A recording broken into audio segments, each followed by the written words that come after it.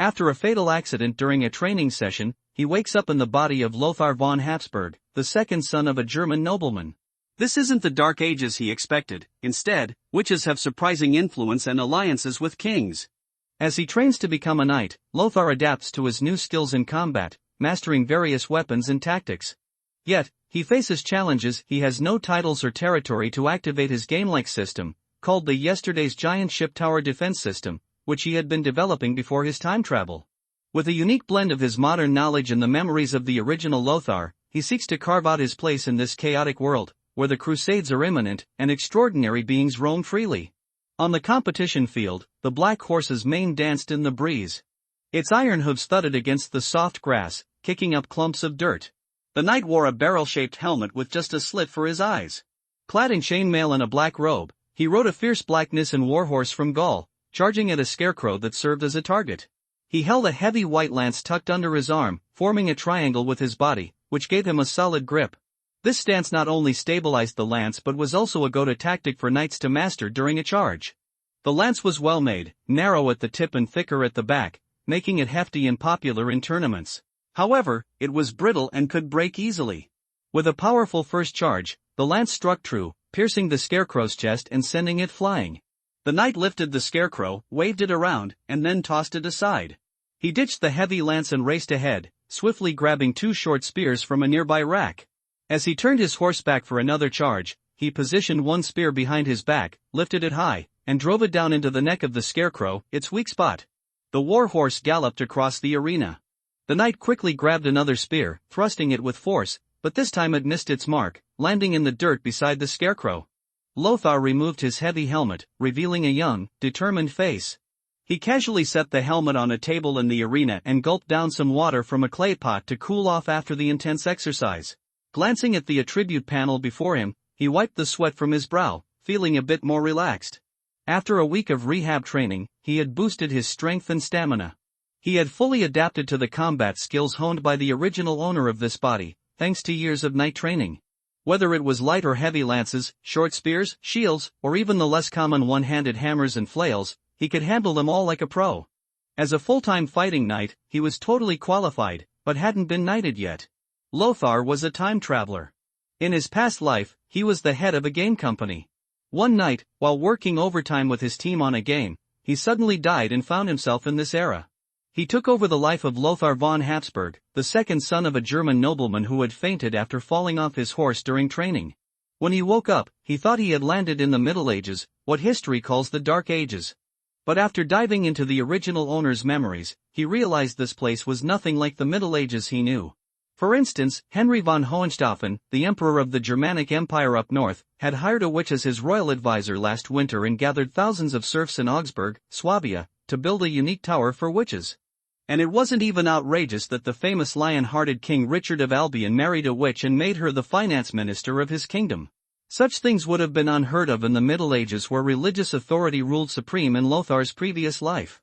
In this world, the relationship between witches and the church seemed way more relaxed, at least on the surface. Name, Lothar von Habsburg. Title, non-occupation, noble affiliated forces, Empire of Germania Magna, County of Allgäu, Lower Burgundy, not the Principality of Burgundy. Retinue, none. Strength, 9, average for a normal adult male is around 5, agility, 7 stamina, 8 mental strength, 10 talent. You've got 2 lives as a human being, meaning you're a mix of 2 souls. This gives you double the mental power of a regular person, plus a permanent boost of +5 to your mental capacity. Skills, none. System name, Yesterday's Giant Ship Tower Defense System. Before time traveling, you were burning the midnight oil trying to perfect a tower defense game that you wanted to launch. The game isn't groundbreaking. You summon different hero characters by drawing cards to defend and strengthen your territory against waves of enemies. But here's the catch, you start off without any territory. Right now, Lothar doesn't even have a title, let alone a piece of land, which means he can't activate the system. So far, he hasn't drawn a single card. After some training, Lothar headed back to his room in the castle. With the maid's help, he changed out of his robe and chainmail into a comfy linen shirt and made his way to the castle tower. This castle, known as Eagle Castle or Habsburg, is where their family name comes from. In Gaul and Germany, surnames often have prefixes like D and von, meaning from, showcasing noble origins linked to a fief. Eagle Castle is a sturdy mountain fortress with tough terrain. If it has enough food supplies, even 1,000 troops would struggle to break through. Lothar ran his fingers along the crenellated wall, feeling nostalgic as the cool mountain breeze brushed past him. Back in his previous life, even working-class folks enjoyed air conditioning, warm winters, soft mattresses, and running water 24/7. But in this era, even nobles weren't living the good life. Especially German nobles, who preferred castles over country estates, had it rough. Dampness, darkness, rats, fleas, just the usual. In this time, castles served military purposes first and foremost, so sturdiness took precedence over comfort.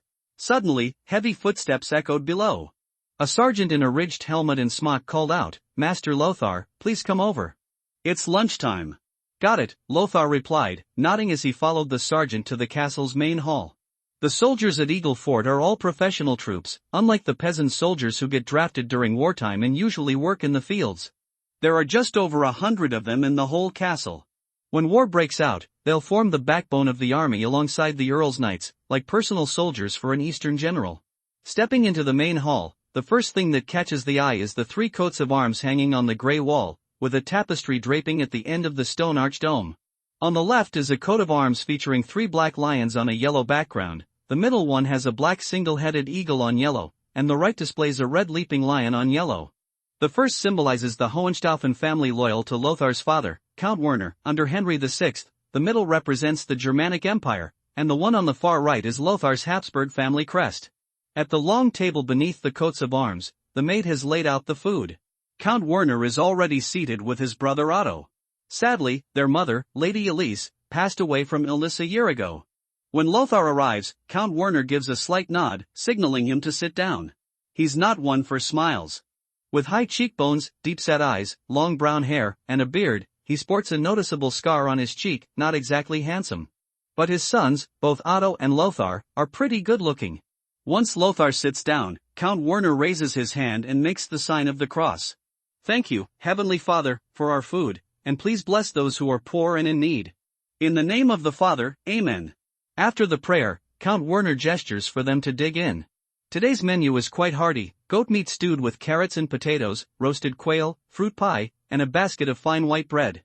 The silver tableware, beautifully patterned, is said to be one of Count Werner's trophies from his younger days in the Crusades. Otherwise, in this remote area of Aargau, it would be tough to gather such a set for everyday use. Lothar was hungry. Practicing martial arts is very physically demanding. In addition, today's lunch was good, so he ate in a hurry. At this time, he suddenly heard someone tapping the table with his fingers, making a clicking sound.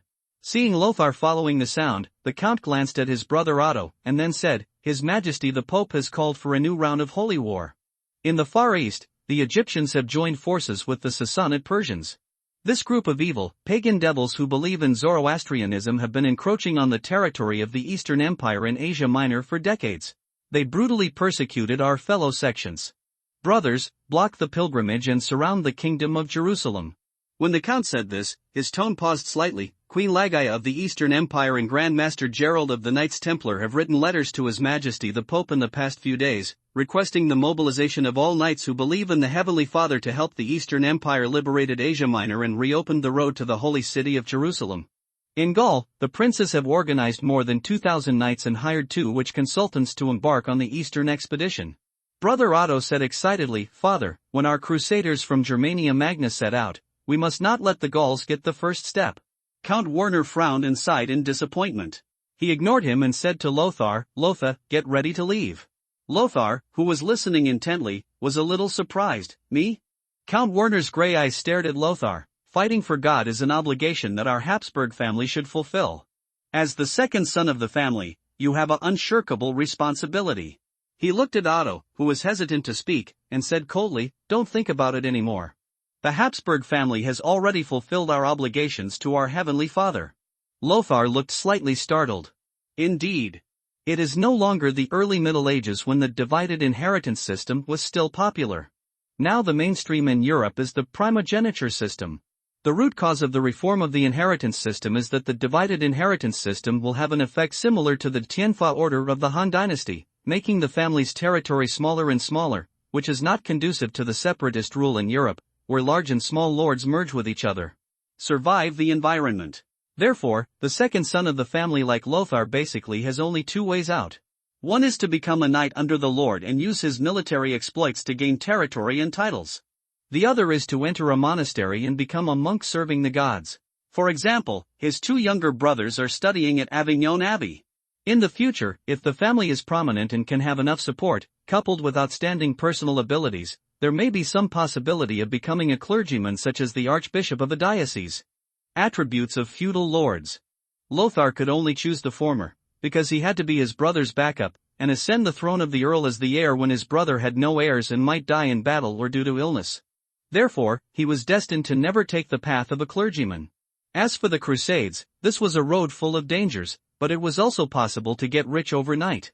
If Count Werner had not participated in the Eastern expedition, he would probably be no different from those poor lower-class nobles who gnaw on coarse black bread every day.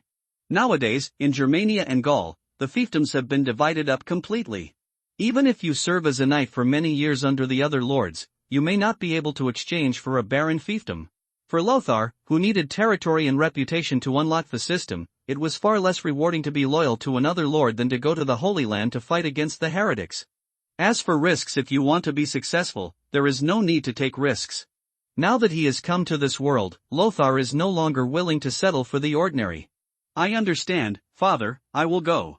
Lothar lowered his head, picked up the spoon, and stuffed a mouthful of pea soup into his mouth. At this time, Count Werner suddenly said with a fierce voice, "Kneel down, Lothar." Lothar put down the spoon in confusion, then realized something, quickly pushed away the chair, and knelt down in front of the long table.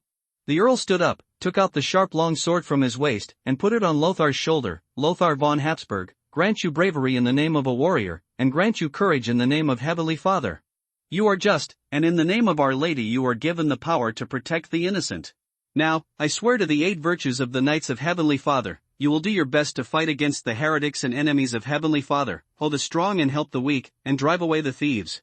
Father, I swear to Heavenly Father and the 8 virtues that I will be friendly to the weak, bravely face strong enemies, punish rape and eradicate evil, support justice, and be loyal and just until death."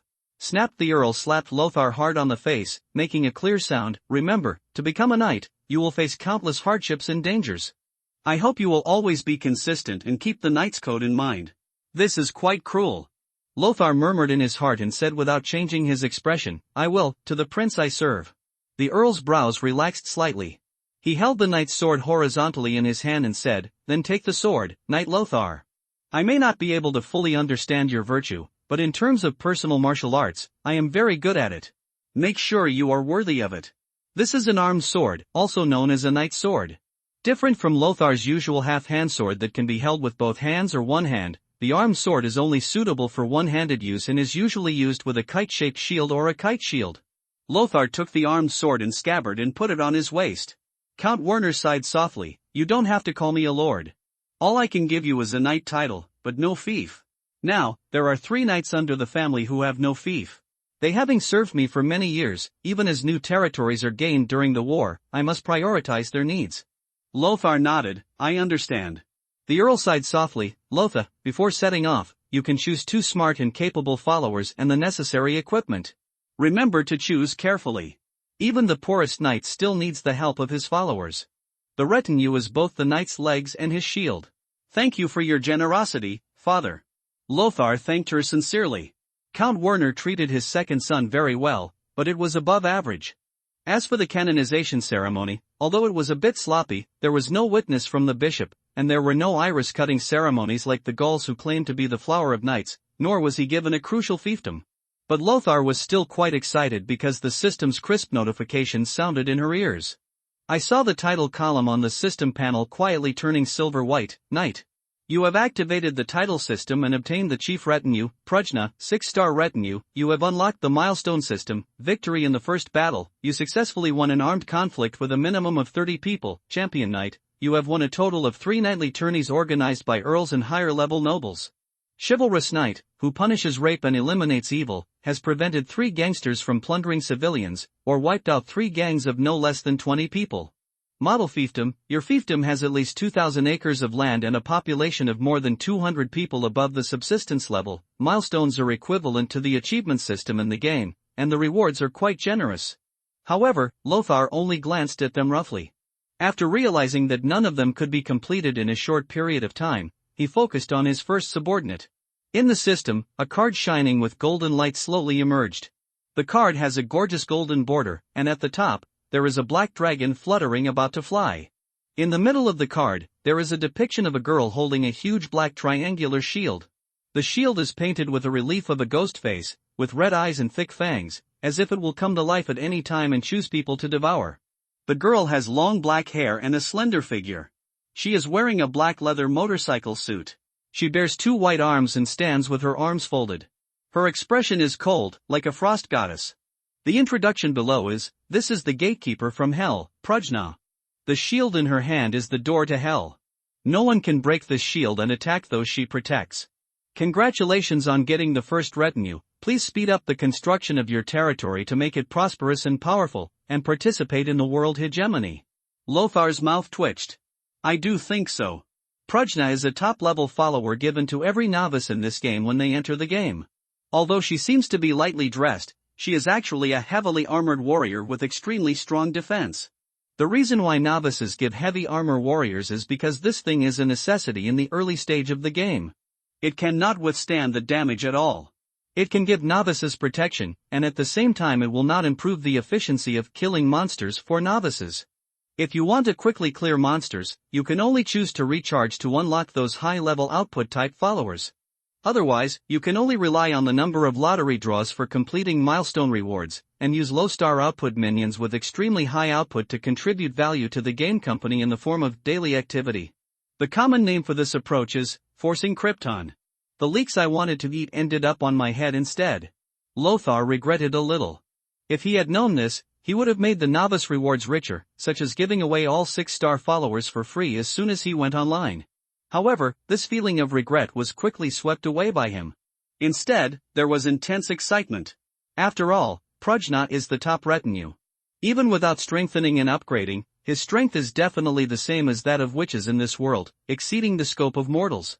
Back in the Three Kingdoms period, Boss Chow would have to say, I thought Lubu was invincible, but I didn't expect someone to be braver than him. Whose general is this? After having lunch, Count Werner was the first to leave. On the side, Otto, who had been silent all this time, finally said, Lothar, congratulations, you finally got your long-cherished wish and became a knight. Thanks. Lothar thanked him. His relationship with his brother Otto couldn't be said to be that bad, but it certainly wasn't that close either. Because as long as Lothar still exists, there is a suspicion that he is looking forward to Otto's death. Since he has been Otto's backup all year round, the original owner does have a lot of resentment in his heart. But this is much better than many aristocratic families, where the eldest son and the second son are fighting each other to the death to inherit the title.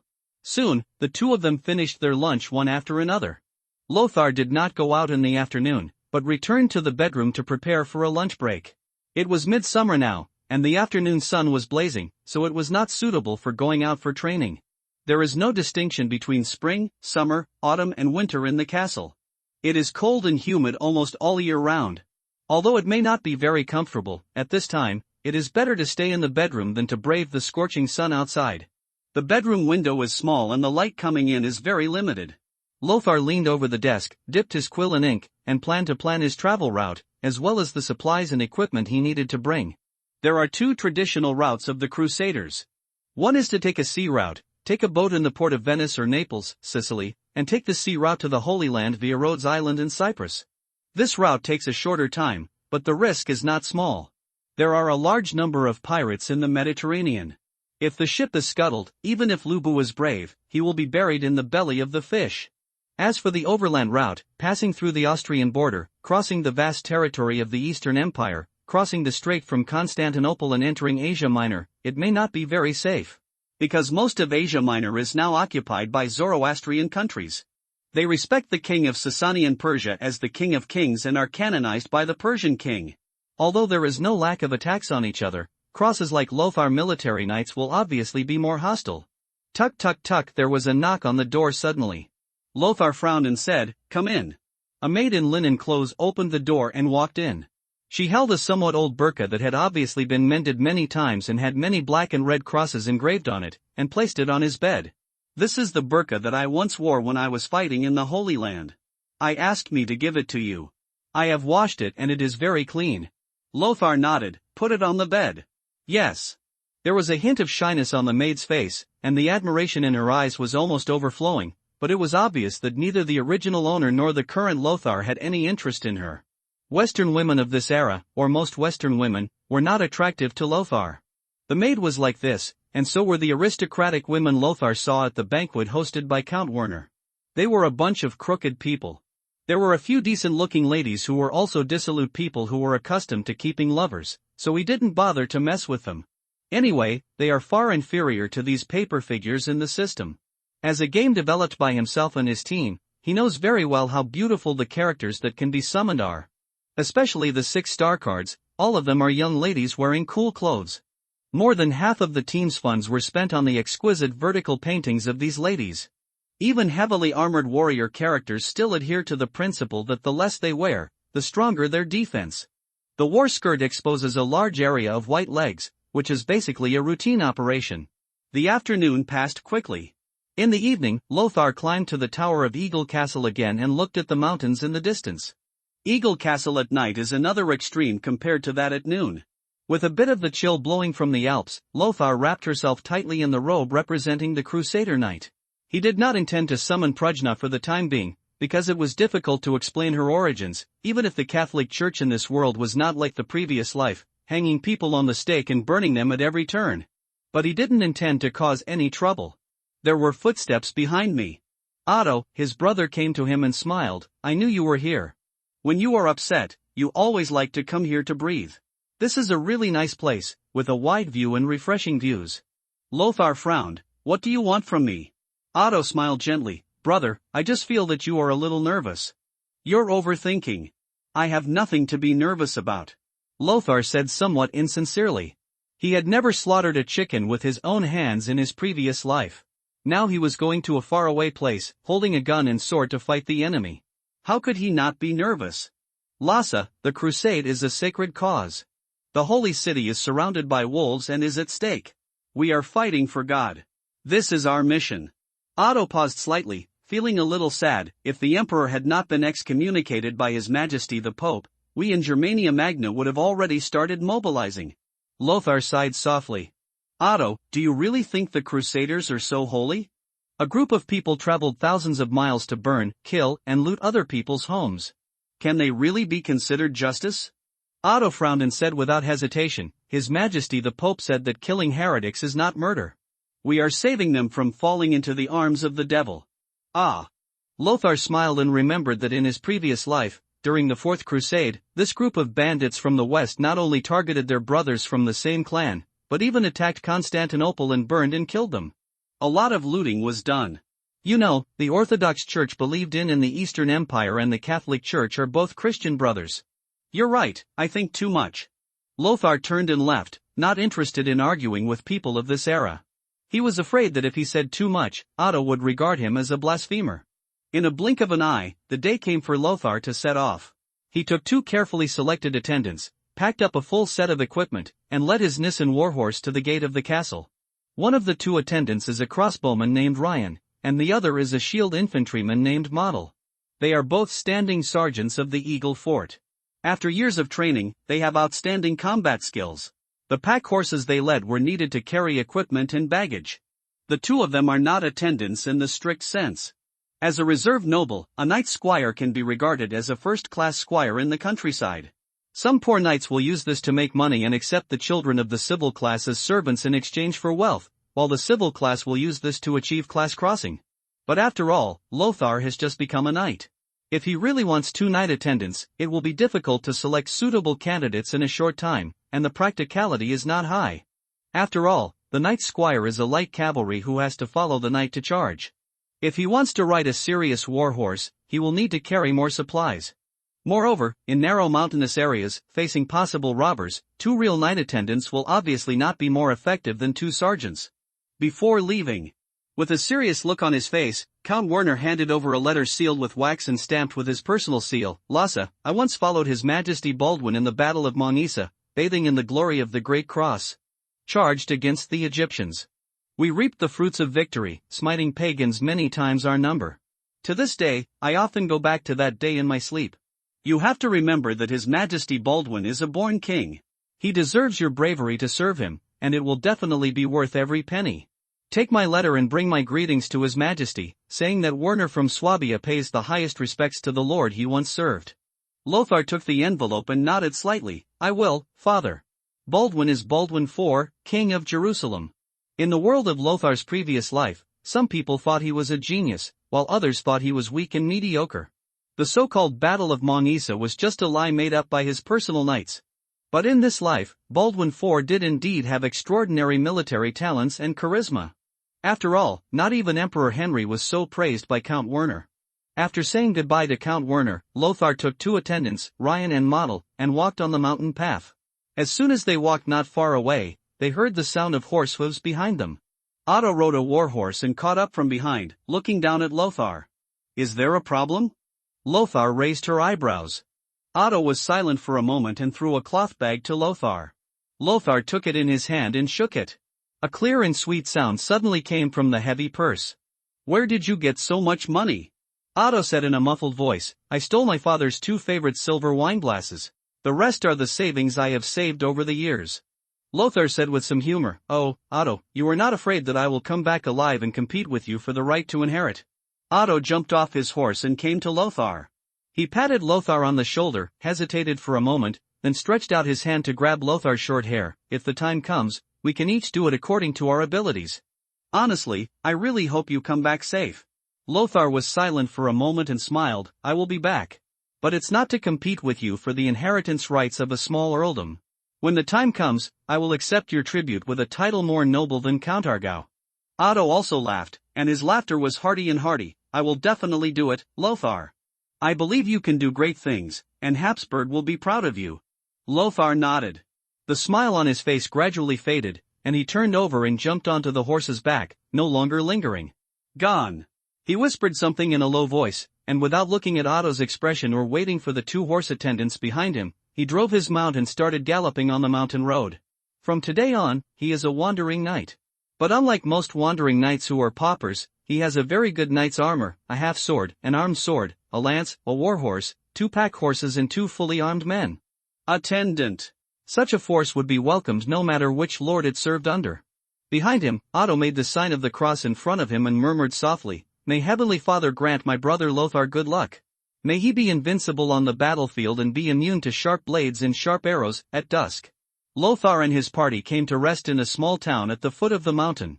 This place still belongs to the territory of the Count of Alga, and it is also the territory directly under the jurisdiction of Count Werner and has not been entrusted to others. In the small town, in the Habsburg family's manor, Lothar couldn't wait to come to a closed room, opened the system, and chose to summon his chief servant Prujna. The room suddenly shone with golden light. Dazzling, noble, majestic and cold. It's as if a god has descended into the world to save the world. After a long time, the light dissipated. A tall woman wearing an era-defining black motorcycle suit and holding a black triangular shield looked directly into Lothar's eyes. In the system, the woman's information slowly emerged.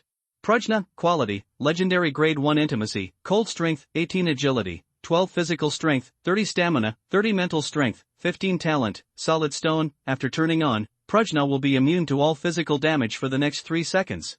Encouragement, after turning it on, with Prujna as the center of the circle, within a radius of 300 meters, all friends will gain an increase in stamina of +10, skill, fierce fighting, Prujna drinks blood and death. After killing 10 enemies in a row, he will gain a 50% bonus to all attributes in the next minute. Thorns, needs to be elite to unlock. Ghost Gate, needs to be elite to unlock. The black-haired woman is really tall, even compared to Lothar, who is 1.8 meters tall. She looked straight into Lothar's eyes and asked with a distant look, Are you my master? It seemed that the chief retinue did not mean any respect. The expression on Lothar's face was a little awkward. Naturally, this intimacy system was created by him. In the game, increasing intimacy can not only unlock more voices, but also enable followers to gain a percentage combat power bonus, unlocking bond talents shared by players and followers. But in reality, this woman named Prujna, holding a large triangular ghost-faced shield, plays the role of the gatekeeper of hell in the background setting. Will she really surrender to an ordinary new knight like herself? Although she has not been cultivated with a large amount of materials, she is far from the invincible power in the background story, and she has not unlocked any high-level skills. But even so, she could defeat herself, a well-trained knight, with just one hand. Lothar said calmly, "Yes, madam, I summoned you." Fortunately, Prajna just frowned slightly and bowed his head to show his allegiance. "Then from today on, I will fight for you, your excellency." Lothar secretly breathed a sigh of relief and asked, "Prajna, where are you from?" Prajna frowned, "Your excellency, as the guard of Goemon Pass, of course I came from Goemon Pass. Is it based on the background story?" Lothar frowned slightly, "Miss Prajna, you don't seem to like me very much." Prajna stared at Lothar, with no emotions such as sadness or joy in his eyes. He just said, "Your excellency, whether I like you or not, I will use my shield to resist all the open and secret arrows fired at you, because it is only natural that I exist for you and serve you. That's enough." Lothar pulled out the knight's sword in his hand and put it on the opponent's shoulder. "I accept your allegiance, Miss Prajna, and I will prove to you in the future that I am a qualified lord and worthy of your sacrifice." Allegiance. Please give me more advice. Prajna nodded slightly, his expression still calm. Although he was not respectful, he did not appear rude. A black triangular shield made of an unknown material was propped on the ground. Prajna raised his head, his brown eyes showing a hint of exploration, as if he wanted to ask him what his next instructions were. Lothar looked away, feeling somewhat guilty for no reason. He had just carefully looked at Prajna's appearance. Compared with the portrait, there had been some corrections, but she was still worthy of being the wife of a paperman. Her skin was as smooth as cream, without even the slightest flaw. Lothar likes this. It is human nature to pursue perfection. He has never liked freckles, and he does not agree with the so-called freckle aesthetic promoted by the West. You have to change your clothes first, this outfit is still too eye-catching. The black motorcycle suit doesn't sound as revealing as the short skirt and hot pants. But what she wore was a tight-fitting leather outfit specially modified by Lothar. It perfectly outlined Prajna's perfect figure, and the visual impact it brought to people was still too great. Coupled with Prajna's perfect appearance, it will definitely cause a lot of unnecessary trouble. On the contrary, her long black hair is not so conspicuous. Although it is a bit too smooth, there is no shortage of this hair color in both Europe and the Middle East.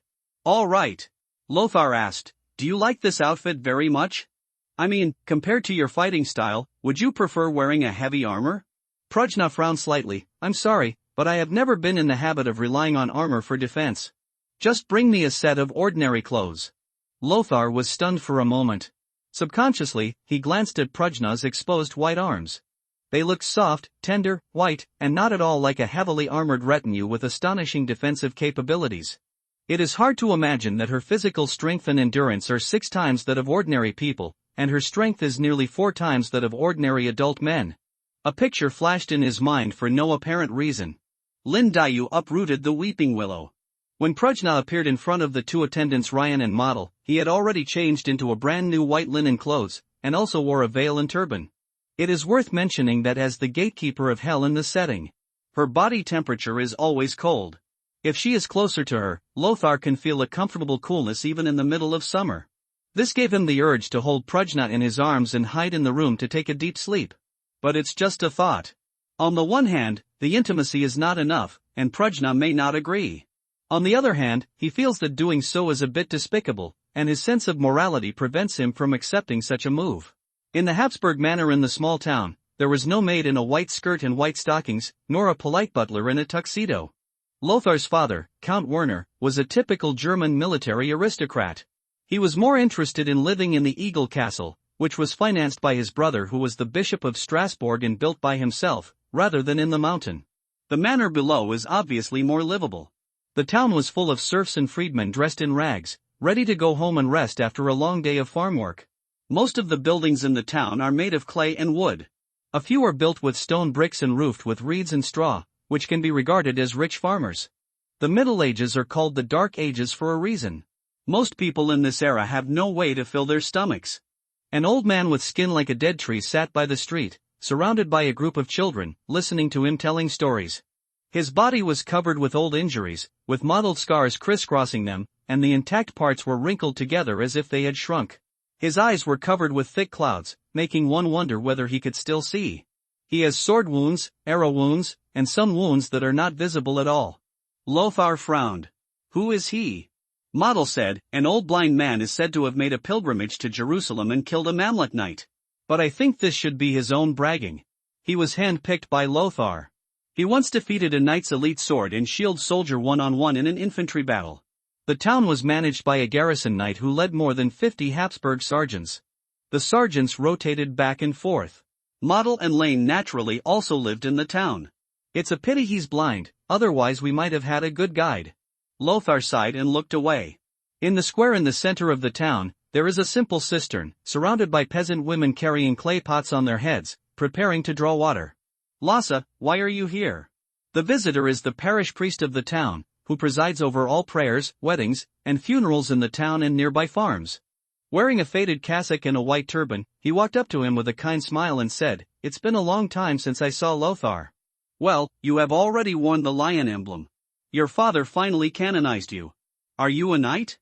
Lothar smiled and said, "Yes, Father Soyo, I have decided to embark on a crusade to save the Holy Land Jerusalem. I will set off early tomorrow morning." Soyo suddenly showed a look of surprise. "Congratulations, Lothar, this is a very wise decision. Heavenly Father will bless you for your pious act. I have a pretty good pack horse, maybe you can take it with you as my small contribution to your pilgrimage. Thank you for your generosity." Lothar bowed his head and saluted. It took a while to deal with the priest. He said helplessly, "Father Soyo is really enthusiastic.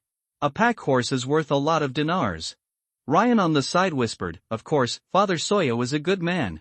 He helps the widow carry water during the day and confesses for the widow at night. Oh, by the way, the widow's husband was once a knight named Joseph.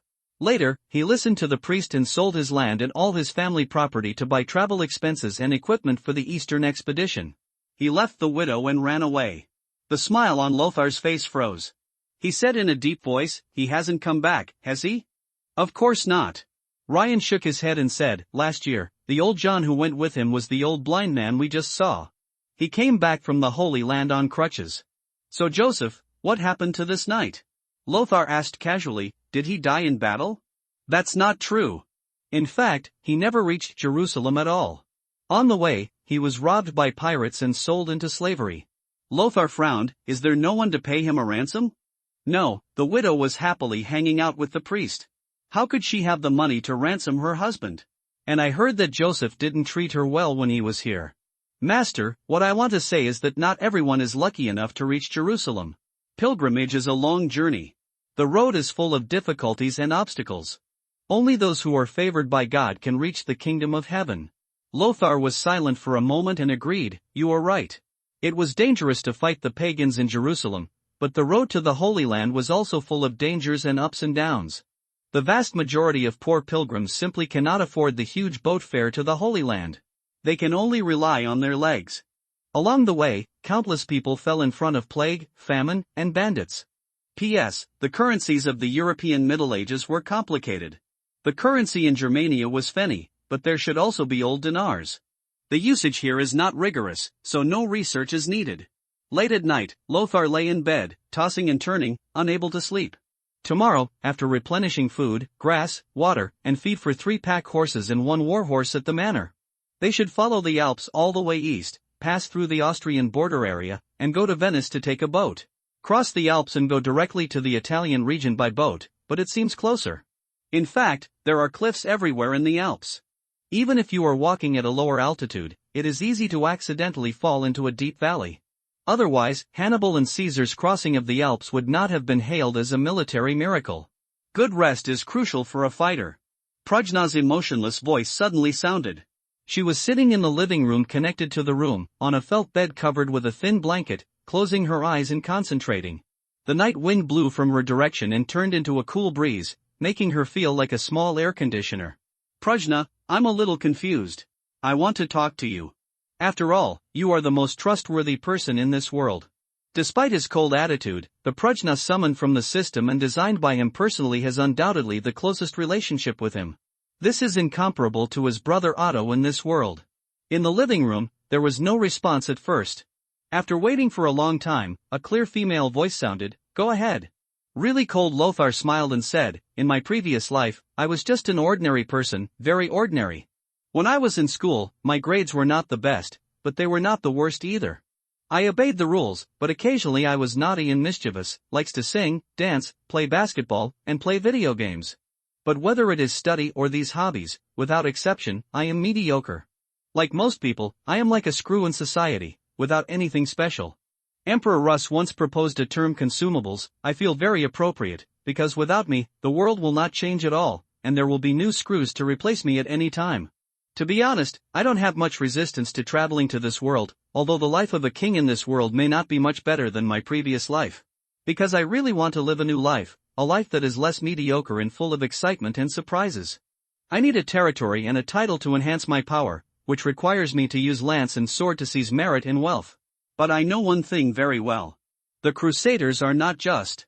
For the sake of power and wealth, they traveled thousands of miles to the Holy Land to take away the lives of others. What is the difference between them and bandits?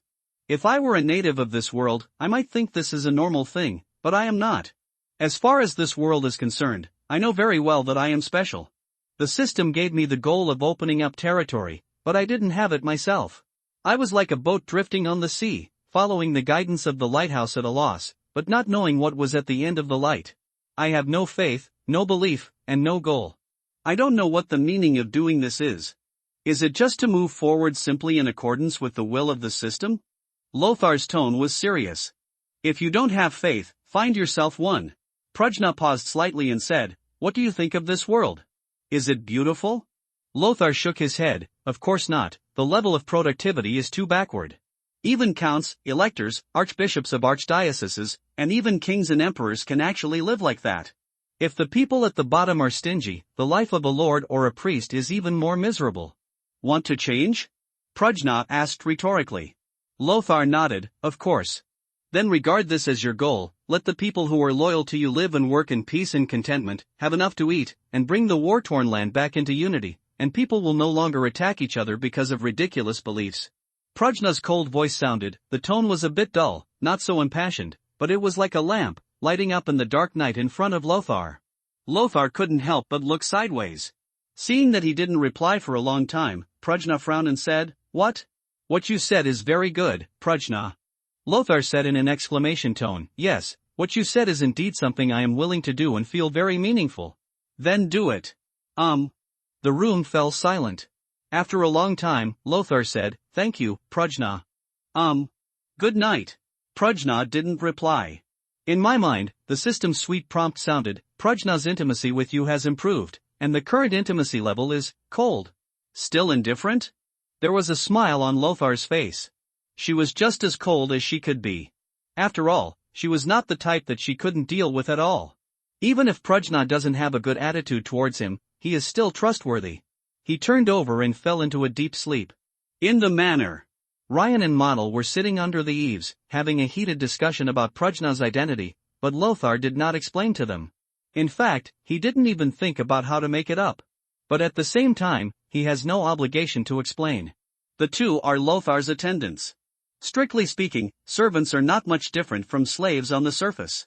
They both do the work of serving people. The difference lies in their essence. That long black and smooth hair, maybe it's the royal family of the Eastern Empire? No, didn't you feel the aura on her body? It's really scary. She's obviously just a woman, but the sense of danger she gives me is even greater than that of a mountain lion. Model said in a very determined tone, "She is a witch." "You sure?" Model was silent for a moment, shook his head and said, "I'm not sure, but I'm definitely not an ordinary person. You know my intuition has always been very reliable." Ryan nodded with deep understanding. "I didn't expect that the young master actually knew a witch." It is said that the entire crusade team in Gaul only hired 2 witch consultants. Does this mean our journey will be much safer? Maybe, but it could also be the complete opposite. There was a hint of sadness on Model's face. Witches are mysterious, powerful, and beautiful.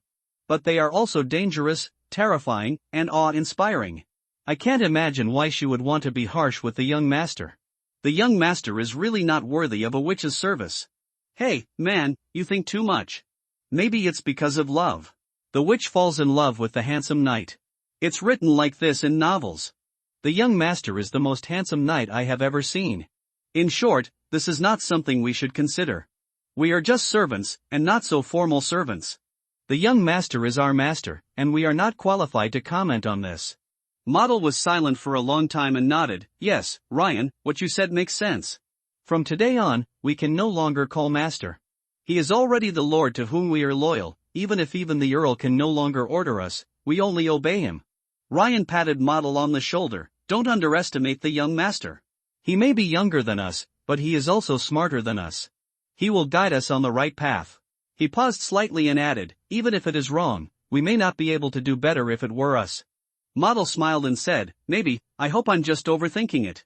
The two attendants were also a little confused. They didn't know what kind of future they could have by following Lothar. Will they one day be canonized as a knight, or would they die suddenly due to an illness before they reached the Holy Land? No one knows. May Heavenly Father bless his devout believers, Amen. Lothar didn't know that his two attendants had imagined Prajna's identity as a witch, or that they wouldn't care if they knew. Because there is no witch-hunting movement in this world, witches can even openly act as advisors to the emperor of a country. Moreover, this kind of conjecture cannot be wrong. In fact, he felt that it was impossible for an average witch to be Prajna's opponent. Among the 5 attributes given by the system, strength is best understood, covering all aspects such as attack power, speed, and weight-bearing capacity. Agility represents speed and reflexes. Physical strength represents combat endurance, recovery ability, and health bar.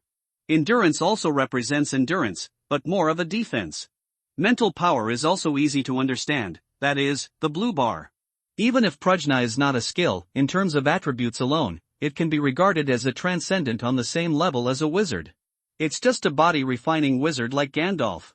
In addition, the shield in her hand was made from the fragments of the Hellgate in the setting. It was a perfect artifact. No matter whether it was physical attacks or witchcraft, there was almost no way to penetrate it. On the endless plateau, a convoy with red and white striped flags was moving slowly. Knights and retinues dressed in various colors and coats of arms rode leisurely in front of the team. Behind him were commoners' servants and attendants, as well as a dozen sergeants wearing chain mail shirts. At the front of the team, a knight with a peacock feather on his head and a blue robe commanded, "Everyone, please be alert. This is the most dangerous section of the business road leading to Tyrol. Those fugitive slaves and bandits who are so poor that they can only eat cabbage and turnips may rush down the hillside with dung forks and axes at any time to fight us. You shall all be hanged on the gallows if you frighten the noble countess." The sergeants replied weakly, "Yes, sir." The peacock knight looked a little grim. Switzerland is a remote country with many mountainous areas. After all, the west belongs to the Swabia region, which is the core ruling area of the Hohenstaufen family of the imperial emperor, and is relatively stable. But the further east, closer to the borders governed by the Diocese of Trento, the greater the poverty and chaos. The poverty of the people and the severe exploitation by the lords will produce a large number of escaped serfs who will go into the mountains to become bandits. In addition, this place is located at the junction of the two places, and the lords of both sides are too lazy to invest a lot of manpower and material resources to clear it up. As if to confirm the Peacock Knight's premonition, more than a dozen black spots suddenly appeared on the mound at the end of the horizon. The black spots became more and more numerous and larger, and finally the whole picture could be seen. There were more than 30 cavalrymen wearing chainmail and leather armor. They are definitely not the mountain people or bandits that the Peacock Knight is wary of, but a cavalry unit. They stood in a line on the hillside, staring coldly at the motorcade not far away. The convoy stopped immediately. The sergeants and servants were panic-stricken. Everyone knows that this kind of open area is the domain of the cavalry. If they are defeated, they will not be able to escape. On the carriage, the Countess's charming voice sounded, "Fred, what happened?" "Countess, there are enemies coming." The Peacock Knight approached the carriage and whispered a reminder, and then shouted, "Everyone is ready to meet the enemy, protect the lady's carriage, and no one is allowed to get close." Immediately, he took 2 cavalrymen forward with him and shouted to the cavalry team that was gradually approaching, "Stop! This is the convoy of the Caff family from Augsburg. The one you offend is the Countess with noble blood. Please retreat immediately. Otherwise, my soldiers and I will cut your throats, let the wild dogs entrenched on the mountain chew up our bones." The cavalry were getting closer. There were about 30 of them, some wearing torn jackets, and some wearing chain armor. Their equipment looked average, but the fierce aura they exuded still made the Peacock Knight quite troublesome. The leading cavalryman had a sarcastic smile on his face, and he picked up a hunting bow. The arrow made a snatching sound and nailed the kite shield held by the Peacock Knight. His attitude has been very clear. From the beginning to the end, they had no idea of negotiating. The knight was furious and shouted, "Knights, follow me forward, the rest rely on the carriage for defense." No one is allowed to leave the carriage formation without permission. On the other side of the hillside, Model frowned and asked, "Sir, do we want to intervene?" "It won't work if we don't intervene." Lothar pointed to 2 scout cavalry who were not involved in the attack and were wandering around not far away. "They have discovered us. Even if we throw away all our luggage, we can't escape the pursuit of a group of light cavalry that come and go like the wind. After all, Prajna, Ryan, and you can only ride pack horses." Lothar sighed softly, and then said loudly, "Attendant, take my lance and prepare to fight." He put on the hood of his hooded chainmail and burqa, and buckled the bucket helmet on his head with only a slit for his eyes exposed. The world suddenly became quiet. His breathing sounded heavier and heavier, echoing in the dull barrel helmet. Ryan handed over his heavy lance. He held the gun in his right hand, put on a kite-shaped shield in his left hand, and hung the armed sword on the saddle. Prajna whispered, "Do you want me to come with you?" Lothar shook his head. "I'm afraid your horse is not very good.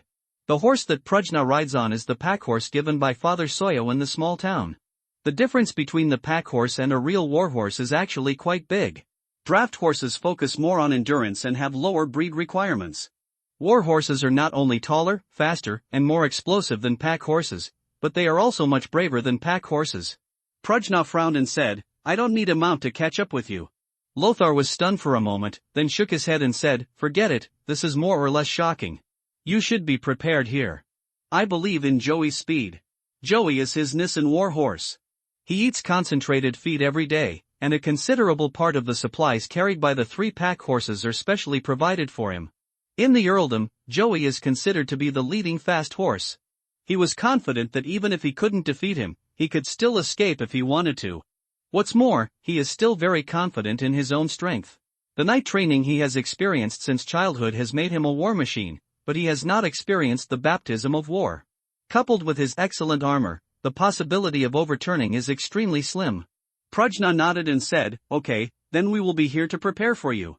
The 2 attendants were also ready for battle. One held a sword and shield, and the other loaded the crossbow. However, in this open area, the role they could play was very limited. Lothar originally chose them because he wanted to play a role in mountain warfare. "I never thought that the first battle would be on an open plateau." Lothar let out a sigh of relief. The dull barrel helmet seemed to be covered with a layer of water mist. In the thin line of sight, the 2 scout cavalry wandering nearby have already launched a charge here. Lothar gently pinched the horse's belly. The sound of horse hooves suddenly rang in my ears. Lothar held the lance in her hand tightly, feeling adrenaline secreting rapidly, and her heart was like a war drum, beating thunderously. Charge with guns is a tactic used by the knights when they line up and advance hand in hand.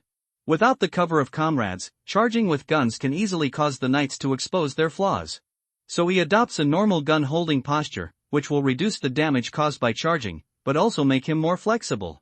In the blink of an eye, Lothar was already 200 meters away from the enemy. He could even clearly see the dirty, greasy, and unkempt beard on the other person's face. Black eyes, black hair, and beard. Is this Hungarian?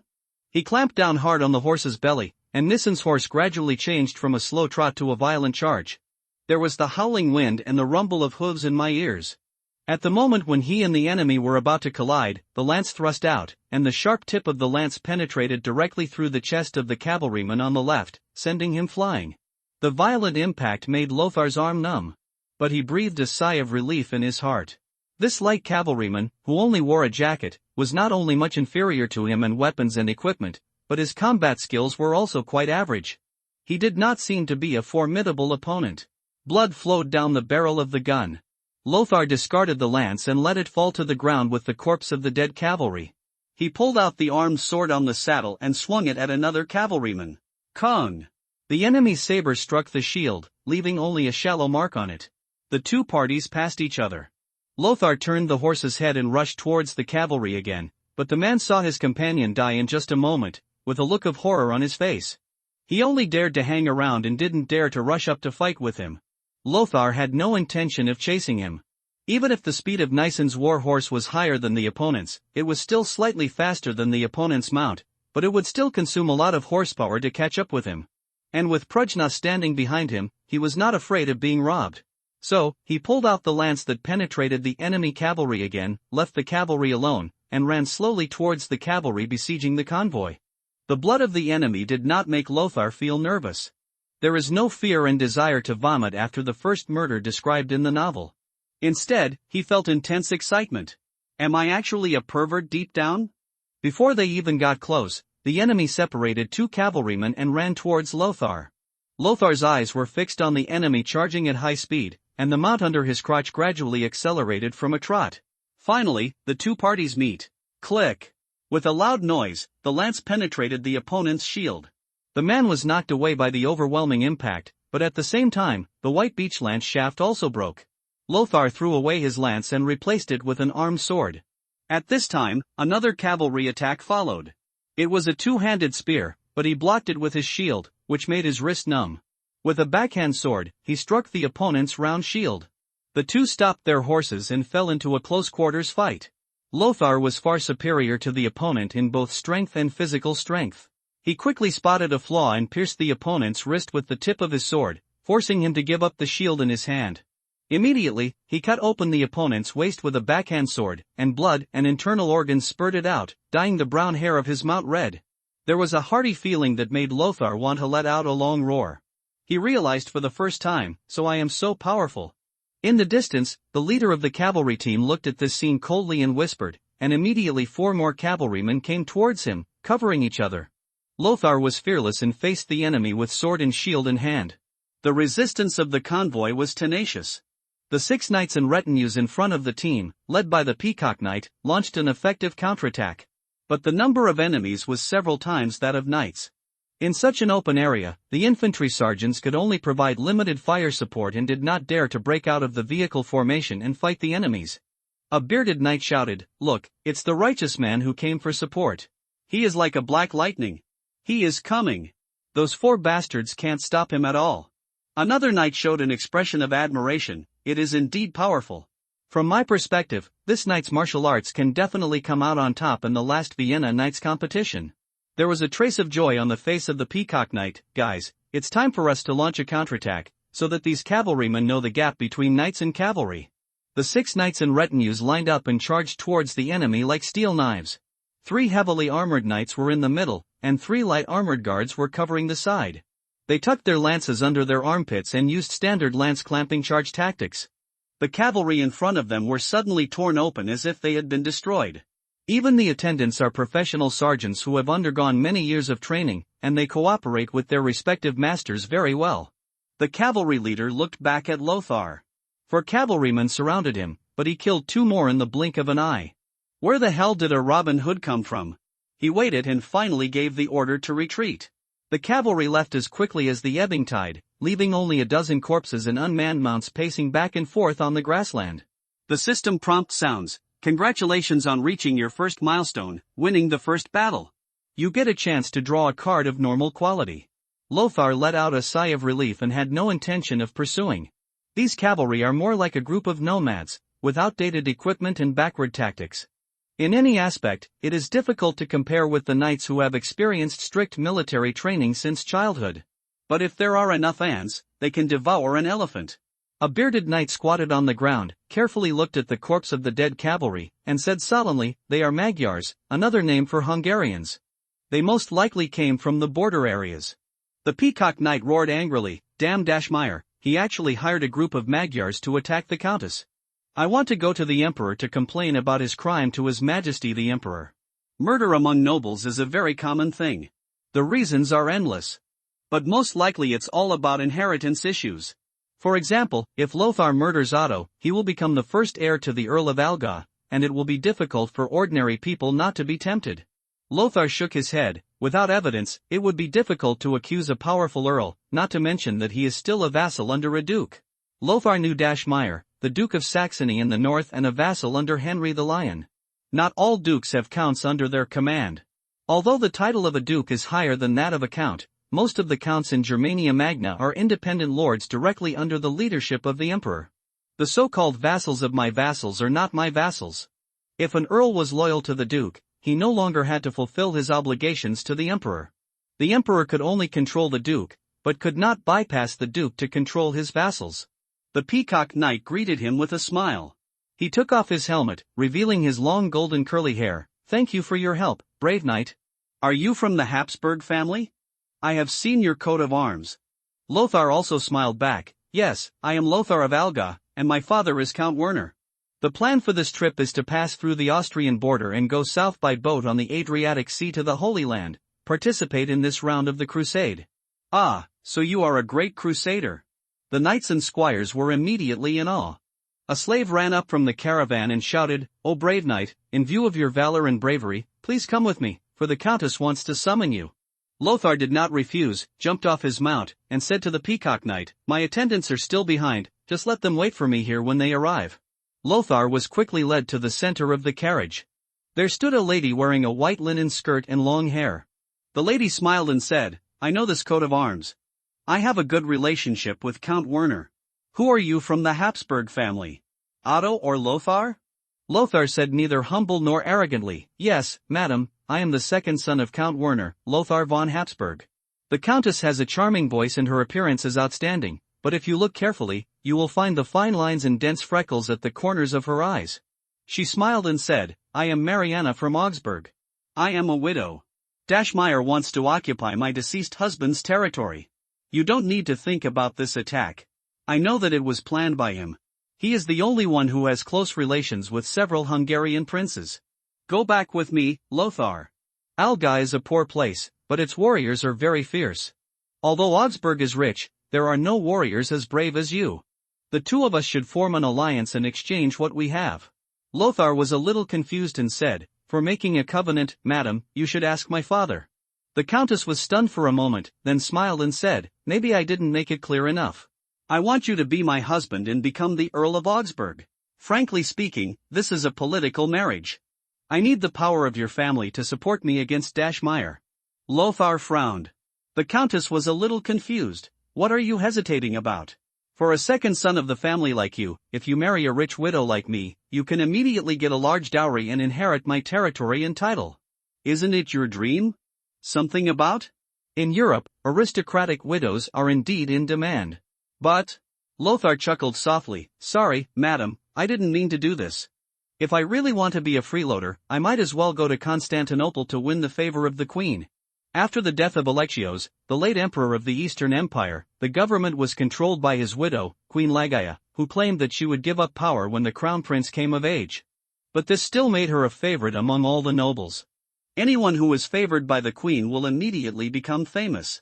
Bah, wishful thinking. The countess spat. There are countless princes, nobles, mercenary leaders, and military generals who want to get close to this rich woman. Why do you do that? Lothar grinned and said with a smile, "Ha, my stomach is good, I didn't plan to eat soft food." "Oh, you have to think clearly. I have a good relationship with several electors. Your Majesty currently has no crown prince. If you want, I can even fight for your right to inherit the throne." The countess' tone was a little unkind. She had many suitors. She chose Lothar because of his strong martial arts skills and outstanding appearance. But more importantly, she wanted to use the power of the Habsburg family. Although Count Werner lives in Switzerland, he is not unknown in the empire. During the emperor's war of conquest against the Slavs, he was appointed as the commander-in-chief of the imperial army. Inheritance to the throne? Lothar was silent. The Great Germania Empire was the Holy Roman Empire in Lothar's previous life. Voltaire's evaluation of HRE, it is neither holy, nor Roman, nor imperial. Although it is biased, it is also reasonable. For example, Emperor Henry of the Hohenstaufen family, who dominated Germania at this time, had no advantage over the several great princes of the empire in his directly governed territories. Although the Germanic Empire during this period had a vast territory, the emperor's income was probably less than 1/10 of that of the empress of the Eastern Empire. You know, the Eastern Empire is now in disgraceful decline. Basically all the interior of Asia Minor has been lost. The Bulgarians in the north sometimes rebel and sometimes go south to plunder. The Peloponnesian Peninsula was also frequently invaded by the Normans and North African pirates. Even in this case, the Eastern Empire was still much richer than Germania Magna. Strong branches and weak trunks have always been an important problem plaguing Germania Magna. Fortunately, Germania Magna had not yet fallen to the point where the Golden Seal was issued, clearly stipulating that the emperor would be elected jointly by 7 electors. Although the electoral system is a tradition inherited from the tribal era, it has not yet been deeply rooted and can still be saved. So the question is, should we eat this soft rice? Okay, ma'am, you'd better stop trying to make excuses for me. If your connections are so effective, you won't need to enter into a covenant with my family. Starting a county sounds tempting. But there are many problems to face, and the first one is probably being cuckolded. A considerable number of noble ladies in this era had very chaotic private lives. This depended on the balance of power between the two parties in the marriage. If the husband was strong and the wife was weak, the woman would naturally not dare to act too wildly. Of course, there are also those who play in harmony with each other, but they are just a minority. For many people in this era, wearing a cuckold is nothing at all, and everyone can do their own thing. You play with your mistress, and I'll find mine. It's a political marriage anyway. As long as the child was Lothar's, the title of the Count of Augsburg would fall to the Habsburg family. If Count Werner talks to the Countess, he will probably be happy to agree. Let's not mention cuckoldry for now. Regardless of whether they are lower-level vassals or sergeants in the territory, the target of allegiance is the Countess, and they will also provoke a powerful earl who relies on Henry the Lion. This will greatly limit his development. Moreover, in the traditional Catholic world, if you want to expand, it is easy to cause panic among your neighbors. Historically, because Henry the Lion successively obtained the two duchies of Saxony and Bavaria, and also tried to get the throne, a group of princes formed the anti-Henry the Lion alliance. The two fought for 2 years. Although Henry the Lion he won, but was later banished by the emperor, thus losing the Game of Thrones. Lothar has never underestimated the trendsetters in this world just because he has a card drawing system. Don't forget that there are still witches who control extraordinary powers in this world. If there are witches, there will be other supernatural powers to check and balance them, but he doesn't know it. After wanting to understand this, Lothar immediately stood firm. "Madam, please forgive me for not agreeing to your request." The Countess snorted coldly. "Knight, are you doubting the background of the Caff family?" Lothar shook his head. "Sorry, madam. I have no intention of offending. I just feel that the chosen emperor has no strength and may not be able to sit securely. Furthermore, as the most powerful prince in the empire, Henry the Lion of the Welf family is the powerful heir to the throne. Henry the Lion had a very strong influence in Bavaria and Saxony, and his power within the empire could rival the emperor's." The Countess smiled slightly and said, "But don't you think that because of this, it is even more impossible for him to sit on the throne? Young knight of the Habsburg family, no one wants a strong boss." Lothar was silent. What the Countess said actually made sense, but the more so, the more he felt that staying in the Greater Germania Empire would restrict his development. Even if he went through all the hard work to get the empty throne, he still had to face many resistance forces in the country, which was really bad. It would be better to go to the Holy Land to develop a wave and come back one day with thousands of troops. "I'm sorry, madam, your charm is like the stars in the sky, but I shoulder the great mission of protecting the Holy Land. My lifelong pursuit is to fight the infidels for the glory of Heavenly Father, so I can only refuse your kindness." "All right." The Countess was a little uninterested. Of course she knew that what Lothar said was just for the occasion, so her attitude immediately became cold. "Then tell me how I can repay you for your heroic help, Knight Lothar." Lothar said without hesitation, 2 war horses and some coins will be enough. You also know that the Earl of Aargau is a barren place, and my father's support for me is limited. This is a great cause and I am willing to sponsor you." The Countess nodded slightly. "You can choose the warhorse from the mounts left behind by the Magyar people. That should be your trophy. In addition, I will also give you another 100 Sulad's gold coins of good quality. The price of an ordinary warhorse is roughly equivalent to 10 Sulids gold coins. Sulids gold coins were gold coins minted by the Eastern Empire. Their purchasing power used to be very strong, but with the decline of the Eastern Empire, the quality of the gold coins became worse and worse. However, the recently released batch is quite rich in gold content, and is said to have reached over 90%. Not only gold coins, but also silver dinar coins are facing the problem of deteriorating quality. 100 gold Sulad's coins of good quality are indeed a considerable fortune. But it's just quite satisfactory. After all, the value of the mounts left by the defeated Magyars alone exceeds this figure. Not to mention the losses that the team might have caused if Lothar hadn't appeared.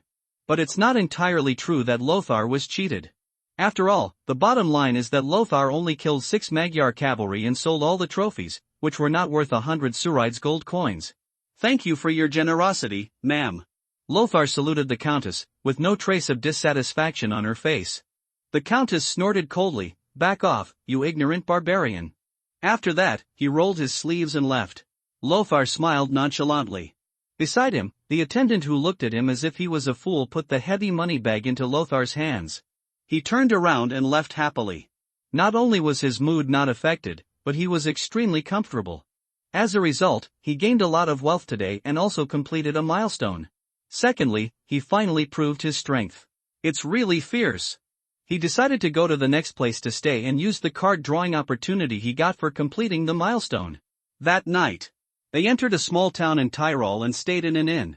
Lothar and Prujna were still in the same room. As soon as he entered the door, Lothar said impatiently, "Prujna, today I plan to summon a new comrade for you, who may be an old acquaintance of yours." In the background setting, although Prujna has a dull temperament, there are also many familiar followers in the hell camp to which he belongs. If enough followers of the same camp can be summoned, it can also form bonds and increase the attributes of the followers in all directions. Prujna said nothing, just looked at Lothar indifferently, as if looking at a fool. Lothar smiled, crossed himself in front of his face, and prayed, "Heavenly Father, please bless me for the 5 and 6 stars." Extraction was then selected. The system's crisp prompt sounded, "Congratulations, you have obtained a 1-star defensive retinue, Reserve Knight." Lothar's face suddenly darkened. In the game, 1-star retinues have no choice except in the novice stage. No one will train them specially. Even if they don't have the capital to build a full 5-star and 6-star galactic battleship, players will at least make ends meet with a 3-star and 4-star lineup. The only meaning of the existence of 1-star followers is to pollute the card pool. Therefore, not only are the attributes very poor, but even the vertical drawings are very sloppy, often not even showing the face, covering it with hair or a helmet, and there is no official name. It can be said to be cutting corners to the extreme. This is a probability set by him, and he cannot blame others. He gritted his teeth for a while, but he could only choose to accept the reality. "Come out, Reserve Knight." A man wearing iron armor and a mask slowly appeared in the room. He was far less powerful than when Prujna first appeared, with his golden light shining like a god descending from him. Quality, ordinary, 1-star, grade 1 intimacy, cold strength, 10 agility, 7 physical strength, 10 stamina, 8 mental strength, 5 skills, none. Introduction: these are reserve knights trained by the Teutonic Knights in Prussia since the late Middle Ages. They have experienced strict knight training since childhood and are excellent warriors on the battlefield. With just a flash of white light, the reserve knight was summoned by Lothar. Lothar looked at the other person up and down. The reserve knights are much more imposing than what is shown in the portrait. He wears a white robe with a black cross emblem, and a full chainmail suit underneath. He holds a kite-shaped shield with a white background, a yellow cross, and a single-headed eagle coat of arms on one side, holds a knight's sword tightly in the other hand, and wears a winged helmet with bull horns on his head. Lothar knew that reserve knights were not allowed to wear winged helmets according to historical facts. Winged helmets were decorations and honors, and also served as the commander's logo. But the problem is that the game he designed never considered pursuing historical facts. This made Lothar very happy. No matter how poor the quality of the reserve knights is, at least this armor is real and can be exchanged for a village fiefdom much better than Prujna's tight-fitting black motorcycle suit. In terms of attributes alone, this 1-star retinue is on par with him. In other words, he is equivalent to a 1-star retinue. No wonder Prujna doesn't think much of him. "You are my master, right?" The man's voice was unexpectedly magnetic. He took off his helmet, revealing long golden hair and a rather handsome and young Germanic face. "That's right." Prujna frowned. "Is this the companion you said you wanted to summon for me?" "I have never worked with such a weak mortal." Lothar said sarcastically, "Oh, there is a slight deviation from the estimate." "General Prujna?" There was a hint of surprise on the face of the 1-star subordinate. "It's really incredible. I didn't expect that I could follow you to fight together." Prujna gave him a cold look and said expressionlessly, "You are not following me, you are following the Lord." Lothar asked, "What is your name, Reserve Knight?" Hearing this, Hans quickly knelt down on one knee and saluted. "My name is Hans. I come from the Teutonic Knights of East Prussia.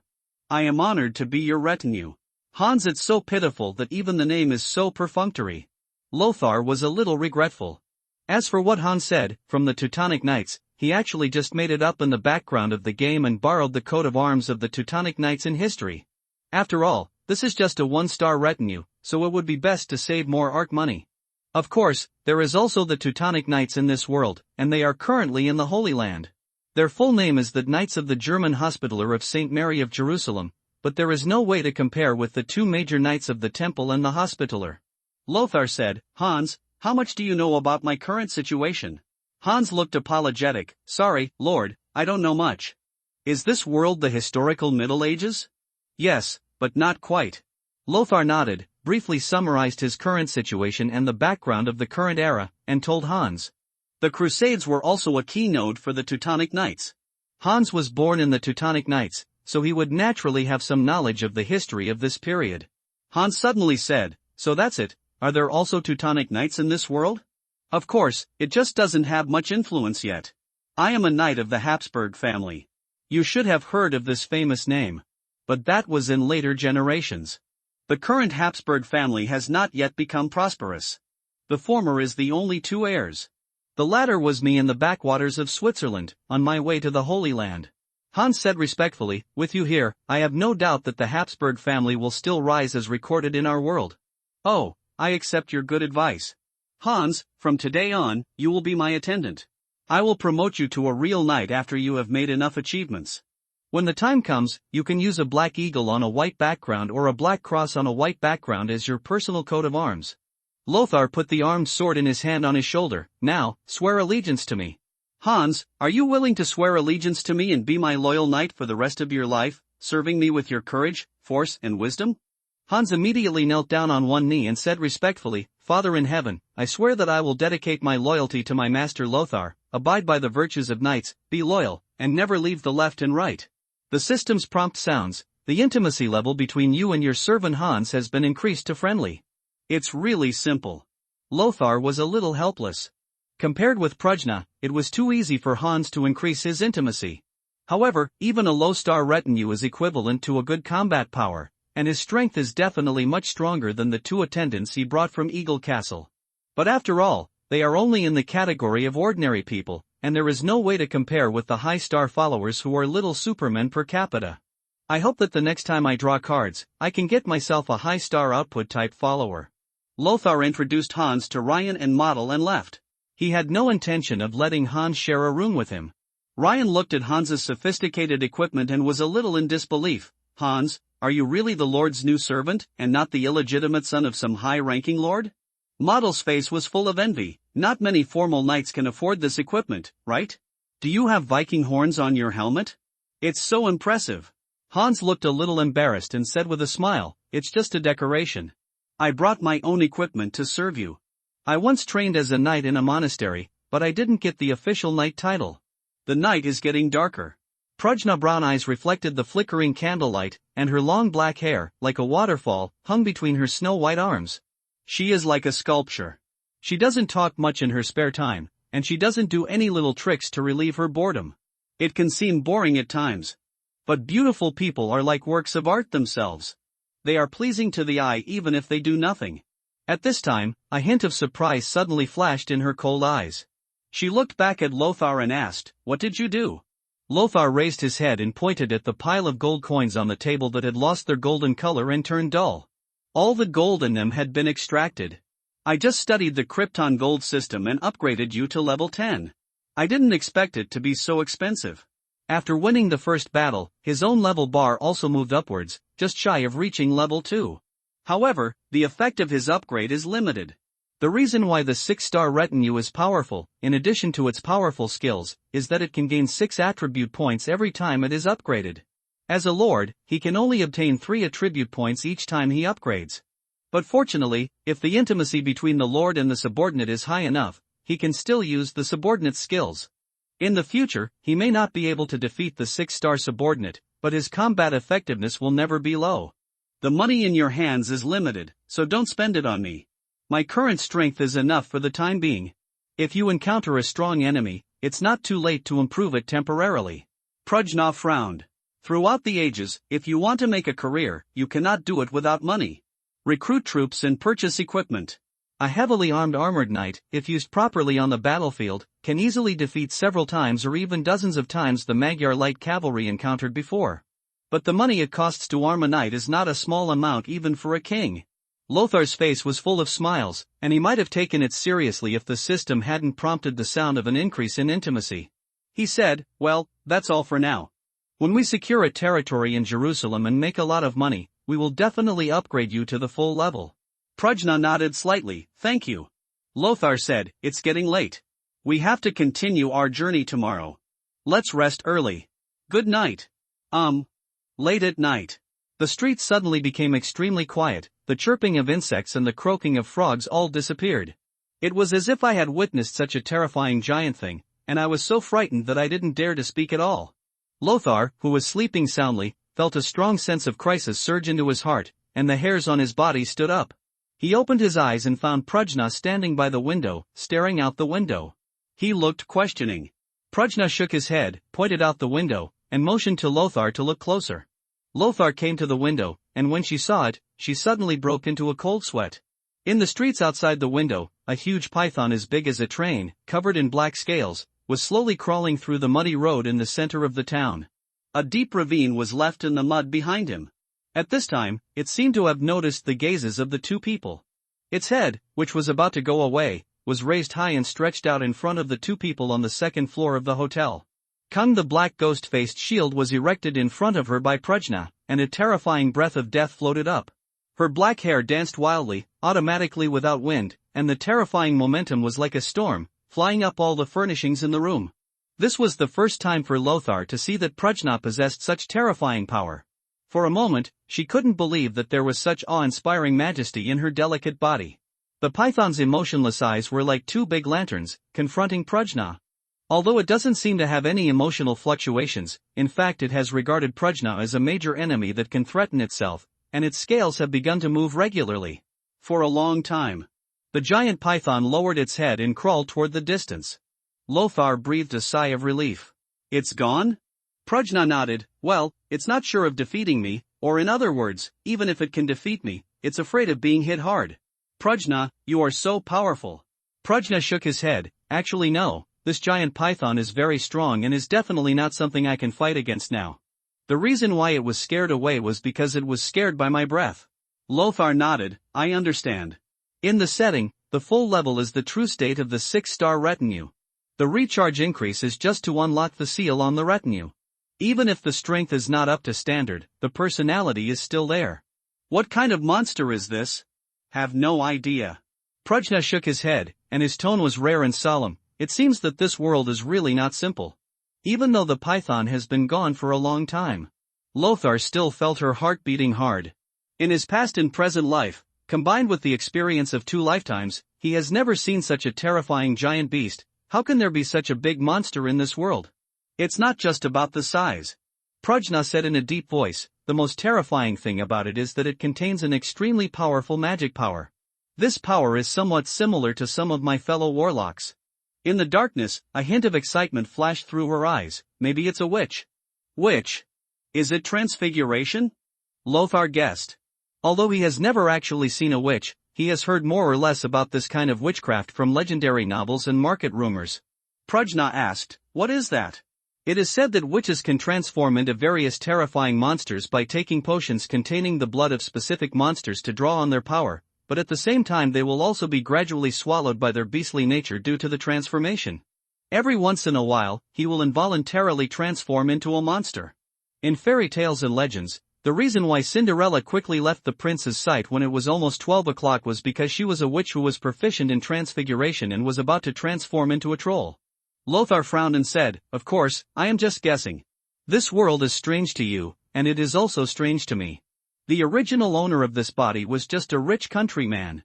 Prajna said softly, "The unknown is interesting enough, which is a good thing." Lothar sighed softly. "I prefer this world to be a low-level magic world. With you and me, I can easily dominate the world, instead of having to be constantly vigilant about whether one day I will be silently cursed by a witch and die." Prajna pursed his lips and gave advice. "Then you have to work hard to summon a medical attendant. I can block physical harm for you, but I can't block the invisible curse." Lothar said helplessly, "This is not something I can decide. Although I created the system, the rules are established. I don't even have the authority to open a backdoor for myself." He looked out the window. The figure of the giant python has long since disappeared, but the muddy traces left on the ground are still very clear. Snap! Water drops fell. The air became moist, and the pattering raindrops soon fell. Lothar was surprised and said, "Is it raining? Could it be that the giant python used witchcraft to rain in order to cover up the traces of its passing?" Prajna shook his head. "I don't know, but it is indeed possible." The next day, it's still rainy. The whole world seemed to have turned gray. Because it had rained all night, the traces left by the python had long been washed away on the streets of the town. A group of people and 6 horses left the hotel early and walked on the muddy paths in the countryside. Their robes and clothes were all damp due to the damn weather. The knights under the countess are kind people. The 2 war horses she promised were Hungarian horses carefully selected by the knights from ordinary horses. They were said to be bred from native horse breeds and Arabian horses. Although it was much shorter than Lothar's Nissen warhorse, it was still a good warhorse and Lothar directly gave it to Prajna and Hans. Lane and Model did not resent the latecomers. After all, they were not good at fighting on horseback, and it was useless to ride a warhorse. Moreover, the former was suspected of being a witch and had a close relationship with the master. The latter was an elite knight who brought his own equipment, and they did not have the guts to complain. When Hans came through time travel, he did not bring a lance or warhorse, but that was because there were no paintings on the vertical painting. It did not mean that as a knight squire, he did not know how to ride and spear. At this time, they saw a dense crowd advancing ahead. Their clothes were in tatters and they were dragging their families with them. Some of them looked like gangsters and some looked like mercenaries wearing chainmail. There are 3 religions and 9 streams, with complex ingredients. Lothar stopped someone casually and asked, "Where are you from and what do you do?" The man said in fear, reporting to the master, "We are farmers who are going to the Holy Land for pilgrimage. My companions and I are all from the Brandenburg border territory." "I see. Is this a new version of the Poor People's Crusade?" Lothar led the team and crowded on the road. The civilians, dressed in shabby, dirty and dusty clothes, consciously gave way to the road. The muddy water splashed by the horses' hooves flew into the faces of the civilians on the roadside, and they dared not speak out in anger. But Lothar immediately stopped this approach and signaled everyone to dismount and walk. In such a congested road, even a horse cannot run fast, and ordinary civilians did not dare to collide with a group of people when they saw them, and they all voluntarily got out of the way. In front of a caravan with carriages, there was a sound of men and women gasping from time to time. Not long after, a mercenary with a sluggish and cheerful expression came down with his pants lifted.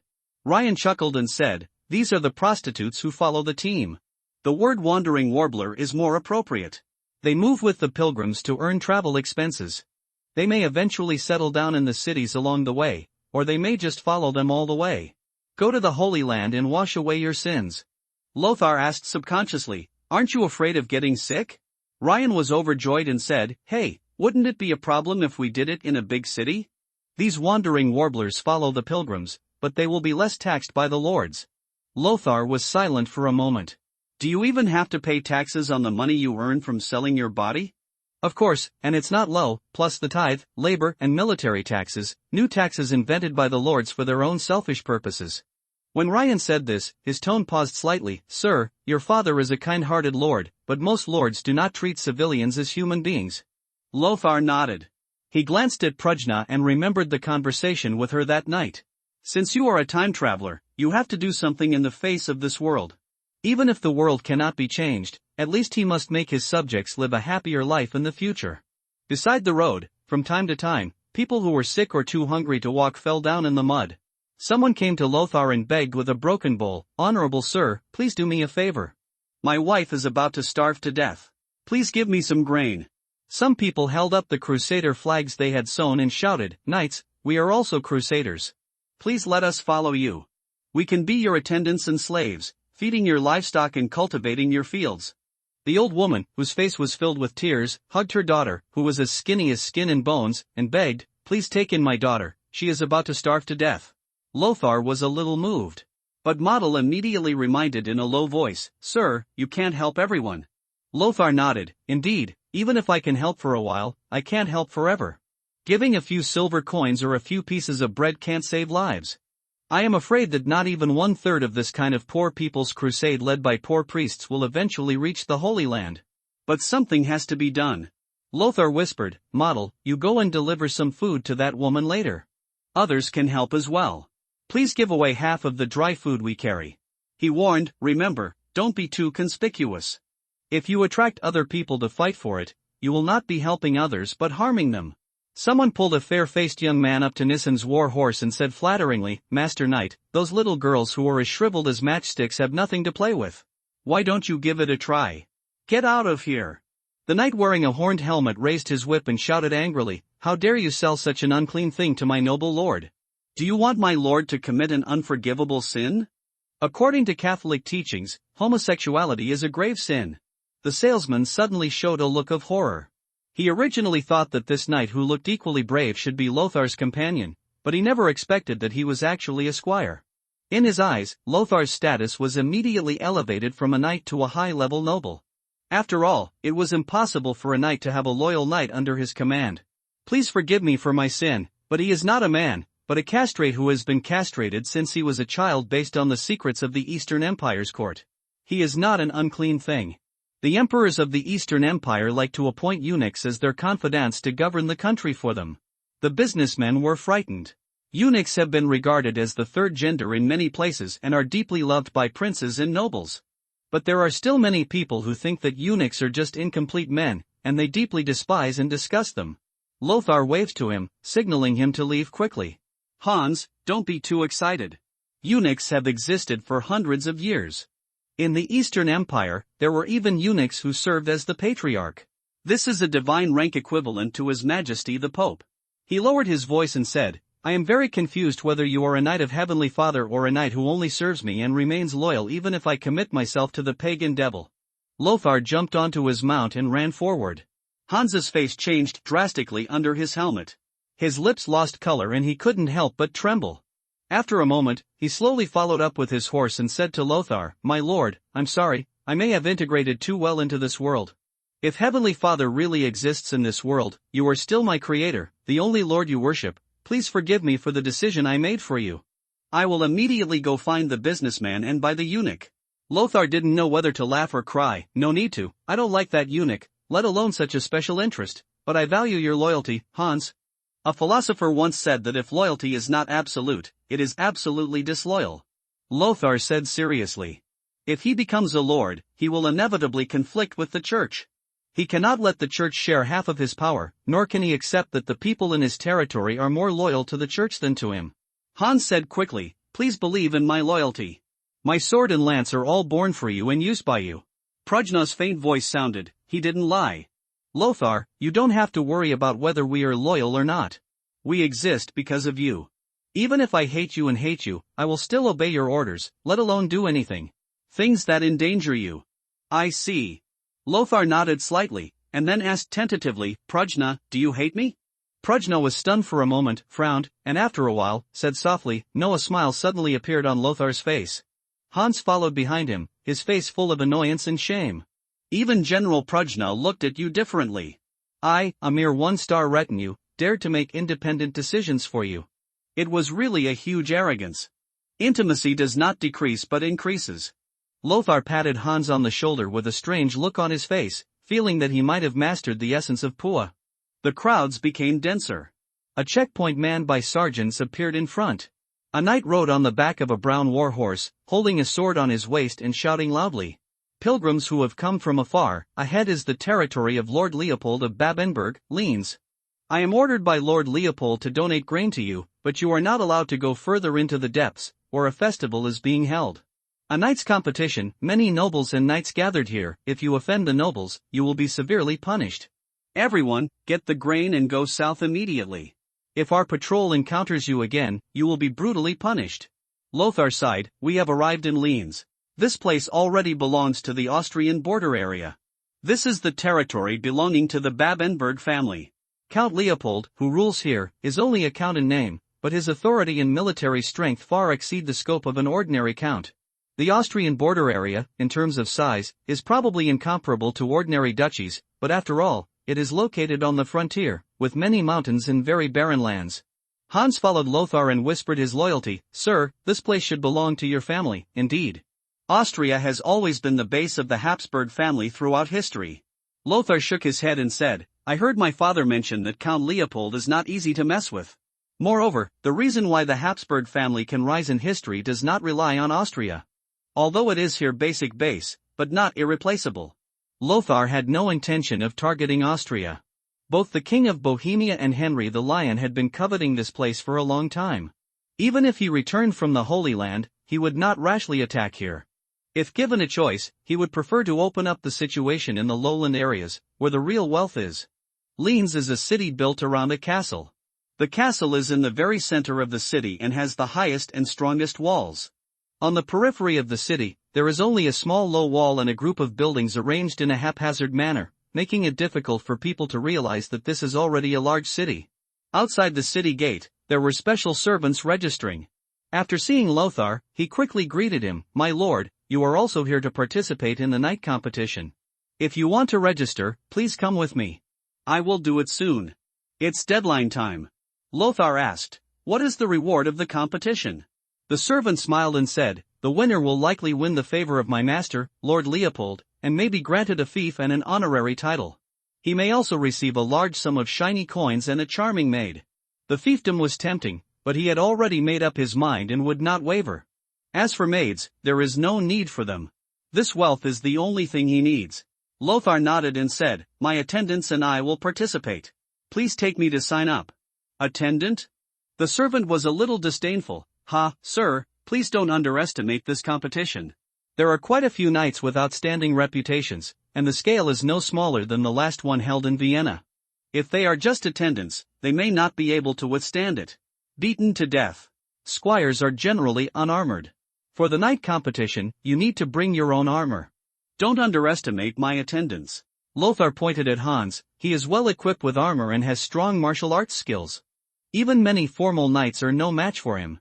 If he hadn't made any meritorious service, I would have named him a real knight long ago." While signing up, he said to Ryan behind him, "Lien, I need 4 lances made of white beechwood, 2 lances made of apple wood, and prepare a well-made side for Hans, which needs to be covered with leather or iron. The kite shield. The white beech lance is brittle and easy to break, so it is most suitable for use in competitions. The applewood lance is much tougher and suitable for use on the battlefield." After receiving the order, Ryan immediately took the money bag and left. Hans said with some excitement, "Sir, I will never embarrass you." The servant looked surprised. He is actually a squire. With this armor, he looks more like a knight than a real knight. He scrawled down the names of the 2 people on the registration paper. Hans had no surname, so he borrowed the surname of Habsburg.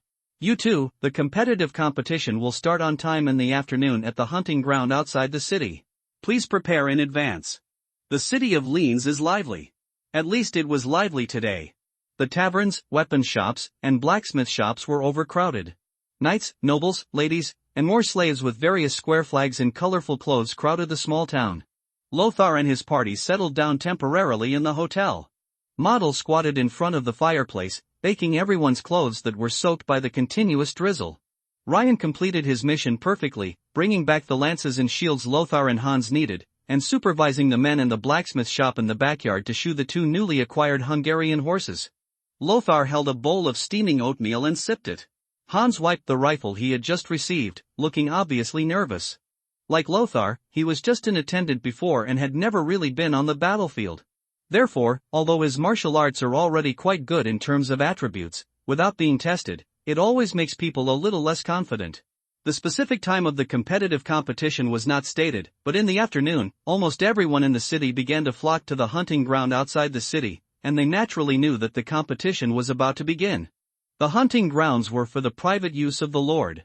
Hunting privately is a crime, and the crime can be serious or minor. Strict lords may even execute poachers for this. Common people were regarded by many lords as livestock worthy of eating only grains, and only meat-eaters such as nobles were worthy of being called human beings. Lothar and his entourage followed the crowd to the hunting ground. The place is already overcrowded. In the center of the hunting ground, the wooden stands built around the competition ground are somewhat as grand as the Colosseum of the ancient empire. Count Leopold's seat was at the top. There, from left to right, hang the eagle coat of arms of the Great Germania Empire and the red and white coat of arms of the Babenberg family. On both sides are wrap-around stands, arranged from top to bottom. For the Middle Ages, when most competitive venues were still crude, this was equivalent to a large stadium that could accommodate tens of thousands of people in later generations. Lothar sighed with emotion. This Count Leopold is also an ambitious man. It is said that Count Leopold also intends to participate in this round of the Crusades, but due to His Majesty the Emperor's face, he is still in the preparation stage for the time being. A few years ago, the Emperor and the Pope were fighting fiercely. The struggle between imperial power and religious power has almost reached a fever pitch. The Emperor is jealous of a group of clergy who are extremely wealthy and tries to reduce the power of the clergy. The Pope was eager to rally a group of princes who were loyal to the theocracy and start a war against the Hohenstaufen family. Although the fight did not start due to various factors, the Pope also opened the Emperor's religious membership. Even though both parties now have the intention of easing, some small and medium-sized feudal lords still dare not make any independent claims until the Pope restores the Emperor's status. Although Germania Magna was loose, the Emperor still had his authority. After all, as the head of the Hohenstaufen family, the Swabian territory owned by Emperor Henry was also among the four initial states of the empire, i.e., Swabia, Saxony, Franconia, and Bavaria, and was very powerful.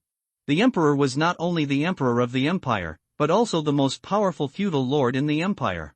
Of course, if you really want to say it, Bohemia is the strongest state in the empire, but Bohemia is mainly populated by Slavs and has always been outside the center of power of the empire. The reason why Lothar said that Count Leopold was an ambitious man can be seen from the scale of the competitive competition he held this time. In fact, most knight competitions do not have prizes. The champion will receive fame and honor, which is the greatest reward. The winner of each battle can ask for ransom from the loser, or receive the opponent's armor and horses as rewards, just like winning a real war. Therefore, holding a knight's competition is often a cost-effective thing for the lord. And knights can also show their personal bravery, whether it is to attract the attention of lords, stand out from landless knights, and transform into fief knights. It is also a good thing to gain fame, make yourself famous, and then sell it at a price.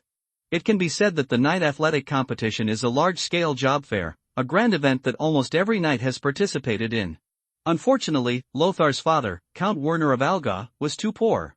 He simply couldn't support more knights, so he never held a competitive competition to recruit knights. Therefore, so far, Lothar has not been able to actually participate in this kind of entertainment that was popular among noble knights in the Middle Ages. Of course, the knight competition is also a very dangerous activity. In previous competitions, it is rare that there are no casualties. Even if you use an easily broken white beech lance and a round blunt sword head, if you really fight, it will still easily lead to casualties and lifelong disabilities. Especially those pauper knights who don't have all the armor, whose family has fallen into decline, and only have a pair of ancestral armor that can be called an antique. Often when he comes face to face, the enemy will find the weak spot in his armor and deliver a fatal blow. But they still flock to him, hoping to be valued by the feudal lord and recruit them as fief knights.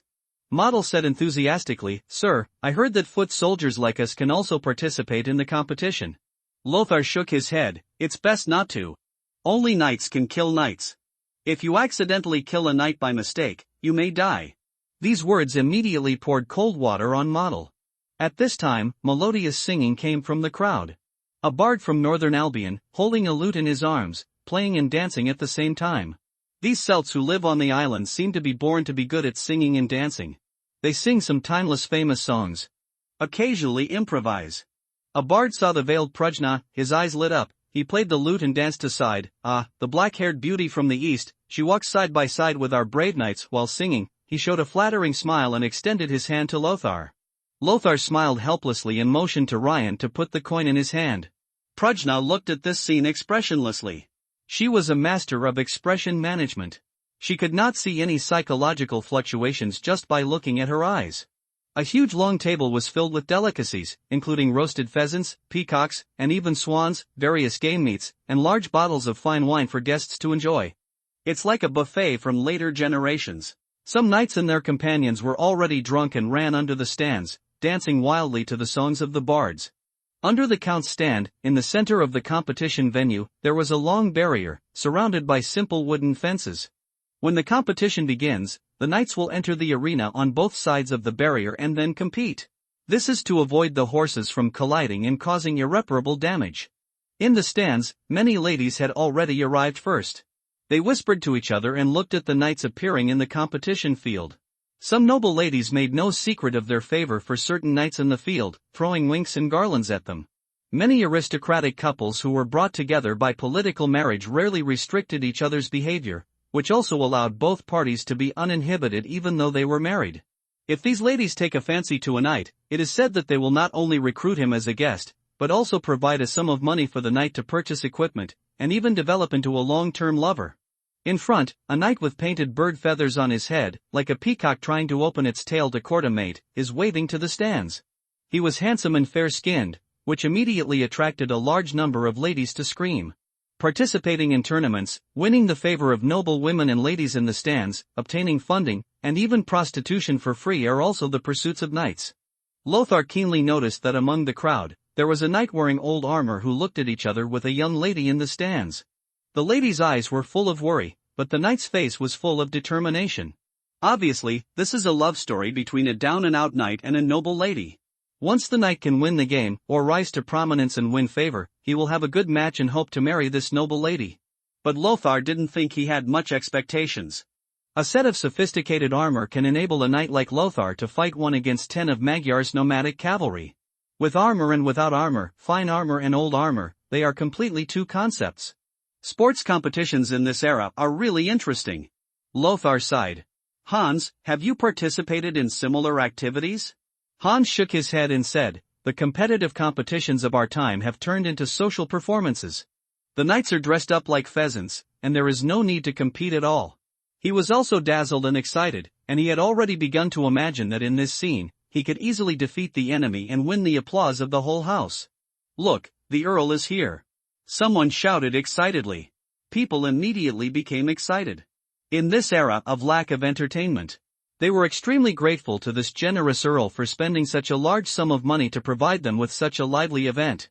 Count Leopold is a young man with short curly hair, a red beard, and pale skin. He looks to be no more than 30 years old. Today he wore a purple-red blouse and a golden belt.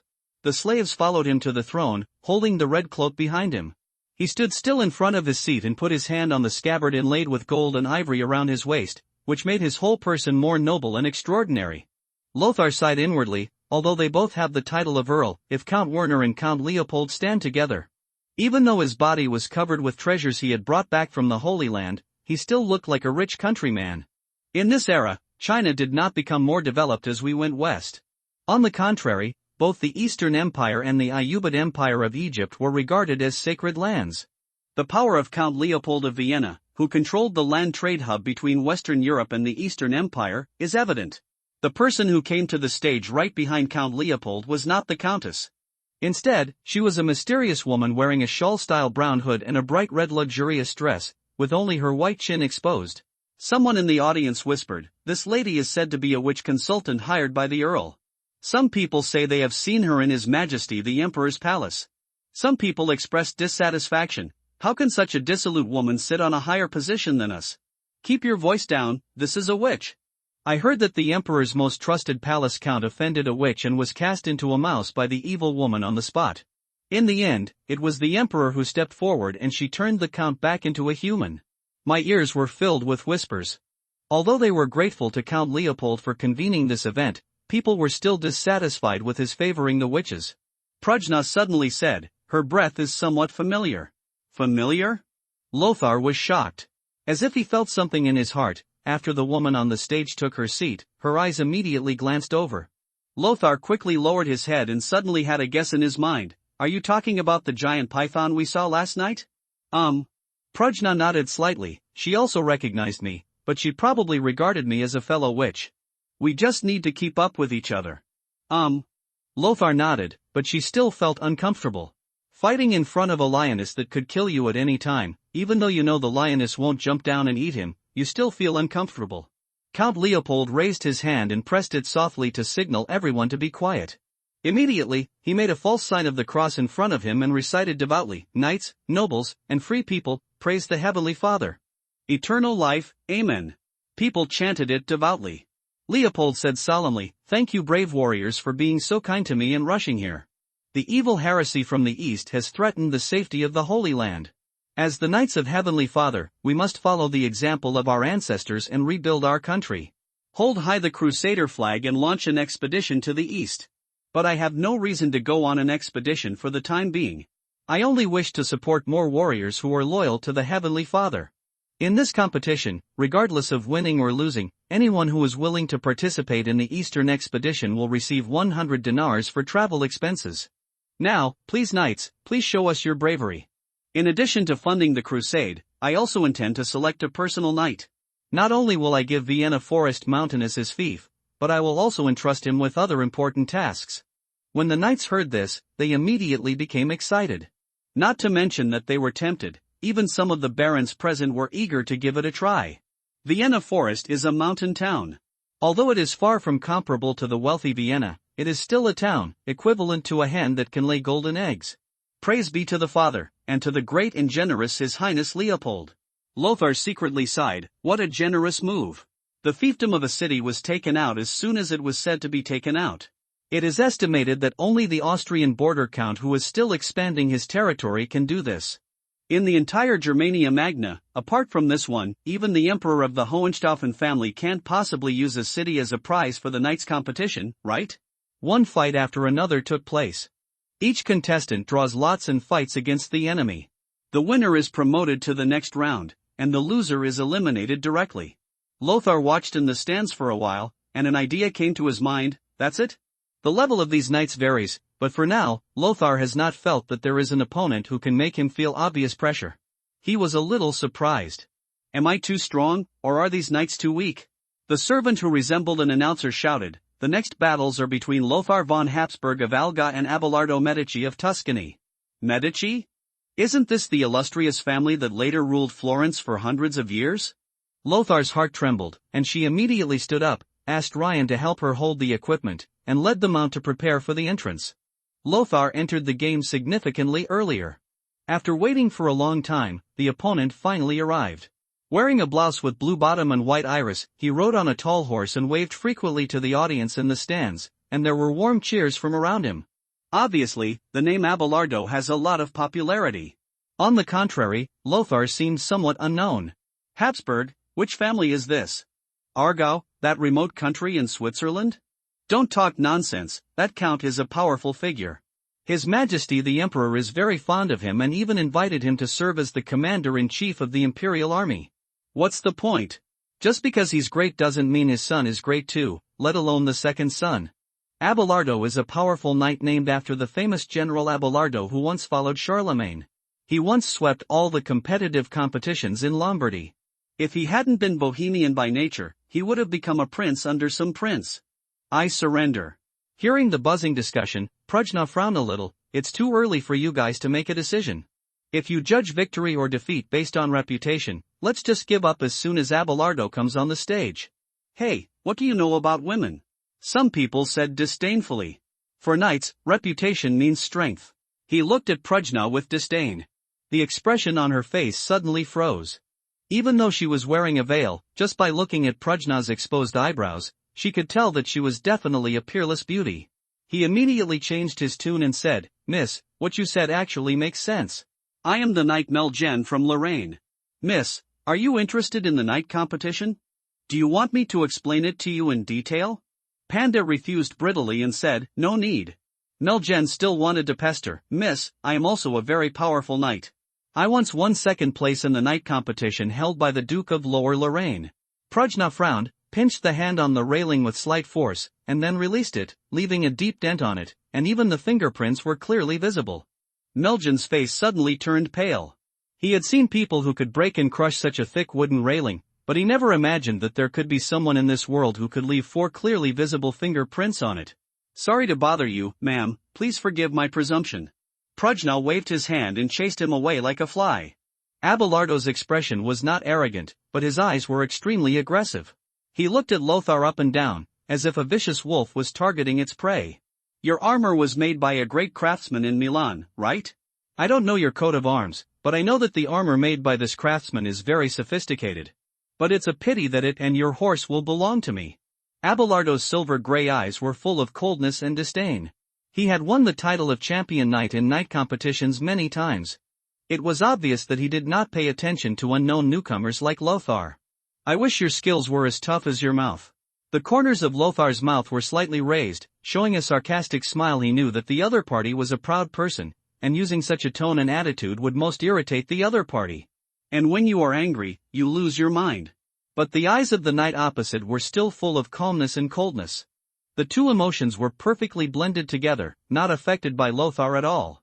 He was both confident and cautious. This is a very powerful opponent. He took the lance and shield from the attendant, put on the helmet, and said, "Start quickly. I defeated you earlier. I will also dedicate this insignificant honor to a lady who was watching the ceremony." After saying that, he pulled down his mask. Lothar put on his barrel helmet, raised his lance and kite-shaped shield, told Ryan to prepare a replacement lance, then urged his horse to trot forward. Abelardo took the lead in speeding up his horse and launched a charge. He used his shield to protect the weak points of his armor, and the lance in his hand shook slightly from side to side. During the charge, he was still keenly observing Lothar's weaknesses. Click accompanied by a burst of shattering sounds. The two lances pierced the opponent's shield at the same time. Lothar felt a huge force coming, and his whole body was knocked over. The other party also felt uncomfortable, as they both fell down at the same time. But losing the horse does not mean the battle is over. Abelardo immediately wanted to turn over and get on his horse again, but Lothar was the exact opposite. He drew out the armed sword from his waist and rushed towards Abelardo. In terms of riding skills, he was no match for the opponent. But in terms of strength, he is better than the other party. Facing this kind of enemy, it is necessary to make use of strengths and avoid weaknesses. Tisk Lothar's armed sword made a cut on the opponent's blouse, and then got stuck in the armor's ring, preventing him from going any further. In film and television works, armor is often as fragile as tissue paper. But if they really fight, they will realize that a knight wearing a fine armor is simply an indestructible heavy tank. Abelardo had no choice but to give up his plan to mount his horse again, and drew out his half-hand sword to challenge Lothar. The two were entangled for more than 10 rounds, with sparks flying from the sword's blade, but they were matched and neither could do anything to the other. Leopold became excited and ordered his attendants to separate the two of them, saying, "The performance of both of you is outstanding. There is no need to decide the winner at this time, just advance to the next decisive battle, let's compete again." The two had no choice but to give up and retreat outside the venue. Lothar took off the bucket helmet and chainmail hood he was wearing and let out a sigh of relief. Ryan immediately handed him a clay pot filled with water for him to drink. Model said respectfully, "Sir, this knight Abelardo is very powerful. You are still young, so it is best not to fight with him head-on." Lothar nodded. "Don't worry, I know what I know. If I can't beat you, I will surrender decisively." Model and Ryan's whole body's honor and disgrace depended on him, so they naturally didn't want him to fight their opponents on the fighting field. He walked up to Prajna and asked in a low voice, "Is it too boring?" Prajna nodded slightly and said, "There are indeed some. Watching the knight competition with Prajna's strength is like watching ants fight. Wait me a moment." Under her puzzled gaze, Lothar walked straight to a long table not far away filled with a variety of food, and returned leisurely after a moment. Prajna suddenly felt something being stuffed in his hand. He looked down and saw a handful of hazelnuts. Lothar explained, "Eat some to relieve your boredom. Prajna, strictly speaking, does not belong to human beings. But she can also eat human food, it just doesn't matter if she eats more or less. She does not need to replenish energy through the more primitive method of eating." Prajna did not refuse. He peeled off a hazelnut kernel and stuffed it into his mouth. He nodded slightly, "Not bad. You can go and rest. There will be other opponents next. You need to maintain good physical strength." "Good." Lothar nodded. The game continues. From time to time the bodies of knights and horses were carried out of the arena. Lothar's opponent in the second round was the poor knight he had seen before, who had flirted with the aristocratic lady in the stands off the court. Not only was he wearing a cheap ridged helmet on his head, but his blouse had also been starched and turned white, and there were even faint traces of rust on the rings on the armor. Although his martial arts skills were pretty good, Lothar still defeated him easily. He had no idea of adult beauty, because he was sure that even if he deliberately lost to this poor knight, this man would still be eliminated in the next battle. The opponent in the next match may not be as kind as myself. The possibility of this poor knight spilling his blood on the spot was too high. He obviously understood this and sincerely thanked me. "Thank you for your mercy." Lothar shook his head, "You're welcome, but with all due respect, you must at least get a decent suit of armor before participating in the competition." The poor knight's face was full of bitterness. "I originally hoped to defeat a rich knight in the first round so that I could use the opponent's armor, but unfortunately my opponent was also a landless knight like me. In short, it's better not to take such risks. For you, the competition field is sometimes more cruel than the battlefield. On a chaotic battlefield, even a peasant soldier wearing commoners and holding a dung fork may kill a noble knight, but on the tourney, this can never be done. The poor knight sighed. These words compared him to a humble peasant soldier. In the eyes of some knights who thought highly of themselves, it was tantamount to humiliation. But he could understand the well-intentioned advice. What's more, for a poor knight without a fief, he never thought that he was really any nobler than the peasants and soldiers working in the fields. Thank you for your advice. I am Ned Stark from Holstein. After the contest, I will give the ransom to your squire. Lothar waved his hand. No need, you should keep the money for yourself and buy some decent armor. Your martial arts are good, but the equipment is holding you back. He glanced at the aristocratic lady in the stands, who was holding a handkerchief with a worried face, and said with deep meaning, May Heavenly Father bless you and make all your wishes come true. Although such an opponent is easy to deal with, there is not much money to be squeezed out of it. It is not in line with his values to force others to give up everything and squeeze out such a small amount of money as ransom. Thank you for your generosity. Ned's face was full of gratitude. May Heavenly Father bless a morally noble person like you, enable you to make great achievements and everything goes smoothly. Lothar waved his hand and left the arena. As time goes by, the sky becomes brighter and brighter. The clouds in the sky gradually dispersed, revealing the dazzling sun. Lothar has experienced many opponents. Church knights from Cologne, monk knights from a certain small order of knights, and noble knights like Abelardo who pursue honor and have deep pockets. They come from Lombardy, Gaul, Albion, and Germania. This knight competition has gathered almost half of the knights in Christendom. Quite a number of them have the same goal as Lothar, and are planning to go to Venice to take a boat, or take the overland route through the Eastern Empire to go to the Holy Land to participate in the Eastern expedition. Only the knights of Iberia, still at the forefront of the reconquest, were absent. Although the power of the Moors has languished, a lean camel is bigger than a horse, plus the support of Morocco and other countries behind them. It was already the front line of the Crusades, and it was unrealistic to allocate any amount of force to the Holy Land. After several rounds of fighting and watching, Lothar had to admit that in most cases, the richer the knight, the stronger he was. Two wealthy knights from Lombardy even wore half-plate armor, which was very rare in this era, not historical fact, and it was difficult for opponents to break through their defenses. Even excluding the factors of equipment, rich knights are still generally more powerful. On the one hand, they usually eat more meat and have stronger physiques. On the other hand, they can also hire better and more expensive knight coaches and swordsmanship coaches, or simply come from a distant family and have some kind of martial arts inheritance. The poor in literature and rich in martial arts has always been the same principle at all times and in all countries. Fortunately, Lothar's father, Count Werner, was a knight with strong martial arts skills.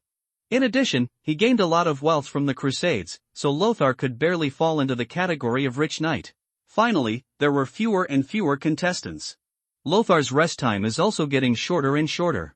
He often returns to the battlefield shortly after defeating his opponent, and after 2 or 3 rounds. He felt like a bow whose string was getting tighter and tighter. Hans still had too little combat experience. Although his attributes were not weak, he still defeated 3 opponents but unfortunately lost. Fortunately, the opponent did not have much advantage. After defeating him, he was unable to pursue the victory and could only barely stay standing, so there was no room for asking for ransom. Hans won 3 victories and won 30 Schurda gold coins of different qualities. The losers were all quite wealthy, so they decided to spend money to redeem their beloved mounts and precious armor. Lothar's luck was far worse. Most of his opponents were poor men who stumbled in by relying on martial arts and luck. Even if they won, the ransom they could earn was very limited. Lothar even received silver dinar coins that were black in color, indicating how little silver they contained. However, he finally accepted the other party's offer. He didn't want to be too stingy and insist on taking off the old armor of average quality from his opponent, making the scene too ugly. A reputation for generosity was important to a knight. If you spend too much money, you will easily be nicknamed the Jew of Algae and Shylock of Algae by the knights and bards present. Of course, it was not yet the Renaissance and the classic, The Merchant of Venice book had not yet been released. By the penultimate game, both Lothar and his opponent were at the end of their tether. Limited by the consumption of physical energy, both of them lost the confidence of a quick victory, and could only collide with weapons, shields, and even bodies again and again. Finally, Lothar caught an oversight by his opponent. A shield strike knocked away the opponent's shield. He hit the opponent's helmet with the hilt of the sword with his backhand. When the opponent was shot to death, he directly took off his helmet and hit the opponent with a headbutt, knocking him unconscious on the spot. Finally won. Probably because there was no blood, Lothar gained very little experience from defeating these knights. But he's not far from the secondary itself. Defeat this person and successfully push the experience bar up to the final step. In an instant, he felt that his already depleted energy became full again. The whole person's state was instantly filled up. Even the fatigue accumulated from days of hard work was released. Lothar raised the sword in his hand and greeted the people watching the battle. People also responded with warm applause. They were full of affection for this young man who had won consecutive games and reached the finals. He was also very generous and reduced the ransoms of many poor knights. After this competitive competition, even if Lothar fails to win the title of champion knight, he will succeed in making Lothar's name of Alga resound across the borders of Eastern Europe. In the future, if Lothar is granted the title of Lord in Jerusalem, even though countless knights will come to serve him at the first call of arms, he will still be much stronger than an unknown person. As for the 3 newly obtained attribute points, Lothar would definitely not consider adding mental energy. Although increasing mental energy can also improve his reflexes and mental resistance, the most important thing is the blue bar. He doesn't have any active skills, and it's useless to ask for a blue bar. In addition, strength is also excluded. As a knight, he mainly relies on horsepower when charging, and his attack power is more than enough. However, in foot combat, even if his strength is increased, it will be difficult to cut through the enemy's armor. What determines his ability to continue fighting is physical strength on the one hand, and endurance on the other. But the main improvement in endurance is defense. Even if Lothar added all 3 attribute points to endurance, the toughness of the skin would hardly be comparable to that of strong armor. And now Lothar has not been able to extract treatment followers. With the poor medical standards of this era, a cold or a plague may kill him. His most important thing right now is to save his life. So he put all the 3 newly acquired attribute points into the physical column. If Lothar's physical strength before was 8 points, which can only be said to be in line with the basic level of a powerful knight, then the current 11 points shows that he has begun to exceed the category of human beings. Ordinary diseases can no longer take effect on him. Injuries that could kill ordinary people would only be a serious injury to him. Not only that, with a physical strength of up to 11 points, he felt that his energy was becoming more and more surging, as if he had endless strength and wanted to vent it out immediately. In the stands, the witch consultant next to Count Leopold gave Lothar a deep look. The corners of his mouth were slightly raised, but he didn't say anything, but turned his gaze to Prajna. She attributed the changes in Lothar to Prajna, a powerful witch she considered to be on the same level as her. She didn't wonder why such a powerful witch would commit herself to the command of a little knight. Because witches are emotional creatures. It is not uncommon to become blind for the sake of love. After Lothar left the field, Abelardo appears again. This knight who has won many championship knight honors in Lombardy is indeed a master who cannot be underestimated. He made it all the way to the finals with ease. Even the 2 knights who were wearing half-plate armor and looked like iron cans were defeated by him through exquisite tactics. He is worthy of the name of Abelardo, the famous general who followed Charlemagne. Abelardo was in a crushing state throughout the whole process. The gap is really huge. Abelardo has obviously more experience in competitive competitions and is better at conserving energy than young people like Lothar Knight. It seems that there is no suspense in the final. This Abelardo will once again win the honorary title of champion knight. It's such a pity that a Lombard won the highest honor in the knightly competition held by Germania Magna. Lothar frowned. It's not that I'm unhappy that people don't think highly of me. After all, Abelardo was a senior who had swept all competitions among the Lombard city-states, so it was normal for him to be inferior to his opponent. Without the blessing of the system, the original owner would just be a knight with good talent, far from being a gifted person. However, it is really puzzling that Abelardo still has so much physical strength after so many battles. There are many ways to conserve physical strength, but this person is using half-hand sword, open and close. Even if he has some special skills, he shouldn't be able to do so with ease. It doesn't matter if I'm cheating, how can you, an ordinary knight, last so long? Lothar frowned. The situation on the court was still one-sided. Abelardo's opponent obviously also consumed a lot of energy. Facing Abelardo's fierce attack like a violent storm, he could only parry. Not long after, he spotted a flaw and knocked the armed sword out of his hand. Abelardo wins. Because his opponent lost so quickly, Lothar only had time to drink some water, and then with the help of Ryan and Model, he got back on the horse again. He took over the white beech lance he had obtained from his previously defeated opponent. The two he had purchased previously had both broken in the previous battle. He raised the kite-shaped shield with the emblem of the standing lion. This ironclad shield was already scarred after a round of competition, and it was full of holes pierced by lances. But he couldn't replace the trophy shield he got from the other knights. It had their exclusive coat of arms on it. It was dishonorable to use this shield until it was erased. What's more, the condition of those shields is not much better than the one in Lothar's hand. Abelardo is different. He has more experience and has already prepared a replacement shield. His coat of arms is 9 gold beads scattered in an arrangement. The paint may also be mixed with gold powder, which reflects the dazzling light under the reflection of the sun. Just listen to the announcer shouting, "Next is the critical moment to witness the birth of the champion knight." The Lothar knight from Allgäu will have a final decisive battle with Abelardo from Tuscany. Heavenly Father, he will watch over these two warriors to receive the final honor, Amen. Amid people's cheers, the two slowly entered the room. You were able to fight until the end, I really didn't disappoint you. Abelardo raised his lance and pointed the tip of the lance at Lothar, but unfortunately, I will no longer have any strength left in the next battle. You can admit defeat in time to avoid irreparable damage. Lothar's voice came out from under the barrel helmet, and it seemed a little loud. I also give these words to you. Give up early to avoid damage. Both of them have no background. Abelardo came from the Medici family in Tuscany, and was the second son of the family. Basically, he was just a landless knight wandering around, but he was just more famous. Same goes for Lothar. He knew Count Argau, and even if he died, he wouldn't be too heartbroken.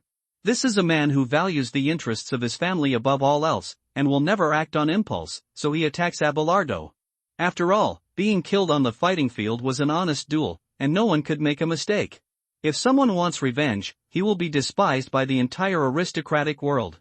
Then let's get started. Abelardo tapped his shield with his lance, dug his heels into the horse's belly, and roared loudly, "Alas! Drive!" Lothar also boosts horse speed. The competition venue was limited, and the two of them didn't have much time to increase their horse speed. They had time to launch a fierce charge, so they could only make their mounts run as fast as possible to increase the power of the charge. Boom! The two lances penetrated the opponent's shield at the same time, and the horse let out an overwhelmed wail. The majestic force sent the two men flying away. Lothar felt as if his whole body was falling apart, and there were bursts of severe pain in the chest where the opponent's lance poked him. It was definitely not just a minor bruise, it was probably even a broken rib. On the other hand, Abelardo, although he was also hit by the lance in Lothar's hand, quickly stood up again, raised the knight's sword in his hand, and responded to the cheers on the field as if he had one. Abelardo! Abelardo! People cheered Abelardo's name wildly, as if they were witnessing a new star rising. There was a smile on Abelardo's face under his helmet. He had never chosen to be loyal to a certain lord, he was just waiting for a price.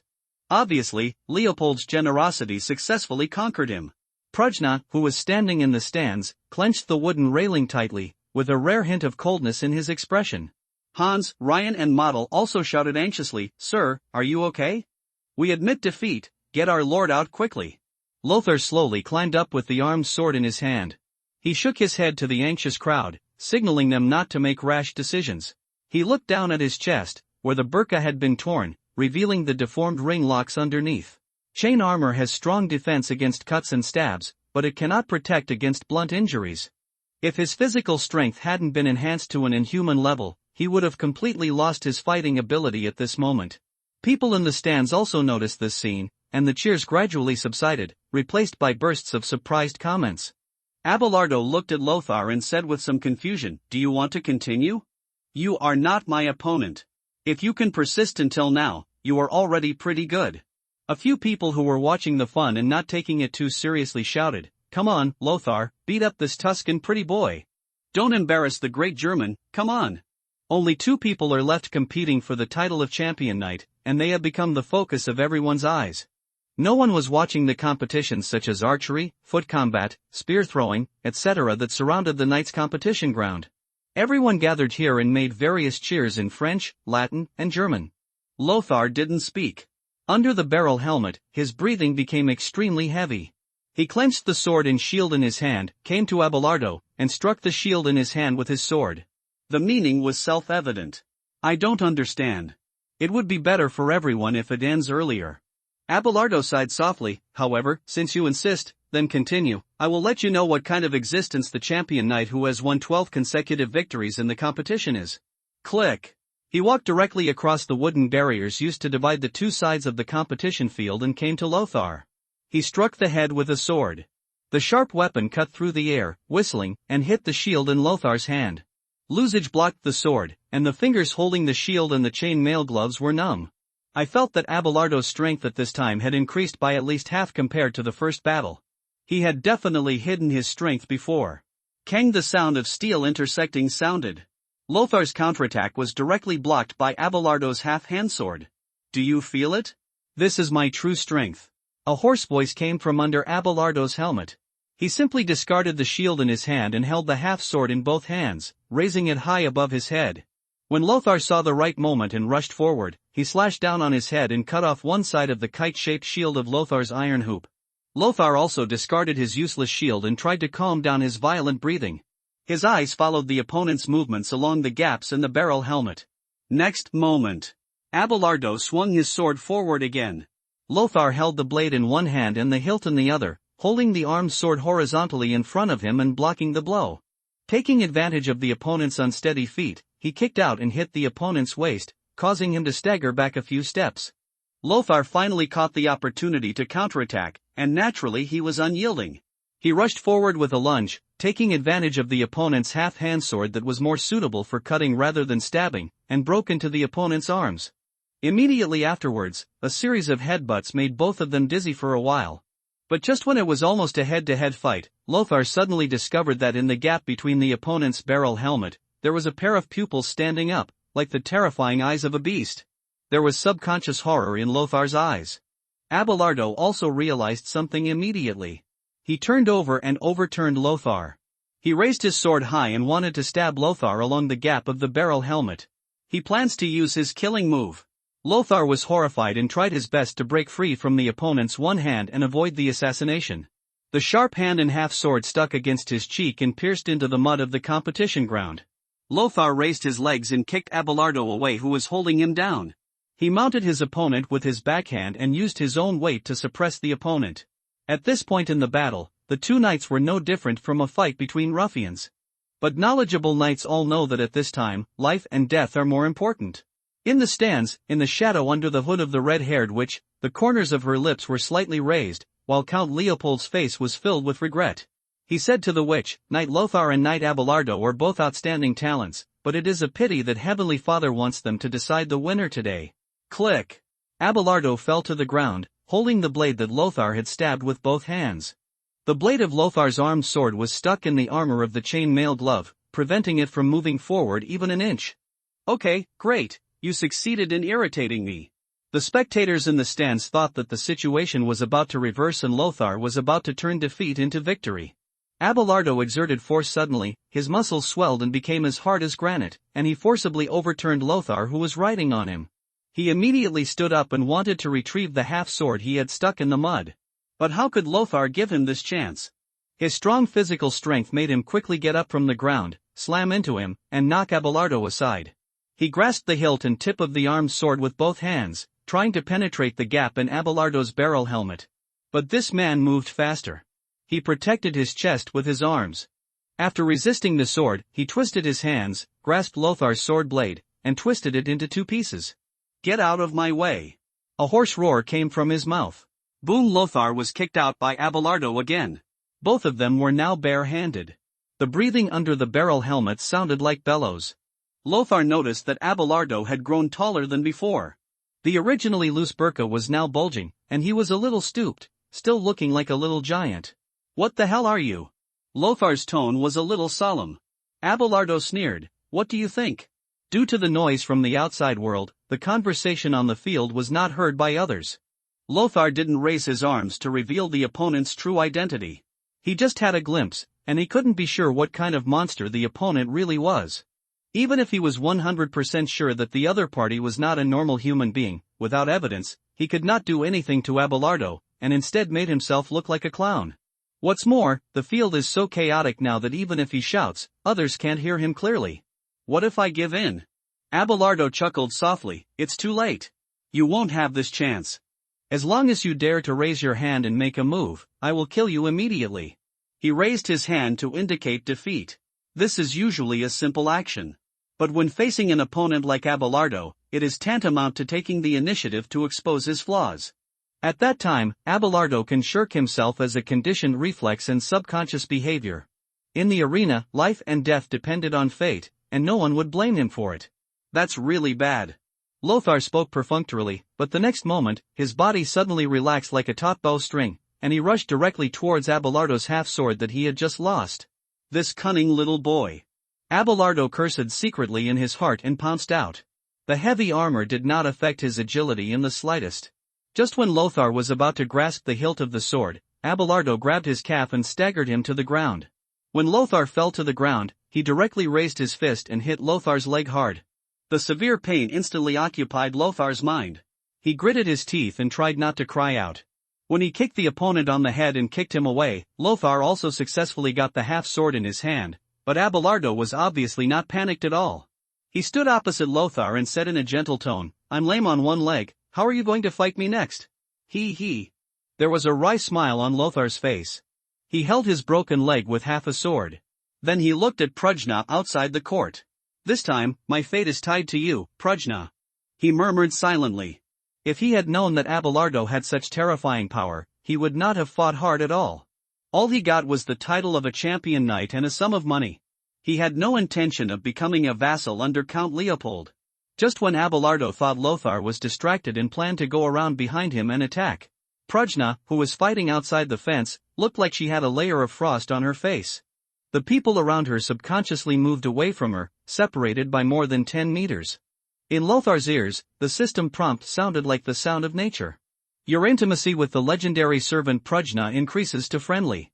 Unlock the first bond shared talent, Solid Stone, immune to all physical damage for the next 3 seconds. You will share with your followers, Prajna, one of your own talents.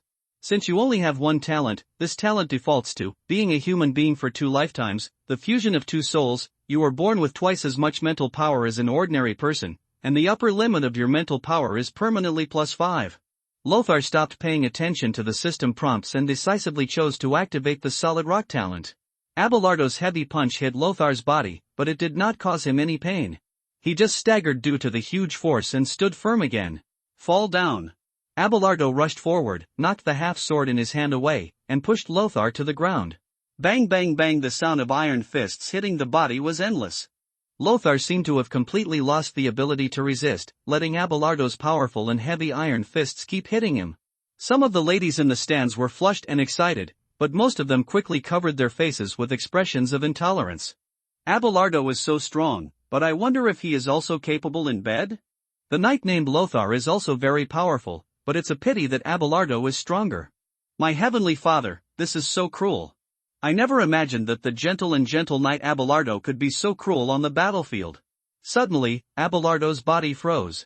He saw a broken sword tip in Lothar's hand, and he pierced it from behind into the chain armor neckguard that was stretched thin because he lowered his head. Oh my god, what has he done? It's the tip of his armed sword. When did he hold it in his hand? This is a dishonorable act. He actually killed Abelardo with trickery. In the stands, people started making noises. Plop. Lothar knocked the heavy man to the ground. He could feel that Abelardo's originally bulging body was quickly becoming dry, as if it had leaked air. He. A terrifying, scalp-numbing laughter rang out. A large group of black blood foam overflowed from the gap in Abelardo's helmet. Abelardo's intermittent and weak voice sounded, it turns out that you are not fucking human either. Just wait, sooner or later, you will be like me. Heavenly Father will not favor people like us. Lothar ignored the arguments ringing in his ears. He looked at Prajna not far away. His eyes above his veil were still as cold as the moon. It seemed that he had never been worried about his safety from beginning to end. Click. Lothar opened the mask under Abelardo's helmet, revealing a terrifying head covered with gray hair, like a wolf. The noise in the stands fell silent. What followed was even more noisy discussion. Oh my god, Abelardo. Is that Abelardo? Father, what did I just see? Abelardo's head is actually a wolf's head. It turns out that Abelardo is actually an evil werewolf, and none of us discovered it. No wonder he has so much physical strength. This Lothar actually killed a werewolf. This is a legendary monster. Count Leopold looked at the witch consultant beside him, with some doubts and confusion in his expression. The red-robed witch smiled and said, Abelardo is indeed a werewolf, but his blood is not strong, and he is not haunted by the spirit of injustice. This proves that he is not a murderer indiscriminately. Leopold said angrily, why didn't you tell me in advance? The smile on the face of the red-robed witch remained. Why do I have to tell you? Is there any harm in recruiting a powerful werewolf as your subordinate? Leopold was silent. No one noticed this brief conversation. At this time, the terrifying noise in the competition arena was almost shaking the sky. The focus of their discussion, Lothar, stumbled and fell to the ground. The fierce battle with Abelardo had exhausted all his energy. Evening. In the bathhouse in Lienz, Lothar let his body float on the water. He recovered very quickly. His physical strength exceeded 10 points, making his endurance far beyond that of ordinary people. Most of the bruises on his body have disappeared. Even the worst bruises on his calves were not that obvious now. Fortunately, he also wore chain armor leggings on his calves. If he were a poor knight wearing leggings, his leg bones would probably be broken directly. This bathhouse is said to have been renovated from a relic left over from the ancient empire. It looks extremely spacious and atmospheric. Incense was burning on the side, and the maid was waiting respectfully, her graceful figure looming behind the tool, ready for him to enjoy at any time. This once belonged to the province of Naricum in the ancient empire. Although the empire died, people are still full of longing and yearning for the country buried in the ruins of history. To this day, the Eastern Empire remains the light of civilization. The lords of Lienz throughout the generations preserved and repaired the bathhouse on this basis. Unfortunately, it has been transformed from a public bath into the private property of the lord. The habit of people not bathing in the Middle Ages came about after the Black Death, because some priests believed that bathing would open the pores and make it easier for viruses to invade. Before that, people in the Middle Ages also loved bathhouses, which were places for socializing and leisure. You killed a werewolf and unlocked the milestone, Witcher, kill any 3 dark creatures including werewolves, vampires, demons, and banshees, completed 1/3, you witnessed a witch and unlocked the milestone, Witch Hunter, exchanged bodily fluids with more than 3 witches, unfinished, you successfully obtained the title of your first champion knight, milestone, champion knight, 1/3 completed. Information about a series of milestones flashed through Lothar's mind. Before obtaining a fief, if you want to get the chance to draw cards, you can only work hard on milestones. Witch Hunter, don't think about it for the time being. As long as witches choose to serve, the targets they choose to serve are all big lords, and the last one is a prince like Count Leopold. There are 2 typical examples further up, Richard the Lion-Hearted and Henry the Emperor of Germania. Their horizons are high. Furthermore, Lothar also looked down upon these witches. Although the red-robed witch next to Count Leopold should also be a beauty, compared with Prujna, she is far inferior, and there is no comparison in terms of skin alone. Except for the witch hunters. The 2 milestones of Champion Knight and Chivalrous Knight can be considered to be completed as soon as possible. The former still needs to obtain the title of Champion Knight twice.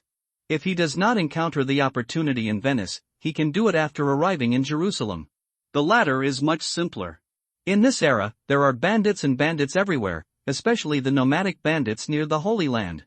They are as numerous as flies. Don't worry about encountering it at all. The Witcher milestones are a bit more difficult. After all, they are extraordinary creatures, and they are good at hiding among ordinary people, making it difficult to identify them. Furthermore, even if the identity of the opponent can be identified, it will be difficult to kill him. Prujna is stronger if it is strong, but its advantage does not lie in its lethality and speed. The smell of incense made him feel sleepy. As evening approached, compared with medieval buildings, the bathhouse with the ancient imperial style had much better lighting. The bright moonlight shone on the marble floor from the dome windows. Swish, the sound of water running sounded. Lothar woke up suddenly, and then saw a beautiful maid in gauze clothes swimming toward him like a mermaid. Who is you? I am His Majesty's head maid, Nazi. The maid paddled in the water and swam over slowly, with a teasing look on her face. You seem to be not satisfied with the gifts we arranged before, so I can only serve you personally. Lothar suddenly realized. It turned out that seeing that he had not touched the maid who was waiting on the side, the head maid took action herself. He quickly shook his head and said, I'm sorry, I have no dissatisfaction. It's just that I swore to Heavenly Father that I would not be close to women until I expelled the heretics around the Holy Land. Is that so? She couldn't help but look down at the water. Absolutely true. Lothar tried to clear his mind to avoid the blood flowing downwards. You are worthy of being a devout knight of the Heavenly Father. I was the one who offended you. The headmaid stood up, and under her gauze clothes that were soaked by water, all the beauty was visible. She walked out of the bath slowly, pointed to a pile of clothes by the pool, and said, "Please put on your dress and come with me to see His Majesty. I will wait for you outside." Lothar changed into a slim-fitting black dress with purple tassels and followed the headmaid into the castle. Purple is a very valuable dye in both the East and the West, especially in the Western world. Except for the rich nobles of the Eastern Empire, almost no one can afford to wear purple robes. Therefore, a small purple tassel has become an important decoration that shows wealth. The road leading from the bathhouse to the castle is completely paved with marble slabs, and well-equipped sergeants can be seen patrolling from time to time along the way.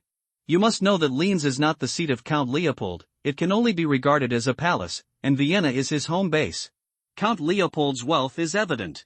At this time, the iron gate of the castle was pulled open by the winch with a creaking sound.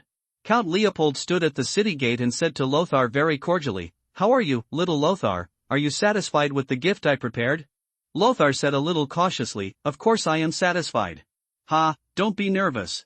I didn't even recognize you at first sight. I used to lead the army with your father in the Eastern expedition.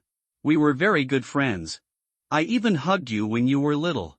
Leopold patted Lothar on the shoulder and motioned for him to follow.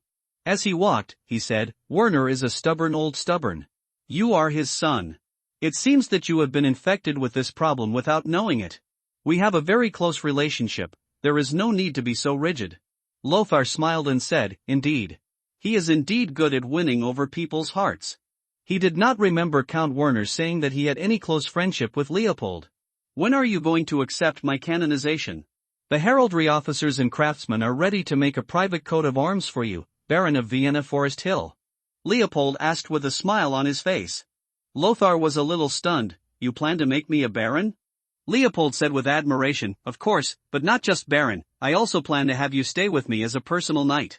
This is the reward I promised before the competition. I'm not someone who just talks." Lothar said quickly, "Your Majesty, your generosity is well known, but I am coming out this time to take a boat to Venice to fight against the infidels in the Holy Land. I cannot fulfill my obligations as a vassal.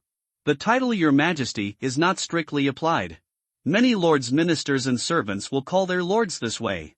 This is more evident the farther east you go.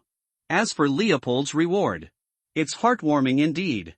But there is no pie falling from the sky for no reason. The vassal needs to fulfill his feudal obligations. It is impossible for him to stay in Austria and become a small baron. That means he will probably be a baron for the rest of his life. After all, he had no channels to expand to the surrounding areas. He could only rely on serving Count Leopold and hope that the other party would generously give him new fiefdoms. This possibility is very small. Because Leopold himself was a count, the title of baron was already a high priority. He would not imitate a certain general named Lou who rebelled and killed the lord, then his reputation would be completely ruined. Leopold waved his hand and said, "I know this, but don't refuse in a hurry. I recently planned to upgrade the Austrian border area to the Principality of Austria. If this is done, as long as you perform well, follow up, I will consider canonizing you as an earl, alongside your father." Lothar took a deep breath. "Sorry, Your Majesty, I would like to nod immediately to agree to your generous request, but the faith in my heart prevents me from breaking my sacred oath. Your Majesty, you should also know that I have sworn to defend the Holy Land and fight against the infidels." Leopold frowned, his expression getting colder. "Little Lothar, do you know what a great honor this is? If it weren't for your chance to kill Abelardo disguised as a werewolf in front of so many people, I'm afraid you could only be a knight in this life. For ordinary knights, this is true. The vast majority of landless knights died in the process of making great achievements. A considerable part of the rest will be lost in the process of continuing to make achievements, and the other part will spend a mediocre life as a small lord." Lothar shook his head and said, "I know, thank you again for your generosity, but please forgive me for not accepting it." Leopold was silent for a long time, and his strong majesty even gave Lothar a sense of fear. "It seems like when I was a student, I was submissive in front of the dean. Immediately. Ha ha ha, he is indeed Werner's son. He really has the same virtue as him. The seriousness on Leopold's face disappeared and was replaced by a hearty laugh. Don't worry, little Lothar, I am also a devout believer in Heavenly Father. How can I be angry because of your piety? On the contrary, I will support you with a sum of money. After you have established a foothold in Jerusalem, you can write to me and I will send people to deliver supplies to help you. Seeing the surprised expression on Lothar's face, he patted Lothar on the shoulder again. In short, you will always have a place under my command, waiting for the day you come back from the Holy Land. Lothar smiled and said, Thank you very much, but your Majesty, don't you also plan to go to the Holy Land to participate in the Eastern expedition? Maybe we can fight side by side by then. Indeed, after I have taken care of the domestic affairs, as well as the affairs of His Majesty the Emperor and His Majesty the Pope, I will lead the army and set off. At that time, let me take a good look at your ability to lead troops in war. The two of them exchanged pleasantries for a long time, and then they said goodbye to each other. Leopold, who watched Lothar leave, stood by the torch of the castle and said nothing for a long time. The red-robed witch came to his side and said with a smile, unexpectedly, We have not succeeded in recruiting him. He, with a witch by his side, he is not as pious as he says. Leopold nodded and said, Indeed. He is an ambitious and capable person. It is impossible for ordinary people to defeat a werewolf head-on. And Jerusalem is obviously his best stage. In that city, even a tramp from Paris might one day transform into a noble lord. The witch's bright red lips formed a charming arc. Since you can't use it for your own use, then form an alliance. It can more or less make up for the loss of the werewolf knight I prepared for you.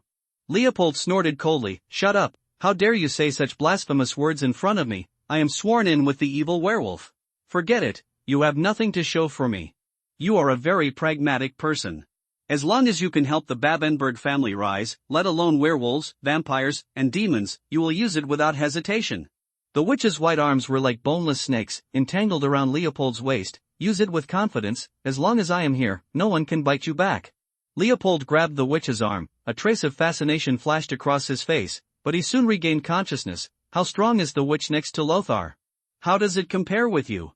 The witch hummed softly, Why, are you tempted? Leopold shook his head and said, How is that possible? I just want to use this to judge Lothar's potential so that I can consider how much it should cost to invest. The witch nodded and said solemnly, I don't know either, but he must be very strong, not much worse than the two old women in the witch's tower. I see. Came back. Prujna was sitting on a chair in the hotel. When he heard Lothar coming in, he only raised his head slightly. Thank you so much for today. You are welcome. Prujna shook his head, looked at Lothar up and down, his nose twitched slightly, and his slightly wrinkled eyebrows relaxed. There was no strange smell. Lothar hesitated and asked, Prujna, if I really can't defeat Abelardo during the day, will you take action? Prujna lowered his eyes and did not reply. If Lothar failed to borrow his talent to fight back in the end, she would still take action at the critical moment. Rules are rules. Breaking the rules will make it difficult for Lothar in the future, but the premise is that there is still a future. But she would never say such words. Without the hardships of life and death, she always had the mentality of Prujna will save me. Lothar would never grow into a master that she believed in. Seeing Prujna's silence, Lothar said thoughtfully, I understand. Lothar sat cross-legged on the bed and wiped the half-sword in his hand with a white linen cloth. The armed sword given to him by Count Werner has come to an end. The half-sword in his hand was a trophy obtained after killing Abelardo. Abelardo is dead, although the ransom has failed. However, his armor and warhorse also belonged to him according to the rules. His Arabian warhorse was no worse than his own Nisan warhorse. Together with the entire set of armor, even including depreciation, it can be sold for a high price of nearly 100 gold coins. Prujna suddenly asked, as a champion knight, what reward does Count Leopold prepare to give you? Lothar said with a smile, Leopold originally wanted me to be his vassal Baron Linschon of Vienna, and he even drew a piece of cake for me to be promoted to Earl in the future. It's just that I refused. So in the end it was replaced by a sum of money and funding and a promise that supplies would be delivered to us after we established a foothold in the Holy Land. This promise is very broad. It may be to provide us with weapons, shields, armor and arrows, or it may be food seeds, blacksmiths and craftsmen. There is no specific amount, but the exact amount I can get at that time will probably depend on my performance and whether it is worth Count Leopold's investment. This is normal. Prujna nodded and did not comment on this. Get ready for bed. After turning off the lights, Prujna lay flat on the thin blanket on the ground. go to sleep like usual. But this time, perhaps because of the increased intimacy, the atmosphere between the two was not as alienated as usual. In the darkness, Lothar stared at Prajna's perfect profile face under the moonlight, and did not fall asleep for a long time. She hurriedly closed her eyes when the other person's eyelashes trembled slightly and seemed about to open her eyes. Early the next morning, Lothar visited Count Leopold again, politely declined the luncheon, and asked to say goodbye. From his hands, Lothar obtained a heavy bag of 100 florin gold coins that were far better in quality than Sarads and had been issued by the city-state of Genoa in recent years. Each gold florin coin weighs 3.5 grams, which is 1 gram lighter than the newly minted solid gold coins of the Eastern Empire. Solidus gold coins are just a general term. It can refer to solid gold coins or nomisma gold coins. Anyway, they are all gold coins issued by the Eastern Empire. By regulation, all Shurta gold coins are 4.5 grams. It's just that the quality of souls released in different periods varies greatly. The new solid gold coins issued by Queen Lagaya in the Eastern Empire are pure gold with a high gold content, which is similar in quality to the florin gold coins issued by Genoa. From this, it can be seen that the Empress has plans to save the already notorious Eastern Empire's monetary system, rather than just doing nothing for her own enjoyment. Otherwise, if the situation continues as before, the market of the entire Eastern Empire will be flooded with the currencies of commercial city-states such as Genoa and Venice. During this period, the gold-silver exchange ratio was 12-1, which meant that 1 gold coin of perfect quality could be exchanged for 12 silver coins of equal weight. However, since silver coins are often only a little over 1 gram, logically speaking, 1 gold florin can be exchanged for about 40 silver dinars. Of course, in fact it is often impossible to exchange in this way. Because silver tableware is widely used, the quality of most silver coins is worse than gold coins. For example, a king of Gaul once minted black coins containing 1/10 of the silver content. There were also emperors in the Eastern Empire who issued silver-plated coins containing less than 1/20 of the silver content. Even some isolated areas still use bronze coins with no circulation value. In this era, due to fragmentation and feudal lords everywhere who could privately mint currency, the currency system was too chaotic. But generally speaking, during this period, a pig was worth about 1.5 gold florins. A gold florin can buy 50 loaves of good quality bread, free of gluten and grit. A high-quality war horse, such as Lothar's Nissen war horse, costs about 60 gold florins, which is 6 times as much as the prairie war horse ridden by the Magyars. A top-notch royal horse, used exclusively by the royal family, costs about 500 gold florins. As for an ordinary pack horse, it was only worth 5 gold florins. The annual rent for a hotel in the city is 6 gold florins. The cost of building a castle is about 2,000 florins. A set of fine chain mail worn by elite sergeants or lower-level knights is worth about 30 gold florins. If it is a customized knight's full body armor, it will cost 50 florins. A four-wheeled carriage for the royal family costs about 240 florins. Of course, this is just an approximation, and specific prices will fluctuate depending on supply and demand. In later generations, factors such as plague in closed cities will still cause prices to skyrocket, let alone the Middle Ages. Maybe after a drought, the price of bread skyrocketed hundreds of times due to the gouging by Jewish merchants. When the Jewish merchants made enough money, the shrewd local lords would often find an excuse to execute them and confiscate all their property. This can not only calm the boiling public resentment, but also indirectly take out every copper coin from the fingers of the people for your own enjoyment. So Lothar's current possessions include 100 gold florins, 80 gold suleuds, nearly 500 silver dinars, 2 silver wineglasses given to him by Otto, and 2 prairie horses.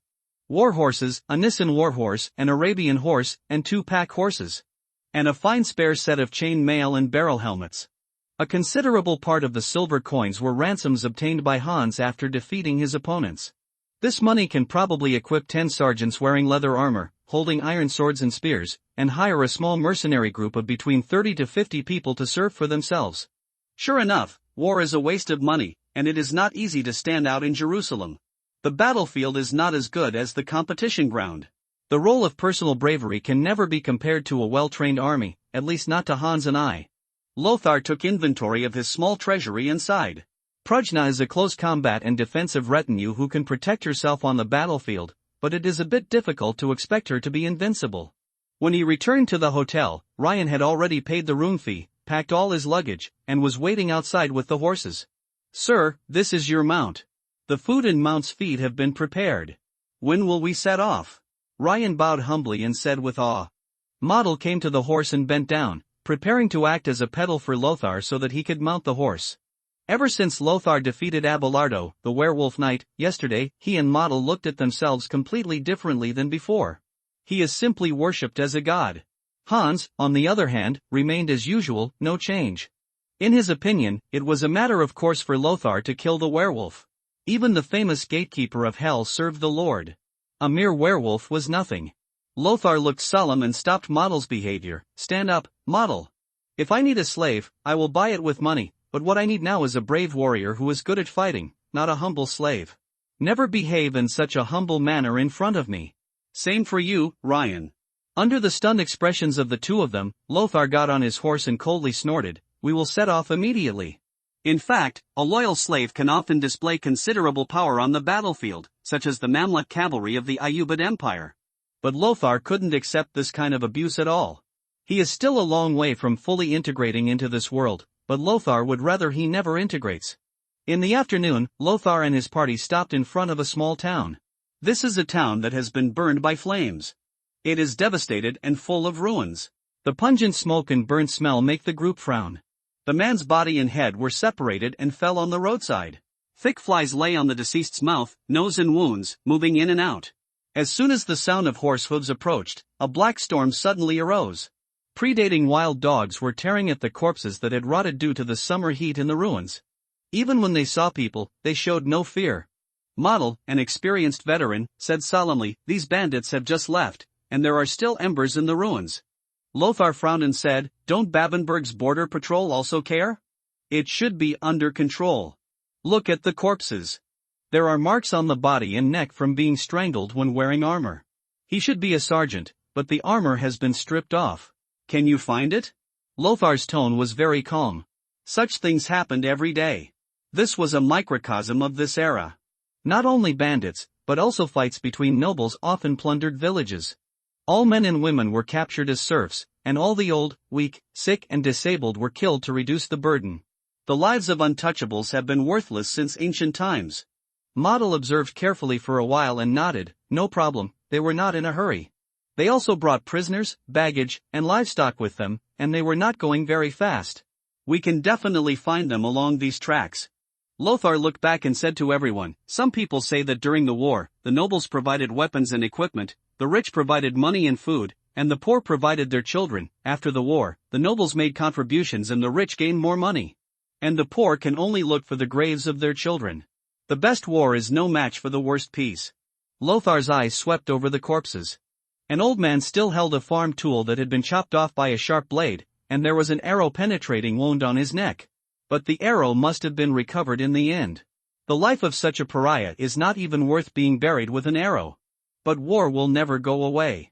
I can't change this era, but I swear that if I become a lord, I will do my best to protect the people in my territory, eliminate bandits, and defend the enemy from outside. Ryan and Model had surprised looks on their faces.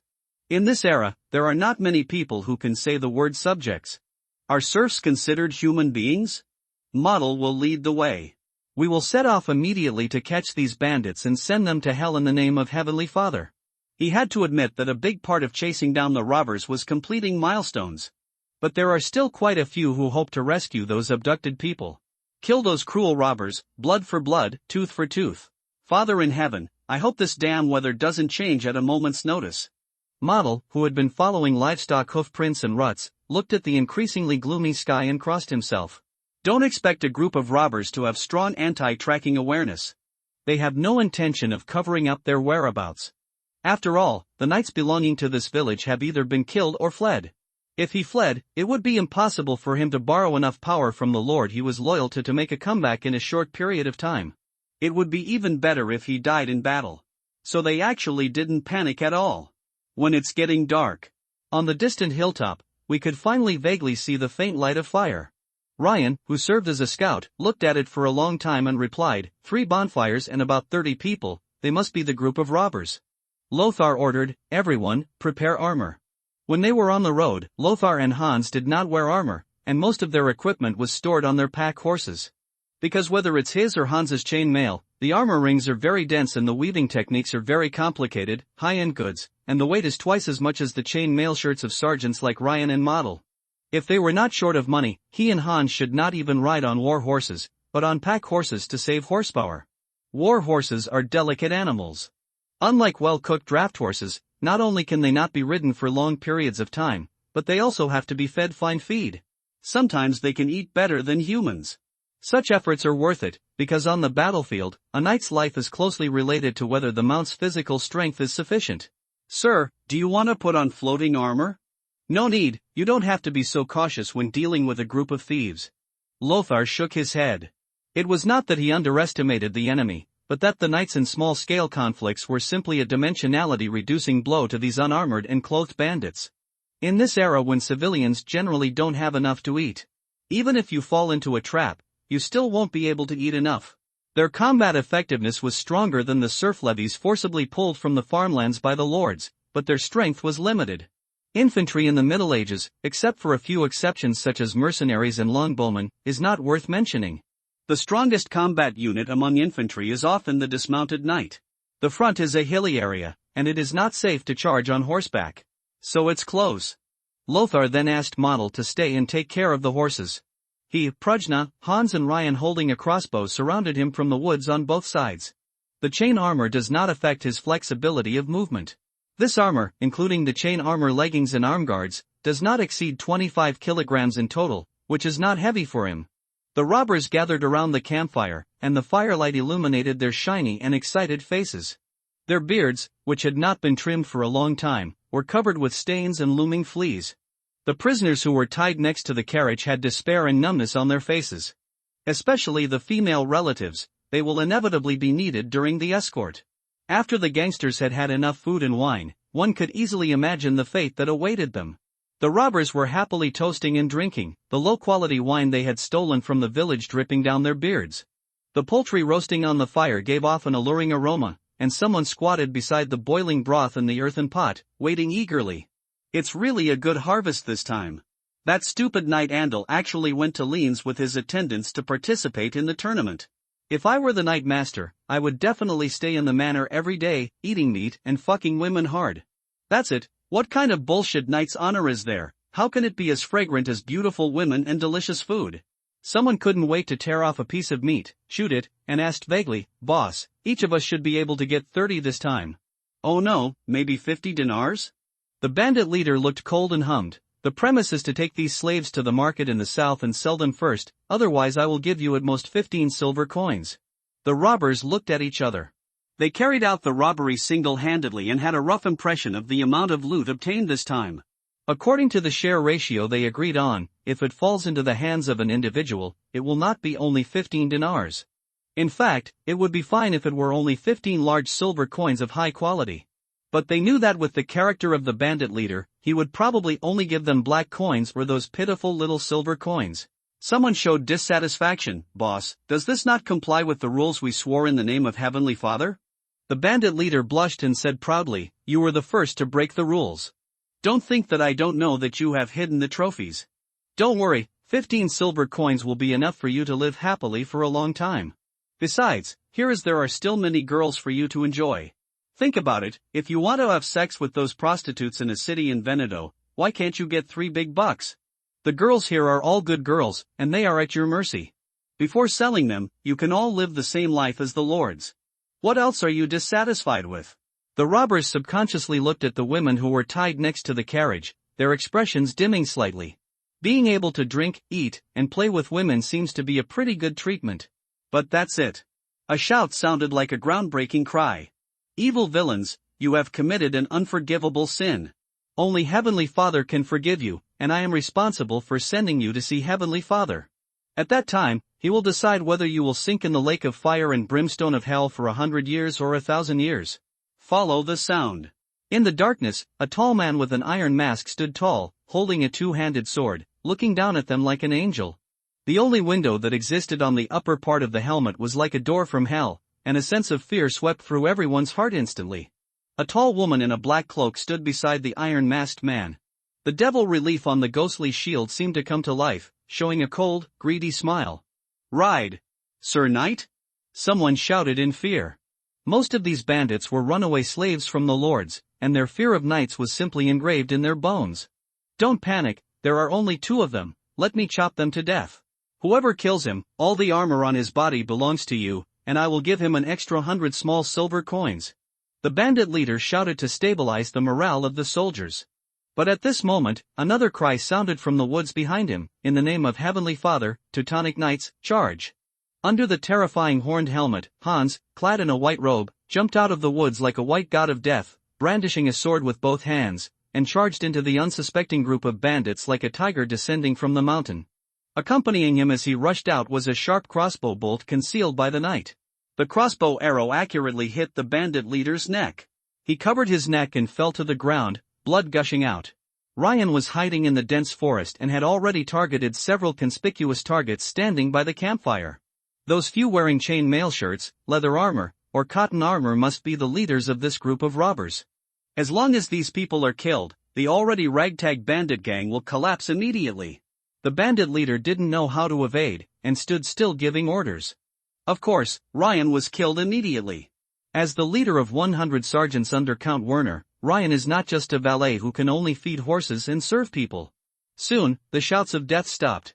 The robbers were almost all killed, leaving only 3 weaklings who had surrendered early, kneeling on the ground, begging for mercy. The young men and women who were tied behind the carriage looked at the tall knight in front of them with horror on their faces, wondering what fate would await them. Don't think that knights in this era can be very chivalrous. There are many executioners who openly lead teams to plunder villages, rob passing caravans, set up roadblocks to extort tolls, and even take pleasure in killing people. You are free. Lothar raised his sword and cut off the ropes that bound them. I am a friend of Count Lean's. You don't have to worry that I will sell you into slavery. Take back your belongings from those robbers and go back to rebuild your home. People looked at Lothar, who was covered in blood and was like a demon, chopping up the brutal bandits like melons and vegetables. They were silent and couldn't believe what he said. It wasn't until he repeated it again that someone stood up tremblingly and said with a sad look on his face, "Dear sir, thank you for saving us from those villains and generously granting us freedom, but where can we go now?" Lothar was silent for a moment. The village was completely burned and it would take too much energy and time to rebuild. The man continued, "Our lord is a cruel and stingy man. I am his valet. No one knows him better than I do. When he learns that we failed to protect his manor, although he will not execute us, he will definitely choose to sell us into slavery and take away all the property in our hands. Dear Sir Knight, he will not help us rebuild our home at all. He will only squeeze out the last bit of oil and water and then abandon this place." Lothar frowned, feeling a little tricky. If he abandons his fiefdom, won't his lord punish him? I don't know, maybe, but it certainly won't be serious because he is the lord's brother-in-law. The man lowered his head sincerely, knelt down on one knee and said, "Please let us be your followers. Those who are still alive here are all strong young people. I guarantee that they will be like the most diligent mules and horses. I work like the most loyal hound and serve you like the most loyal hound, hoping only to gain your protection." The men and women behind him also spoke and promised that they would work hard. They could also see that Lothar was a rare kind lord. Being a slave to him and being sold into the slave market as a slave are completely different concepts. What's more, this lord is significantly more powerful. With the allegiance of such a brightly armored warrior beside him, he could kill the bandits cleanly, much stronger than their original knight lord. Lothar was a little embarrassed. "I'm sorry, I know your difficulties and hardships, but I don't have a city to accommodate you. Our trip is to go to the Holy Land and fight an arduous battle against the heretics. If you follow me, you will definitely encounter a lot of dangers." He does need followers. These dozen young adults are at the peak of their physical strength, and the male-to-female ratio is balanced, making them very good leaders. Compared to the poor pilgrims who recruit pilgrims in the Holy Land and survive such a difficult pilgrimage, one can only imagine how many kind-hearted people there are. Praise Heavenly Father, pilgrimage to the Holy Land is a glorious and sacred mission. If we follow you, your glory will shine on us humble people. The survivors of the village all knelt down with the manservant. Some of them are still ignorant, but the wise image of the manservant must have been deeply rooted in the hearts of the people. With him taking the lead, the rest didn't hesitate at all. "All right." Lothar no longer hesitated and said, "I am Lothar von Habsburg, a knight of the Habsburg family from Allgäu. I accept your surrender and promise not to regard you as slaves, but as free people in my territory. In my after obtaining the fief, you will all get your own land. But at the same time, you must swear allegiance to me in the name of Heavenly Father and perform taxes and military service. He counted carefully and found that there were 7 men and 6 women in total, and the total cost of the tickets was only 13 more. Their food and drink were provided by the property looted by the bandits, and there was no need for him to pay extra. Moreover, there would obviously be some left over from the looted property by the robbers. After all, from what these people said, the robbers had robbed a knight's manor. Ryan, go and call Model over. Hans, you are responsible for counting the seizures and property, returning the property that originally belonged to the people of these territories to them, and assigning them carriages and horses to take care of. Both Ryan and Model were illiterate and could not even convert gold coins into silver coins. The job of clerk was temporarily performed by Hans. Finished with this, Lothar and Prujna came to the 3 surviving bandits. Lothar looked at these 3 weaklings who were shaking like chaff, frowned and said, "Tell me, where is your lair? How many people are there to defend it, and are there any traps?" It was not to eliminate evil, but he wanted to test whether the same group of robbers could be judged by the system as 2 groups. If possible, he would be able to complete the milestone of a chivalrous knight after removing the stronghold of this group of bandits who had lost their main force. He increasingly felt that talent was rare. Even a retinue like Hans, who was rated as 1 star by the system, was an outstanding talent that a mere knight in this era could not possibly recruit. None of the 3 spoke. Lothar was a little puzzled as to why these weaklings who surrendered without any resistance had become hardened at this time. Lothar snorted coldly, "Tell me the truth and I will spare your life. I swear to Heavenly Father. Opportunities are rare. Whoever speaks first will survive." Finally, someone made a move. He raised his hand tentatively and whispered, "Master, our base is not far from here. We originally wanted to enjoy ourselves here before going back." "Pick, shut up you son of a bitch, have you forgotten the oath we swore before our Heavenly Father? If you break your oath, do you want to perish in hell?" The robber next to him immediately cursed. Not to be outdone, Peak scolded back, "You and old John both left wives and children in the stronghold. I am alone and want to save my life. What's wrong with that? Why do you want me to risk my life to protect your wife and children?" Lothar nodded, "You are very smart. Now tell me the location honestly. I warn you, don't play any tricks. I will take you to your lair and then let you go." Peak immediately explained the matter like a bamboo tube pouring through a sieve. He believed in Lothar. People in this era still attach great importance to oaths, especially knights like Lothar. A knight who breaks his oath easily will be regarded as dishonorable and will basically be killed on the spot. Peak said with a flattering smile on his face, "Master, I have made it clear, including the traps they set, there is absolutely no omission." Lothar nodded, and then said loudly, "Commons, have any of these 3 people killed your relatives and friends and robbed your property?" The men and women who had just gotten their belongings back immediately showed hatred on their faces. "That's him. He killed my mother and raped her. That man killed my father and cut off his head and strung it on a spear to intimidate others. That one-eyed beast, I saw with my own eyes that he threw my 3-year-old son to the wall to death, and his little head was deflated. Woo-hoo-hoo." As the woman spoke, she began to cry. "Then, if you have a grudge, retaliate, and if you have a grudge, take revenge." Lothar waved her hand, turned and left. Peak's face was full of horror. "Master Knight, you promised to spare my life." Lothar said without looking back, "I did forgive you, but they are unwilling to forgive you. As their lord, I give them the power of justice and revenge." These men and women who suppressed their anger quickly picked up the weapons of the robbers and vented their anger towards the 3 bound robbers. At the border, they are by no means obedient sheep who don't know how to resist, let alone 3 unarmed robbers in front of them. The screams gradually weakened until they became silent. The manservant took the lead and knelt down in front of Lothar holding a blood-stained armed sword. Thank you to the Lord we serve.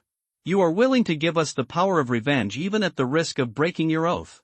I swear that I will always be loyal to you." Lothar shook his head, "This power is not permanent. When I obtain the territory, I will make laws and no longer allow vendettas to occur. Everything will be done in accordance with the law." He then added, "Besides, I didn't break my oath, so don't mention it again." The bandits' stronghold is indeed very close, located at the junction of Veneto and the Austrian border area, only a few kilometers away. It only requires carrying pack animals and carriages over mountains and ridges, and on a very long night road. This is undoubtedly an insurmountable problem for most people with night blindness. This was the reason why this group of bandits did not return directly to their stronghold.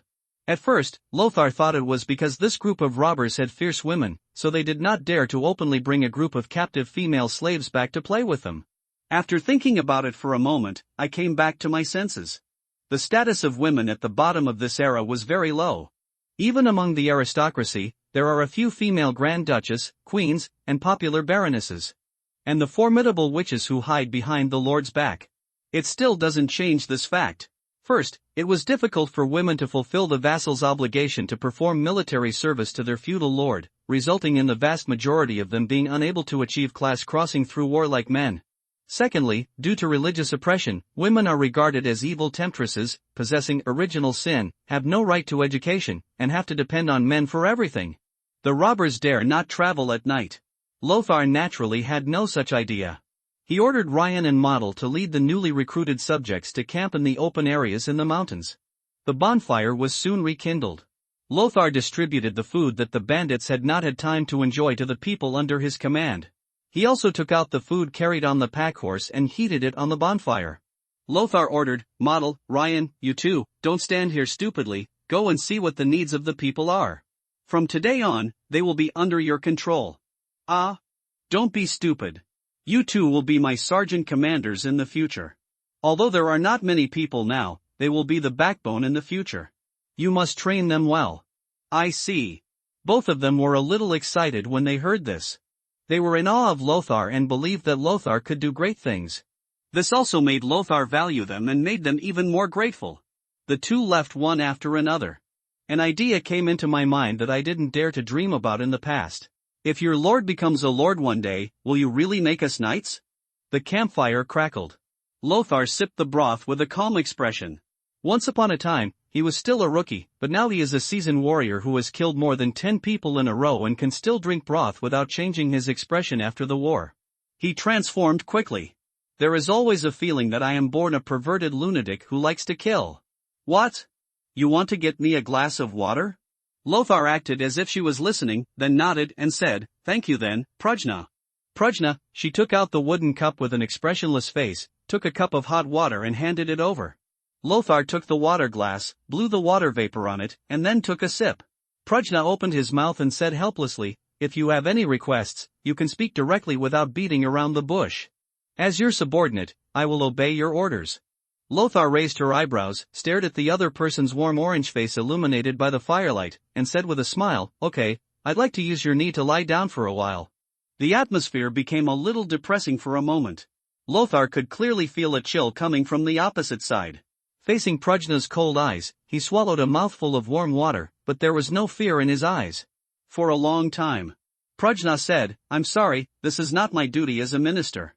Feeling that the atmosphere was no longer so stiff, Lothar said a little sarcastically, That's what I said.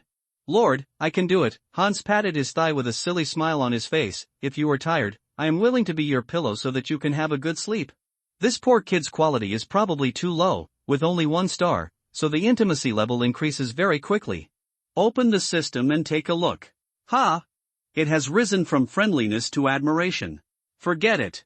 Lothar shook his head quickly and said, I was just joking with Prajna, not that squeamish. Hans secretly thought to himself, My lord is my lord, how dare you joke with General Prajna? This honest kid didn't even notice that Lothar was teasing Prajna. Because in his eyes, Prajna has never been treated as a woman. To be precise, he is not even a human being. It's the gatekeeper of hell. Early the next morning. Before dawn, the group set off. Lothar, Hans, Prajna, and Model trudged along the mountain road with ease. This time it was Ryan's turn to be left behind near the stronghold, guarding the pack animals and carriages with the locals. After only such a short time together, Lothar could not completely trust this group of people, so before leaving, he specifically asked Ryan to be careful to prevent them from secretly colluding with each other. Defenses cannot do without. No matter how small the chance is, you still have to be prepared. The defensive Ryan, holding a crossbow and armor, would find it difficult to succeed if those people were really greedy for profit. As for why they didn't lead this group of people to attack the bandit stronghold, it was because even though they were young and strong, they could become qualified conscripts by picking up the weapons left by the bandits. But he didn't want to use these newly recruited citizens as cannon fodder. Instead, he planned to give it to Model and Hans to be trained into regular soldiers. Even if he did not have the financial resources to train them all as sergeants, he would not force a group of ragged and untrained peasants onto the battlefield. Furthermore, most of the people living near the Holy Land are Orthodox Christians and a few believe in Zoroastrianism. These dozen or so territorial citizens are all Germanic people of the same culture and race, and will become a key force worthy of more trust and respect. Both preparedness and high hopes. The two are not contradictory. Halfway through the journey, Hans suddenly asked, "Sir, what should I do if I meet a woman or a child?" Lothar thought for a moment and then said, "If there is a threat, kill them. If there is no threat, let them die." In short, everything is about your own life. Although Lothar knew that even the old, weak, women and children, since they were enjoying the money and food stolen by the bandits, there was nothing innocent at all. But if he really wants to cut the grass and root out, he still can't do it. Hans nodded, "I understand." He was still a new soldier, but he was not a womanly person due to the influence of his predecessors, the Teutonic Knights, who often invaded the Slavs and burned, killed, and looted. Go over a small hill. The destination finally came into view. Is this the so-called bandit stronghold? Standing on the hillside, Hans frowned. This is obviously a village. They even created a small area of farmland. Not far away, you can also see a large orchard with light yellow flowers blooming on it, and the fragrance is fragrant. It is like a paradise. Lothar was also a little confused. Could that robber deliberately point us the wrong way? I'll go check it out. Model took the lead and walked towards the stronghold. Not long after, he ran back quickly and said with regret on his face, "That's right, the location and layout of the trap that the robber set are correct. This is the robber stronghold," he said. He didn't dare to lie to us. Lothar sighed deeply. This should be a gathering place composed of escaped serfs. It can not only avoid the oppression and heavy taxes of the lords, but also occasionally form groups to go down the mountain and plunder. Maybe they were a bunch of poor people originally. But when they pick up the butcher's knife, they are no longer pitiful. Hans, Model, you two are outflanking, Prajna and I are breaking through from the front. Remember my instructions, protect your own life first. He currently has limited resources and only a few reliable people.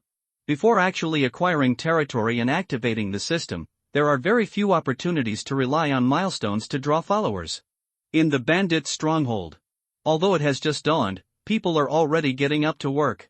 People in this era have no nightlife, go to bed early, and wake up early. The boy held the wooden sword that his father had made for him tightly in his hand.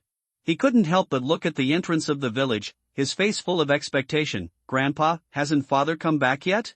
In front of the cabin, the lame old man was polishing the hatchet in his hand, and he was a little worried when he heard this. "It's been a whole night. Could it be that the guards of those noblemen have caught up with them?" But there was still a smile on his face, and he reassured, "I'll be back soon. Don't worry, your father will definitely bring back a lot of meat and coins this time. Then I will go to the tailor shop in the city to cut you a new suit." The boy suddenly showed a smile with a missing front tooth. "No, I don't want new clothes. I want my father to give my grandpa a pair of crutches first." The folds on the old man's face squeezed out a smile. "My dear grandson is really filial, but my legs are not in the way, so I'll cut you some new clothes first." The grandfather and grandson talked and laughed. But the boy's face suddenly froze, and he pointed behind the old man with fear on his face. "Grandpa, it's the devil is coming." The lame old man looked back and saw a frightened villager being kicked over by a man wearing a red robe and iron armor at the entrance of the village. Red blood was dripping from the blade in the Tin Woodman's hand. The man held a blood-stained sword in his hand and walked slowly towards the village like a devil from hell. The lame old man almost immediately remembered the domineering knight in the village. His leg was broken by that knight. No one knows better than him how terrifying a knight can be. Go quickly, hide in the cabinet in the house." The lame old man pushed the boy and scolded him in a low voice. Lothar used both arms to strike down with his sword. The sharp blade of the sword in his hand seemed to be unimpeded, cleanly splitting half of the shoulder of the bandit in front of him, along with the wooden spear he wanted to use to block. A sharp scream sounded. The severe pain caused the robber to roll on the ground. Blood flowed all over the ground and gathered into small puddles. A trace of compassion flashed in Lothar's eyes under the barrel helmet. He held the blade with both hands and stabbed the opponent's heart steadily. The scream stopped abruptly. The smooth feeling of friction between metal and flesh came through the tip of the sword. He drew out his half-hand sword and struck at the two robbers who were coming towards him again. Prajna stood beside him, following him like a shadow. She didn't take action at first, and these weak robbers had no intention of letting her take action. Until, there was a robber who seemed to regard her as a soft persimmon and wanted to take Prajna hostage so that the unscrupulous and terrifying knight could attack her. But before he got close, a string of blood flowers floated from his neck. There were drops of blood on the 3 sharp corners of the ghost-faced triangular shield. Prajna turned sideways to avoid the splashing blood, but the expression on his face remained unchanged. Blood gradually seeped into the shield. The ghostly face relief on it showed a satisfied smile, and immediately sent out urging thoughts, trying to get Prajna to kill more living people. But Prajna still made no move, and just followed Lothar silently, showing no emotion. The young and strong bandits were gradually cleared away. Lothar raised his foot and kicked over an old farmer holding a manure fork, and his eyes swept over the other person's old face. Then without hesitation, he pierced the opponent's heart with a sword. He did not dare to look down upon such a ridiculous weapon as the dung fork. Because it is said that a demon hunter was killed by a dung fork. Since you are holding a weapon, you should be prepared to die by his sword, no matter whether you are old, weak, women or children. Hans and Model covered each other and fought with the enemy. Their martial arts and equipment are far superior to these people. In addition, when he woke up early in the morning, he was caught off guard. There was no one in this bandit stronghold who could be the enemy of the two of them. Boom! Hans raised his shield, knocked over a lame old man, and kicked away the hatchet in the opponent's hand. Model next to him thrust out his sword and pierced the opponent's throat. Giggle! The old man wanted to say something, but the blood spurting from his neck blocked his trachea. He fell to the ground weakly, looked at his grandson hiding in the wooden house, and then died. No! Grandfather!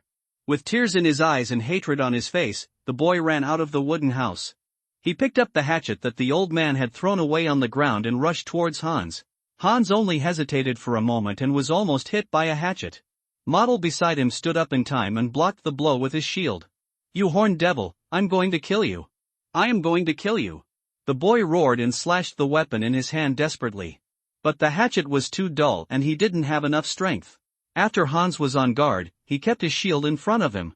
No matter how much he chopped, it was like a cricket shaking a tree. Stop it, kid, put down your weapons immediately. Model shouted angrily, as long as you don't attack us, for the sake of your young age, we will spare your life. My lord, what should I do? Under the giant horned helmet, Hans looked a little confused. By this time, the shouts of killing had stopped. The ones left behind by these bandits were the old, weak, sick, and disabled. Even if there were a few bandits holding hunting bows, their arrow clusters were all made of bone and wood, and they could not threaten the 4 people at all. It was an overwhelming massacre. Model was a little impatient and asked him to tell him that this kind of ignorant child should be chopped to death with a sword. The people on the left and right are just descendants of bandits. Under the influence of their ears and eyes, they will grow up to be villains who deserve to be hanged. But he hesitated. His master is obviously a benevolent king. If he did such a thing of massacring young children, wouldn't it appear too bloody and cruel and inconsistent with the spirit of chivalry? You know, the Lord just said last night that he might canonize them as knights in the future. This mentality of worrying about gains and losses prevented Model from taking action. Not far away, Lothar shook off the blood stained on the sword blade and walked over slowly. After taking a quick look, he knew what was going on. He was silent for a moment and then said, "Since you have picked up a weapon, you are an enemy." "Servant Hans, Sergeant Model, you don't need me to teach you how to deal with the enemy, right?" Snapped Model, struck with a shield and knocked the little boy off his back. Lothar stared at the hate-filled little boy in front of him with a somewhat pitiful expression. Your father must have witnessed such an expression when he was massacring other people's fathers. When you eat your father's bread dipped in the blood of others, you will certainly not think that it is sinful. Instead, you will think with admiration that your father is awesome. Right? Lothar raised a finger and said with an indifferent expression, I will give you one last chance to put down the weapon in your hand. The little boy stubbornly held the hatchet in his hand, gritted his teeth, and the hatred in his eyes seemed to turn into ink and flow out. Lothar shook his head and turned away. Do it, Hans. Hans gritted his teeth and raised his hand half sword high. Swish, blood flowed freely on the ground. Lothar lowered his head slightly and made the sign of the cross in front of him. Heavenly Father, you will judge whether they are guilty or not. I cannot carefully screen them, let alone judge whether they are guilty enough to die, so I can only send them to see you. Amen. Go on, those who dare to resist with weapons in hand, if they can't be persuaded, we will deal with them all. Lothar gave the order. After a while, this small village, which was quiet and like a paradise, underwent earth-shaking changes. There were corpses everywhere and blood flowing freely. Women and children screamed and hid in a building that looked like a meeting hall. "Sir, are we any different from these bandits?" Hans looked a little confused. Same goes for Lothar. He didn't know if he was doing the right thing. But he knew that he could not show any confusion in front of Hans, a subordinate who admired him. He said solemnly, "Everyone has to pay for what they have done. Besides, we only killed those with weapons and did not implicate others. This is the greatest kindness, isn't it?" He did not order an attack on the meeting hall where the women and children were, but instead ordered, "The enemy has been basically eliminated.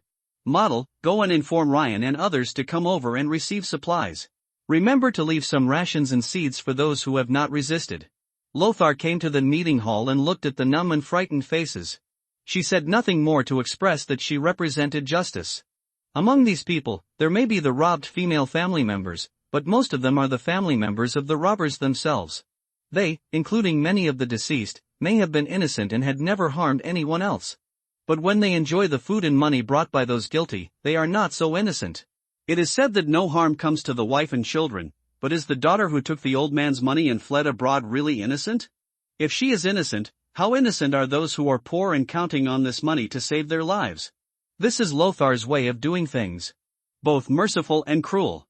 In my ears, a reminder that a milestone has been completed sounded. Lothar looked heavy and took the lead in leaving the village. "Ah, chivalrous knight." Lothar laughed at himself in a low voice. "Congratulations, you have completed the milestone, chivalrous knight. You stopped a bandit attack on the caravan and destroyed 2 bandit gangs. Your chivalrous spirit should be commended and you will receive a high-level retinue lottery ticket. 1. Advanced retinue lottery ticket. After using it, you will definitely get a retinue with rare quality or above. In the game, 1 star corresponds to normal quality, which is white. 2 stars correspond to rare quality and are blue. Samsung corresponds to rare quality, green. 4 stars correspond to extraordinary quality, cyan. 5 stars correspond to epic quality, purple. 6 stars correspond to legendary quality, gold. In other words, with this lottery ticket, you can get at least a 3-star retinue." Lothar looked back at the bandit stronghold. For some reason, he didn't feel much joy in his heart. The common upgrades for killing monsters in games feel really heavy when put into reality. The convoy led by Ryan slowly drove into the bandit stronghold. The hard-working citizens moved everything that was easy to carry and valuable, leaving only some rations and seeds for the women and children trapped in the meeting hall. The gains were somewhat surprising.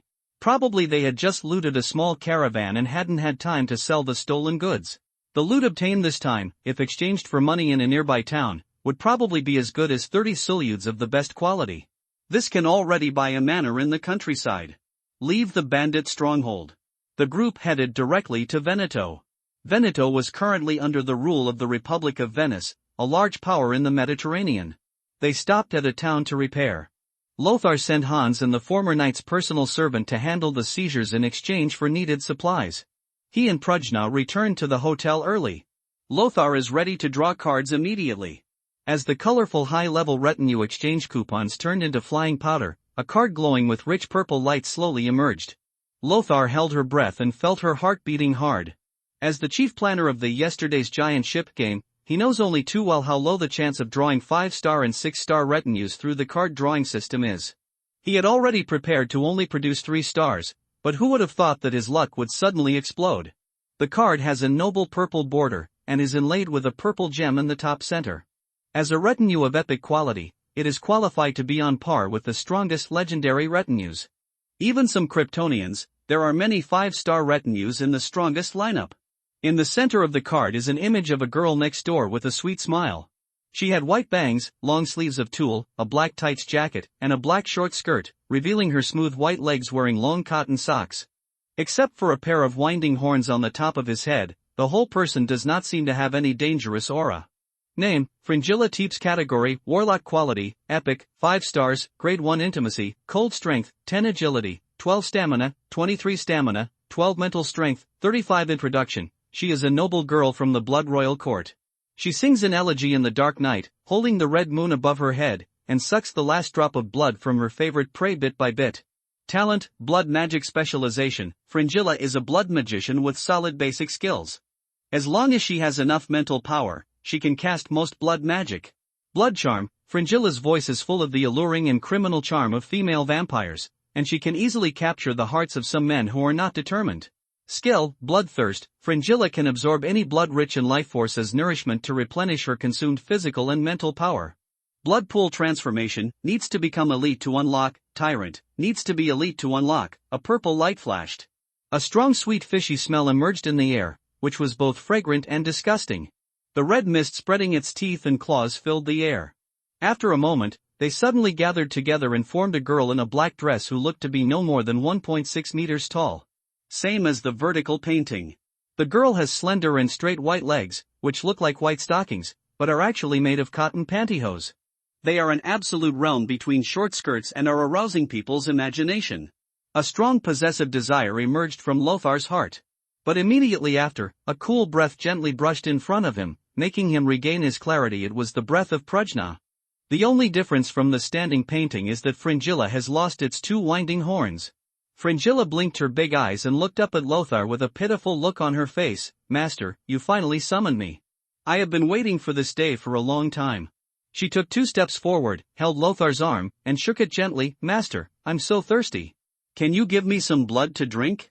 Okay, you have nothing to show off to me. As a high-level vampire, blood is like eating dessert to you. It is not a necessity at all. Lothar is the person in charge of creating the game Yesterday's Giant Ship, so he naturally knows what the core of this seemingly girl-next-door girl is.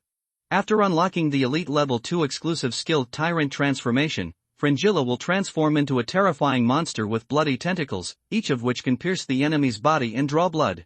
All her cuteness and beauty on the surface are disguised. In fact, she is a completely different species from humans. Fringilla's eyes were covered with a layer of mist, and she said pitifully, Lord, can't you even meet such a small request for your subordinates? You obviously have so much blood in your body. You have just killed many people. Human, right? Perhaps it was the air conditioning around Prajna, but Lothar was not confused at all. He frowned and asked, Where are the horns on your head? Fringilla said and said in surprise, What horns? Her body is no different from that of a normal human woman. She blinked and said with a wicked smile, It will only be better. Sitting on the chair at the other end of the room, Prajna, who had never spoken since then, finally spoke. There was obvious disgust in her tone. You abominable beasts who escaped from hell. The ugly bodies hidden under the skin are simply disgusting. I warn you, don't use such a disgusting tone to talk to the Lord again. Speak, sir. Lothar had a headache. In the game, the force that Fringilla belongs to is the Blood Royal Court. The Blood Court is a force created by a group of vampires who escaped from hell, with its base in Wallachia. Not only are there no bonds with the Hell Camp to which Prajna belongs, but they are mortal enemies. The two are the difference between police and gangsters. But it's nothing. It's an unexpected surprise to get a 5-star follower and a rare spellcaster. Even if it has some side effects, he still makes a lot of money. Fringilla glanced at Prajna, especially the ghost-faced embossed shield, with a hint of fear flashing in her eyes. Several of her ancestors were forcibly brought back to hell by Prajna. But then it turned into disdain. Prajna, you just served the Lord for a period of time earlier than me, otherwise you may not be able to beat me now. She felt that with her ability, she would definitely be more favored by the Lord than a cold and stupid woman like Prajna. As long as the Lord would upgrade her more and even become an elite. Even if there is only one quality difference, Prajna cannot be his opponent. Besides, everyone is working under the Lord now. Is it possible that you still want to attack me? Fringilla looked confident. Prajna looked at Lothar, with a rare hint of anger in his cold eyes. She is not good at verbal disputes, and now she obviously wants Lothar to speak for her. Lothar suddenly felt a numbscalp. How to do this? What kind of Shura field is this? Helping Prajna will obviously reduce Fringilla's intimacy. And does Fringilla's intimacy matter? There is no doubt about it.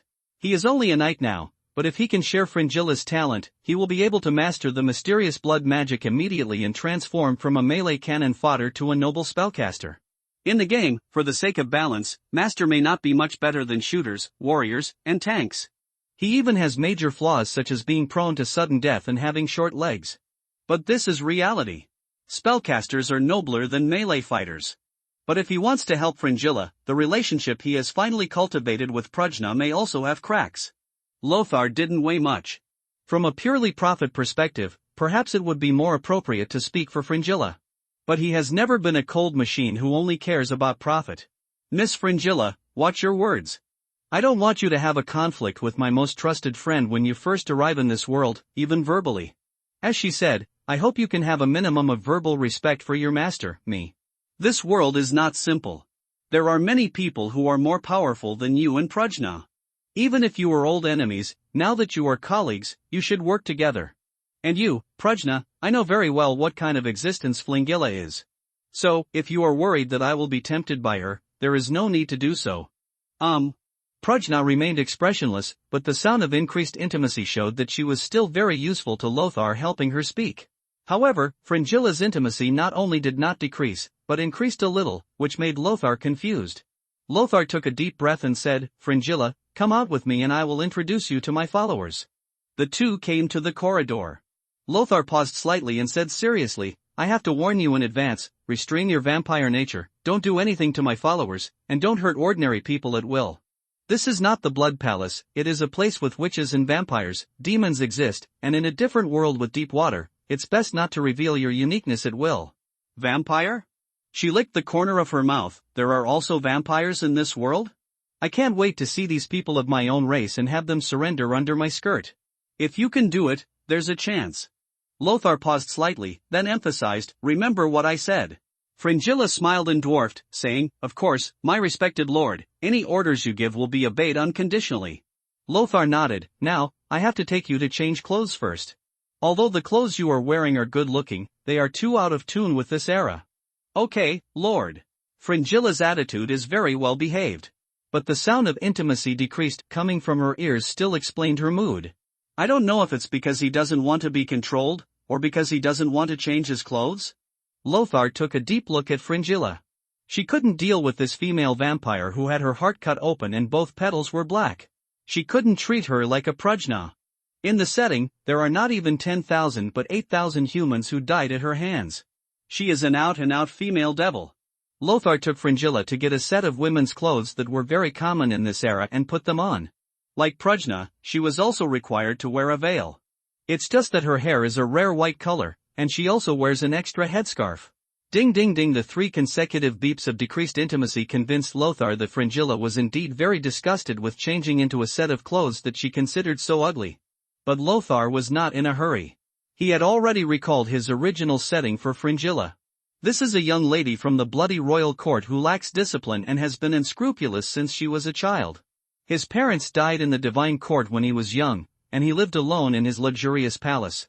Because of his superb talent and noble blood, he is a little devil that no one can control in the royal court. She is unscrupulous on the surface, and seems to have the rebellious mentality of a child. She often ignores the prohibitions, runs out of the royal court, and behaves wantonly in the world. In fact, he has a heartfelt yearning for family affection and love. She actually expected someone to control her for her own good. To put it bluntly, she was a wild child who lacked the love of her elders. The reason why Lothar chose to favor Prajna did not disappoint her, but increased her intimacy, because she had always disliked those who treated her differently because of their beauty. In the setting, any man who is bewitched by her will have all his blood sucked out by her without hesitation. Therefore, Lothar just needs to take good care of her and control her like a brother. Even if she seems rebellious and unconvinced, the intimacy will only get higher and higher. In the game, players need to become elites in order to unlock Fringilla's setting collection bit by bit. After reading these stories, they can then go through the strategy specifically. But Lothar was different. No one knew the character of these followers better than him. In a sense, all the retinues that can be extracted from the system are his children. Fringilla, this world is very dangerous. Prajna and I once met a witch who was more powerful than her. I know you love to be beautiful, but your safety is more important. Lothar said earnestly. Fringilla was slightly startled, snorted, and said in a very impatient tone, I understand, and I won't cause you any trouble. Lothar's tone softened, I've wronged you. The system beep sounded as expected. Intimacy increases. Veneto is located in the northeastern part of the Apennine Peninsula, between the Alps and the Adriatic Sea, and borders the Austrian border region to the north. In the history of Lothar's previous life, Veneto was also included in the rule of the Habsburg family for a long time, but that was many years after the decline of Mediterranean trade and the advent of the Age of Discovery. Today, the Veneto region is controlled by the Republic of Venice. As the undisputed king of the Adriatic Sea, it is one of the most powerful city-states in the entire Mediterranean. At this time, the only one that could compete with the Venetians in the Mediterranean was the Genoese fleet. Even the Eastern Empire, which occupied the Eastern Silk Road and was the former suzerain state of the Venetians, and mastered the naval warfare weapon of Greek fire, had to reach compromises with the Venetians in many aspects. In all the Crusades, if the army wanted to take the sea route, it would inevitably turn to the Venetian fleet. The Republic of Venice was able to maintain its independent status even though most of the countries in the entire Apennine Peninsula were brought under the rule of the Germanic Empire. Its strength is evident. Although businessmen in this era are despised and ridiculed. But no one can deny that the huge wealth they hold in their hands is beyond the reach of any feudal lord, even the emperor. In this era, as long as you have money, you can organize a large number of elite mercenaries, who are far more brave and good at fighting than serf conscripts. Ryan and Hans are back. As soon as he entered the door, Ryan yelled in Swabian country slang, "These greedy, despicable, and disgusting pigs actually dare to offer a sky-high price of 3 gold coins for a ship ticket. They are just killing us like fat pigs." Model was a little confused and asked, "Did you say we were going to the Holy Land to participate in the Holy War?"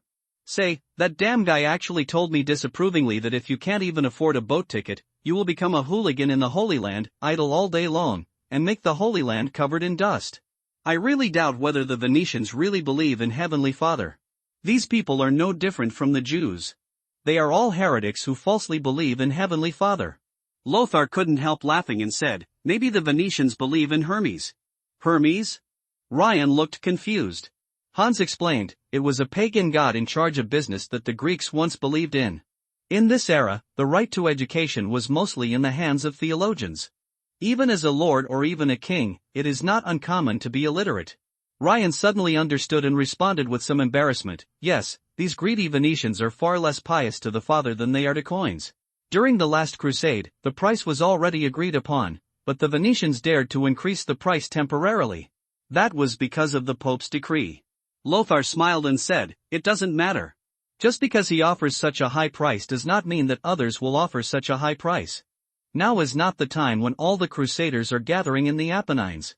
The main force of the crusaders in Gaul is still preparing food and supplies, and they are still far away from Veneto. It's too early for them to raise the price. Tell them that if they insist on increasing the price, we will find the Genoese to take the boat." As merchants, they traveled across the Mediterranean. If he dares to offer 3 gold coins per person for only a dozen cabins, then he is really being taken advantage of. Lothar had no intention of coming forward in person. As a mere businessman, if he acted too approachable, he would be considered easy to bully. It wasn't until the afternoon that Ryan and Hans came back again. This time, although there was some dissatisfaction on both of their faces, it was completely different from the gloomy look before. Lothar asked, "Have the talks concluded?" "Well, we've settled on a deal. Each of us has a sold's gold coin. That group of businessmen also wanted to make a loophole in the contract and put us in the bottom cabin. Thanks to Hans's literacy, we were recognized." Lothar frowned. "Hard. The fist is hard." Lothar was a little confused. Is there anyone else we can negotiate with? He didn't want to take the ship of such a dishonest merchant. He was afraid that instead of going to the Holy Land, he would want to sell them to North Africa as slaves. Of course, the only consequence of doing this is that they successfully counterattack and gain a ship's worth of wealth. The guards hired by the caravan were no match for them. Ryan shook his head and said, "No, it is said that the route to Crete has been temporarily interrupted because of the recent presence of sea monsters. We have to follow their caravan to the port to take a boat tomorrow." "All right." Lothar nodded. He did not plan to stay in Veneto for another month. He would arrive at the Holy Land earlier and start the plan to obtain the fiefdom earlier. With the system in hand, if you develop for a month or two more, the result may be a world of difference. As for the Kraken? He didn't think that with Fringilla here, he couldn't defeat some monsters that relied solely on charming people and being stronger. Then it's settled. Ryan, Model, and Hans, the 3 of you will organize the leaders to purchase a batch of metal spearheads and shields later. If there are any usable weapons among the bandits, you can keep them as backup. I plan to first take the male leaders. The people are all classified as spearmen. Lancers are cheaper and less difficult to train than sword and shielders. The sea breeze blows gently. You can vaguely see the coastal port city with numerous buildings in the distance, shrouded in mist.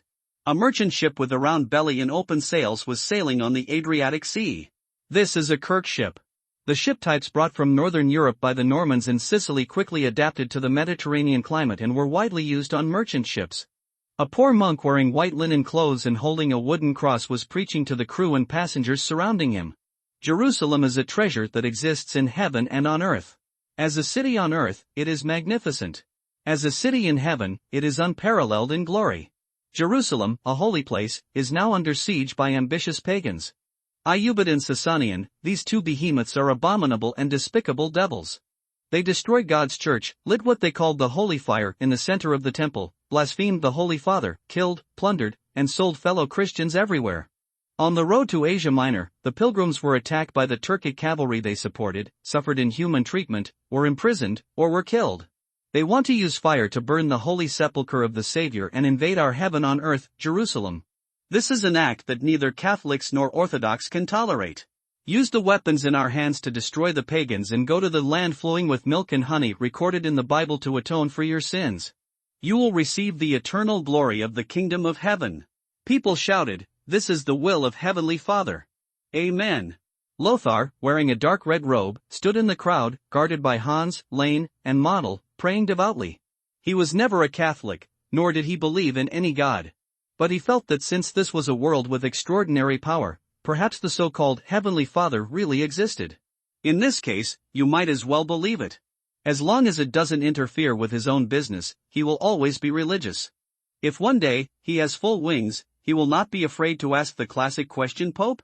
How many divisions does he have, like Joseph the Great? Of course, His Majesty the Pope in this era really has many teachers. The Papal State occupies the vast direct territory of the Pennine Peninsula in Central Asia, and the remaining archdioceses are also theoretically under the jurisdiction of the Pope. If necessary, even if he has full wings, he is unwilling to break up with His Majesty the Pope. The group only boarded the ship this afternoon. This morning they got up early and started on their way from the northern towns of Veneto to the southern ports to take a boat. Now, only 2 hours after setting off, the castle of Romagna can still be seen on the coast. The monk suddenly pointed at Lothar in the crowd and said, "Lothar von Habsburg, this is a heroic knight from Swabia." He resolutely set foot on the road regardless of the blasphemous King Henry's obstruction. To protect the roads of the Holy Land, piety to the Father and to His Majesty the Pope urges him to do so. May the Father bless you, venerable knight. Since the Pope excommunicated Emperor Henry, many clergymen did not believe that the crown crowned by His Majesty the Pope was still effective. So call Henry king. The passengers also looked at Lothar with admiration. "Praise you, my dear knight." The monk invited with a smile on his face, "Knight Lothar, please say a few words for everyone. Everyone needs your encouragement." The expression on Lothar's face was a little stiff. Compared with the poor crusaders, who were more like refugees fleeing famine than armies, the passengers on this Kirk ship were somewhat affluent, and there were many town craftsmen and city traders. They had the same goal as Lothar, and they also wanted to go to the Holy Land and respond to His Majesty the Pope's call for the Eastern expedition. Lothar didn't want to deceive them and say something against their will. But the people's warm cheers made it hard for him to escape.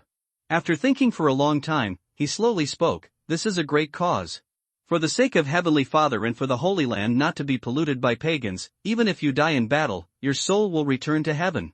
Yes, the dead will return their souls to heaven, while the living will receive honors." The monk continued to preach loudly.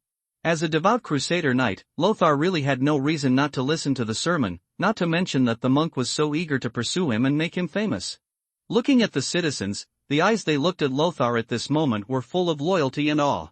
In this era where faith has been integrated into people's lives, Lothar must pretend to be a devout believer, even if it is a disguise. Two hooded women were sitting in the cabin. One is tall and the other is petite. The two sat opposite each other, neither paying attention to the other. Fringilla held back for a long time, and finally couldn't help but said, "It's so boring, silly big man, why do you, Lord, listen to that old man chattering on?" Prajna raised his eyes slightly and stared at Fringilla emotionlessly. Fringilla felt a little cold all the while watching, so she continued to sit cross-legged on the wooden bed, wondering what she was thinking. "Hey, Prajna, are you a robot? Don't you feel bored?" Fringilla crossed her two calves and swung them up and down. "You are really a tasteless woman. If one day you get together with the Lord, He will definitely be driven crazy." Prajna frowned, and the emotion on his face finally fluctuated slightly. What nonsense are you talking about? Ha, did you reply to me? Fringilla looked like her scheming had succeeded. I knew you really had thoughts about the Lord. You are such a scheming woman. But let me tell you, it is impossible for you and the Lord. Although you have big breasts, a big butt, a thin waist, delicate skin, and a beautiful appearance. Fringilla opened her fingers and counted them carefully, and suddenly she was stunned. Wow, you are such a bad woman, you actually have so many advantages? Damn it, maybe you can actually have some fun. The corners of Hanya's mouth pursed, but her expression was still gouging Mubwa's, and she said coldly, what on earth do you want to say? Fringilla raised a smile. The grudge between the Blood Palace and you is their business and has nothing to do with me. Prajna, as the Lord said, we will be robes fighting side by side in the future, comrades who need to protect each other. I don't want to get into trouble with you.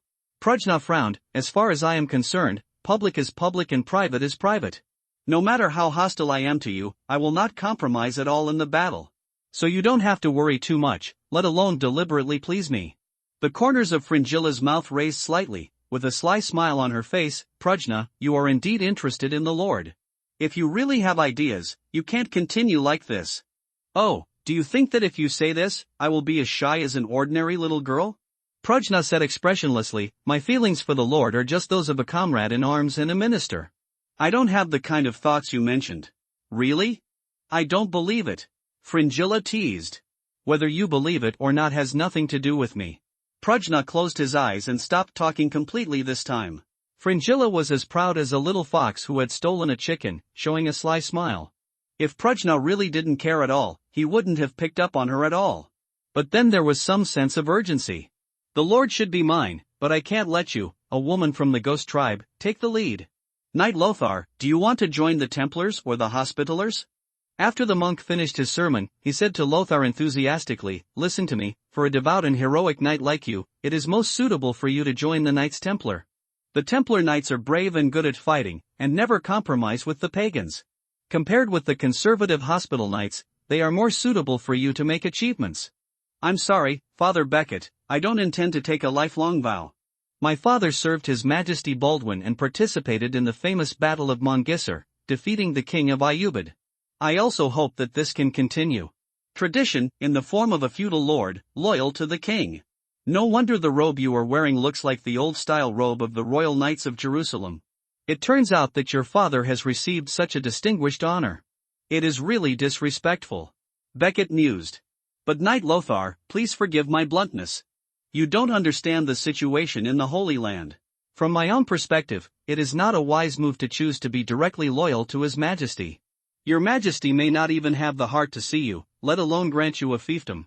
The Knights are indeed a good place to be, especially the Knights Templar. Joining the Knights does not affect your loyalty to His Majesty the King. Becket began to introduce Lothar to the prominence of the Knights in this era and its terrifying influence in the Holy Land. Although the Knights Templar are only a military order in name, they own thousands of manors and castles in the Catholic world, and more than a dozen territories of various sizes scattered throughout the country. In addition, they often receive huge donations from various parties. Moreover, the territory of the Knights Templar enjoys a tax-free policy. They themselves are representatives of theocratic authority, and there is no need to worry about anyone collecting the tithe. Their wealth enabled them to open the earliest bank in this era. Many pilgrims on this ship borrowed money from the Knights to have money to buy luggage and tickets. This is a giant crocodile entrenched in the Holy Land, a knighthood in name only, and a country in reality. Not only is his wealth unparalleled, but his military strength is not weaker than that of any major European monarch. Although the Knights Hospitallers are much inferior in strength, they are still on the same level. It's just that the style is more conservative and not as radical as the Knights Templar. The existence of the two major knights greatly curbed the authority of the King of Jerusalem, Baldwin IV, and even overrode the royal power for a time. However, due to external threats, the king was not only unable to expel and suppress them, but also had to win over the two major knights. There is slang on the streets of Jerusalem that although the king wears a sacred crown, Gerald, Grand Master of the Knights Templar, is the real uncrowned king. Lothar was chatting with Father Becket on the bow of the ship. This priest had taken many ships to and from the Mediterranean, dedicated to raising funds and calling for crusades in the Western world.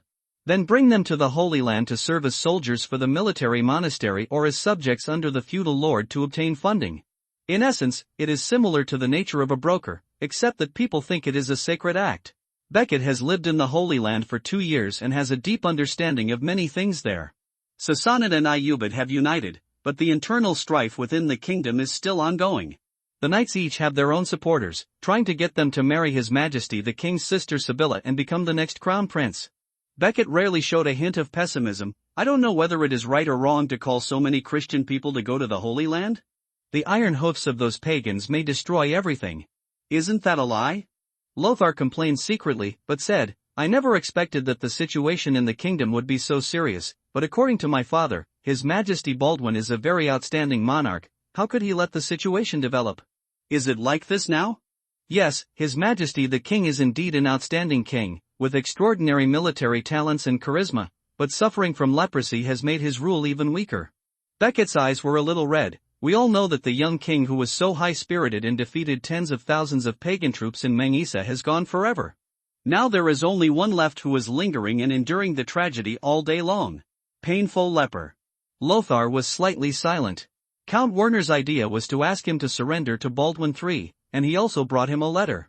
But now it seems that the king's big ship is far from as strong as he imagined. There are only advantages and disadvantages.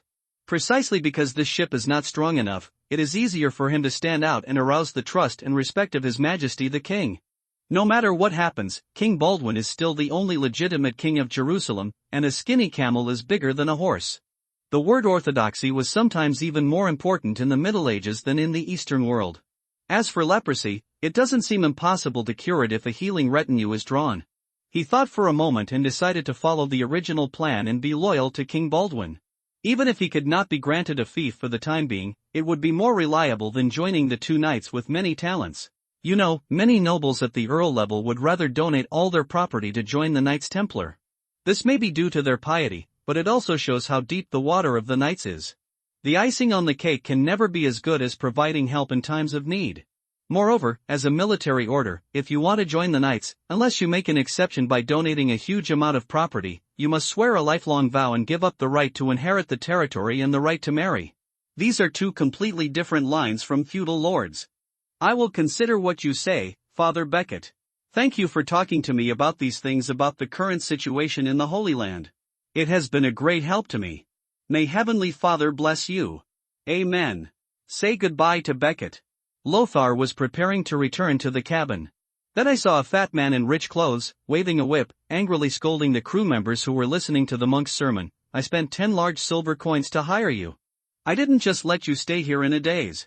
Move up, go wipe the deck, dry the clothes, and mend the spare sail. No matter what you do, don't let me watch you chatting here again. The fat man is the owner of the ship, the dishonest Venetian merchant. Ryan's rant yesterday was a perfect statement. This Venetian merchant was really a Jew.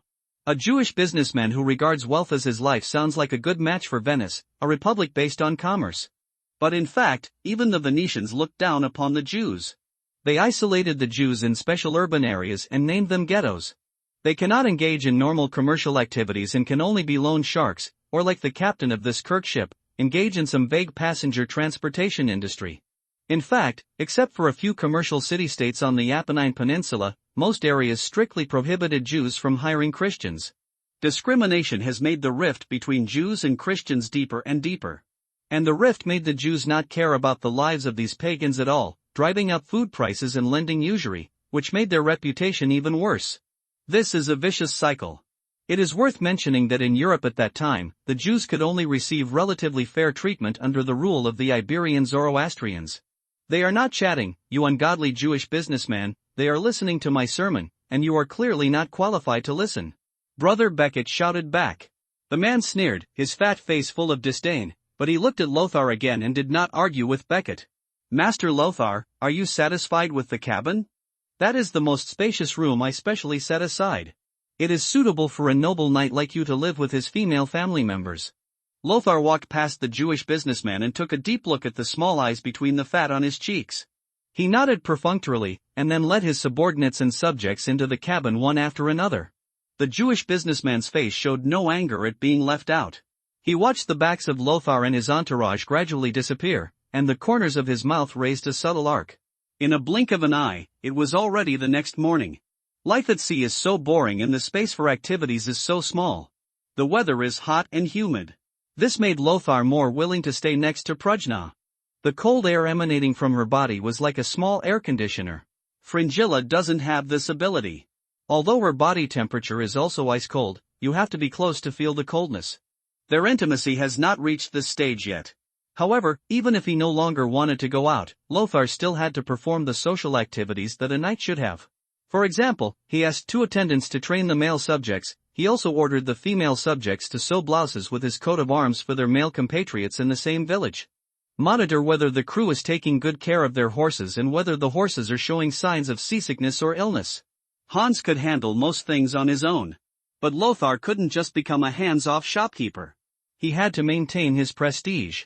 Only the weapon and the name cannot be passed on to others. When we boarded the deck, there was a layer of mist on the sea. The crew worked hard on sailing and steering the ship. The priest held the wooden cross and was still preaching to the passengers. Lothar stood aside and listened silently, crossing herself devoutly and praying seriously. After he finished his sermon, Lothar stepped forward to chat. "Where are we, Father Becket?" "Having passed the Ionian Gulf, we are completely out of the Adriatic." Father Becket paused slightly and pointed to the blurry coast. "On a clear day, we should be able to see the lighthouse of Moria at this time. It is the land of the Eastern Empire and has customs that are completely different from your hometown." Eastern Empire.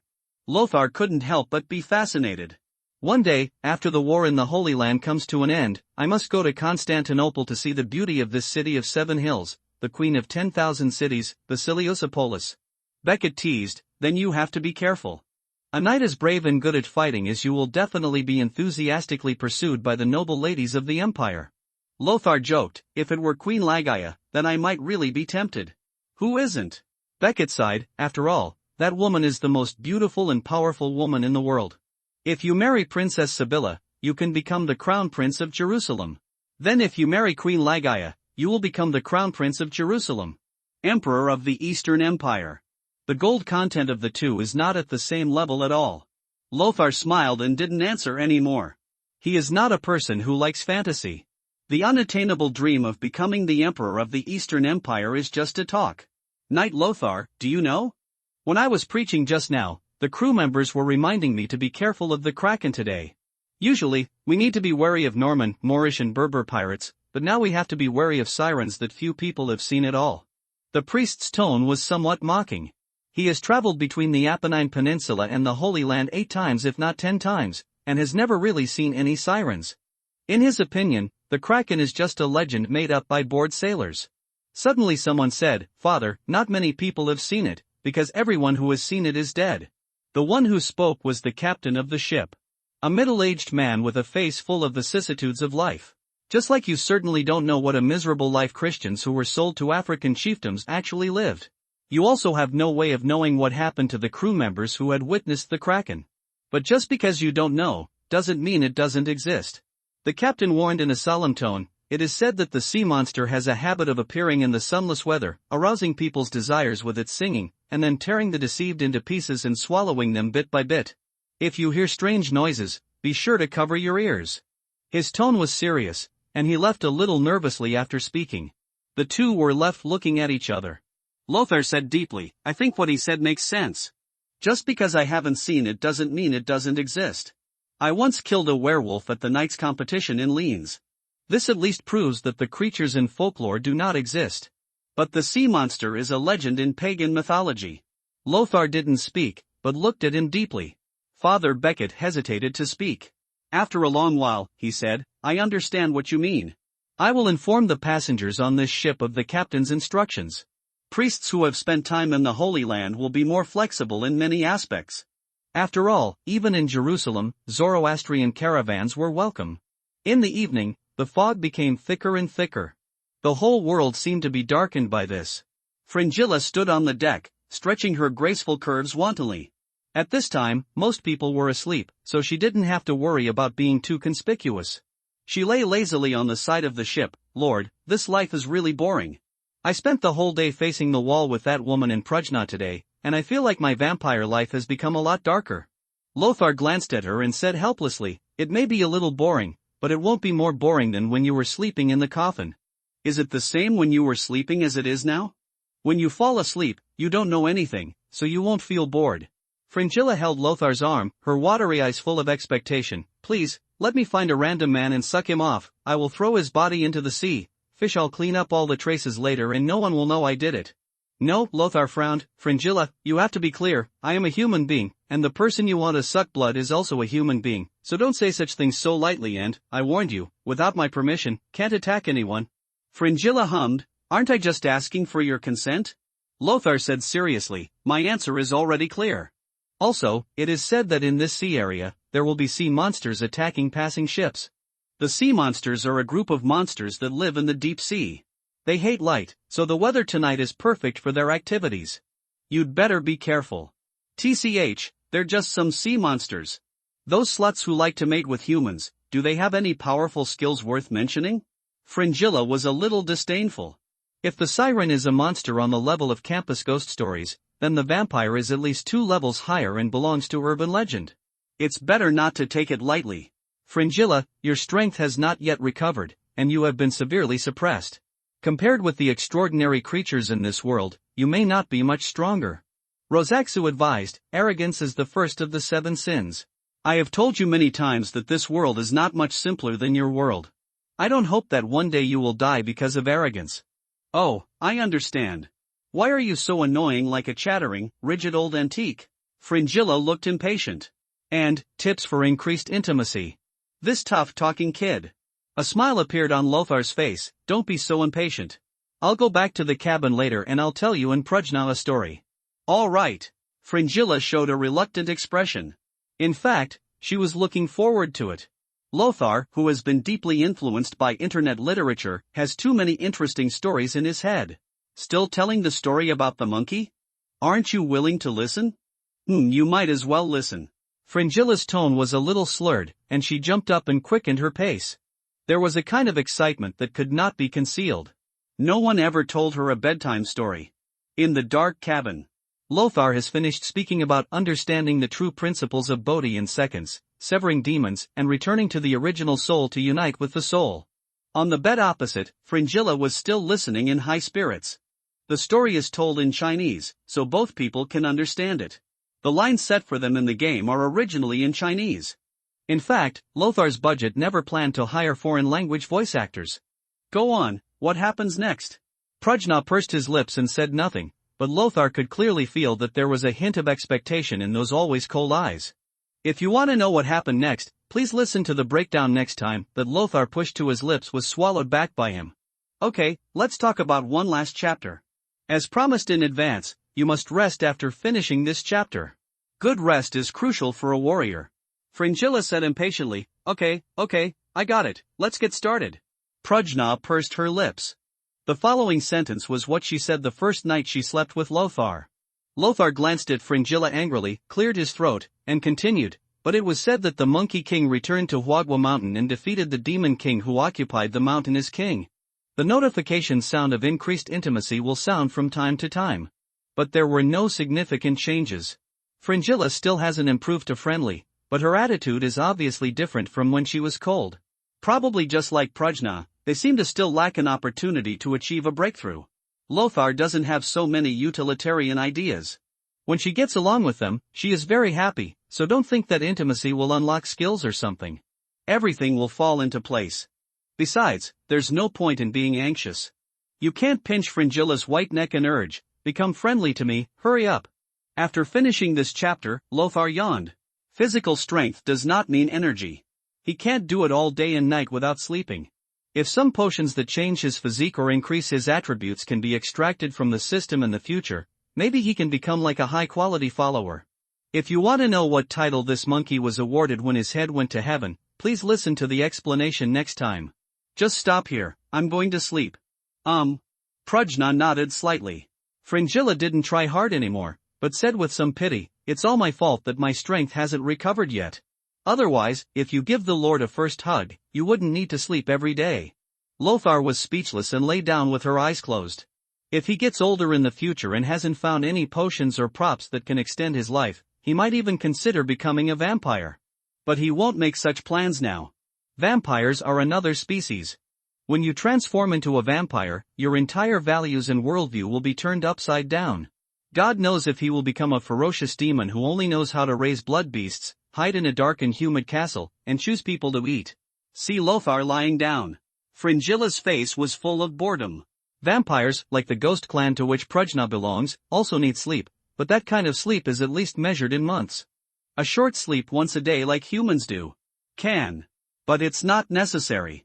Fringilla wanted to say something, but then glanced at Lothar, who was breathing evenly, and suppressed her words. She winked with Prajna, but the silly big man ignored her. Snort. Turn over and sleep. Lothar was asleep. In my ears, a beautiful and soft song suddenly sounded. The voice was so gentle and did not give anyone the slightest feeling of being disturbed in their sleep. It was as if he was resting on the soft lap pillow of his beloved woman, and the tip of his nose seemed to be able to smell the faint fragrance. Activation milestone, meeting the siren. You had an intimate exchange of bodily fluids with the siren and successfully survived their brutal mating process. System notification sounds, like annoying alarm sounds. Lothar woke up a little irritably, but immediately realized something was wrong. The singing had not disappeared. It was not a dream, but a woman was really singing. In the dark cabin, Prajna was holding the ghost-faced shield in his hand, looking around cautiously. The grimace relief on the shield became excited. Fringilla's eyes flashed dark red. It's actually here. Her tone was a little excited, as if some kind of surprise had appeared in her peaceful life. Lord, I don't want to suck human blood. Is it okay to suck the blood of sea monsters? Listening to that sultry voice, you know their blood must be extra sweet.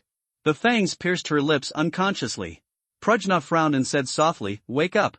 Fringilla's scarlet eyes dimmed immediately, and she said in disbelief, "How could it be? No, my mental power is so much higher than yours, how could I be the one who got tricked?" Prajna said concisely, "Your desires are too burning. Let's go and wake up the people. We can't let them continue to be intoxicated by the siren song." Lothar put on her coat and walked out first. Every cabin was full of ugliness at the moment. Lothar looked at it with a big frown. Fortunately, the citizens are divided into two cabins according to gender, otherwise it will definitely lead to a series of ethical tragedies. He was the first to wake up Hans, Len, and Model. When the three people woke up, their faces were full of anger. After seeing clearly that it was Lothar, they broke out in cold sweat and woke up completely. "Plug your ears, wake people up, and call our citizens first." After he finished speaking in a hurry, he took Prajna and Flingy to the deck. On the deck, the obese businessman was looking into the distance with a face full of intoxication, murmuring, "Selina, I'm back again. This time, I brought a whole boatload of sacrifices to you. I know that an ugly fat guy like me doesn't deserve your favor, but please accept this meager gift." "Selina? It must be a siren, right?"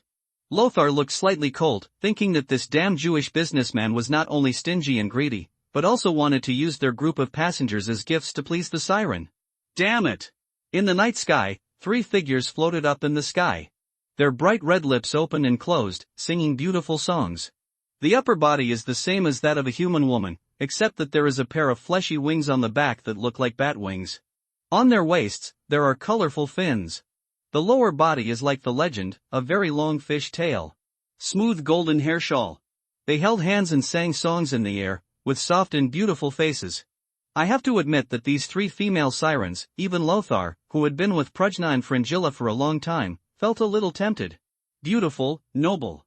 Is there any trace of the horror and ugliness of the siren in the legend? At this time, a female siren floated down slowly. She stretched out her hand to the obese businessman and gently touched his fat face. The businessman's face was full of excitement. "Selina, I knew it. I knew you wouldn't hurt me. You let me go last time. I knew you also had special feelings for me." The corners of Selina's mouth raised slightly, showing a charming smile. "Special?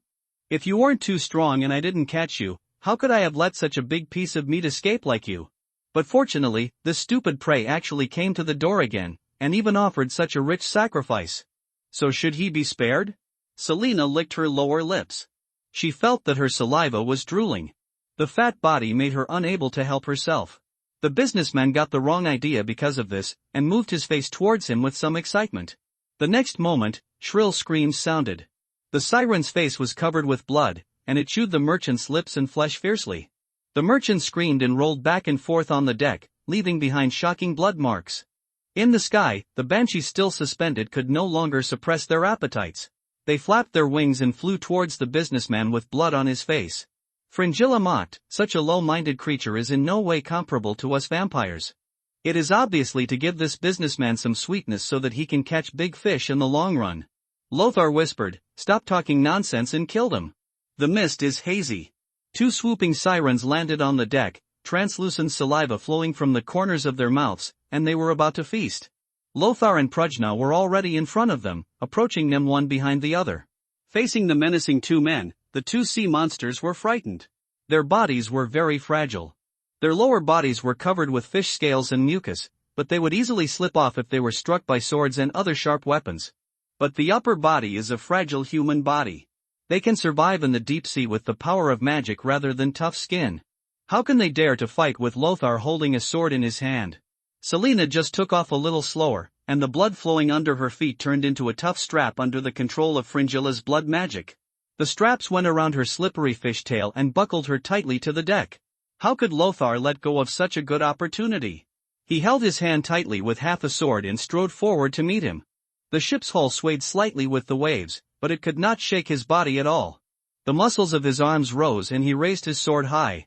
The siren Selina flapped her wings desperately and dug her sharp nails into the straps, desperately trying to escape from the restraints, but she couldn't help her.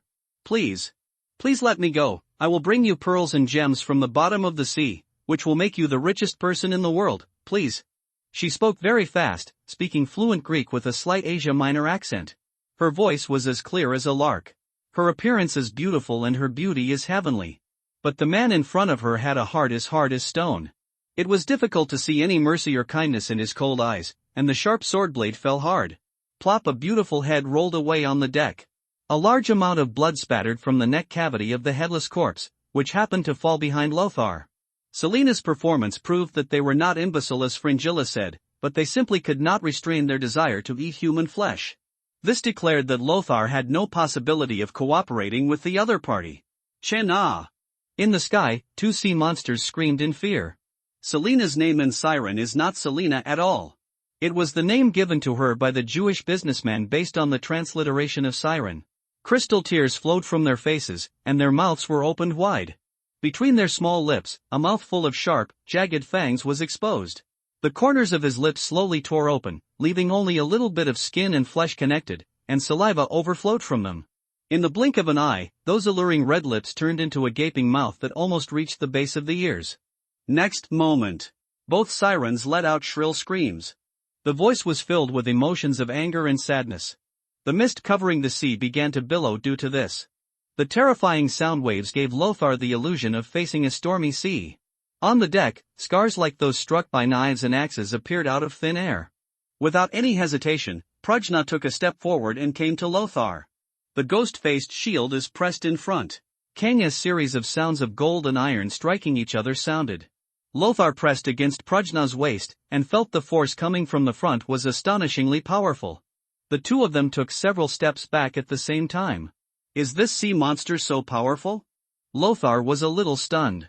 Although the Kraken's close combat effectiveness is far inferior to that of the werewolf, its long-range sonic attack is comparable to a powerful bow and crossbow. Indeed. Prajna nodded and said, and they can fly, so it is difficult for our attacks to hit them. Silly big guy, attract their attention. Fringilla shouted loudly in Chinese, and the linen robe she was wearing began to fill with the surge of magic power. Her long white hair hangs in the air. We must deal with them in the air. If we let them dive into the water and cut through the bottom of the ship from the bottom, all of us will die here. Prajna rarely spoke very fast and spoke for a long time. Immediately, the ghostly face relief on the black shield she held became vivid. The terrifying aura of hell almost made her become the center of the world in an instant. The upper and lower teeth of the two sea monsters were chattering uncontrollably, and even the screams stopped. That's the breath of Cerberus, the door to hell. Then it's obviously at the bottom of the sea. How could it appear here? On the deck, two illusory figures slowly emerged from the corpse, and flew toward the open mouth of the ghostly relief like a swallow in the forest. No! We can't let China's soul be swallowed up. The sea monsters screamed and tried to rush over to stop this. At this moment, Fringilla's nimble body stepped on the side of the ship and rose into the air. In mid-air, she opened her hand towards the blood flowing freely on the deck. The The blood immediately gathered and turned into a throwing spear that exuded a rich, sweet smell. Get off here! The blood-throwing spear flew towards the two sea monsters with a harsh scream. With the blessing of blood magic, the speed of this throwing spear was extremely fast. But although the two sea monsters were impatient, they had already taken precautions, and at this critical moment, they actually stopped in place at the same time. The blood-throwing spear almost flew past their faces. However, the next moment, a sharp black shield flew out like a rapidly rotating chainsaw. Immediately after the black shield was thrown, there was a new blood-throwing spear. This was condensed by Fringilla, and it appeared in the hands of Lothar, who was hiding behind Prajna. The black shield cut a sea monster in half. As for the other one, the spear thrown by Lothar was also hit in the middle of the wings on its back. Its whole body tilted and fell like a kite with a broken string. Die! Fringilla clenched her hands tightly. The sea monster whose wings were hit was still in mid-air when the blood spear exploded. The blood turned into sharp needles and immediately pierced it into a sieve. Very good, Lothar said excitedly. In this wave, the cooperation between the three of them was perfect. In fact, Lothar was not sure he could hit the spear the moment he threw it. After all, when he used to practice throwing spears on horseback, he would often hit 3 times out of 10. Although the ride on the deck was not as bumpy as the ride on horseback, it wasn't much better. Prajna let out a long breath, opened her hand, and the shield that flew away flew back to her hand like a boomerang. At this time, Fringilla stumbled and fell to the ground. Flynn! Lothar hurriedly stepped forward. Don't worry, it's just a mental overdraft. It's nothing serious, Prajna said in a calm tone. Although Fringilla is also an epic level servant, she is only at the first level. Lothar is worried that she is lawless, and coupled with her lack of money, she has never upgraded her level. Casting this series of powerful spells was beyond her ability. Lothar hugged Fringilla, and felt that the girl in her hands was so light, as if she were made of paper, as if she would float away at any time. Let's go back to the cabin, Lothar said hurriedly. The scarred ship anchored in Crete early the next morning. After losing its original owner, the ship was naturally commandeered by Lothar. Therefore, the cost of repairing the ship also fell on his head. Fortunately, there was only minor damage to the deck and mast, and it would not be delayed for long. In Crete they replenished and replaced fresh water. This is an island whose main population is Greek. The forces on the island are intertwined. The Eastern Empire, Venice, Genoa, and even Ayyub are all projecting their power here. They spent the morning repairing at the hotel on the island, and set sail again in the afternoon, aiming directly at the holy city of Jaffa, also translated as Kaffa. Today is a rare good weather. The sky is clear and the wind is gentle and the waves are gentle. After the death of the harsh and stingy Jewish businessman, captains and sailors no longer need to pretend to be busy, exposing their moist and sticky skin, and standing leisurely on the deck to bask in the sun. An assortment of changes of clothing hung from the mast. Passengers were also chatting in 2s and 3s on the deck. No one wanted to stay in the stuffy cabin. The atmosphere on the ship has been awkward for the past 2 days. Several passengers simply disembarked directly in Crete, intending to transfer to other ships to the Holy Land to escape this dilemma. On the night of the Kraken, Lothar saw many unsightly scenes. Passengers and sailors, regardless of gender, hugged each other. In Catholic teachings, both annihilation and homosexuality are sins. When we reach the Holy Land, all sin will be eliminated, Father Beckett said to the people. That night, he and a male sailor rolled around in the cabin for a long time under the influence of the siren song. Jesus certainly didn't think that when people reached the Holy Land, their sins were gone, but the priest said so anyway. Just as Jesus would not think that killing pagans is not sinful, but is the way to the kingdom of heaven, but His Majesty the Pope said so anyway. Sailors have to be particularly clear-eyed about this. They have been running around on the sea all year round and their beliefs are not pious.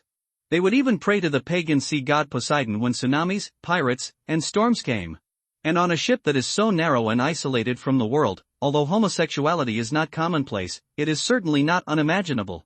It is said that the corpses of the sirens can be squeezed out of precious spices that are comparable to ambergris and have aphrodisiac properties, but Lothar gave up the practice of cutting open their corpses to obtain incense. Slaughtering humanoid creatures like pigs and sheep is something he cannot do yet. 2 full days had passed since they sailed from Crete. They passed by the island of Cyprus during this period, but did not stay there for long. They only replenished a wave of fresh water and sailed away. It was once the core territory of the Eastern Empire. After the regent queen of the Eastern Empire was crowned, she took the opportunity to become independent and possess a considerable maritime power. After passing Cyprus, they were very close to the Holy Land, and from time to time they could vaguely see the dim coastline in the distance. The ships here have also become much denser. Merchant ships loaded with spices and silks from the east, passenger ships carrying scattered crusaders, and pirates equipped with many large oars and ballistae mounted on the bows.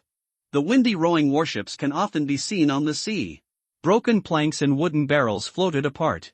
They were plundered and destroyed merchant ships, as well as the wreckage of pirate ships destroyed by the navy. Look! The sailors suddenly became excited. Someone cheered, "It's our ship!" On the distant sea level, a large fleet gradually appeared in front of everyone. Small frigates, huge battleships, galleys. Their huge black sails are printed with white cross emblems. The sails swelled in the wind, bringing powerful power to push the large ships across the sea. That's the fleet of the Knights Hospitaller. Lothar immediately ordered, "Hang the Crusader flag and don't let our Christian brothers misunderstand our identity." Father Becket and Joran said, "The Knights Hospitallers have a large maritime force in the Holy Land. They often patrol the sea to protect the safety of trade routes and sea pilgrims. This is the power of the knights today. Not a kingdom, but better than a kingdom." Lothar glanced sideways at him, making him feel a little guilty. In the past few days, Father Becket had obviously calmed down a lot. The old guy's loss of virginity caused his face to fall greatly on the ship. He was afraid that Lothar would spread the news and became worried about gains and losses. When the Kirk ship arrived at the port outside Jaffa, it happened to be noon and the light was at its most poisonous. The landform here is severely weathered, with deserts and Gobi Desert everywhere. Several tower-like buildings with severe erosion can be seen faintly, standing on the endless Gobi Desert.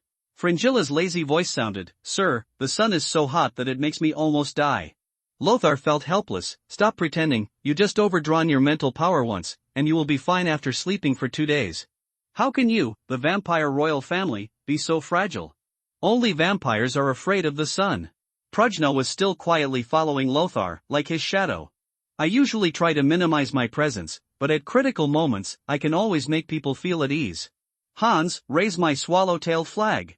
Lothar ordered, "From today on, we may have to deal with many nobles, and you will temporarily serve as heraldry officer." Hans looked troubled. "Sorry, sir, although I am honored to accept this position, my knowledge in heraldry is limited and I am afraid I am not qualified for the position." Lothar shook his head and said, "You have to be incompetent. Moreover, your knowledge of heraldry is already better than that of most knights." Ryan warned the people under his command and said loudly, "Stand up straight and remember what Sergeant Model and I have taught you these past few days. Don't lose your dignity." "Yes." Among these people, the men now all hold spears and shields. Although they do not wear armor, they all wear uniform robes and look presentable. Of course, they are still just appearancers and can only serve as a guard of honor. Their combat effectiveness is only slightly stronger than that of the conscripted peasant soldiers. Talking on paper will never be as good as real practice. Lothar took a deep breath of the dry wind blowing from the interior. Finally reached. This is the Holy Land. Countless people come here to seek salvation and wealth. Poor knights from the west can also transform themselves into lords of a city here. Lothar stood on the pier, stepping onto solid ground for the first time in several days. His steps were unconsciously a little erratic, but Prajna helped him in time. "Get ready to go. It's not far from Jerusalem. If we reach our destination early, we can rest better." The Kirk was handed over to the captain, but all the wealth of the merchants on the ship was requisitioned by him to serve as sacred funding for the defense of the Holy Land. Just walked out not long ago. At this time, Lothar saw a team coming down from the pier. They were carrying flags with yellow crosses, and most of them were wearing dark red and white blouses. They are well equipped and look like professional sergeants and knights. The leading knight held the horse and asked directly, "This familiar standing lion emblem, are you from the Habsburg family?" "You are?" Lothar frowned.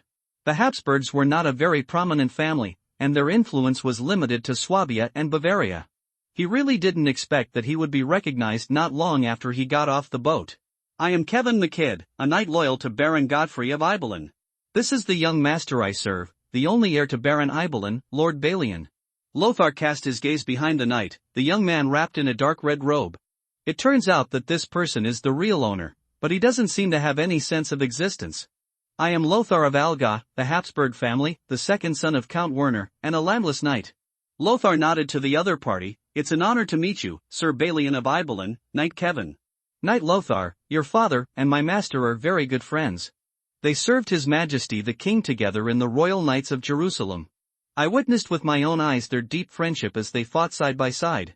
Kevin Knight looked at Lothar's burqa, with a hint of nostalgia in his eyes. This style of robe is really nostalgic. The Royal Order of Jerusalem is clearly not a military order like the Knights of the Temple and Hospitallers. Rather, it is an honorary title similar to that of the Knights of the Golden Fleece of Burgundy in later generations, representing a kind of rank and glory. It's just that I don't understand why he didn't choose to stay in the Holy Land, but returned to a poor mountain valley like Switzerland and became a country count. To be honest, I don't understand what he was thinking. I always thought he returned to Swabia because he could no longer survive in the Holy Land. Lothar shrugged. He had heard of the other party's name, one of the few comrades in the Holy Land whom Count Werner had briefly mentioned. Baron Godfrey of Ibelin. The Ibelin family is not simple. Although it is only a baron, the gold content of this baron is still not comparable to that of Count Werner of Allgäu. First of all, Ibelin is so close to Jaffa. It is a trading city with developed commerce. There is an endless stream of caravans passing by. Just collecting taxes is a huge amount of revenue. In addition, the size of the Kingdom of Jerusalem was limited, and there were only a dozen named barons in total.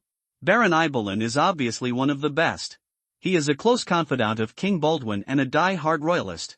He has more than one fief of Ibelin to his name. On the way here, Lothar was thinking about how to get involved with them. Unexpectedly, he happened to meet the other party's heirs and retainers here. Knight Kevin asked, Knight Lothar, are you planning to go to the Holy City? That's right. Now that we have arrived at the Holy Land, how can we restrain our eagerness to rush to the Holy City immediately to pay homage to the Holy Sepulchre and the Cathedral of the Cross on the Mount of Olives? Ha, that's true. If you don't mind, let's go together. The Baron is waiting in Jaffa City. I think he will be very happy to see himself and the son of his old friend at the same time. That couldn't be better. Lothar chatted with the other party with a smile on his face. Belrian, are you a Gaul? Maybe it would be more appropriate for me to call you Balian. Balian nodded slightly. Yes, that's right, Knight Lothar. Balian, you seem a little reserved? Indeed. I am not a noble. What I mean is that I was just a blacksmith, so I am not good at dealing with people like you. I see. Lothar nodded and said, but with all due respect, you don't need to be restrained at all. In this era, there are many nobles who are as despicable as villains. As long as you have a noble soul, even a blacksmith can be proud of the prince. Balian's situation, to put it bluntly, is the legalization of illegitimate children, which is not uncommon in this era. It is more common in families that have no heirs. Of course, due to weak claims, the inheritance rights are forcibly taken away by relatives of powerful nobles. In the Middle Ages, there was a legal principle, but in the final analysis, it still relied on fists. P.S. Many of the contents of the movie Kingdom of Heaven are artistically processed or even fabricated out of thin air. For example, Balian is not an illegitimate child at all, but the third son of the family, and he is not as young as in the movie. The point here is, don't try to learn history from novels. Because the author stated that he would use some movie plots, fabricate some plots, and finally add a small part of historical plots. Jerusalem is not a trading hub like Aleppo or Antioch. It is located between the southeastern corner of the Mediterranean and the Jordan River. It is also nearly 50 kilometers away from the nearest coastline, far away from commercial roads, standing high among cliffs, canyons and mountain debris, enduring the intrusion of hot summer and cold winter. From the perspective of military and commercial value, Jerusalem is not a strategic location. But religion gives it an additional sacred meaning. Saladin tried to recapture Jerusalem and recast the laurels of the patriarch in order to gain supreme prestige, subdue domestic resistance forces, and even unify the Zoroastrian world. The Crusader countries fought tooth and nail to defend this place, because it was not only the place of their faith, but also the source of the legitimacy of all rule. After enjoying the luxurious life of the Eastern nobles, they could no longer adapt to the cold and humid Western Europe. What's more, their ancestors had already given up all claims and inheritance rights to the territories thereafter leaving Western Europe. In Jaffa, Knight Kevin introduced Lothar to Baron Godfrey, who came to pick up his son. This is a middle-aged man who is accustomed to the scorching heat of the East. He has neat short hair and wears a silk robe over a chainmail shirt. He is indeed a good friend of Count Werner. When he learned Lothar's identity, his attitude was even more enthusiastic than towards his own son who had reunited after a long absence. When he heard that Lothar planned to follow his father's orders and join the royal party, He was suddenly filled with surprise. I knew that old guy Werner would never have the heart to let his old friend fight alone. Look, he sent his most brave and capable son in front of me. Baron Godfrey smiled from ear to ear and patted Lothar on the shoulder. I guarantee that His Majesty the King will be very happy when he learns of your arrival. Lothar showed a shy smile. I am also honored to serve your Majesty with my father's robe. He could feel the sincerity of Baron Godfrey, which made him wonder what kind of great achievements Werner, the country earl, had accomplished here, and how he could win the favor of so many people. The one who got the protagonist template should be Count Werner, right? In the evening, they finally crossed the vast Gobi Desert and arrived at the holy city of Jerusalem. This city looks completely different from cities in Western Europe. It seemed extremely cramped and narrow in some places, but the huge fortress towering in the middle of the city was like the only majestic fortress that Lothar had ever seen in his life. There are adobe buildings everywhere, with domes, spears, Frankish and Arabic-style buildings, all distributed in the city regardless of each other. After the initial Crusaders captured Jerusalem, they carried out a brutal massacre. Arabs, Jews, and all pagans were slaughtered. Their wealth was looted, and the remaining buildings, including Zoroastrian temples and altars, were occupied by the Crusaders and even converted into dome churches. In the future, even after more than 100 years, Jerusalem still retains significant Arab characteristics. Pilgrims from all over the world gathered here speaking different languages. This is the Holy Land of three religions, covering almost all faiths from Eastern and Western Europe, plus Central Asia and North Africa. There was an endless stream of caravans and pilgrims, Jews, Persians, Aksum, Tianjin people, Turks, and even Song people from the Far East. The voices of various beliefs and languages made Lothar feel as big as an ox. If it were in later generations when nationalism was on the rise, this would definitely be a source of chaos and not a good place for development at all. On the street, vendors selling spices, silks, fruits and vegetables shouted loudly, and most of the prices were high. Even if the materials were shipped here from the sea, the prices would rise sharply. The serfs driving the cattle, sheep and livestock followed their masters with low eyebrows. The Knights of Jerusalem wearing blue robes, the Knights Templar with a red cross on a white background, and the Knights Hospitaller with a white cross on a black background, led sergeants to patrol the city. There are also knights from Tripoli, Antioch, northern Germania, Anglo-Saxon, Aragon, the two Sicilies. Their coats of arms are diverse. Small groups gather together to talk. It is obvious that war is approaching. The prosperous, inclusive and peaceful scene in front of us will soon be gone forever. Baron Godfrey pointed to the hill in the distance, where a dome building could be vaguely seen, with a cross standing on the top. That is the place where Jesus was crucified. I will take you and Belian to worship later, but now we have to go to the palace first. Today is the time for the Grand Council to convene.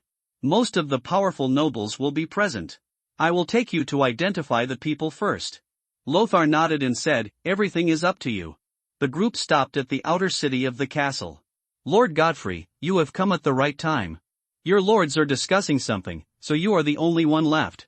The guards were dressed similarly to Baron Godfrey, and were obviously members of the Royal Knights. This is a royal guard that belongs to the royal family. Compared with the Knights of Jerusalem, it has the addition of the word royal family and its nature is completely different. I'll take 2 people in.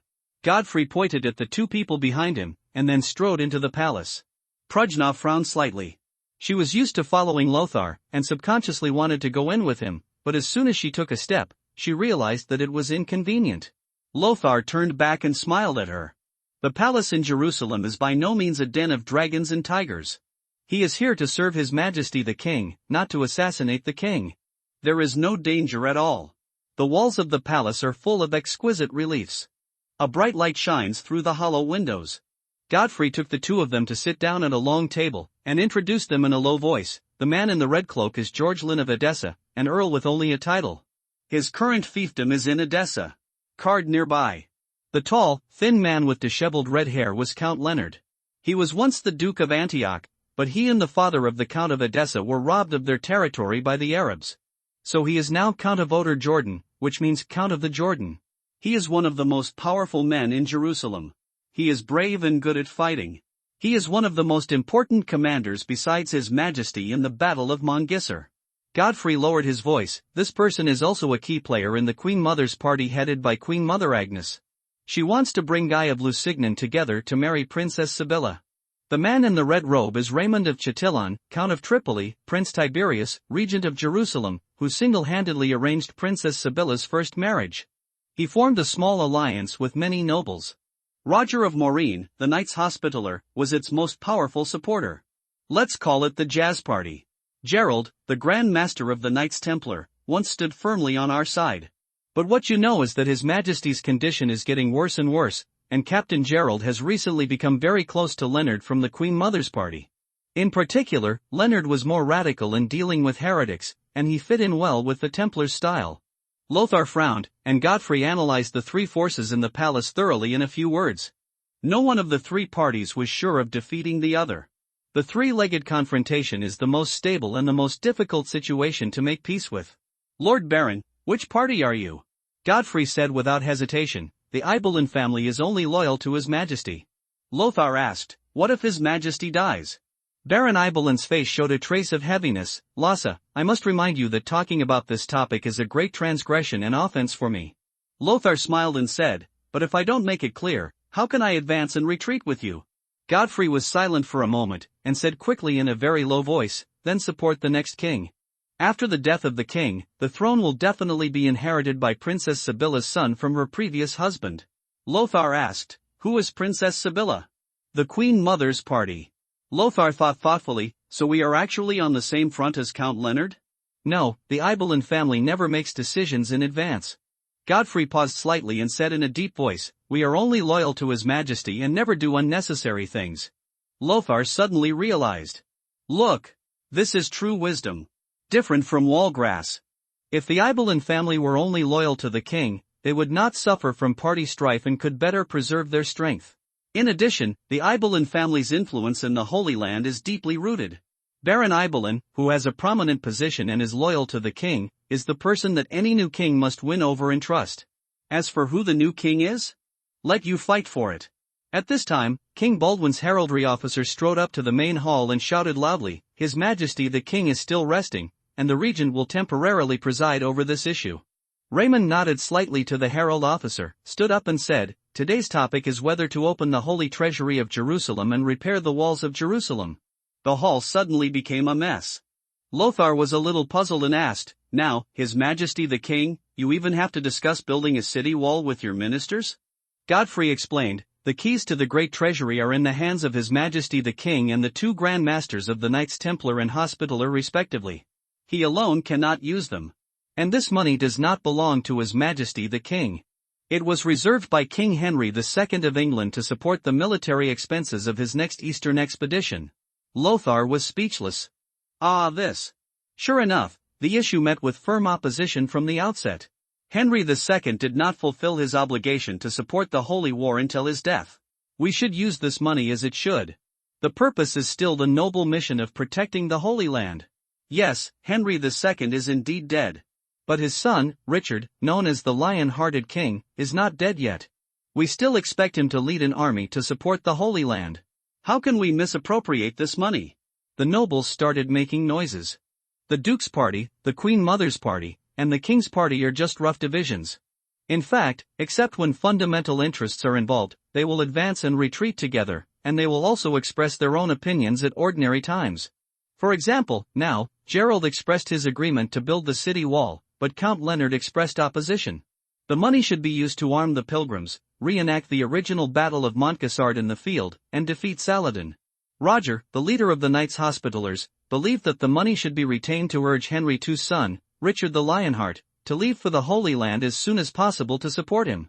There are also a few small nobles who believe that this money should be used to hire mercenary groups from the Apennines and Germania regions. This money is completely enough to hire 5 or 6 large mercenary groups with thousands of people to continue fighting for a year. Some people even proposed using the money to hire Hawthorne's assassins to assassinate Saladin. Enough, now show of hands. Raymond of Chatillon slammed the table and shouted, those who agree to repair the walls of Jerusalem and strengthen the city's defenses raise their hands, and everyone else puts their hands down. Swish, swish, swish. About a quarter of the nobles in the field raised their hands. Count Leonard spat on the luxurious carpet and said with disdain, it turns out that our once brave and fearless crusaders were frightened by Saladin and his lackeys before the war started. Someone immediately responded, That's right, we can't hide in the city like a shrunken turtle, we have to fight the heretics to the end. Roger, the Grand Master of the Knights Hospitaller, said angrily, struggle, what is the point of struggle? The enemy has 100,000, 200,000, or even 300,000 enemies. How many do we have? 20,000, 30,000, or 40,000? Prince Regent Raymond shouted, silence, silence. He repeated quiet over and over again until he stood up and slammed the table, angrily yelling, if you are willing to make a noise, get out of here and make a noise now. Next proposal. The nobles in the palace finally restrained themselves, but arguments were still inevitable. There are many supporters of each proposal, and each proposal cannot win the approval of more than half of the people. So the nobles divided into small factions and began to attack each other and argue endlessly. Regent Raymond was extremely troubled. At this moment, he saw Godfrey, who had been silent all this time. His eyes lit up and he said, Baron Godfrey, do you have any opinion? The eager atmosphere in the hall suddenly stopped. The arguments became much quieter. The four top dignitaries, Earl Georgelin, Earl Leonard, Grand Captain Gerald, and Grand Captain Roger, all looked over. It is true that Baron Godfrey's presence has always been low, but anyone who dares to truly ignore this powerful man in the Holy Land would be extremely stupid. This is also the only remaining core figure of the royal party, and the relationship with all parties is quite harmonious. Godfrey thought for a moment and motioned to Lothar to answer for him. Lothar was a little confused. Baron Godfrey lowered his voice and said in Lothar's ear, it's you. I have to let these old dogs know that Habsburg has returned to the political stage in Jerusalem. Lothar thought for a moment and realized that this was a stage specially given to him by Baron Godfrey to make his mark. Please, we just met, do you need to trust me so much? What if I am a loser? Lothar no longer hesitated, stood up and said, Lord Tiberius, the honorific title given to Raymond, let me express my opinion on behalf of Baron Godfrey. Who is this? Werner's coat of arms? The cold-blooded butcher and executioner has returned to the Holy Land?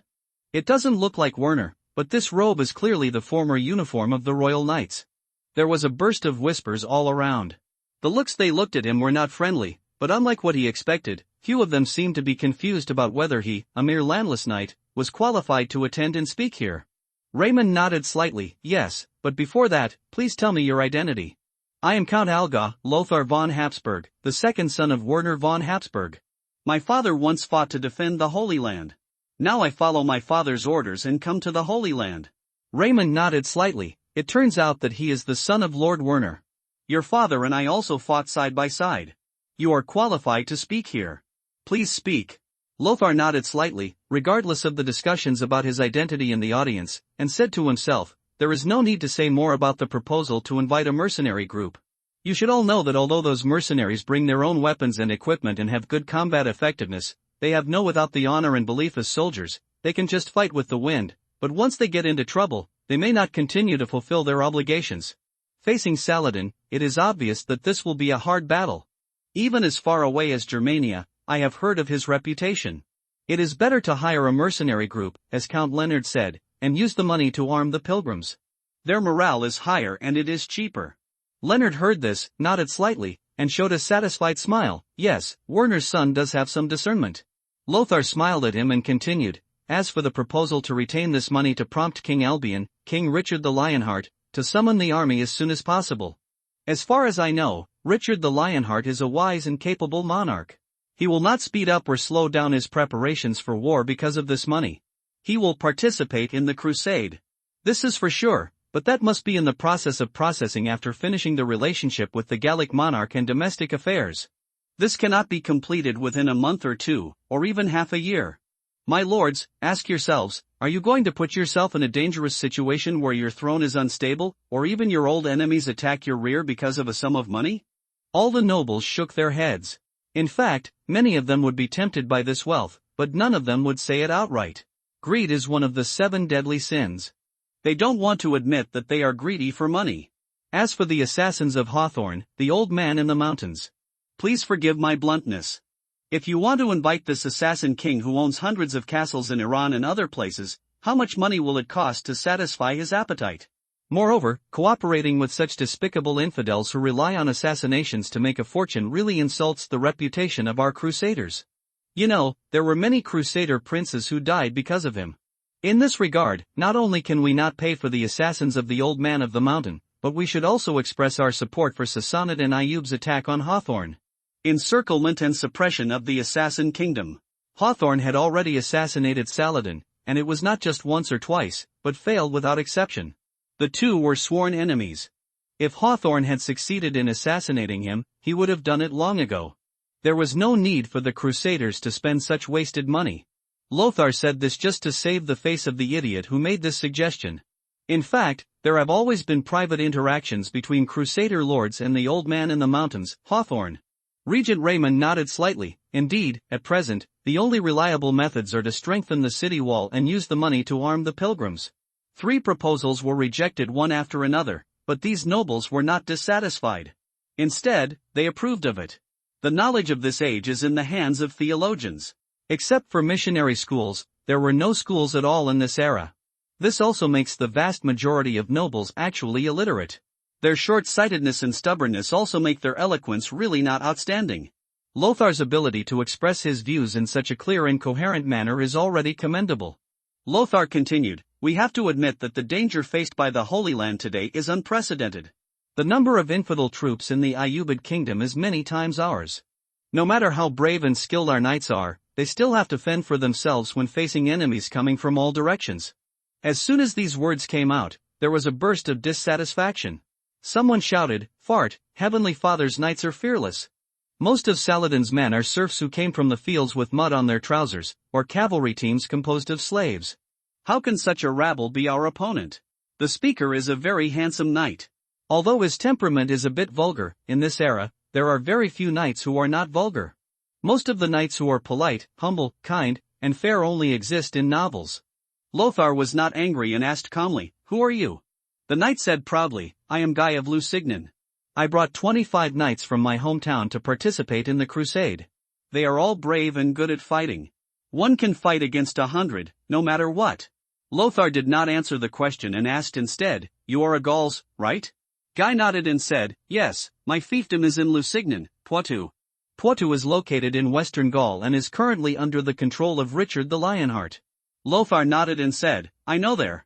I spent some time in southern Gaul. You must have been uncomfortable in Jerusalem, because the climate here is completely different from that of Poitou. It is humid and warm there, but here it is not. It was so unbearably hot." Lothar smiled and said, "I wonder how much of your strength you can show with your armor on in such weather. Can your Nisan warhorse outrun the native Arabian horse?" Chevalier Guy was slightly startled and did not answer. He is somewhat arrogant, but not stupid. Lothar said earnestly, "I do not deny the bravery of the knights under Heavenly Father's command, because I am one of them, but the enemy is stronger than us. They are more numerous and more familiar with the climate here. There is no doubt about it. So, whether it's training a new army or strengthening the city wall, it all makes sense." Count Leonard scratched his red beard and said dissatisfied, "It all makes sense? Isn't this equivalent to talking a lot of nonsense?" "Count Leonard, as you said, this is just a bunch of nonsense, because it is extremely difficult to decide which of these two decisions is better. But I know one thing very clearly. If we continue to argue and distract our little strength, the fate of the Holy Land being taken away from us by Saladin is already foreseeable. So please make a decision as soon as possible, my lords. Whether it is strengthening the city wall or training new troops, a decision must be made. As for what this decision is, it actually doesn't matter. As long as you all agree with it, it's enough," Lothar said in a deep voice. "The implication is that you continue to rob, continue to argue, and continue to argue. When the city of Jerusalem is destroyed, you will still be arguing over it. The party in government harmed the country, and that was the Ming dynasty. Those civil servants didn't care at all whether the Ming dynasty perished or not. Even if it perished, it would not change their status in the new dynasty. But the Crusader nobles were different. The differences in beliefs made them all aware of the terrible price they would pay once Jerusalem was defeated.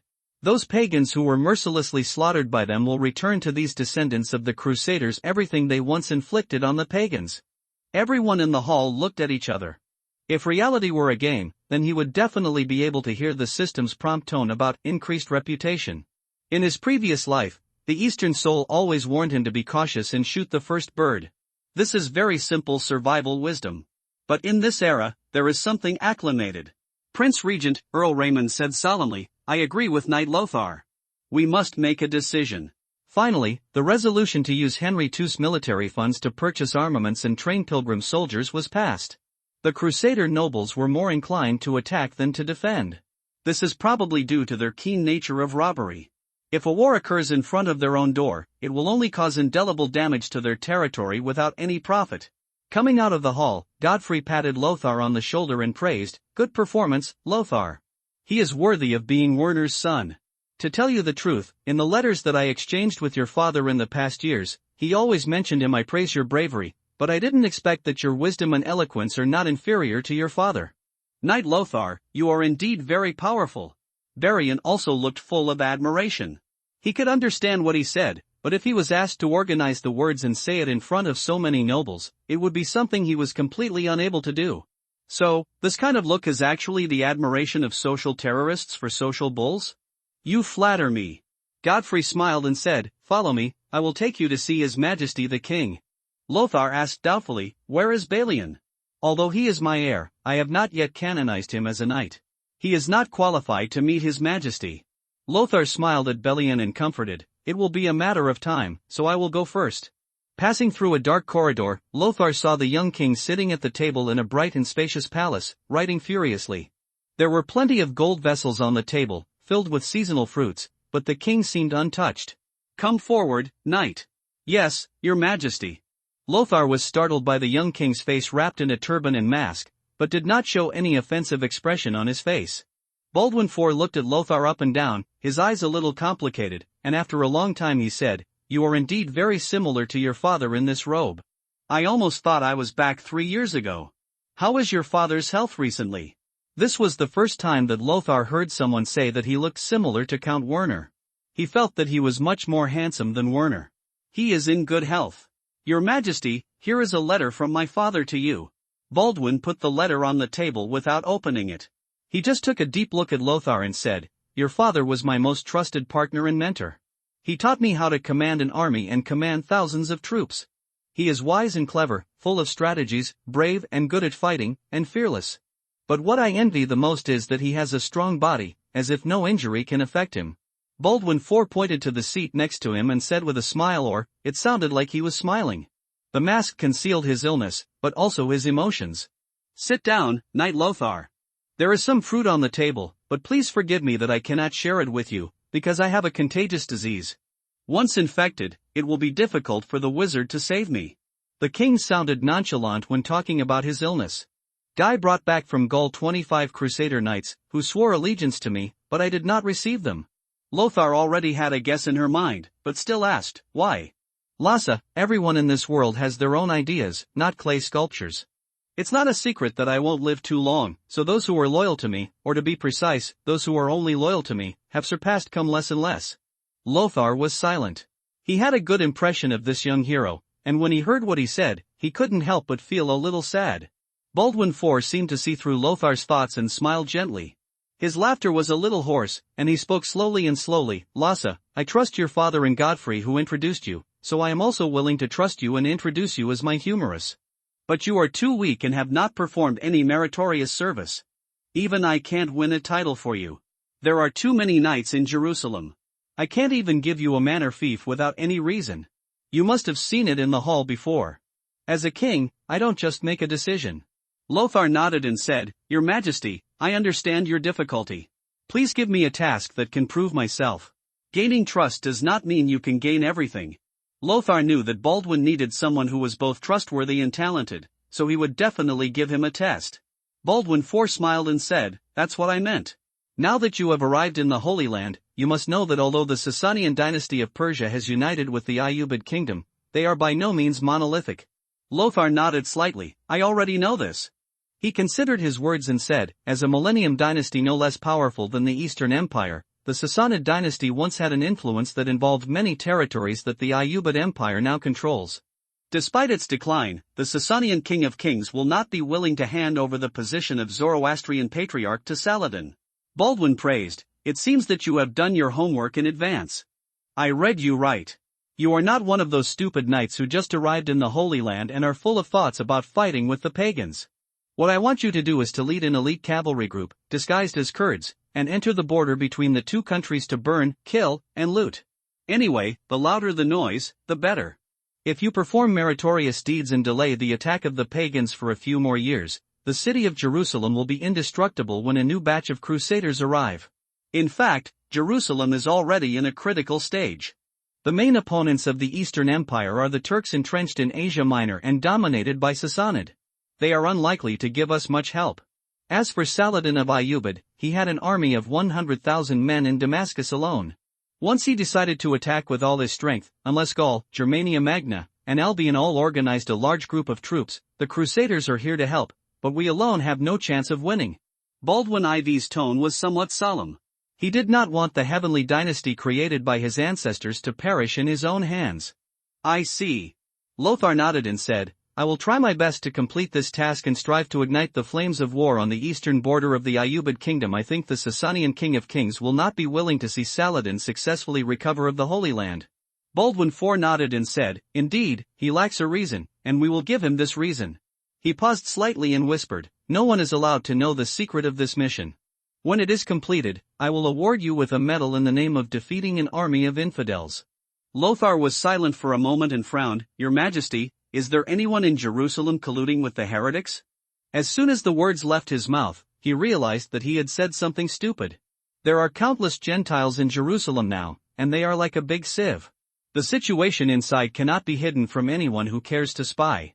Baldwin smiled noncommittally, then put his hands on the table with some difficulty and stood up. Knight Lothar, swear an oath to me. Lothar responded yes and knelt down on one knee. Father in heaven, I, Lothar von Habsburg, swear allegiance to our Lord, His Majesty Baldwin IV. I am loyal to you and will never leave my left and right. With a clanging sound, Baldwin drew out his sword and put it on Lothar's shoulder. In the name of the King of Jerusalem, Grand Master of the Royal Knights of Jerusalem, Guardian of the Holy Land, and the sole Commander-in-Chief of all Crusaders, I declare that I accept it. For your allegiance, may Heavenly Father bless you, Knight Lothar. After doing all this, Baldwin IV breathed a long sigh of relief and almost lost his balance. This was enough to show how bad his condition was at this time. He sat on the chair, and after a long time he regained his composure. With a little apology, he said gently, Lhasa, I should have kissed you at this time and granted you a fief, but due to the illness and the domestic situation, I am unable to do both of these things. No problem, Your Majesty. Lothar shook his head quickly. When you first arrived in Jerusalem, you needed a place to stay. I gave you Constance Manor in District XC. This was once your father's property. He returned it to the royal family before he left. Now I will give it to you again. And I will give you 1,000 gold coins of Surites, where you can recruit pilgrims and train sergeants. In addition, I know that the manpower around you is limited. You can use my token to get assistance from Baron Godfrey to complete this task. Baron Godfrey is one of the few people I can completely trust now. Lothar smiled and said, As you wish, my loyal lord. When Lothar came out of the palace, Baron Godfrey was no longer there. The waiter handed him a note indicating the residence of Baron Godfrey in the Holy City. The waiter said that the Baron invited him to come as a guest after he had finished handling the matters at hand. Suddenly coming from the dark palace to the scorching sun, Lothar subconsciously covered her eyes. I sighed in my heart. No wonder that many Crusader nobles in the hall were dressed like Arabs. He felt that he really needed a loose white Arab-style kufiya robe and a white turban. In your ears, the system prompts, you have activated and completed the milestone I own a small manor. Description: the manor is an important part of the Lord's real estate and an important channel for the Lord to obtain income. Everything is difficult at the beginning. You have already obtained the first manor. Will the second and third manor be far behind? Activate the advanced milestone, Real Estate Tycoon, and obtain 10 manor properties or workshops. 1/10, you get a chance to draw a card. The corners of Lothar's mouth curled up slightly. Sure enough, after arriving at the Holy Land, even if he didn't gain territory, there would be more opportunities to draw cards. There were so many milestones he originally designed that he couldn't even remember them.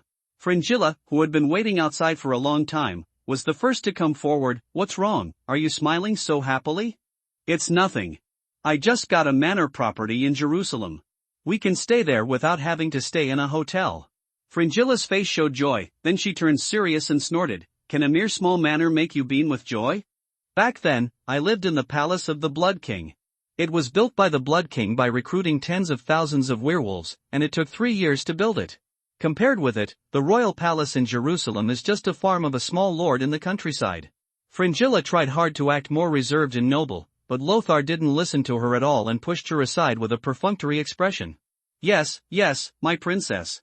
Prajna looked at this scene calmly, his face still showing no emotion. But Lothar still smiled at her gently. He has always had a special feeling for Prajna. He started from scratch together, and the people who accompany him day and night, who listen to his heart, are like friends and relatives. Of course, it is not ruled out that there is a hint of male-female affection. If he spends his time with a woman with Prajna's appearance without any affection between men and women, he can only be a eunuch in the Eastern Empire's court. Lothar came to the crowd and said in a deep voice, "Gentlemen, I was summoned by His Majesty the King today and swore allegiance to him. His Majesty gave me a manor as our residence in Jerusalem." "That's great, Your Majesty appreciates you so much. I heard that many knights from Gaul who wanted to see His Majesty were turned away. Sir, it seems that you are going to rise to great heights." Hans, Ryan, and Model were all beaming with joy. The citizens also felt proud. Ever since they followed Lothar and crossed the ocean to the Holy Land, their fates had been closely linked to Lothar's. If Lothar asked them to live, they would live. If Lothar told them to die, they would die. From a legal point of view, although they are free people, in fact they are no different from serfs, because the maker of the law is Lothar, and he can change his mind at any time. Those who can barely be considered free are the craftsmen and merchants in the free city-states. "Master Lothar, you have obtained the manor, should we have fields?" Someone said with a worried look. "It would be great if we could avoid fighting and killing. Even in places like the Austrian border territory, not all the people produced are brave and aggressive." "I'm afraid not." Lothar shook his head. "The manor Your Majesty gave me is not a knight's fiefdom, but a villa-style real estate that can accommodate people, but has no land and no serfs. This obviously does not meet the criteria of territory and cannot help him activate the system. So that's it." The man looked disappointed. Among the male subjects, he had the weakest character. When he used the knife to kill the robbers, his hands were shaking. "Your name is Dieter, right? I remember your name." Dieter whispered, "It's Mr. Tver." Lothar's tone was slightly choked and he continued, "I know you don't like war, but you have to know that if I gain a fief in the future and give you land, will you be able to hold on to your land? Or do you think that if the heretics come over and kill me, your lord, then you can be alone?" Tver was stunned for a while. Lothar looked at the others again. "Whether you dare to tremble in the face of the bandit's butcher knife like before, or use the spear and shield I gave you to stand up and resist, it all depends on you. My promise will never change. Once you obtain the fief, you will all get your own land, but the amount awarded will be based on military merit." "Tver, you coward!" someone yelled. Andreas, who had served as the knight's valet before, gave him a hard kick. "Tver, serving the master is an oath we swore together. If you dare to violate it, I won't spare you, and after you die, you will definitely go to hell and be tortured." Tver said with an aggrieved look, I didn't mean to break my oath. I just asked the master. I prefer farming." Lothar patted his shoulder and pulled him up from the ground. "It's true that you like farming. After I get the fief, you can study how to increase food production," he said pleasantly. "Now, let's go back to the manor given to me by His Majesty to rest. It's been hard work for everyone on the journey these days. The name of the manor is Constance, which was given by my father. Maybe it's because my uncle was once the director of Constance. Because of Archbishop Ci. On the way back, Lothar ordered Ryan and Model, "Now that we have a stronghold, we can organize and train the new army. Ryan and Model, I leave it to you two at this time. Remember, we must use our 6 male territorial citizens as the backbone." He lowered his voice. "You can examine Tver again. If he really can't do well, just give up on him and let him become a farmer. The criteria for selecting sergeants are based on nothing but talent." He didn't care about the physical fitness of the pilgrims because there was no need. In addition to malnutrition, those who can trek to the Holy Land are all physically strong. Even if he is still relatively thin now, he can recover if he can fill his stomach with food and take good care of himself for a period of time. He didn't care about loyalty either. If he didn't dare to come up with some super-era ideas to conquer the hearts of the soldiers, it was simply impossible to be absolutely loyal. The beliefs, laws and moral norms of this era are enough to ensure that the troops he built are loyal above the standard line. Lothar stressed, "The most illiterate people can be a small officer, mainly Germanic, otherwise they will not understand the language, let alone have any combat effectiveness. Jerusalem lacks everything except unemployed pilgrims. There was a lot for him to sift through. We must be the first to recruit pilgrim sergeants tomorrow, because the kingdom is also planning to arm pilgrims to defend the Holy Land. We must select the best ones among them, and remember to follow my instructions and make more of the pie. Lothar paused slightly and said with some helplessness, "Our family is still very poor, so we can't offer very good conditions, so we can only draw on the cake." Ryan and Model both nodded. They both knew the meaning of the word painting. But they interpret this as a commitment. In terms of number of people, 50 is the limit. Everyone must wear armor, whether it is leather armor, gel armor, or scale armor. In addition, each of them must be equipped with a skin shield and a fine iron spearhead. Spear. When purchasing these military supplies, you can find Andreas, who has worked as a knight's valet. He has attended church school for 2 years and is also good at dealing with treacherous businessmen. Count Werner armed 100 sergeants in total, and he was a majestic count. Lothar didn't intend to aim too high, 50 was enough. This is an armed force that most knights cannot possess. Hans and I will be invited to go to Baron Godfrey's territory during this period. These matters will be fully handed over to you too. You must handle this matter beautifully. Lothar paused slightly, but then made a gesture. If things are done properly this time, you can each lead a team of sergeants and serve as officers. The two people immediately showed excitement. We will never betray your trust. Lothar nodded slightly, frowning and wondering if there was anything he had overlooked that he wanted to explain to these two people. This time he went deep into enemy territory, and he only planned to bring 4 followers produced by the system. The reason why I say 4 is because he hasn't had time to use his new card drawing opportunity yet. Oh, by the way, I will teach you some simple military training methods when I go back, focusing on making soldiers obey orders and prohibitions. You can decide whether to adopt them based on your own experience. He decided to teach the two men the methods of military training. Q training is always useful in strengthening the discipline of the army. Constance Manor is located in the western part of Jerusalem. This is a 3-story villa. There is a red-painted wall outside and a watchtower for guards to stand guard. In the manor, attached to the walls, there are many houses for servants, as well as stables, blacksmith shops, prayer rooms, storage rooms and other places. There are many green plants planted in the manor, providing patches of shade. A small fountain continuously sprays cool underground water. Lothar held the riding whip, pointed at the manor and asked, "How many people do you think can live here?" "If it's a squeeze, 100 people should be fine." Ryan, who has lived in a dormitory, gave the answer. Model added, "My lord, this is without counting the main building, where only you and your family, guests, and personal maid can live." "Not bad." Lothar nodded. "Let's go in and complete the handover procedures quickly so we can rest." The manor was guarded by an old manservant and 2 Jerusalem sergeants wearing blue smocks. After verifying the seal of Baldwin IV, the old manservant briefly introduced the situation of the manor to Lothar, and then left with the 2 sergeants. Things went much smoother than Lothar imagined. He thought something similar to a dove occupying a magpie's nest would happen. I have to say that this kind of Eastern-style manor is much more comfortable than the ones on the continent. Lothar, Fringilla and Prujna were walking on the stairs of the manor. The first floor is hollow and was originally supposed to be a stable, but the original owner must have been unable to bear the thought of living above the smelly stable. Therefore, the first floor was left vacant and a stable was built in the distance. Go up the wooden stairs and arrive at the second floor of the small building. The rooms here are extremely spacious, both inside and outside are transparent, and the Temple Mount in the distance can be seen from the balcony. Different from the glare outside, it is much darker here, but it is not as humid as the manors in Europe.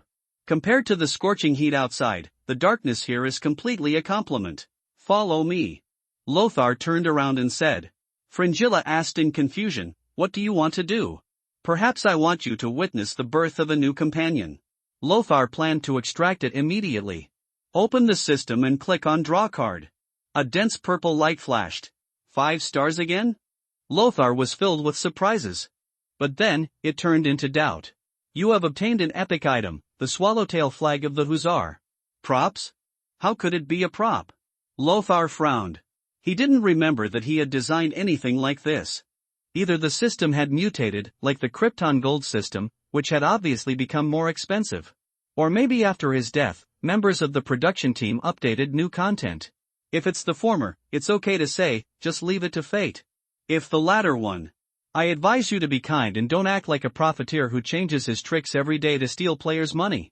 Lothar thought like this, completely forgetting that in that team, he was a player who thought about magic every day, and a profiteer who forced them to spend money.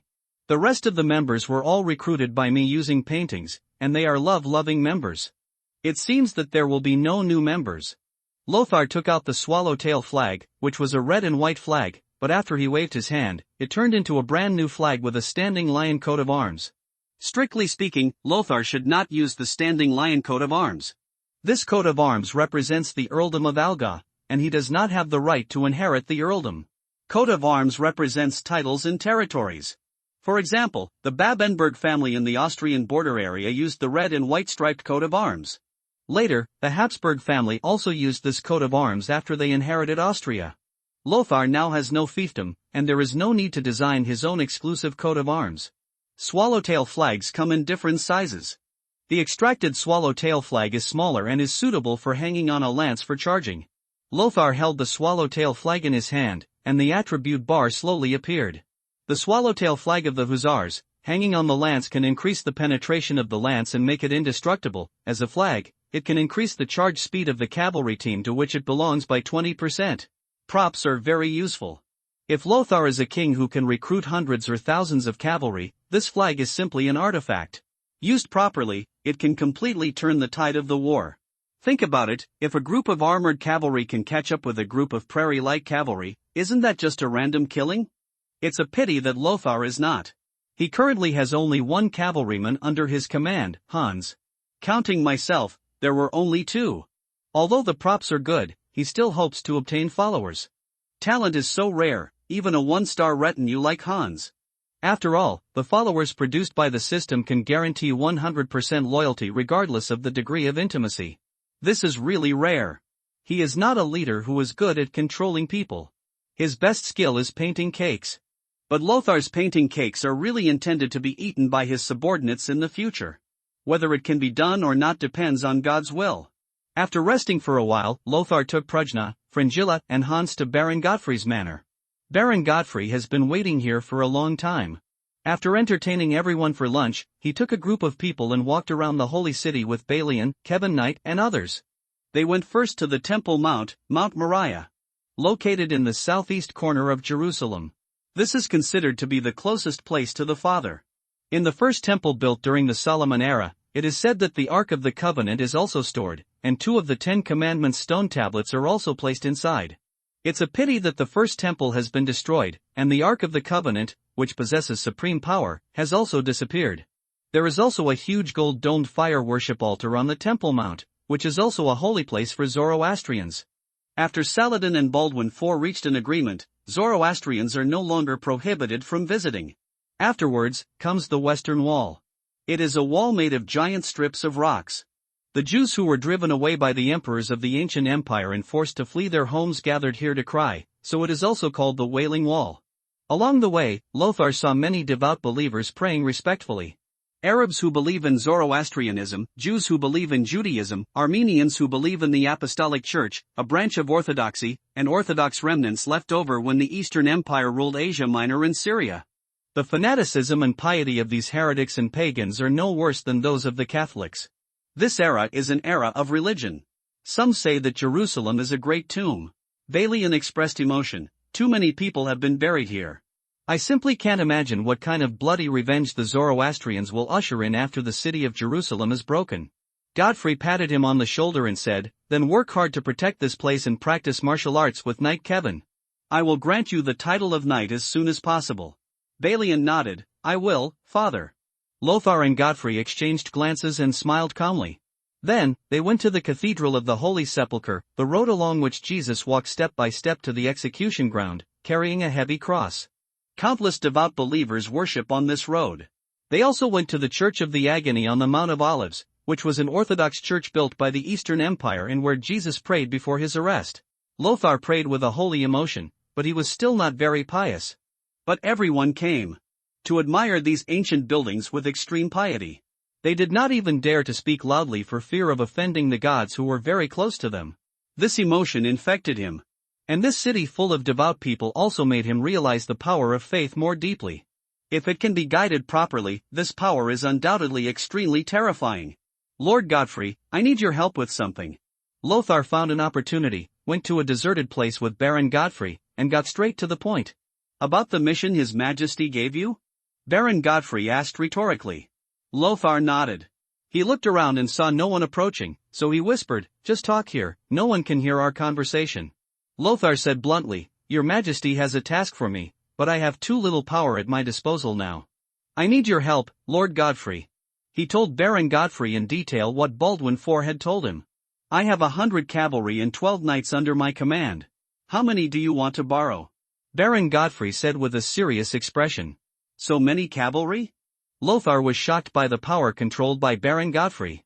He was able to maintain such a large amount of standing armed forces, which few even the imperial counts could match.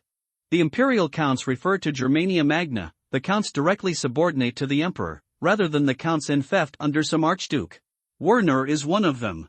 If the recruitment of peasants and soldiers is included, Baron Godfrey alone can recruit thousands of people. Lothar thought for a moment and replied, "At least 20 people, as a knight. I need someone who knows how to adapt to changes and is familiar with the terrain of the Holy Land and the distribution of forces." Godfrey asked calmly, "What are you going to do?" "If you want to burn a few villages, plunder, and massacre hundreds of pagan civilians, I will lend you 10 cavalry. They are all very skilled in combat skills." Lothar frowned. "Burn villages? Massacre civilians? I never planned it that way. Although war will always affect civilians, he will never massacre those unarmed people with his own hands." He couldn't get over the hurdle in his heart. Lothar looked solemn: justice, mercy, punishing evil and promoting good, and not using swords on the weak. This is the knight's creed. Godfrey said earnestly, "But His Majesty the Pope said that killing a heretic is not considered murder." Lothar, you must understand that pedantic people, whether in the Holy Land or elsewhere, cannot achieve great deeds. Lothar was silent for a moment, shook his head and said, "Sir, what you said may be right. But one must ask one's own conscience. I cannot deceive myself and tell me that this is the right thing to do." Godfrey didn't speak for a long time. Lothar raised her head and saw relief, admiration and nostalgia on the Baron's face. He let out a long sigh. "Lasse, in fact, you are not like your father at all. This is what I say from the bottom of my heart. Except for your intelligence and courage, you are much more handsome than your father, neither in appearance nor personality." Godfrey patted Lothar on the shoulder, and the two looked at each other and smiled. "Your father is a devout believer. He knows tactics and military strategy, but he does not have a kind heart like you. He was known as the executioner, a cold-blooded butcher who never showed mercy to his enemies and showed no mercy to the Crusader nobles who colluded with the heretics. The Crusader nobles were afraid of him, and the heretics hated and feared him." Godfrey saw Lothar's expression was different and smiled. "But don't worry, there are many people in the Duke party and the Queen Mother party who admire Werner's fairness and uprightness, and no one will offend you for this, at least not openly." Lothar smiled. In fact, he is not afraid of being targeted. If he is not envied by others, he is a mediocre person. Since he has the shadow of Father Werner, there is nothing wrong with repaying his father's debt. But it would be better to be without nature. The smile on Godfrey's face gradually faded, revealing a hint of sadness. "The reason why your father left the Holy Land in the first place was actually because he had opinions about His Majesty and me. Because in many cases, instead of supporting him, we stood on his side. His opposite. He believes that we have betrayed the lofty ideals we originally established and begged for peace from the infidels instead of fighting resolutely to the end." There was a hint of bitterness on Baron Godfrey's face. Lothar was slightly startled. Count Werner's behavior in the past was indeed like a devout believer. But this was the first time Lothar realized that he was so upright back then. Even though Saladin was defeated at the Battle of Montgisor, the power balance between the Crusader countries and the Ayyubid kingdom was still very different. The size of both sides was here. But looking at it now, he should have figured it out, otherwise he wouldn't have sent you to us. Lasse, if His Majesty can entrust you with this important task, it means that he thinks highly of you. Lothar said seriously, "I will definitely not disappoint His Majesty and you. Don't be too stressed. Coming back alive is more important than anything else, even if you have to bear the shame. Only by living can you have a future." "I see." Godfrey patted Lothar on the shoulder. "I have a group of Kurdish cavalry under my command. They once served the Zanji dynasty. After the Zanji dynasty was overthrown by Saladin, they swore to avenge their lord, even if they served the infidels. No matter what. Godfrey stared into Lothar's eyes, which was one of his biggest secrets. Although in the Holy Land, the Crusader nobles more or less colluded with the pagans, and even King Baldwin IV once exchanged letters with Saladin.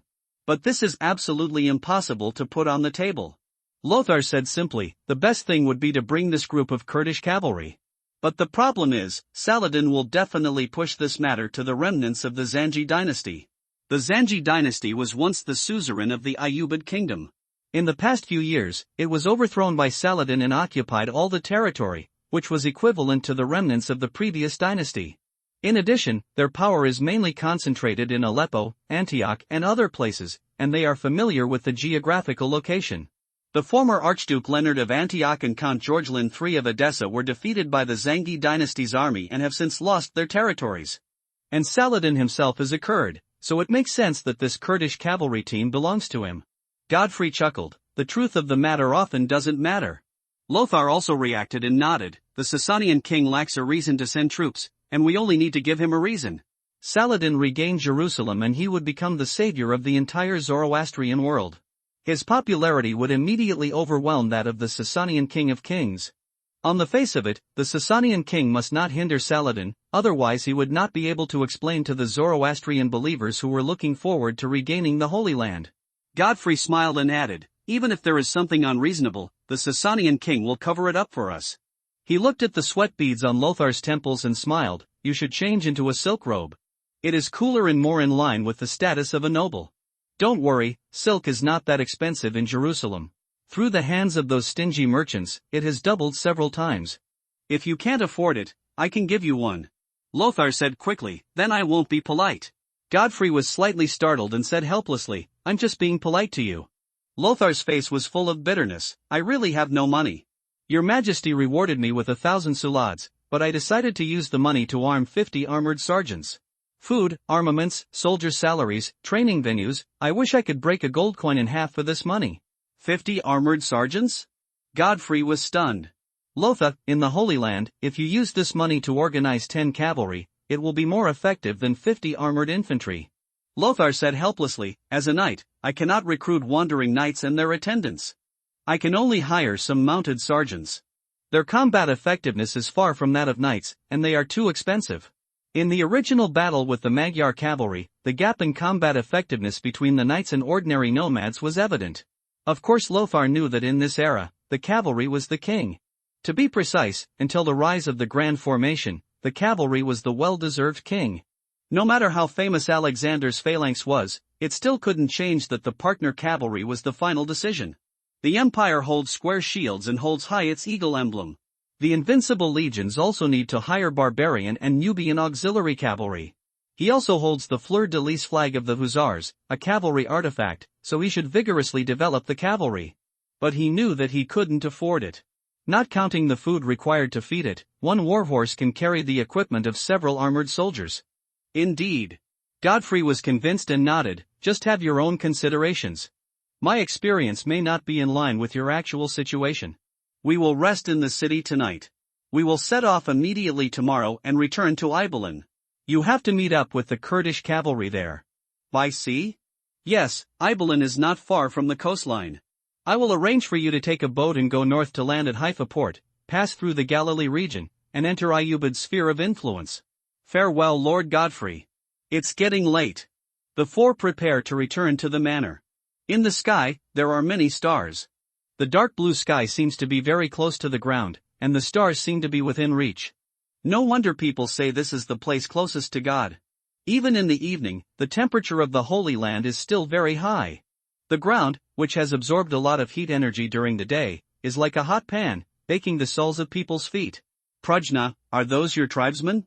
Fringilla pointed to a caravan with black hair and black eyes on the side of the road. Prajna paid no attention to her at all. She is from the Ghost clan, how could she have any clansmen in the human world?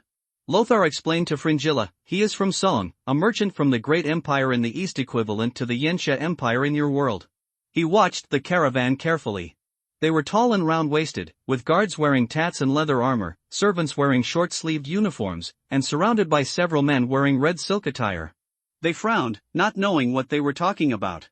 Lothar listened carefully for a while and found that the surrounding environment was noisy, and the Song people had strong accents, so it was difficult for him to distinguish what they were talking about.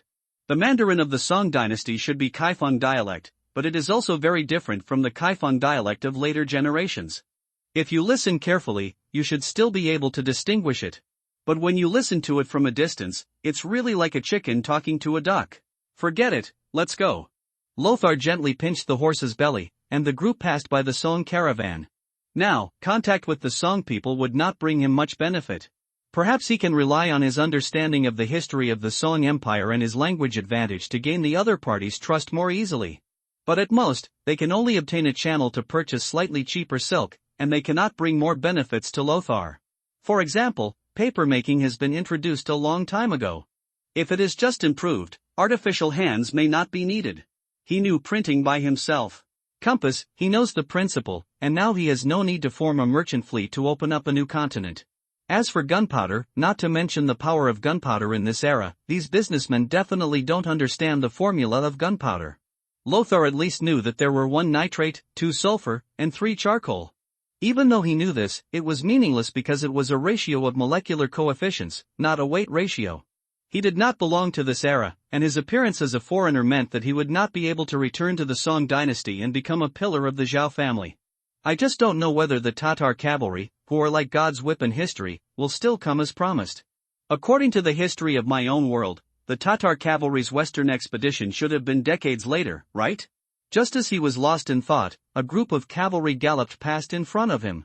The attendant at the front of the team, carrying the heraldic flag of the Jerusalem cross on a red background and holding an oval shield, loudly shouted at passers-by to get out of the way. They surrounded a lady riding a white horse, wearing an Arab headscarf and covering her face with black veil, and ran forward. It's Princess Sibylla. On the road, knowledgeable people recognized this emblem one after another. Princess Sibylla was not only a princess, but also a baroness with a fiefdom. The port of Jaffa that she passed through when she arrived was one of her territories. It turns out that she is the sister of Baldwin IV. It seemed that he had no presence in the hall before. Lothar just came up with this idea. At this time, the veil on her cheek suddenly fell in the wind, and Lothar subconsciously reached out to catch it in her hand. With a sudden glance, he saw Princess Sibylla's beautiful features. But she didn't stop and continued to gallop away, leaving only a scent of fragrance behind. TSK, the technique is really deliberate. Fringilla snorted softly. Lhasa, she seems to be interested in you. Have you seen this princess in the palace today? I've seen it, but I didn't pay much attention. Lothar handed the veil in her hand to Hans, who was standing aside. Keep it safe for that lady and return it to her for me next time we meet. How do you feel? Fringilla had a smile on her face, but Lothar knew very well that her eyes showed strong dissatisfaction. According to her temperament, she is probably already thinking about how to suck Princess Sibylla into a mummy, right? Prajna's eyes were still as calm as water. She just glanced at him lightly, then continued to look straight ahead, riding her mount forward. Lothar shook her head. It's far from you and Prajna. It's really not that good. Moreover, she is a widow who has given birth to a child. It is impossible for me to have any thoughts about her. It's actually quite beautiful. It's just that he spent time with Fringilla and Prajna, and his vision was set too high. Unless he was like the queen of the Eastern Empire, Laga, who was both beautiful and able to marry the widow of an empire, it would be impossible for him to eat this soft meal. Moreover, the reason why this princess is in demand is that she and her ex-husband gave birth to a son, who was the first heir after the death of Baldwin IV. But what if Baldwin IV didn't die? Lothar was convinced that if he could get a 5- or 6-star medical attendant, it would not be impossible to cure leprosy. In fact, he also has a solution now. Just let Fringilla give him a first hug. It's just that Fringilla couldn't be willing. How far would this clean, loving little girl have to be PUA before she would be willing to condescend to suck the blood of a leper and then inject her own precious blood into her? Lothar would not make such a request. No matter how highly Baldwin IV valued him in the future, he would not be able to make such a decision. Because this is the generosity to others that he most resents. As if he was satisfied with Lothar's reaction, the beep for increased intimacy sounded again. However, as Lothar speculated, there was still a threshold left, and the intimacy level was still in the cold category. Do I have to be in another life and death crisis? I also want to play magic. Lothar walked to the front of the team and looked back at Prajna. The two looked at each other for a long time. Prajna asked in a calm tone, "What's wrong?" The corners of Lothar's mouth were slightly raised and she said nothing. If it weren't for the sound of the system prompting the intimacy level to increase, I would have thought you didn't care at all. Lothar hesitated for a moment, then asked, Prajna, what do you think? Princess Sibylla is really interested in me? Prajna shook his head, I can't see through people's hearts. This is not my area of expertise. Fuline may be able to do it. Fringilla said angrily, the big fool still has discernment. I can indeed feel the smell of this bitch and heat. I am all too familiar with it. Lothar showed a worried expression. This princess is the central figure in the current chaotic situation in Jerusalem. It is best not to provoke her. Princess Sibylla can only choose her husband from the royal party, the noble party and the queen mother's party. Originally, Sibylla should have chosen Guy of Lusignan, promoted by the queen mother's party, as her husband. After all, Sibylla was also a member of the queen mother's party. Moreover, Guy of Lusignan, although he was just a Gallic knight without inheritance, was the younger brother of Amalric, the chief military minister of Jerusalem. Lothar really couldn't understand why Sibylla wanted to provoke him? Even if you want to win over the royal party, you should go to Balian. He is just a pawn who has just joined the gang. As if she had read Lothar's thoughts, Fringilla smiled and said, but when love comes, nothing can stop it. You'd better be careful. I will. Lothar nodded with deep understanding. The royal party was in decline, and even with the support of the Ibelin family, he would have to face many difficulties if he wanted to marry Sibylla and take the position of regent. Not to mention that he didn't want to marry Sibylla at all. Balian is a good choice. Hans, could you please make another trip and give this veil to Lord Balian and ask him to pass it on to His Highness Sibylla? The Ibelin family is Lothar's most important political ally. If he can seize this opportunity, it will be a good thing for him. Hans looked helpless. He glanced at the two legendary and epic bosses, and sighed secretly, Master, you brought me with you, you really want me to do menial work and run errands for you, right? The group returned to the manor. Tonight, Lothar showed a rare act of generosity and treated all the people in the territory to a good meal. Roasted whole lamb, wine, bread, fruits, vegetables, butter, unlimited supply. During the long sea journey, many of the leaders had secretly fallen in love, and when they were drunk, they started dancing to the beat. Tvor was a little depressed. There were 7 men and 6 women among the people, but he happened to be the extra one, and no one liked him. The bonfire reflected cheerful faces. Lothar sat by the campfire and watched this scene with a smile. But I felt a little sad in my heart. Will these vivid smiling faces turn into corpses lying in a pool of blood in the next battle, with their faces indistinguishable? He stood up and stopped watching. CI is not in charge of troops. Sometimes he feels that he is not suitable to be a commander at all. He patted Tvor on the shoulder, train hard, and women will be there sooner or later. When the time comes, I will officiate the wedding for you. My lord. He had been ridiculed by his brothers in the same village all day long, and his beloved girl was dismissive of his cowardice, which made him suffer from too much pain. At this time, Lothar comforted her and she burst into tears. Don't cry, what do you look like? Lothar's tone became more serious and she said in a deep voice, stick to the path you want to take, whether it's farming or serving as a soldier, if you choose, don't regret it. Tvor tried his best to sniff his nose and said with a cry, Master, I have thought about it. I will definitely take up arms in the future to defend your honor and dignity. I will not embarrass you again. I trust you. Lothar stood up and walked towards the small building. Fringilla sat on the treetop in the darkness, watching this scene silently, with an incomprehensible expression. Prajna was still standing by the window, looking where he didn't know. He only occasionally glanced over and always stopped at Lothar's body. That night, various muffled gasps came from the manor. It's obviously midsummer, but it smells like spring. Fringilla's charming laughter sounded in the room. Sir, if you want, you can come to my side. Lothar glanced at Prajna's cold eyes and covered her head with a look of pain. Early the next morning, Lothar rode on a warhorse that had been carefully cared for by his attendants. Taking Prajna with them, Fringilla and Hans came to the city gate to join Baron Godfrey's team. It's still early. Under the misty morning light, the lighthouse in Jerusalem emitted thin blue smoke. On the endless dusky Gobi Desert, a line of cavalry looked like meandering army ants, dotted with low shrubs. It makes people sigh that the world is so vast. Knight Kevin was peeling a pomegranate while chatting with Hans, Squire. With all due respect, you don't look like a squire. Your coat of arms is very similar to the knights formed by that group of Germans. The Teutonic Knights were modeled after the Knights Hospitaller, and were an early organization aimed at providing medical assistance to pilgrims and crusaders. After that, it gradually transformed into a military order, and the medical assistance function was transferred to subordinate organizations.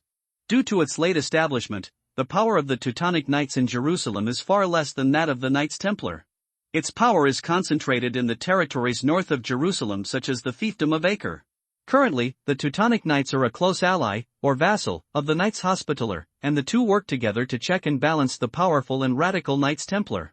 It does look similar, but this is just a coincidence. I am not a member of the Teutonic Knights. Hans smiled politely and said, Kevin Knight, are you from Albion? Yes, I was once the king of Anjou and Albion, Henry II's personal knight. I came to the Holy Land alone 5 years ago. I was still very young at that time. Kevin smiled and said, there are many people named Hans in Germany. This name is too common. Hans replied calmly, Kevin is also a very common name in Albion. That's right, so I gave me an imperial name, Arenas. What do you think? Sounds good. Hans, can you tell me about your master? I heard from some pilgrims that he once killed a werewolf knight one-on-one in a knight's competition. This is real.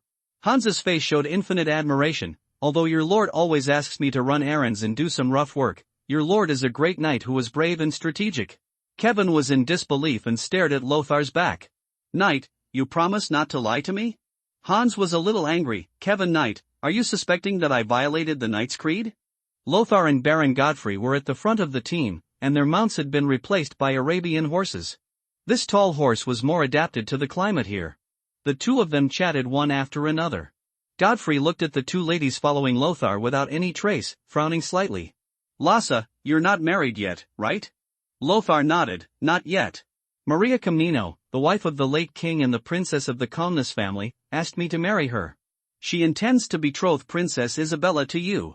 If you marry her, you will become a member of the royal family. Lothar knew that the Comnenos family was the royal family of the Eastern Empire, and Maria Comnenos was the sister of Queen Ligaia's late husband, Emperor Alexius II. She was also the widow of Amalek, the last king of Jerusalem. Although they are all queen mothers. However, Maria Comnenos was not the biological mother of Baldwin IV and Princess Sibylla, and she was a Greek who believed in Orthodox Christianity. Her status in Jerusalem was far less prominent than that of Queen Mother Agnes. Lothar shook his head and refused. Thank you for your kindness, sir. But I have no intention of marrying the royal princess. I hope you'll think about it again. Godfrey said nothing more about the matter. It's just an intention. Even if Lothar is willing, it may not be possible. It depends on how well Lothar completes his mission and what kind of title Baldwin IV will grant him. I see. The atmosphere became a little heavier. Balian was not in the returning team. He was arranged by Godfrey to go to the Ibelin family's fiefdom in Ramla to practice his ability to handle government affairs. Balian is the only remaining heir of Baron Godfrey. His first two sons were both killed in battle. Godfrey looked at Lothar, and the words came to his lips several times, but he hesitated. Lothar said helplessly, if you have any doubts, you can speak out. Godfrey sighed, Lasse, it doesn't matter if young people are more romantic, but your trip is full of dangers. Do you still need to bring 2 personal maids? Lord Godfrey, you misunderstood. Lothar hesitated for a moment, then said bluntly, they are not my maids, but my 2 witch advisors. Which? Godfrey's expression changed. Consternation. Fear. Envious. Awe. Hate. It was a bit exciting for a while. For most people, the extraordinary existences in this world are just fabrications in novels. But for a dignitary like Godfrey, dealing with this kind of existence is not a matter of once or twice. Baldwin IV also sought healing from witches. If it were not for a place like Jerusalem, where the theological atmosphere was too strong, hiring a witch consultant would easily shake the reputation of the royal family. Even the king of Jerusalem would certainly not refuse the service of a witch. Not only do they possess otherworldly power, but they also possess rich knowledge. Agriculture, cast iron, philosophy, history, languages, archaeology. Even if they don't have extraordinary powers, they are still the best advisors and assistants. Sorry, I misunderstood. Lord Godfrey turned around and nodded to the 2 ladies in apology. Even a great lord is not willing to offend a witch easily. Lothar shook his head and said, Sir, no one can imagine that 2 witches would serve an ordinary knight. This is not your fault. Oh, you are not an ordinary knight. Since yesterday, you have become a well-known figure in Jerusalem. Many noble ladies and single noble ladies are interested in you. Godfrey smiled and said, otherwise, Queen Mother Maria would not have proposed the idea of marrying Princess Isabella to you. You are no worse than Guy of Lusignan chosen by the Queen Mother's party. Lothar was silent for a moment. He seems to have underestimated his own charm.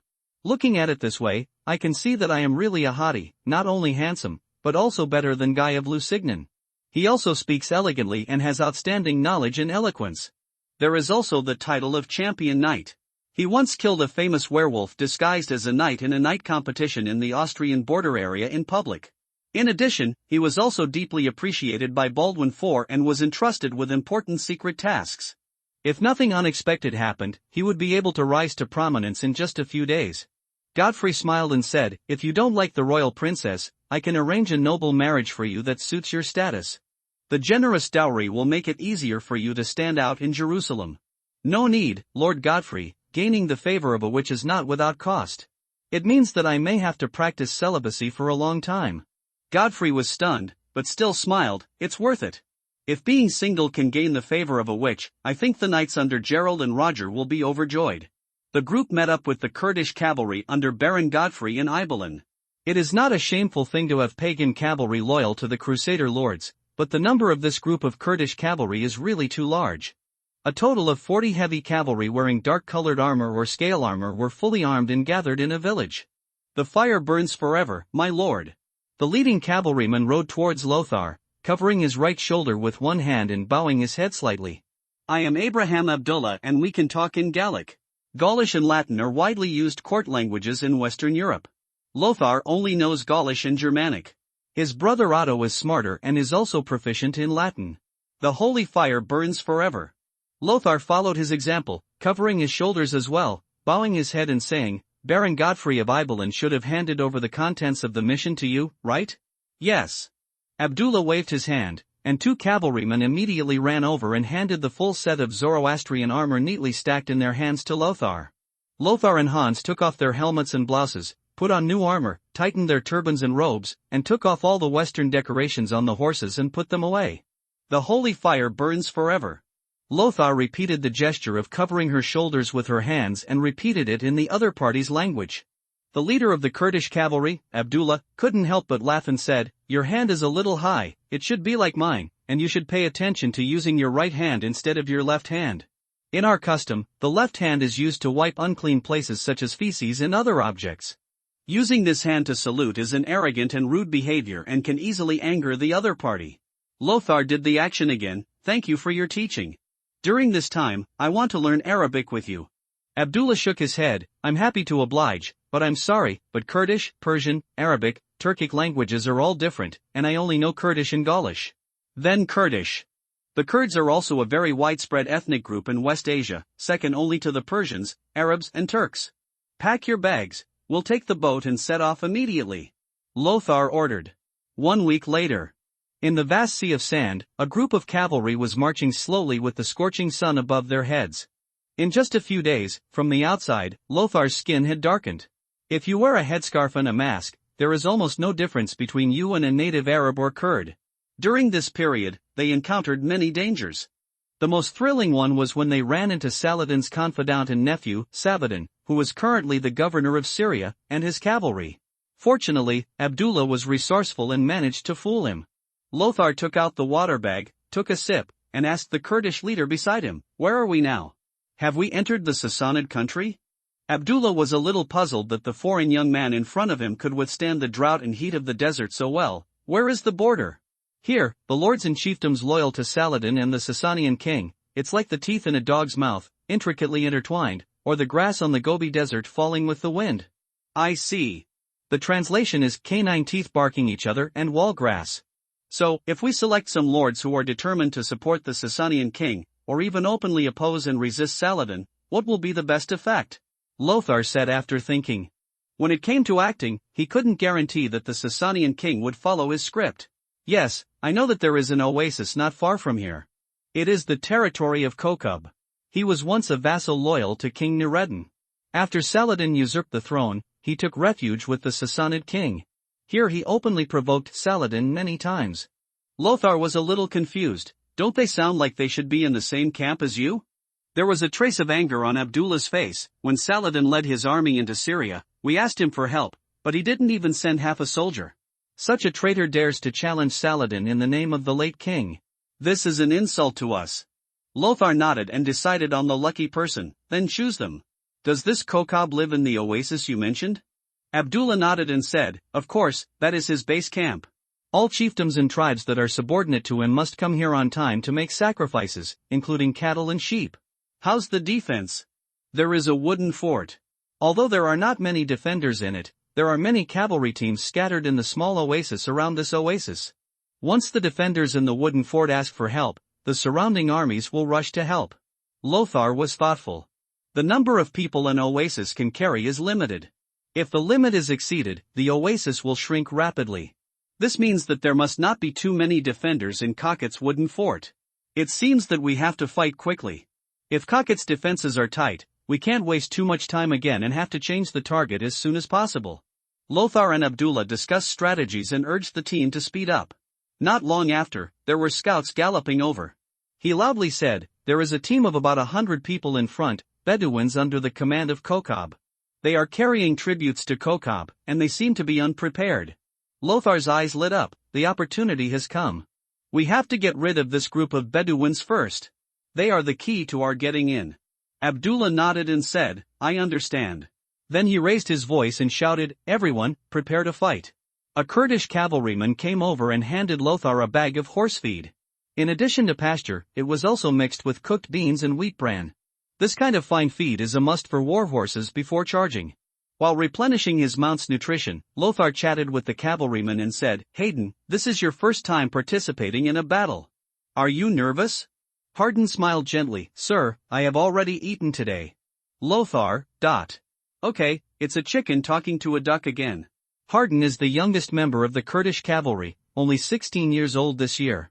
I thought I already spoke Kurdish. Lothar was a little helpless, and he touched Hardin's head. Handed the feed to Hans. He held the riding whip in his hand and quickly climbed up a small hill in front of him. In the distance, a long team can be seen, slowly marching this way. Dromedary camel, war horse, pack animal, livestock. This is a large team of nomads. The leader, wearing a chainmail helmet with purple silk padding inside, walked at the front of the team. He wore a pair of shining silver scales and chatted and laughed with his subordinates from time to time. They indeed looked unprepared. They didn't even reveal their scouts. They seemed not to have expected to be attacked in the core area under Kakat's command. Lothar turned around, waited for the cavalry to replenish their mounts with fine feed, and then got on the horse. He ordered, get ready to take action. Lothar covered his mouth and nose with a scarf, and his chainmail mask hung down over the scarf. He took the swallow-tailed flag of the hussar in his hand, and with a flick of it, it was replaced by a flag with 3 blazing flames, guarding a Saladin eagle. Always remember our identity, the loyal warriors under Saladin's command. I am the leader of you, Saladin. He raised the lance with the swallowtail flag in his hand and said to the Kurdish cavalry behind him, kill all enemies who dare to take up arms to resist.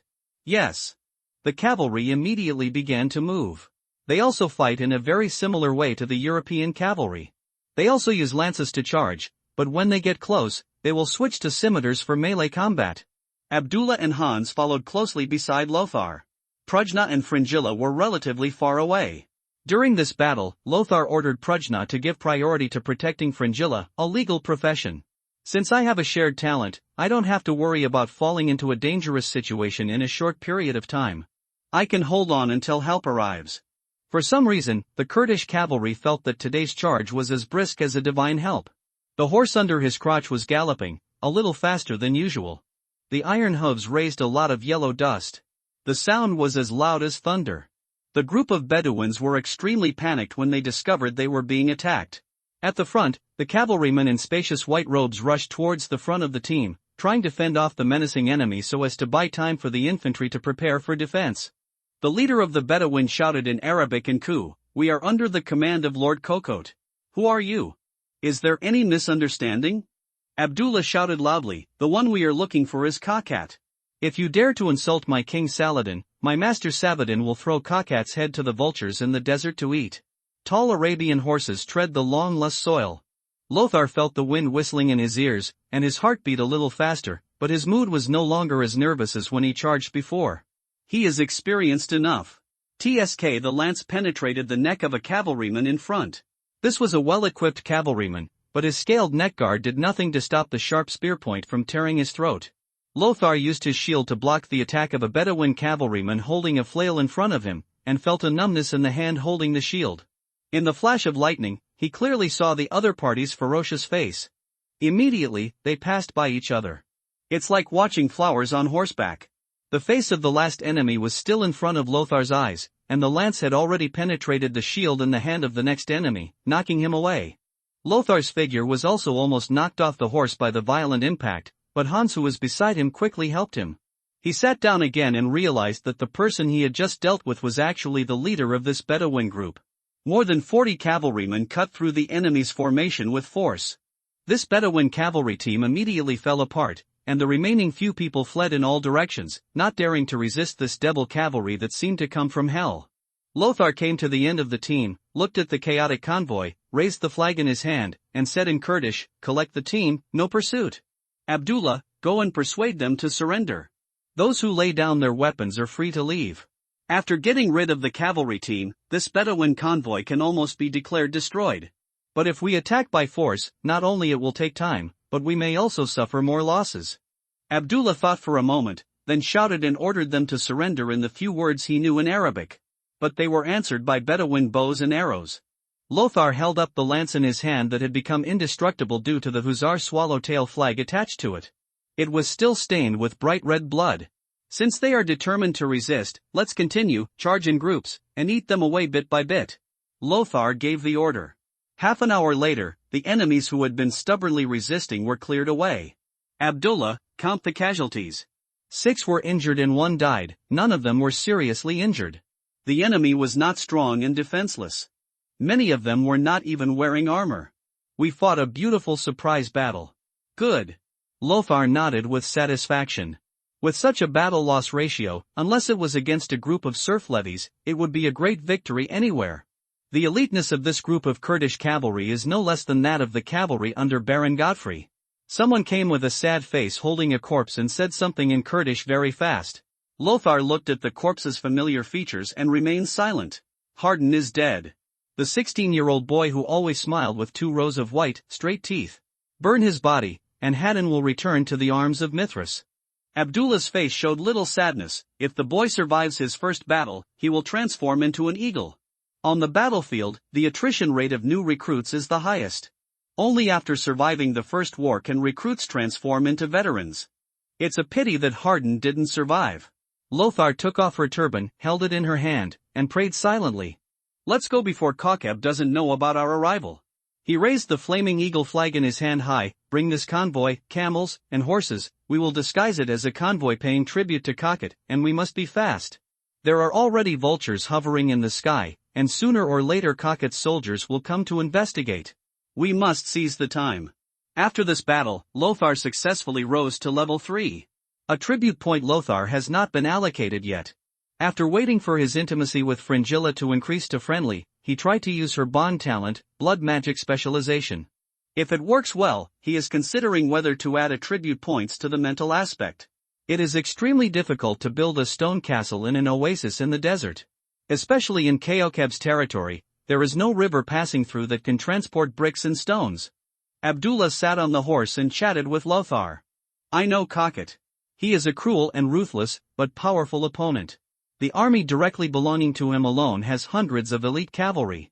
If he is given enough time, he can change the clans and chiefs who are loyal to him. In the hands of the state, a huge army of thousands of people was gathered. Lothar frowned. This was a powerful lord who was more powerful than Baron Godfrey. If his territory was not located in this barren desert and could not even build a castle, he would never have had the slightest thought for this lord. But he won't have that time. Lothar looked solemn and looked confident. We will take down this wooden fort before the enemy reacts. Abdullah, we can do it. Abdullah put his hand on his shoulder and nodded slightly. I have never doubted this. The Kurdish soldiers were gathering the scattered war horses, peeling off the armor of the dead, or selecting the pieces of armor that could still be used, discarding the heavy armor. In this era, scale armor was obviously inferior to chain armor in terms of defensive power alone. But in terms of appearance, the scale armor is much better than the dark chain mail.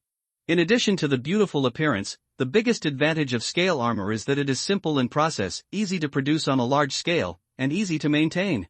It only needs to be disassembled and replaced. Suitable for forming an industrial chain, large-scale production, and used to equip the army.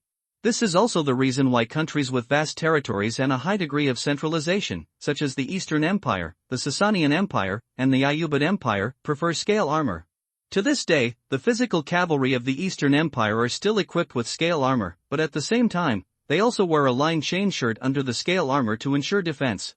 Lothar and his party changed out of their blood-stained clothes, disguised themselves as a Bedouin tribute team, brought camels and mounts, and hid their swords and weapons under the car. Walked slowly towards the wooden castle in the oasis. The wooden castle of Kokbu is located in the center of the oasis, next to the beautiful lake like a mirror. The guards guarding the city gates and walls saw the crowd from a distance and shouted at the convoy to stop. Abdullah shouted loudly, "We are under the command of Lord Kaimur of Ord and pay tribute to the noble governor of Kokb." Lord Kaimur's subordinates? The guards guarding the city came up to him with vigilance. "Isn't it always Mr. Aladdin who escorts tributes? Who are you? Why haven't I seen you?" The bodies of the Kurdish soldiers were a little tense and their breathing became heavier. The atmosphere was extremely solemn. The guard realized something was wrong and wanted to say something. At this moment, Fringilla took 2 steps forward on horseback, and a clear female voice sounded, "Are you sure you haven't seen me? You guys?" The guard looked a little dazed. Fringilla's eyes flashed with dark red light, but it was not obvious under the dazzling sunlight. The man was halfway through speaking, but seemed to have forgotten what he wanted to say before. He said thoughtfully, "Yes, I have seen you. You are Lord Kaimur's subordinate." "That's right. Open the city gate and let our guests from afar enter the city." The door of the wooden castle was opened like this. Abdullah looked at Lothar with some doubts. Lothar looked calm and said casually, "Let's go into the city. The tribute this time includes exquisite porcelain from the Song Empire. That was when we robbed Saladin's caravan. Handle all the trophies you have obtained with care. If they are damaged, Lord Kokeb will not forgive you." Lothar's expression remained normal, but the sweat on his temples still betrayed his mood. Fringilla's charm can only have an effect on people who are not firm-minded. For example, the governor Saladin encountered last time, it almost had the opposite effect. Fortunately, Abdullah was quick to deal with it. But it seems that people like Governor Saladin are in the minority after all. The group of people entered the wooden castle in this way. The guards did not even ask them to remove their weapons. Only 2 of them opened the tribute covered with felt cloth. After confirming that it was correct, they covered it again. Everything went smoothly. The female family members and servants in the castle looked at everyone with some curiosity. Lothar looked at the guards on the wooden castle wall and saw that they were not very vigilant, and few of them were even willing to continue to stand guard on the wall under the scorching sun. Then he waved his hand and whispered, "Get started and destroy any enemy who picks up a weapon." A servant noticed the small movements of this group of people and was about to question them loudly. A flying axe flew past Lothar's ear and embedded itself in the servant's skull with a clang. The maid next to her had blood spattered on her face. The screams resounded throughout the wooden castle in an instant. Lothar picked up his half-sword, swarmed up with the Kurdish soldiers, and rushed into the wooden fort. Strong armor allows them to ignore most ranged attacks. I have to admit that this Kurdish cavalry team is definitely a very elite force. Whether it is infantry or cavalry combat, it is no less than a cavalry team composed of 20 knights and their attendants. But although Lothar was greedy, he had no intention of soliciting. Baron Godfrey kindly lends troops to him. If he still poaches others, is he still a human being? Cries of killing arose. Thick smoke billowed from the tower. Abdullah said anxiously, "We must deal with them quickly, otherwise when the cavalry under Kokbu's command arrive to support us, we will have no place to retreat even if we want to." Lothar kicked the enemy in front of him away, stepped on him, and stabbed half of his sword into the opponent's throat. "I know, Abdullah, you take the people to deal with the defenders on the city wall, and I'll go find Kokbu." A servant suddenly jumped up from the ground, hugged Lothar's calf, and struck his calf with a hammer. At this time, his eyes suddenly bulged. With a bang, the eyeball exploded and blood spurted out. Lothar nodded slightly to Fringilla, and without looking back, he led the soldiers into the manor guarded by the wooden castle. The decoration in the manor is very beautiful. Exquisite murals on the walls, various exotic utensils, and furniture are neatly arranged. The foreign maids in cool clothes let out shrill screams and fled in horror from the vicious man in front of them who was covered in blood and looked like a murderous star descending into the world. Lothar had no time to appreciate these and walked straight in. Passing through a threshold, you are greeted by a roaring wind. The hammer hit Lothar's iron helmet, causing his head to buzz. Ignoring the dizziness, he raised his shield and struck forward, knocking the man staggering. Behind him, a Kurdish soldier had already thrown a throwing axe, hitting the man between the eyebrows. He was a burly, shirtless man holding a hammer. The speed of their attack was so fast that many soldiers in the manor had no time to put on their armor, and their 100% combat strength was cut into at least half. Lothar picked up the hammer in the man's hand. A two-handed sword was not easy to swing in a narrow room and was not as useful as this hammer. The group of people quickly moved forward. The further inside, the quieter it becomes. The wooden castle is like a small maze, with too many places to hide. At this time, he twitched his nose slightly. The smell was very familiar, like the aroma of heather. He followed the smell and opened a cabinet door, revealing a naked foreign woman behind it. "Do you understand Kurdish?" The foreign woman nodded repeatedly with a horrified look on her face. "Where is Kokob?" The woman pointed behind Lothar, took advantage of the moment Lothar turned around, took out a dagger, aimed at his neck and stabbed it out hard. But at this time, Lothar seemed to be predicting the future and took a step back. While dodging the dagger, his big iron-like hands directly strangled the opponent's neck. The woman's eyes were full of unwillingness. Lothar frowned. The traces of the performance are too heavy. In fact, you are not afraid at all.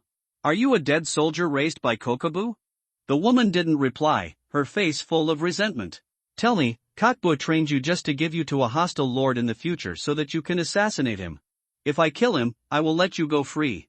The woman still didn't reply, her expression was stubborn and fierce, making people wonder what kind of entanglement she had with Kokbu. But I don't have the time. Click. Lothar let go of the woman's hand and looked at Fringilla. She has no clothes on, and there is no bathtub or anything like that in the room. She most likely just had sex with Kokob. Can we track her? Fringilla sniffed, nodded and said, "Follow me." They followed Fringilla through the narrow corridors and gardens, and arrived at a quiet room behind the wooden castle. "Come out, Kokob, your woman betrayed you," Lothar said loudly. Boom! The door was pushed open, and a burly man wearing iron armor rushed out with a ferocious face. Lothar looked at a Kurdish cavalryman beside him. He shook his head. "He is not Kokbu, let me deal with him." With that said, he drew his weapon and faced him. Lothar walked around the two people fighting together and looked at each other with Fringilla and Prujna. Just as he was about to walk into the room, he saw Prujna walking in first. Boom! The hammer roared. Prujna's figure is as stable as a mountain, unmoving. Without stopping, she rushed forward like an unstoppable chariot. Boom! The big man wearing armor was knocked to the ground. Kokob held a mace in each hand, climbed up from the ground, and roared, "Who are you? How dare you attack me, great Kokob? My soldiers will come soon and massacre you." Almost exhausted, Lothar snorted coldly, "Despicable person, when you offend my lord Saladin, you should think that one day, we are not assassins, dirty assassins, and I will give you a fair chance to fight." Kakibu's expression changed and he shouted, "Okay." He took a stance, Lothar waved his hand, and a bloody spear immediately formed in Fringilla's hand. Kakibu said in shock, "Devil, this is the power of the devil. You lied to me. You said you wanted to fight me fairly." Lothar smiled and said, "This is already fair." Boom! The blood-throwing spear easily penetrated Kokob's armor and pinned him to the wall behind him. Lothar swung his sword to chop off Kokob's head and walked out of the room without looking back. He helped the Kurdish cavalry to deal with his opponents and shouted, "Count the loot immediately. We have limited time, so we only take things that are easy to carry and have high value." There was an explosion in the room behind him. Blood splattered. That was the sound of Fringilla's blood-throwing spear exploding.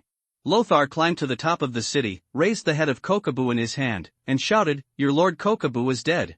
Give up resistance now. Those who surrender will not be killed." Kokob's bloody head was passed among the Kurdish cavalry. It was like a heavy hammer hitting the hearts of the stubborn resistors. Even if these Kurdish cavalry dismount to fight, they are still skilled in combat. And they cooperated tacitly, like jackals wandering in the desert, working together in pairs, using the fastest and least chivalrous means to end the lives of their enemies one by one. They are killing machines without any mercy, and they faithfully implement Lothar's orders to kill everyone with weapons. Lothar did not participate in the war again. He did not hope that one day he would regard living people as fillers for his experience tank. After a while, the shouts of killing completely subsided. The Kurdish soldiers drove the unarmed defenders and slaves to the open space outside the manor. Abdullah came to Lothar holding a mace stained with flesh and blood. He looked at Lothar's profile and felt a little chilled when he saw that he looked calm and seemed to have everything planned out. He lowered his head and said respectfully, "The holy fire will burn forever." Kakibu's die-hard loyalists have been eliminated, and all the prisoners who have laid down their weapons have been put under centralized custody. Lothar nodded. "Let everyone disperse and collect the loot. Our time is limited. We urge everyone not to be blinded by wealth. Also, remember to work in pairs and be careful of hidden enemies sneaking up on you."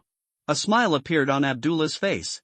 As a lord of one party, Kokab had definitely accumulated a lot of wealth over the years. Even if you only take gold and silver utensils and coins, it is still a large amount of wealth. No matter how devout the Mamluks were in their faith and brave in fighting, they would never struggle with money. "Don't worry, sir. My boys are all battle-hardened warriors. No one will do such a stupid thing."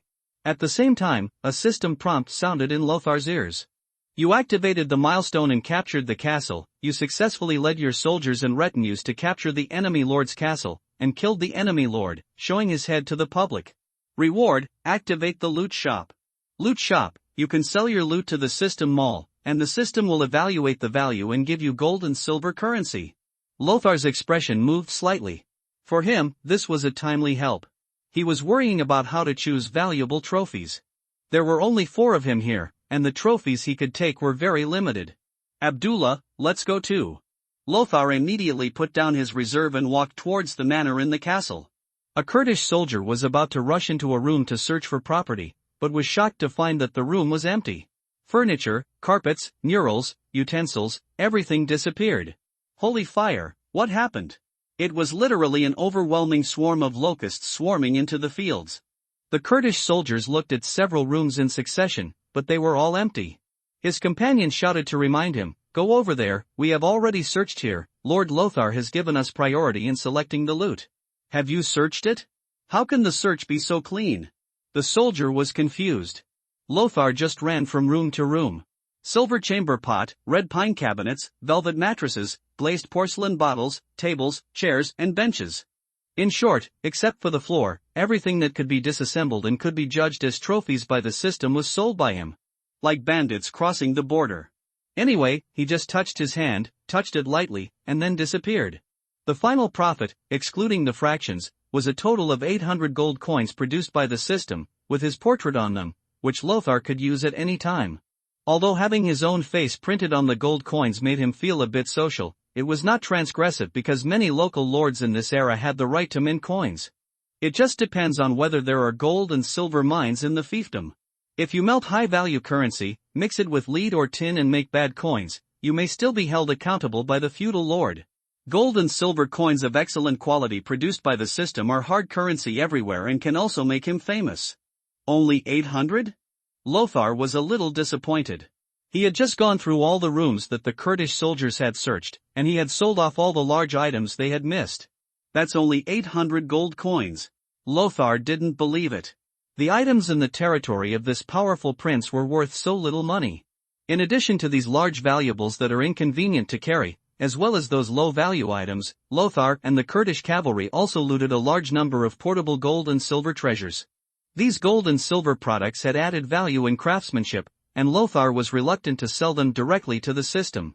It's a pity that living animals cannot be sold through the loot mall, otherwise it would be a lot of money. The living animals here refer to livestock and war horses. Lothar was not crazy enough to sell all the prisoners through the system. "Everyone, 1 person and 2 horses, leave quickly. Don't bring too many things. Food, water bladders and feed are the most important," Lothar ordered loudly. At the same time, he came to the prisoners. Under the horrified eyes of the person at the front, he cut the rope that bound him with a sword. "You are free." The prisoners looked at each other. "Go and untie your companions. My lord Saladin is a generous man. The reason why he used cruel methods on your lord Kakbu is all because of his arrogance and humiliation towards my lord. You can tell the Sasanian king that if any of his lords dare to be rude to our lord Saladin again, I guarantee that they will meet the same fate." After saying that, Lothar turned around, led the Kurdish cavalry, set off a gust of wind, and roared away. The dark cloak and the fluttering flame eagle flag gradually faded away as they watched. At this time, a few loyal slaves took the unwanted bad horses of Lothar and his party and rushed towards the garrison in the oasis near the wooden castle. An oasis near the territory of Kokab. Kokab's eldest son, Cypher, who commanded 100 armored cavalry, was leading the soldiers, preparing to rush to the wooden castle where smoke was rising in the distance. No one has attacked here for many years. He couldn't figure out which army would be so frantic to attack a wooden fort in the desert. Didn't they consider the supply problem? At this time, a slave on a warhorse hurried over and fell to his knees. Lord Cypher and Lord Kokab were killed by the troops sent by Saladin. His face was red, and he said with a sad expression, "Sir, we must avenge Lord Kokab. That group of Saladin's cavalry has not gone far yet." Cypher looked at the person who came to report the news in astonishment. "What did you say? Say it again?" The messenger's face was full of sorrow. "The Lord is dead. Order your troops immediately and let's go back to rescue Master Kokab."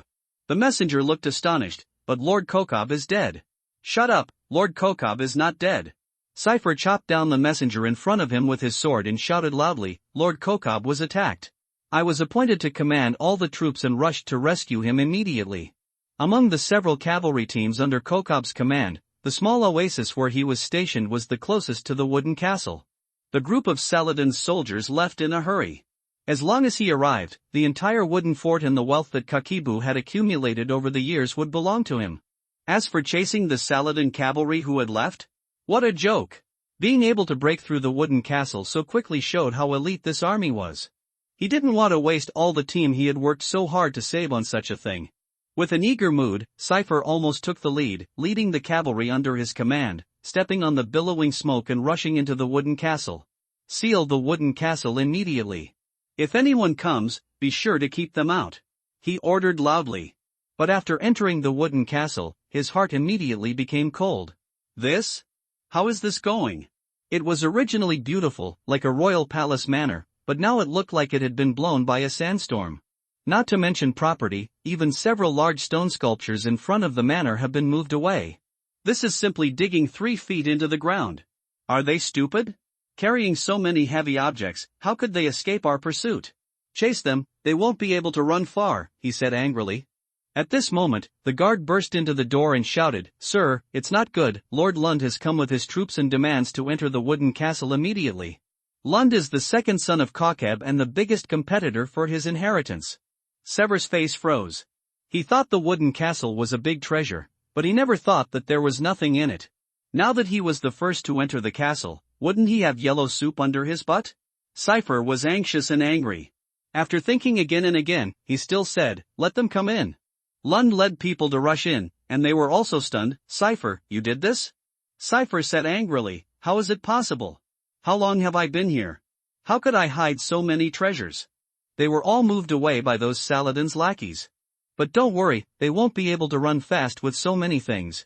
Call your troops and horses immediately, let's go after him."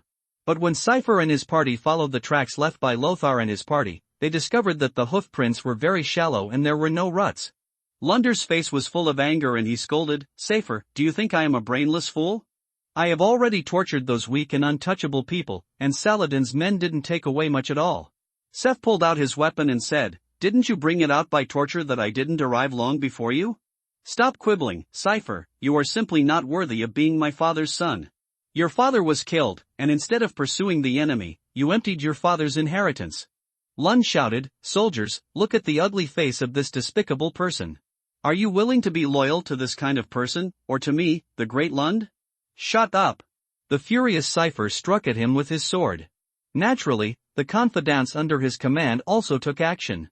The two parties were fighting together, and there was no intention of pursuing the Kurdish cavalry. Besides, it was useless to chase them.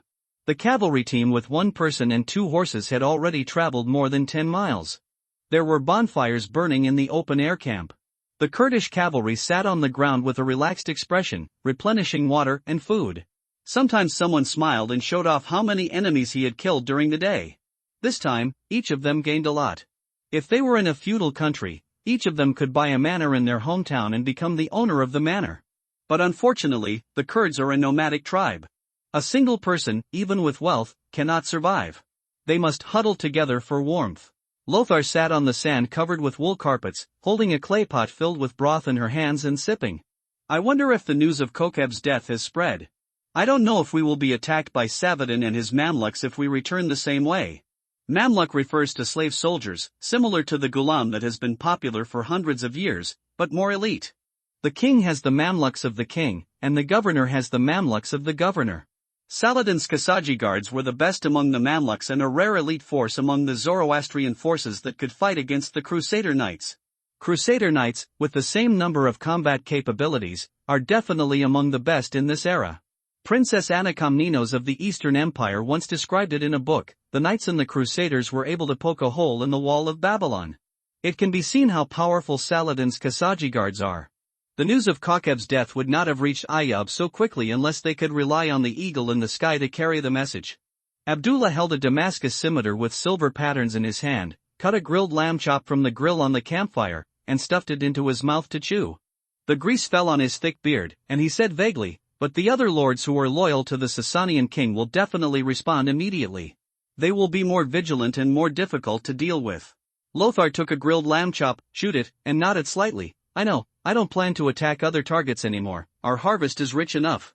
In terms of status, Kokab, a feudal lord active in the Sasanian and Ayyubid borders, was actually not much worse than Saladin, the governor of Syria. If you look at it on a map, in terms of size alone, the territory of Kokab is even greater than that of Saladin. Although the former's territory is mostly a meaningless pile of sand, the people under his command are chiefdoms that live in pursuit of water and grass. But this did not affect the death of Kokab, which caused an uproar in the entire border area.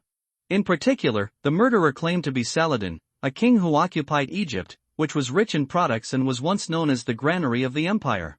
Abdullah glanced slightly sideways. "I was worried that you would get hot-headed and be carried away by this easy victory." Lothar said helplessly, "I thought my performance these days has been approved by you." "Of course, but because of this, I'm worried that you are too young and energetic." Abdullah chuckled and said, "Among young people, you are the best I have ever seen, bar none." "Thanks for the compliment." Lothar was chewing grilled lamb chops, and from the corner of her eyes she glanced at Fringilla, who was sitting on the blanket next to her and chattering in Prajna's ear. This journey was extremely boring for her. Prajna held an old book with yellowed pages and silently flipped through it, completely ignoring Fringilla's chatter. "Yes, there is more." Abdullah hesitated to speak. Lothar said helplessly, "If you have anything you want to ask, just say it. Ever since I left the wooden castle in Kokobu, everyone has looked at me as if they were looking at a monster. Everyone said that you signed a contract with the devil and sacrificed the wealth that the soldiers could not take away to the demons in hell." Lothar asked, "Do you believe it?" Abdullah shook his head, "I don't believe it. Devils never lack wealth. On the contrary, they like to use wealth to lure people into corruption." "You are a kind man, Lothar. You respect our beliefs and generously give us the right to choose the spoils first. It is our honor to fight for you." "Ha, there is no need to flatter me so much, Abdullah." The corners of Lothar's mouth raised slightly, "But I don't believe that Baron Godfrey didn't tell you the truth." Abdullah was slightly startled and admitted, "Yes, that's the case. You have the allegiance of two witches. They have mysterious power, but does their power come from the Heavenly Father you believe in? If so, why are your priests not given such great power by God?" Lothar was silent for a moment. Of course he knew that the witches' power did not come from God, but he could not say so. Heavenly Father bestows witches with otherworldly powers, and at the same time they also carry a sacred mission.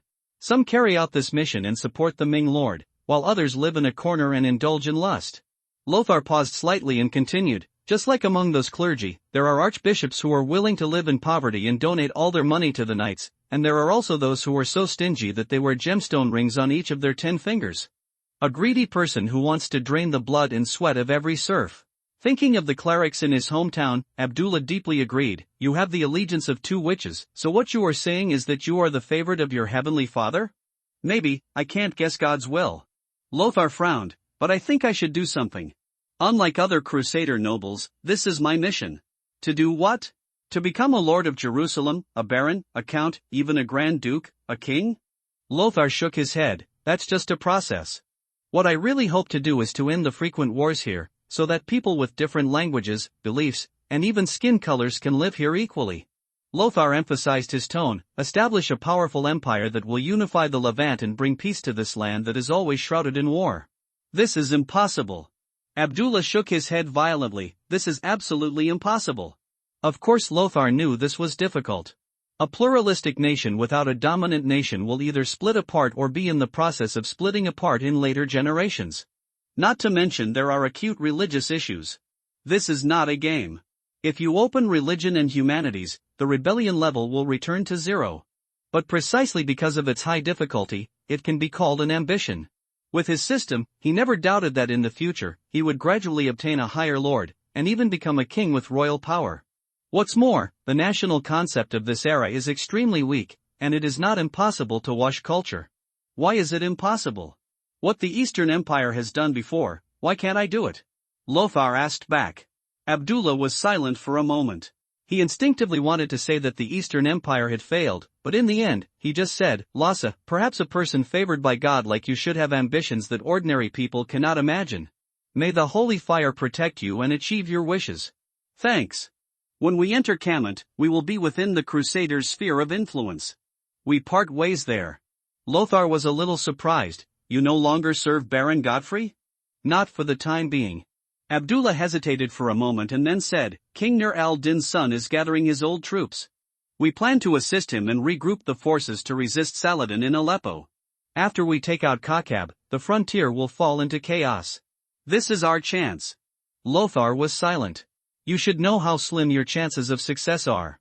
No matter how merciful Saladin is, he will not forgive rebels like you. Abdullah said solemnly, the Lord has called me, and I will never look back. Lothar didn't persuade her. Although this Kurdish cavalry team made him extremely envious, the other party had a firm belief that he could not persuade with just a few words. Lothar glanced at Hans. This own attendant was setting up the camp and was sweating profusely from exhaustion. This is the only cavalry under Lothar. In this era when cavalry is king, it would be too expensive to organize a cavalry force as elite as the Kurdish cavalry team in front of us. Perhaps I should also join, or establish a knighthood. Anyway, I don't plan to get married in the short term. When I become stronger in the future, I will quit the knights or secularize it. These days, some people pretend to convert, and regret it every day. Naturally, there are also those who pretend to vow to marry again in the future. Stop. Rest where you are. The dusty Kurdish cavalry stopped in the desert. There was no leaf to shade them, so it was really not a good place to rest. Abdullah raised his head solemnly and said, that eagle has been hovering above us for a long time. Above the team, an eagle circled back and forth. It's been quite some time indeed. Lothar asked, can you shoot it down? No, this flat-haired beast is very cunning and can fly very high. Abdullah picked up the bow and arrow hanging on the saddlebag, tried to take aim, and shook his head. It seems that we will have a bloody battle next. Hopefully it's just a coincidence. No, Lothar, there is no word coincidence on the battlefield. If there is, treat it as the enemy's plan. And falconry is an Arab tradition. In this desert, except for specially trained falcons, there will be no raptors chasing the living people and circling overhead. I see. Lothar followed the good example and immediately shouted the order, relax the team, change the mounts, and prepare to meet the enemy. He is the nominal commander of this Kurdish cavalry unit, and he never hesitates to give orders. Although he knew that as long as Abdullah gave an order, the cavalry would immediately abandon him as an empty commander and instead follow Abdullah's orders. But he is still like a sponge squeezed dry, absorbing experience and lessons from this precious practical opportunity. He hoped that he could understand as soon as possible how to serve as a qualified cavalry commander and how to fight in this desert. Abdullah also knew this very well and had been teaching Lothar without reservation. Of course, if Lothar was an arrogant and self-righteous crusader nobleman, he would definitely not be treated like this. If he dictates too much and gives random orders, he may even be killed by these nominal subordinates in this desert without hesitation. Lothar took out the feed from the saddlebag and replenished his mount's strength. After a lot of driving, this majestic Arabian warhorse had a layer of sweat on its body, and even its mane was soaked. It was definitely no longer able to carry him for a charge. Even if it is the one that transfers and does not carry people, its condition at this time is far from good. How should this tired army face the enemy? Lothar frowned and looked at the swallowtail flag on the lance. With it, it would not be impossible to run desperately and get rid of the enemy. But the question is, what should I do if I encounter the enemy again? It's not far from the heart of Ayyubid's rule in Syria. At this time, Lothar's expression suddenly changed slightly. Sure enough, it's here. All I could see was a dusty sky in the distance. The heavy sound of horse hooves made the sand and gravel on the ground tremble slightly. The system prompt sounds, activation milestone, 1 cavalry can count 100, single-handedly, successfully penetrated a cavalry team of more than 100 people. Lothar secretly cursed in his heart, I can give you a ride for 100, do you really think that I am Lu Fengxian alive? Abdullah stood next to Lothar and whispered in Gaulish, as a general, you should not show joy, anger, sorrow, or fear. You must have confidence at all times. Lothar was startled and realized his negligence. More than 100 cavalrymen, carrying rolling yellow sand, stopped not far away. The armor is shining, and the swords and guns are like a forest. Behind the cavalry, there was also a large camel team, slowly following along with the melodious sound of bells. Obviously, this group of cavalry came on camels and changed to horses nearby. In the desert, camels have far more endurance than war horses, and their loads are much higher, making them more suitable for long distances. In other words, their mounts still have plenty of physical strength. Lothar carefully observed the opponent's armor and equipment and breathed a sigh of relief when he saw that most of them were in disarray. Not as elite as the Mamluks. The composition of this cavalry team is very complex, and the equipment is also diverse. Short spear, hammer spear, scimitar, straight sword, compound bow, kite shield, buckler, golden armor, black scales, and earthy yellow cloth armor. It is by no means an elite division like the Mamluks with uniform equipment and tactics. But that doesn't mean they are easy to deal with. Lothar looked back at everyone. Sure enough, the faces of these battle-experienced Kurdish cavalry were full of solemnity. They knew very well that it was difficult for their exhausted army to compete with the enemies who were waiting for work and whose numbers were far greater than theirs. It was obvious that the men under Kokeb used falcons to notify this group of enemies to intercept them. It's just that Lothar doesn't understand. Why would anyone risk offending Saladin to intercept and kill their elite team in this border area between Sasanian and Ayyubid? Input and output are not proportional at all. Holy fire, we are the cavalry under King Saladin. Who are you? Abdullah stepped forward on horseback, his loud voice echoing in the Gobi desert. The leader of the opponent, a man wearing golden armor, urged his mount and slowly walked forward.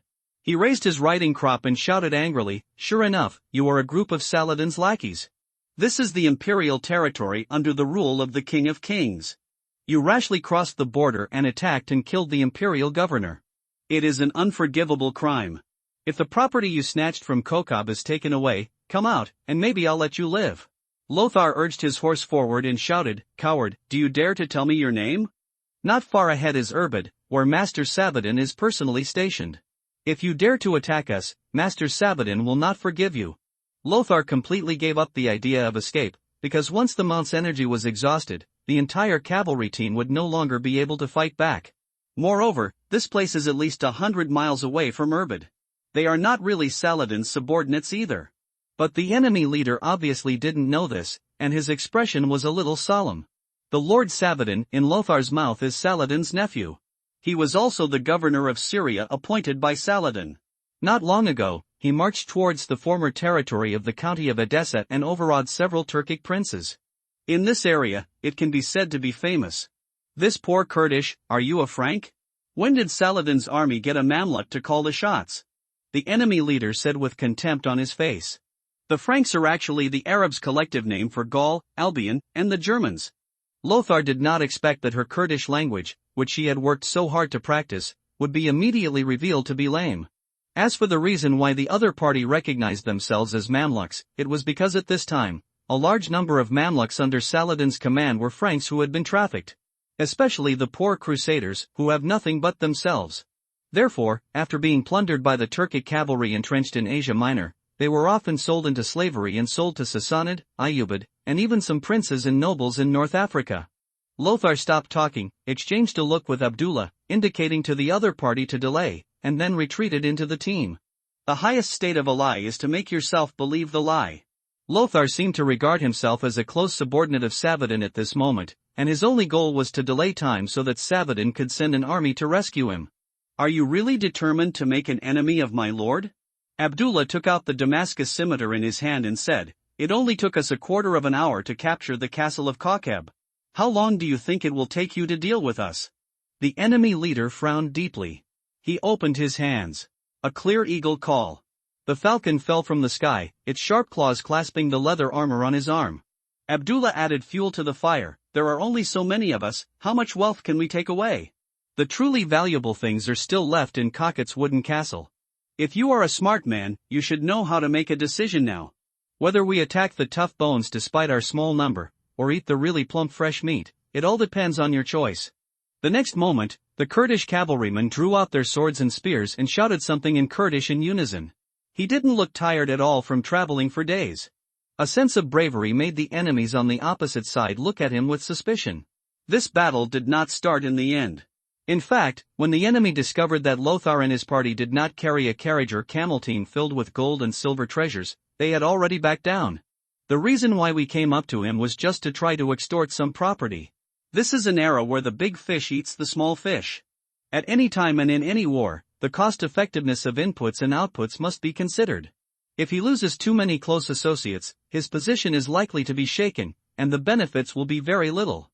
In addition, there is also the possibility of being attacked from the front and back by reinforcements sent by Saladin.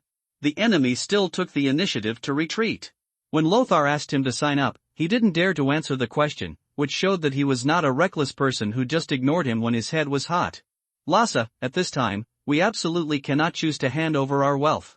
In this desert, there is no morality or any norms that can restrain your enemies. Handing over your wealth will not only not make your enemies stop, but will expose your weakness. Abdullah walked side by side with Lothar and taught him by words and deeds. Lothar drew inferences and said, it will also greatly dampen the morale of the soldiers. Even if they originally planned to let us leave, the enemy may change their minds. That's right. 2 full days passed. They bypassed Irbid, where Saladin was personally stationed, and chose a longer and less traveled road to avoid possible enemies. Lothar had no confidence that he would be able to get past Saladin if he encountered him again. After passing this hillside, you will see Cammont in front of you. Abdullah smiled and stopped in front of a sand dune. Lothar's expression was a little complicated. Are you guys leaving? Abdullah nodded. Holy fire, Lord Lothar, it is my honor to fight alongside you. If I am still alive after this time, I may choose to take the boys to join you. After he finished speaking, he added with a smile, I hope you already have a rich enough fiefdom by then, because the wages of the young men under my command are not low. I promise I will. Lothar patted Abdullah on the shoulder, looked at the Kurdish cavalry behind him, and said sincerely, you are the most heroic and skilled cavalry I have ever seen. I am proud to have served as your commander, and I sincerely wish you all a safe trip. He touched his shoulder with his right hand and nodded slightly, may Heavenly Father bless you and may the holy fire burn forever. The Kurdish cavalrymen put their hands on their shoulders and returned the salute. During this time, they got along very well with Lothar. This changed their original stereotype of the Crusader nobles. Of course, as Lothar performed the mysterious witchcraft, the Kurdish cavalry's feelings towards Lothar changed to 30% favorability and 70% fear. Abdullah was a little moved, but he laughed and said, Lhasa, you are praying to 2 gods one after another. This is not pious at all. Lothar smiled and said, perhaps my god and your god are actually the same god? After all, they are both creators.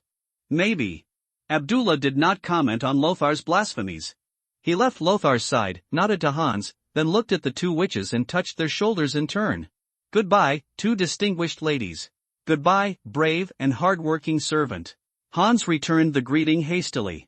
I was a little flattered at first, but when I heard the word hard-working, I couldn't help but feel a little resentful. Do I just follow the Lord and do odd jobs?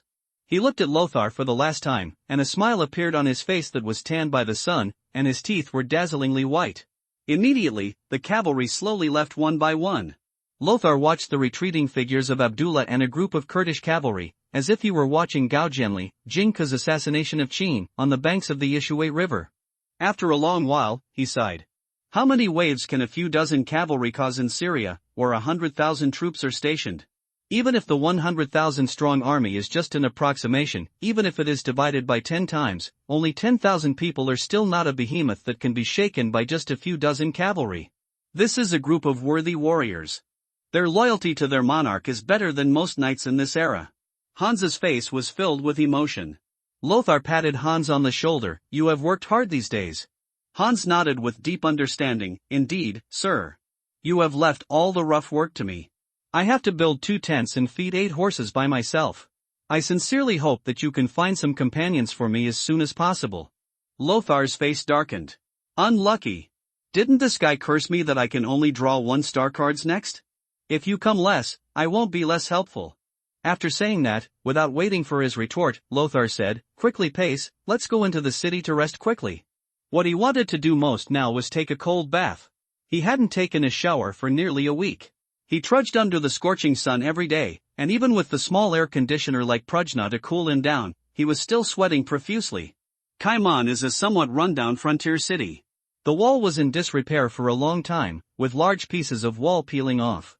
Occasionally, passing caravans enter the city, but they only stop for a short time before going deep into the interior. There were no fountains in the city, only a dirty drainage ditch running through the center of the city. There was a thick layer of slippery filth accumulated in it, and it smelled like an exposed dry toilet. It is located on the northeastern border of the Kingdom of Jerusalem. To the north is the former Principality of Antioch and today the Syrian Governorate of the Kingdom of Ayyubid. As a gateway city, here we are always faced with Saladin's 100,000-strong army in the north, so even the lords of this city abandoned their fiefdoms and ran to the palace in Jerusalem to serve as stable masters. In the tavern, a few guests were drinking wine. Lothar and his entourage pushed open the door and walked in. The 2 women took the lead in finding a corner to sit down, while Lothar and Hans came to the bar. Someone laughed and joked, "Ha, 2 noble knights, they are sitting at the same wine table as us. Do you want to have a drink together?" Lothar showed a humble and polite smile. "Of course, I'm treating you." As he spoke, he popped out a silver coin with his finger. "A glass of ale each for these guys, me and my companion." "Thank you, generous lord. Father bless you, Sir Knight." The guests were all smiles. Lothar popped out 2 more silver coins and pressed them on the table. "Prepare 2 clean rooms and enough bathtubs for 4 people to take a bath respectively." After that, he looked at the guests. "Gentlemen, is there anything unusual happening in the Holy Land these days?" The guests looked at each other, not quite sure what was considered unusual. "Does the knight also want to hear the gossip about the stonemason's woman next door who put a solid cuckold on her while her husband was out?" At this time, a man who seemed to be well informed stood up and said, "Master Knight, you are a German, right?" Lothar nodded and said, "Yes, I am Lothar from Alga, from Swabian Switzerland." The man said, "Yesterday, I heard from a businessman that your emperor was fighting with the Lombards on the Apennine Peninsula. It is said that it was because the Lombards ignored the emperor's orders and resisted paying the crusader tax. The emperor couldn't bear it anymore, so he decided to take action against them." Ah, this. Lothar was a little unbelievable. This Emperor Henry was not as ambitious as the famous red-bearded Emperor Frederick the Great at the same period in history. His attitude towards the domestic princes, especially the North Apennine princes who were separated from Germania Magna by an Alps, has always been quite soft. Why is it that at this critical moment when relations with the Pope are about to ease, the style of painting suddenly changes, and thunderous measures are adopted? Someone said worriedly, "It seems like it will take a long time for the German crusaders to come." This is indeed a big deal. Lothar nodded, raised his glass and took a big sip of ale. This kind of ale in the tavern has a light bitterness and malty aroma, and the alcohol content is negligible. It is a thirst-quenching artifact. The man added, "Besides that is Balian of Ibelin, who is said to be dueling with Guy of Lusignan." When he said this, his face was beaming with joy, as if he had experienced it personally. Both of them fell under Princess Sibylla's skirt. In order to compete with each other to see who was more suitable to become the husband of Her Royal Highness, they decided to marry her in 3 days, a fair duel of knights in Jerusalem. Jerusalem. Constance Manor. Ryan watched boredly as Model trained the new recruits. Assemble in formation, march with sticks, turn left and right, squat and stand up, square formation, circular formation. A mess of footsteps made the originally clean and tidy manor full of dust. Everyone, stand at attention and do not whisper or make any movement until the church bell rings. Model shouted with a serious face. With his beard and calm expression on his face, he is more suitable to be a recruit training officer than Ryan. He held a riding crop in his hand, and when he noticed any movement, he immediately whipped him down. Under the scorching sun, the recruits wearing full armor were sweating profusely. If it weren't for the higher salary offered by Constance Manor and the food far exceeding the soldiers recruited by the Kingdom of Jerusalem, these people would not be able to endure this boring training anyway. In their view, this kind of training is useless and is just torturing people. There is no way to improve their survival rate on the battlefield. It's not as useful as holding a wooden sword and slashing at the target. A full quarter of an hour later, the church bells rang. The recruits immediately let out a sigh of relief and squatted or sat on the ground. Remove armor and rest. Model ordered. Next, I will teach you how to maintain your armor and weapons. I think you should know the value of the armor you are wearing. They are more valuable than you, and they are the basis for your survival on the battlefield. The recruits looked stern. Of course they knew how much a piece of armor was worth. Before they came to the Holy Land, when they were recruiting peasant soldiers or urban militia, it was impossible for the lords to give them armor. This was a treatment that only the Lord's personal guards could have. This is one of the reasons why recruits endure this kind of training. Ryan watched Model explain these basic knowledge and sat lazily in the shade of the tree. After a while, the explanation ended. The new recruits began the long process of penalty standing again. Model walked under the bright sun and could even pour out water when he took off his helmet. I know that your purpose is to train the discipline of these armored sergeants so that they can use their arms and fingers on the battlefield so that they will not be easily routed by the cavalry. But this kind of training is really boring, and none of the people brought from Austria are useful. Model frowned and said, Ryan, training the new army is a boring task, but you have to know that this new army will be the team of you and me in the future. The quality of training is related to our future. A trace of heat flashed in Model's eyes. Don't you want to be like those knights, wearing bright armor and walking on the battlefield? I think about it, but you have also seen that these idiots can't even tell the difference between left and right, and they are all messed up every time they practice, like a frightened sheep. With this look, how can you satisfy the adults? Then practice more. Model gritted his teeth. The training of this group of recruits is indeed somewhat unsatisfactory, because although they are strong, most of them are illiterate, and very few of them have attended church schools. If there is no distinction between left and right, how can we form a dense queue and move forward together? They didn't even line up in a straight line, they were just conscripts wearing armor, they looked like shit. At this time, in the streets and alleys, there was a sound of horse hooves. A knight wearing Saracen-style black scale armor slowly walked into the manor under the surprised eyes of Ryan and Model. Stop, comers, this is Lord Lothar's private estate. No guests are accepted. Infidel, you have defiled this pure land. Ryan and Model immediately picked up their weapons and surrounded them. Several local residents standing guard also followed with weapons in hand. They had been training for the longest time and had initially acquired combat effectiveness. We've only been separated for half a month, and you don't even recognize me? A familiar voice sounded. Ryan, Model, and the faces of the people suddenly became surprised. It's the voice of an adult. The master is back. Without Lothar, it was as if they had no backbone. Although Ryan and Model are good soldiers, they are not yet capable of acting independently. The knight took off the mask and turban around his face. Ryan, Model, and my subjects, long time no see. He turned his attention to the recruits who were doing standing training. Although their faces were full of surprise and curiosity, they did not disperse and gathered around to watch the fun. Model's rigorous training has begun to bear fruit. Lothar put the horse rein into Ryan's hand and went straight to the new recruits. First meeting, my soldiers, I am your lord and object of allegiance, and I am also the employer who pays your salary. You have trained well, keep up the good work. After that, he told Model, we will add meat for everyone tonight. All the recruits cheered immediately. Long live. Heavenly Father bless you, generous Lord. Praise to you. Hans, Prujna and Fringilla slowly walked into the manor at this time. Long time no see, my dear brothers. With tears in his eyes, Hans hugged Ryan and Model. Long time no see. The two were taken aback by Hans' enthusiasm. Brothers, find a few reliable people to carry the bags carried by the horses, and then take good care of these poor big animals. It's been such a hard journey for them.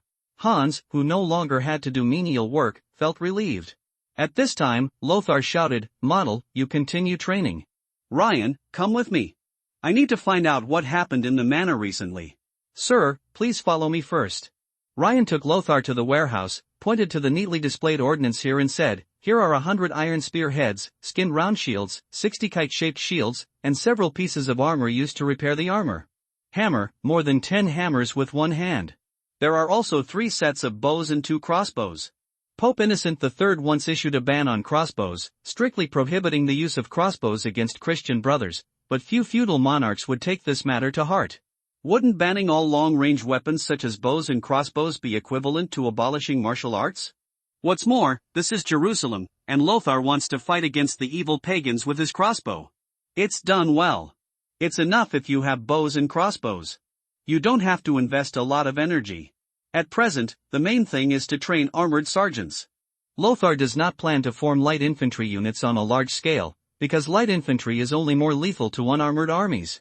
For armored knights and armored sergeants, it's just scratching an itch. He also didn't plan to form a cavalry archer.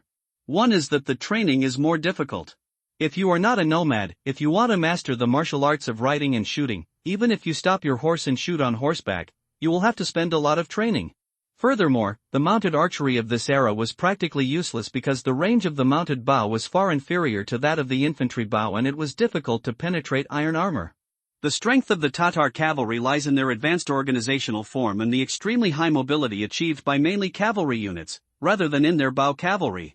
Among the Tatar cavalry, there is a considerable part of the heavy armored cavalry, and the armor rate of the troops is much higher than that of most armies of this era, including the Crusaders. It cannot be said that the Crusader cavalry was defeated by the Tatar cavalry was defeated by the Mamluks, and the Mamluk cavalry was defeated by the Crusaders. It is ridiculous to conclude that the Crusader cavalry is smaller than the Tatar cavalry, smaller than the Mamluks, and smaller than the Crusader cavalry. To use an inappropriate analogy, the Crusader cavalry is the Tiger tank, and the Tatar cavalry is the T-34. Both have their own advantages and disadvantages. But judging from this era, it is absolutely impossible for the Crusader knights, who are loosely organized, advocate personal heroism, and have rigid tactics, to defeat the Tatar cavalry. This time he raided the castle of Kokeb and gained a lot of wealth. To form it, he had to form the king of this era, the heavy armored cavalry. As for where the troops would come from, he was still thinking about it. After leaving the warehouse, Lothar followed Ryan to observe the training of the armored sergeants, and couldn't help but nodded secretly. Unlike Ryan and Model's high demands, Lothar knew that it was pretty good to be able to recruit and train such a team in just half a month. And many of these sergeants have seen blood. The Pilgrim's Road is full of dangers. To reach the Holy Land alive, luck and ability are indispensable. Therefore, this armored sergeant has actually begun to take shape. After a few more months of training, he should be able to go to the battlefield. Lothar patted Model on the shoulder. You two have done well during this period. After the training is over, we will purchase some seeds and farm tools. By the way, we will see if there are any blacksmiths and carpenters. There are blacksmith shops and carpenters in the manor. The workshop cannot be left abandoned like this. Is there someone to take care of the stables? These delicate animals must be taken care of urgently. If they get sick, they must be isolated in time. The 8 Arabian war horses they brought back were all first-class products, and together they were worth at least 300 gold coins. Lothar was chattering. Outside the manor, there was a rapid sound of horse hooves. The royal knight of Jerusalem, wearing a red and white smock, stopped at the door of the manor and said in a hurry, "Knight Lothar, His Majesty has summoned you and wants you to come to the palace immediately." Lothar said quickly, "I understand, please let me change my clothes first." The knight shook his head and said, "No need. After you enter the palace, someone will take care of you to bathe and change your clothes." Half a month away from the holy city of Jerusalem, the smell of impending war has become more and more obvious. Knights Templar sergeants holding drop shields and kite shields and wearing red cross robes on a white background walked in groups on the street. Those who were idle in the past and were the biggest restless elements in Jerusalem were now detained by the sergeants of the knights, preparing to serve as peasant soldiers. The temporarily expanded blacksmith shop has extended to the street, and the sound of hot furnaces and forging hammers striking iron ingots can be heard all the time. The knights of the Teutonic Knights also rarely appeared in the holy city. They wore black blouses with white crosses and surrounded a leading nobleman to the palace. "Brother, do you know who the current Grand Master of the Teutonic Knights is?" Lothar asked. Brother is a simplification of Christian brother. Any Christian believer can call each other this way to express closeness. Of course, the premise is that the status is similar. If a pariah calls the Knight Master brother, it is normal for him to be beaten severely. Teutonic Knights?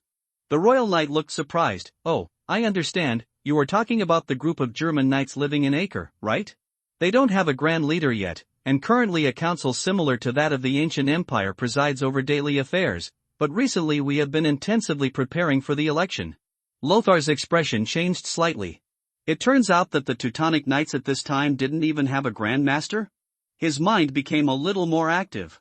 If he made certain achievements, as a German noble, would he also have the opportunity to compete for the position of the leader? No, this doesn't go with my plan. He wants to be a secular lord, not a church knight. The latter is too restricted by the church, like a castle in the air, powerful but illusory. Let Hans give it a try. It's just that he is too young and immature, and it is difficult for him to stand out in a short period of time. Has anything happened in Jerusalem during this time? Lothar said, I heard that Balian, the heir to Baron Godfrey, is said to be dueling with Guy of Lusignan. What is going on? A sad look appeared on the face of the royal knight. This matter is a bit complicated. It is said that Guy saw Lord Balian entering Princess Sibylla's room with his own eyes. So he challenged Lord Balian. According to the regulations, he lost. He shall no longer pursue Princess Sibylla. Lothar frowned. Could it be related to the veil I asked Hans to give him? The two of them entered the palace one after the other.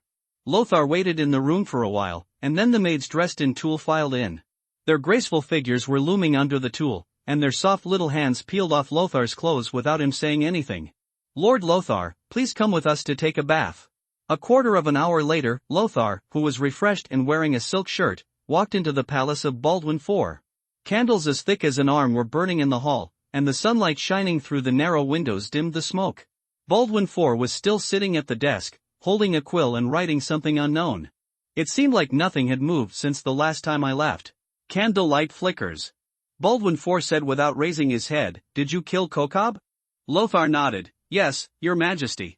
There was a trace of relief in Baldwin IV's eyes. He put down the pen in his hand and motioned for Lothar to sit down. He smiled and said, I was indeed right about you. You went deep into the enemy's territory, made a surprise attack on the governor's castle, and successfully breached it. You, like your father, are both outstanding generals. Lothar said humbly, Thanks to the blessing of Heavenly Father and the elite cavalry under Baron Godfrey. No need to be humble, you are the core of this operation. Baldwin IV supported the desk, managed to stand up straight, and said with a smile, If this matter cannot cause a conflict between the Sasanian king and Saladin, it is my fault in planning. You have tried your best. How can I repay you for your service, Lothar?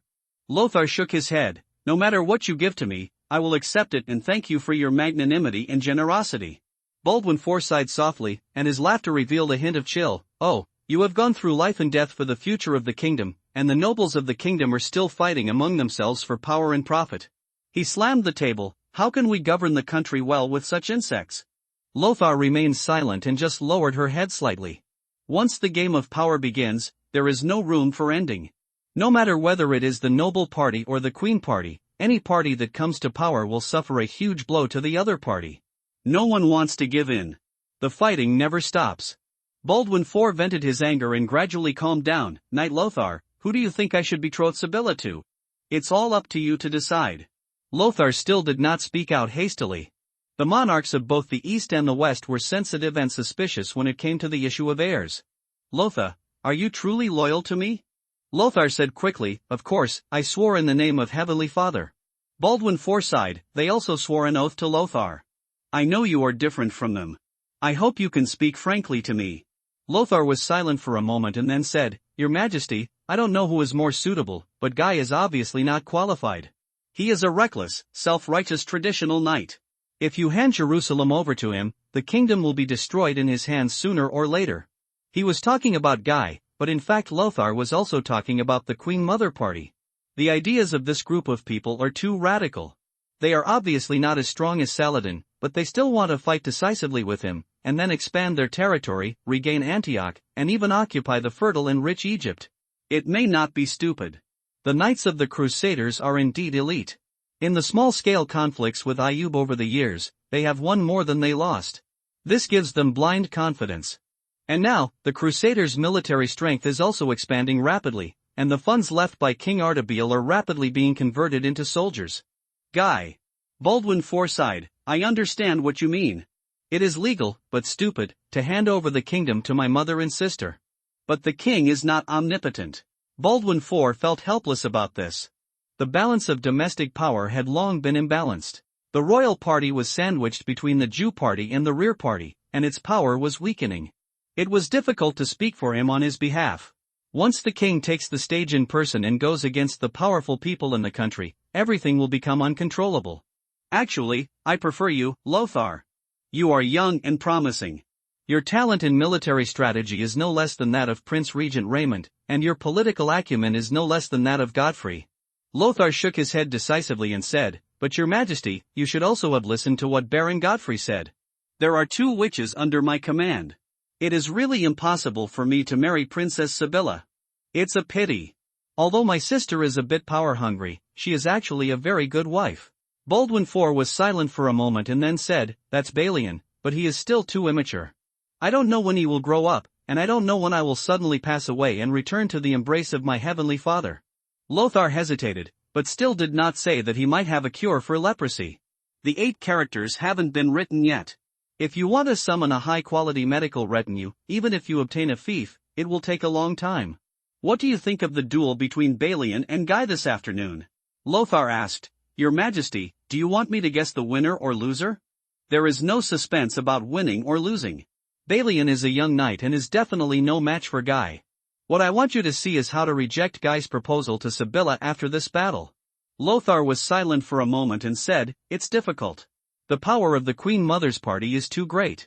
If Balian loses in the sacred and fair duel of knights, there will be too much resistance if he wants to betroth Her Highness the Princess to him. Then it's up to you to duel for him." Baldwin IV said solemnly, "The gloves thrown by Guy were not picked up by Balian.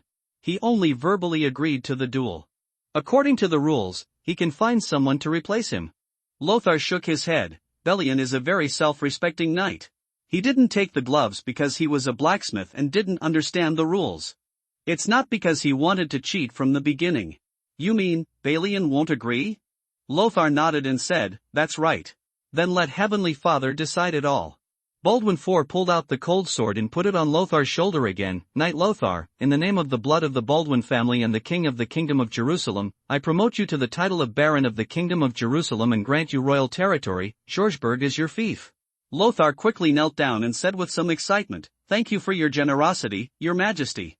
Baldwin IV shook his head. "This is not worth your expectations. Yogurtsburg is a barren place that has been under the control of the royal family for a long time, but no one cares about it. Sorry, Lothar, I originally wanted to grant you Bethlehem as a fiefdom, but the current situation in the kingdom prevents me from resisting the pressure of the courtiers in granting you the wealthy and sacred Bethlehem." Lothar shook his head and said, "That's enough, Your Majesty. I will make more achievements in the future." Many knights could not be promoted to barons despite serving their lord for life. Although the baron seems to be a low-level lord, in fact, in Jerusalem, he has already entered the palace and is qualified to enter this game of power. "Get up, Lothar, do you want to play a game of chess?" Lothar shook his head and said, "Sorry, Your Majesty, I can't." Baldwin IV smiled and said, "I'm sorry. Because of this illness, when I rarely go out, my only pastime is playing chess." "It's actually very simple, I'll teach you." Lothar followed Baldwin IV and sat down across from the chessboard table. The ways of being a king and a general are all on this square chessboard. The king, queen, bishop, knight, chariot and praetorian guard all perform their duties. On the black and white chessboard, Lothar's black side has been defeated many times. The system's beep has also rang in Lothar's ears many times. You have been promoted to Kingdom Baron and received extraordinary retinue lottery ticket 1. Using this lottery ticket, you will gain the allegiance of any 4-star retinue. You have obtained Yegelsberg as a fiefdom. Please go to the fiefdom as soon as possible to activate all functions of the yesterday's giant ship system. Baron, you seem a little distracted. Baldwin IV was somewhat dissatisfied with Lothar's release. Lothar nodded and admitted, "There are indeed some. After all, I am only the second son of the family. My previous lifelong goal was just to find a fief as a place to live." "I understand. I hope your chess skills will improve next time we play." Baldwin IV signaled Lothar to leave. Before leaving, Baldwin IV spoke again, "Lhasa, don't put too much effort into that territory. Jerusalem is your real stage. To be far away from Jerusalem was to be far away from the center of power of the kingdom. Just like the city of Kamant that Lothar passed through when he returned. It was obviously a relatively wealthy city fief, but its lord didn't want to live there at all. Instead, he went to work in the city of Jerusalem." "I understand, Your Majesty." Baldwin IV nodded slightly, waved his hand and said, "When the situation calms down a bit, I will make another appointment for you or take charge of an army. You should be mentally prepared.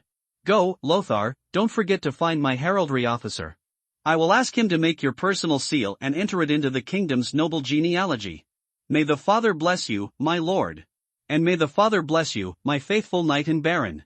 Lothar said goodbye to Baldwin IV, holding a fief grant written by Baldwin IV himself, and strode down the narrow corridor.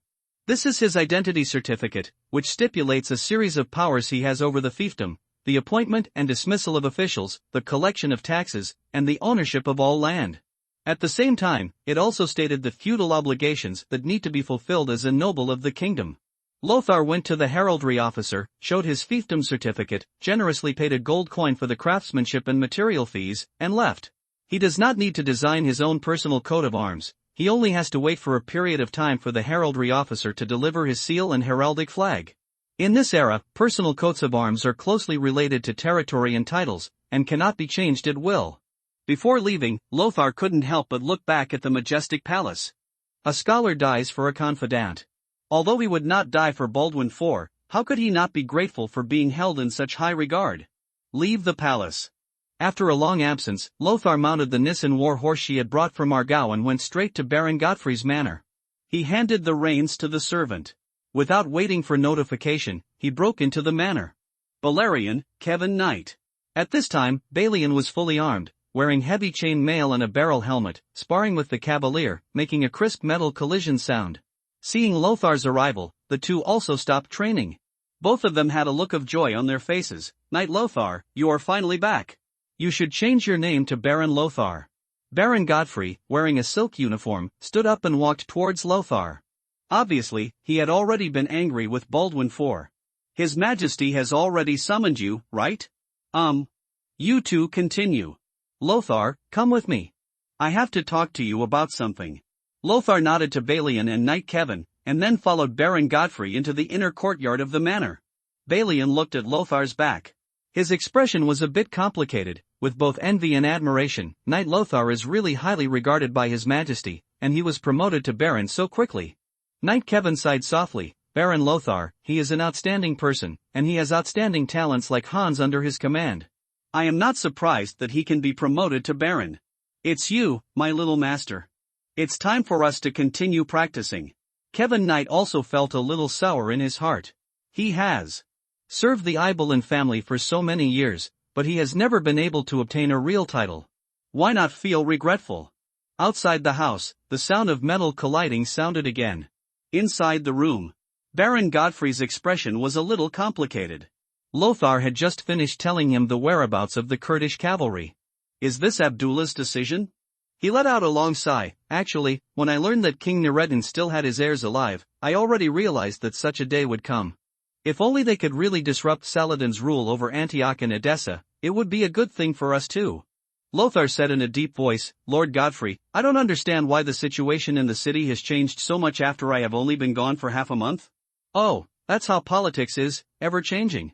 Baron Godfrey sighed. "Ever since the palace meeting decided to form the Pilgrim Crusade, the spearhead of the struggle between the three factions has been laid. Everyone wants to strive for more wealth and more army quotas, and I happen to be appointed by His Majesty as the head of the Royal Knights of Jerusalem." Lothar frowned slightly. He knew that the Royal Knights had 30 knights and 200 armored cavalry. The strength of this knighthood is not weaker than the Knights of Jerusalem controlled by Regent Raymond. Now, all the major legions are expanding their forces, and the Royal Knights are naturally doing the same, which involves the distribution of military expenses and positions. Raymond, Prince Regent, wants me to side with him. He said that he will do his best to veto the legality of this duel. Leonard wants to force me to resign as the leader of the Royal Knights. I will guarantee that Guy will not hurt Balian even a hair in this duel." Lothar said thoughtfully, "No wonder His Majesty asked me to attend this duel on behalf of Balian. This duel is actually related to the survival of the royal party." Godfrey smiled bitterly and said, "Guy is a very powerful knight.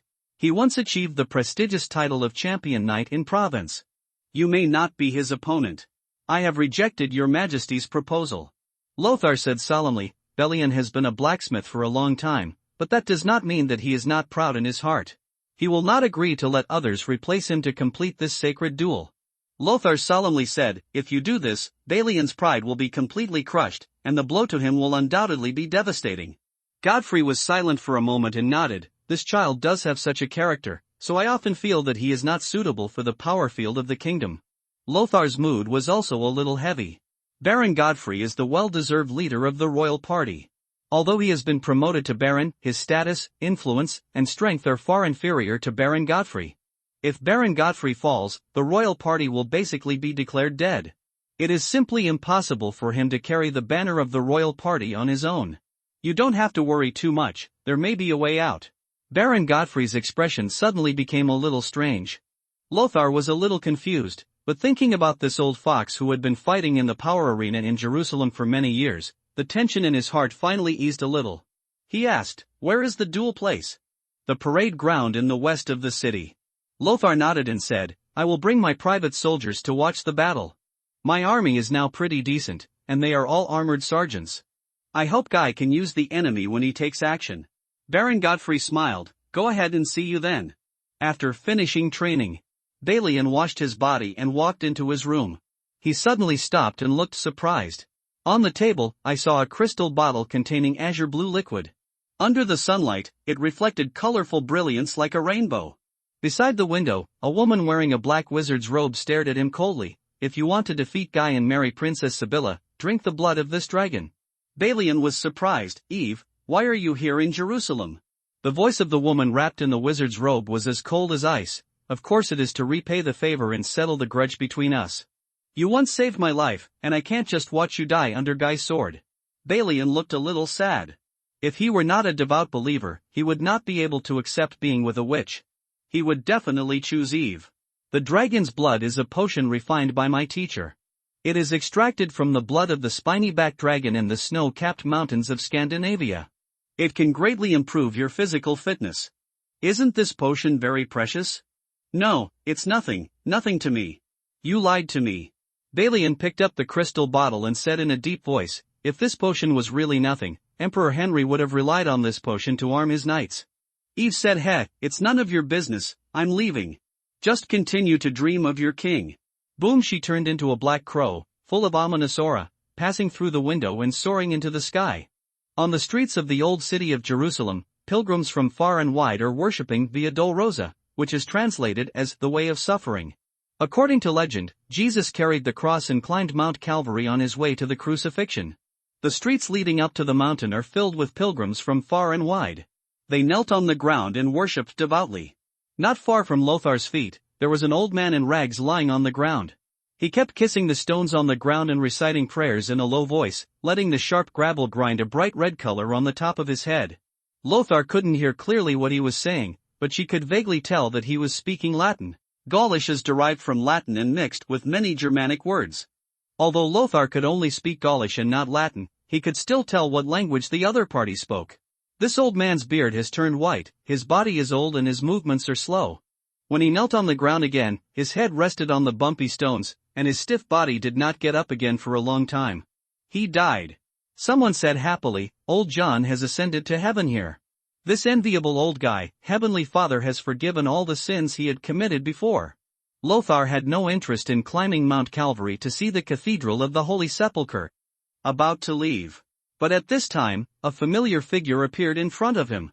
This man was holding a Bible, wearing a white holy robe, and shouted loudly, "When the Holy Land is in crisis, pilgrims who have come from afar, your piety is touching, but worshipping blindly cannot completely wash away your sins." The pilgrims looked at each other. Some people showed sorrow on their faces. "Oh my God, merciful Lord, is it possible that the door of the kingdom of heaven still cannot open to us at this place closest to the kingdom of heaven? Didn't old John ascend to heaven at all?" Someone cried and asked, "How can we get salvation? We have already paid too much." In the noisy crowd, the priest spoke again, "Saladin's evil lackeys are gathering, and the infidel army has surrounded the Holy Land. Only by guarding the Holy Land and dying in the battle with the infidels can we get true salvation." He waved the Bible in his hand, as if what he just said could be found in this book. "Go and join the crusade. Everyone who can take up arms should fight. Everyone who can donate money should donate money. Everyone who can work should go to work. We will definitely win the final victory." The enthusiasm of the pilgrims was quickly aroused. "God bless us, we will fight to the end." The priest raised his tone and shouted, "In the name of Jerusalem, in the name of the Father, fight for the Father, kill all the infidels. In the name of the Father." The pilgrims cheered, and some immediately stopped worshipping and surrounded the priest and walked towards the foot of the mountain. Lothar frowned. This priest is an old acquaintance. That was Father Becket, who had taken a boat with him to the Holy Land. Now it seems that he has received a formal priesthood and has used his best missionary skills in the Holy Land. Lothar did not feel the joy of meeting her old friends again, but instead felt a little uncomfortable in her heart. He looked at the few elderly pilgrims who had no ability to work and no money left. These people were staying where they were, somewhat bewildered. They don't know if they can still usher in salvation. When they set out, the priest in the small town originally said that they can be saved by arriving at the Holy Land and repenting of their sins. Does this still count? Probably, it has never been counted. Constance Manor. Lothar handed the reins to Ryan. Is there a problem with the recruitment of blacksmiths and carpenters? Ryan said with some shame, indeed, sir, all the blacksmiths have been recruited by the lords of all parties in Jerusalem. There are 2 carpenters, and their skills are quite good. One of them once built siege equipment for Count Raymond. That's good. As for the blacksmith, let it go for now and let the 2 carpenters pack their bags with their families in advance and prepare to return to the territory with us. As expected by Lothar, the city of Jerusalem has already carried out war mobilization, and it has become difficult to hire blacksmiths. Ryan responded yes and then came back to his senses. Territory? He said with excitement on his face, Sir, have you obtained the fief? Lothar shook his head. It's not a fief, it's a fief. His Majesty the King canonized me as Baron Yogurts. I already have the qualifications to be canonized as a knight. He patted Ryan on the shoulder. You have to work harder. As long as you and Model accumulate enough merit, I will not begrudge a knight's title and fief. Ryan's face showed excitement. Sir, I promise that I will make great achievements. As for Model, let him give the new recruits a meal to celebrate my promotion to Baron. In addition, we will take them out for training this afternoon. After training in isolation for so long, it is also time for the nobles in Jerusalem to see our Habu, the Fort family's military training skills. Yes, sir. I promise they won't embarrass you, Ryan said firmly. Return to the room. Lothar immediately used the extraordinary retinue lottery ticket. Different from the ordinary card drawing, this time, he did not have the opportunity to observe the card attributes in advance, and the cyan light bloomed dazzlingly.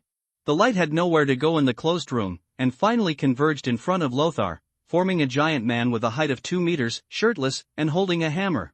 His information also surfaced immediately. Blacksmith Malice. Quality, extraordinary, 4 stars, grade 1 intimacy, cold strength, 25 agility, 5 physical strength, 10 stamina, 20 mental strength, 5 skill, forging master. Blacksmith Malus is good at forging a variety of weapons and armors. His skills are superb and he is worthy of the name of master. Introduction. Blacksmith Malus was once the chief master craftsman of the Polish Federation and the Blacksmiths Guild. He once built a fully enclosed armor for King Jagiellon VIII of the Polish Federation, but it was eventually used by East Prussia. The grand leader of the Teutonic Knights, holding the sacred weapon, Cross Holy Spear, could easily pierce through, so he was exiled. Blacksmith? Lothar's eyes suddenly lit up. God bless you, whatever you want comes to you. It seemed that he had been smoked by the fireworks for too long, and Malice's voice was very hoarse. You are my lord, right? Lothar nodded and said, Yes, I am Lothar von Habsburg, lord of the Kingdom of Jerusalem and the Yogurtsburg conferred by His Majesty Baldwin IV. Malus lowered his head and knelt on one knee with his huge body like a hill. Maris is willing to serve you. Lothar helped him up with a solemn expression. I promise, Mr. Malus, the unfair treatment you suffered in the Bolivian Federation will never happen to you again. He respected Malus. Not only because Malus is a 4-star retinue, but because of his identity. He is definitely a talent with the most advanced armor-making knowledge. Far better than the Lombards. It can even trigger an armor revolution sweeping Europe and Asia in the Holy Land. Malus nodded slightly. He was also a taciturn and dull man with no visible mood swings. But Lothar's beautiful words are not meaningless. At the very least, the intimacy has been slightly improved. Of course, the extent is not obvious. Come on, Malus, I'll take you to meet someone. Lothar opened the door and walked out. This is my new retinue. Say hello to everyone, Malus. Lothar walked out of the main building of the manor and said to everyone. Immediately afterwards, it seemed as if a dark cloud was covering the head. The burly body, which looked like Mars, the god of war in ancient Greek mythology, immediately occupied everyone's attention with an extremely oppressive feeling. Heavenly Father. Ryan and Model swallowed subconsciously. This 2-meter-tall, terrifying giant-like man had muscles as hard as granite. If he were wearing heavy armor, They couldn't imagine anyone being able to withstand him on the battlefield. Ryan exclaimed, "If he is a knight, I can't imagine what kind of majestic horse can carry such a majestic body like him." Model said concisely, "He should be in the Varangian Guards of the Eastern Empire.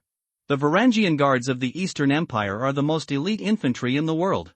Oh, although Malus is a little stronger, he is actually a blacksmith, a top-notch blacksmith who doesn't go to the battlefield. Although Malus has high basic attributes, his physical strength is only twice that of an ordinary person. Lothar is not willing to let such a valuable technical talent go to the battlefield. Although it is conceivable that if Malus appears on the battlefield, he will definitely be a god of war who is no less evil than the ancient ones." Hans looked at Malus's face and suddenly realized something. He stuttered and said, "Are you the great craftsman of the Boli Federation?" Malus lowered his head slightly and looked at the familiar black cross on a white background, with a rare hint of disgust in his expression. "I unexpectedly met a kid from the Knights here." Ryan and Model looked at each other in confusion. They didn't know what the Poly Federation in Hans's mouth and the Knights in Malus's mouth were. But there is obviously a grudge between the forces these two people belong to. "Malus." There was a hint of warning in Lothar's voice. "Remember, this is Jerusalem, and the Lord you serve is me, not the Federation or the Knights." Prajna calmly took a step forward, and his looming aura immediately dissipated the sense of oppression brought by Malus to everyone. She didn't know Malus. In the final analysis, he was just a mortal craftsman, and he couldn't forge a divine weapon like her ghost-faced shield. Fringilla, who was about to stand up, calmly stopped and muttered in a low voice, "The silly big man's reaction is quite fast." Malus was silent for a moment and bowed deeply. "My lord, everything is subject to your will." "Okay, I'll take you to see the blacksmith shop in the manor. If there is anything that needs to be purchased, make a list as soon as possible. We have to rush to the territory tomorrow morning at the latest." Ryan muttered in a low voice, "Why do you feel that every once in a while, adults can pull out one or two powerful talents from nowhere? Is it possible that your lord is not actually the son of a count, but the illegitimate son of Emperor Hohenstaufen?" "Shut up, don't criticize the lord at will." Although Model said this, he actually had some worries in his heart. If he didn't have a strong background, how could a mere landless knight win the favor of two witches in a row? Anyway, this must be a good thing. Everything is the will of the Father. Model crossed himself devoutly. Yes, the Father's will. Ryan strongly agrees with the statement that the Pope wants to punch someone after hearing this. Duels of knights were not uncommon in Jerusalem. There are too many knights gathered in this city. The landless knights on the European continent always come with the dream of making a fortune in the Holy Land. But when this duel is related to the noble Princess Sibylla of Jerusalem, people will inevitably pay more attention. In the afternoon, the arena was crowded with people who came to watch the excitement. Wandering knights, pilgrims who had not yet joined the Crusades, nobles, and monks crowded the streets. The guards shouted angrily at the untouchables blocking the road, and used their halberds to try to create a gap for their lord. Balian licked his chapped lips. Under the barrel helmet, his expression was a little nervous. He arrived earlier than Guy in Lusignan. He drank that bottle of dragon blood potion. At this time, he felt that his body was filled with terrifying power. But at the same time he was a little frightened. He wondered whether it would be a blasphemous act to use such a power, which was obviously not a gift from the Father, to perform a sacred duel. At this time, someone let out bursts of exclamations. "Oh my God, is this a giant from Rhode Island? Whose command is this army that is so elite?" From the stands of the competition arena, the nobles and ladies who had already taken their seats stood up one after another, showing expressions of incredible surprise. I saw an extremely majestic giant man, with an attitude of overlooking the surroundings, forcibly opening a path among the crowd. Behind him, a row of sergeants wearing uniforms were standing in a neat queue, marching forward in unison. They all wore white robes with a red standing lion emblem, and their movements were uniform. At a glance, they felt a fierce aura coming towards them. The knight, whose horse was covered in black leather armor, walked at the end of the team. "Is it Lothar of the Habsburg family? He returned to the Holy City? I heard that His Majesty actually promoted him to Baron? Where is the fiefdom? How could His Majesty bypass the Parliament and decide such a big matter so easily? It is said to be the private domain of the royal family, the remote Yogurtsburg." People were talking a lot, as if Balian, who was originally at the center of the storm, was replaced by the rising star of the kingdom, Baron Lothar. At this time, wearing a blue robe, the regent of Jerusalem, Count Raymond, slowly walked up from the stands. Following closely behind him was Leonard, the Earl of Jordan. This tall, thin man with red hair had gone through rigorous grooming today and looked quite handsome and tall. Baron Godfrey also slowly entered the stage at this time. He saw Lothar's team and the crowd at a glance. The team was so intimidating that they were clearly separated from the people around them. He waved in motion for Lothar to come forward.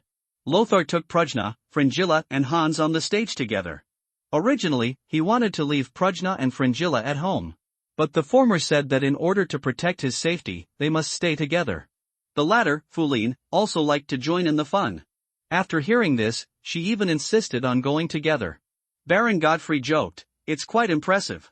This army has really only been training for half a month?" Seeing his relaxed expression, Lothar was a little confused, but he still nodded and said, "It is true that he has only trained for half a month. At present, he can only be said to have begun to show his combat strength, which is incomparable with the veterans." "You are quite the limelight. Didn't you see the change in the expressions of Raymond and Leonard?" Lothar nodded slightly. "It's time for me to stand up and share the pressure with you." Today is the time for Lothar to officially announce his arrival on the political stage of the kingdom. At this time, Guy of Lusignan also arrived. This young Gallic knight, full of arrogance, walked slowly with a sword in his hand. The sacred duel is a right given to nobles by the father. Everyone must abide by this law. But Balian, you did not pick up the gloves thrown by Guy de Lusignan that day, so you refused to duel, and depute your attendants and subordinates in lieu of the authority to perform the contract. William, the cassock-clad Prime Minister of the Kingdom and Archbishop of Tyre, put one hand on his sword and announced loudly in a measured tone. Balian shook his head and said, "Your Majesty Bishop, I am willing to fulfill the agreement of the duel. I cannot give up my pursuit of Miss Sibylla, regardless of whether she has a distinguished title or not." "Me too, Lord Bishop." Guy of Lusignan looked amused. He raised his head, looked at Princess Sibylla who was wearing a veil, and didn't know who she was looking at between the two of them, and shouted, "Let the Heavenly Father decide which of us has such an honor." In the stands, Princess Sibylla is wearing a small and exquisite gold crown, sitting next to Queen Mother Agnes. Under the veil, her expression was somewhat complicated. There was no excitement at all about the duel between the two nobles about to woo her. It was true that she had initiated the duel. But that was just a minor side effect of trying to control her own destiny. She never expected that Lothar would reject the olive branch she extended and handed it over to Balian. To her, what was the difference between Balian and Guy? She didn't object, but she didn't expect much either. Because as a princess, marriage is always involuntary. She looked at the majestic Lothar sitting with Baron Godfrey, her eyes seemed to be stung, and she subconsciously clenched her palms. "Mother, isn't this knight Lothar just a knight without a fief? Where did he get such an elite army to serve him?" "No, he is already Baron Lothar. Queen Mother Agnes does not look old. On the contrary, due to proper maintenance, she is still a charming lady, and many nobles are willing to be her guests. Baldwin likes this child very much. He plans to reuse him. In the future, he will gain a status in the kingdom that is no less than Baron Godfrey. The implication is that to be respected by Baldwin IV, this person must have something extraordinary. My brother turns out to value him so much." Sibylla mused. Agnes's smile contained a profound meaning. "Sibylla, you have to know that no matter who rules the kingdom, he needs capable ministers like Lothar to assist him. Sooner or later, he will be used for you." Agnes knew that her son would not die soon, and she was not worried. Because no matter what, her daughter will become the Queen of Jerusalem, ensuring her glory and wealth. Sibylla nodded calmly. "Yes, he will be used by me sooner or later." At this time, the duel between the two nobles had begun. Since Balian was not a knight, the battle between the two began as a foot battle. Guy held a half-sword and did not use a shield. He had enough confidence in his swordsmanship. The moment His Excellency William, the Prime Minister and Bishop of Tyre, announced the start of the duel, Guy quickly stepped forward and launched a fierce attack. In comparison, Balian seemed a little confused. He held the shield with one hand and subconsciously stepped back. Just when people thought this battle was without any suspense. Just listen to a bang. Balian held a shield and knocked Guy to the ground. He hesitated, dropped the sharp blade in his hand, and hit Guy's helmet hard with an iron fist wearing a chainmail gauntlet. Punch after punch. It was as clear as a church bell chiming on time. The battle ended so quickly that before anyone could react, Balian gasped and staggered up from the ground. Guy, on the other hand, has apparently fallen into a coma. Lothar was surprised. "What's going on?" When he visited at noon, Balian was still fighting with Kevin Knight. How could he suddenly possess such terrifying power now? Baron Godfrey calmly glanced at Prujna and Fringilla behind Lothar, with the corners of his mouth raised slightly. You should know better. Lothar suddenly realized. Is it the power of a witch? After a long time, Prime Minister William shouted in shock, Balian, it was Balian from Ibelin who won. He successfully defeated his opponent and won the qualification to pursue His Highness Sibylla. The onlookers looked confused. Is this a knight's duel? If tickets are required to watch this game, everyone will probably have this idea in their hearts. RNM will refund the money. The duel ended anticlimactically. Guy, who with his brother had dared to rebel against the rule of Richard the Lionheart, attacked the caravan of Richard's mother, Eleanor of Aquitaine, and also slew the brave knights of the two earls. He was defeated so easily by an illegitimate child before this, he was just a blacksmith. No one could have predicted this. Godfrey agreed with the nobles with a smile, and Lothar could even imagine how proud Godfrey was now. The oppression exerted on him by various forces was completely broken at this moment. On the contrary, he took the initiative in the matter. Not bad, Balian. Looking at Balian walking up to the stands, Lothar went up to him and patted him on the shoulder. You are very smart and know how to use your strengths and avoid weaknesses. You took advantage of Guy's pride and used your best strength to directly suppress Guy, so that he had no chance to draw his sword at all. I think when Guy wakes up, he will be so angry that he will beat his chest. Balian's face did not show joy, but was a little uneasy. He looked at his father and said in a voice that only the three people present could hear, I used the power of the witch. This is not a sacred duel. Lothar held Balian's shoulders and said decisively, no, this is the power given to you by Heavenly Father under the guise of a witch. Godfrey also smiled and said, witnessed by so many nobles of the kingdom, this is a sacred duel. The words spoken by the two people in tandem gave a huge impact to the still somewhat immature Balian. Dusk. Lothar and his entourage formed a winding convoy and walked slowly in the desert. Since the duel ended too quickly and there was still plenty of time in the afternoon, Lothar decided to leave immediately for his territory. Yogurtsburg is not far from Jerusalem. It is also a territory located on the Jordan River, very close to Leonard's territory. Yogurus sounds like a heavily Hellenistic name. The Greek civilization's rule here can be traced back to the Seleucids of the Diadochi state. After that, it went through the long rule of the Eastern Empire.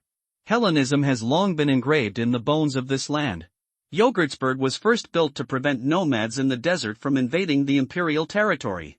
But now, things have changed and people have changed.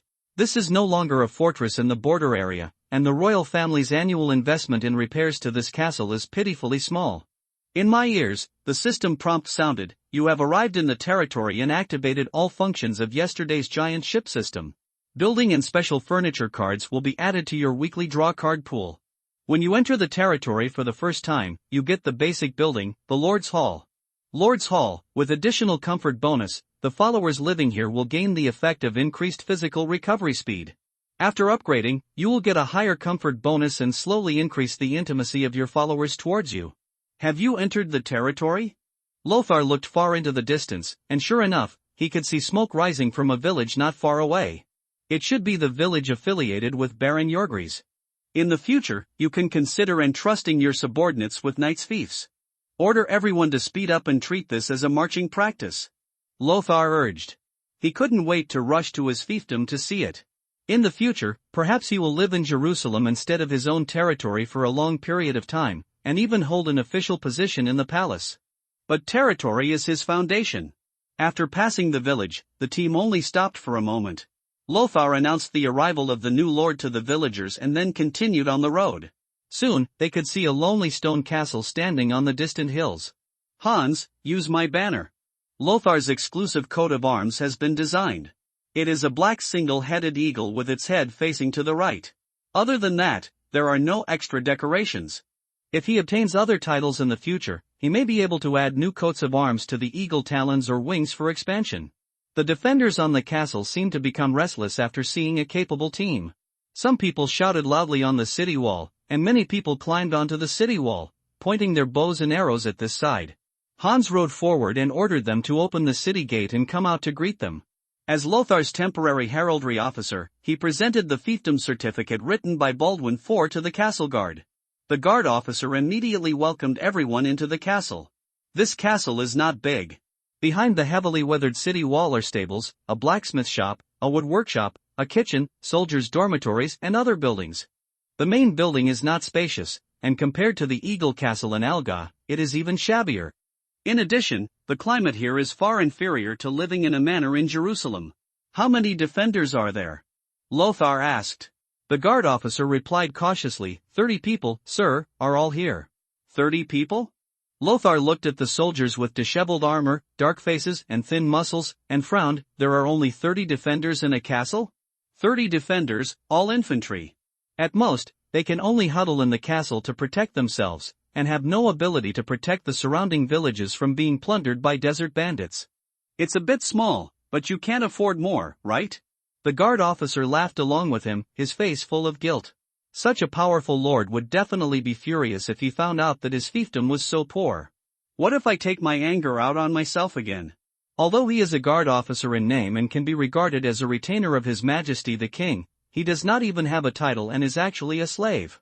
If he didn't have to bring taxes and pay tribute every month, His Majesty the King might not even know that there is such a person as himself.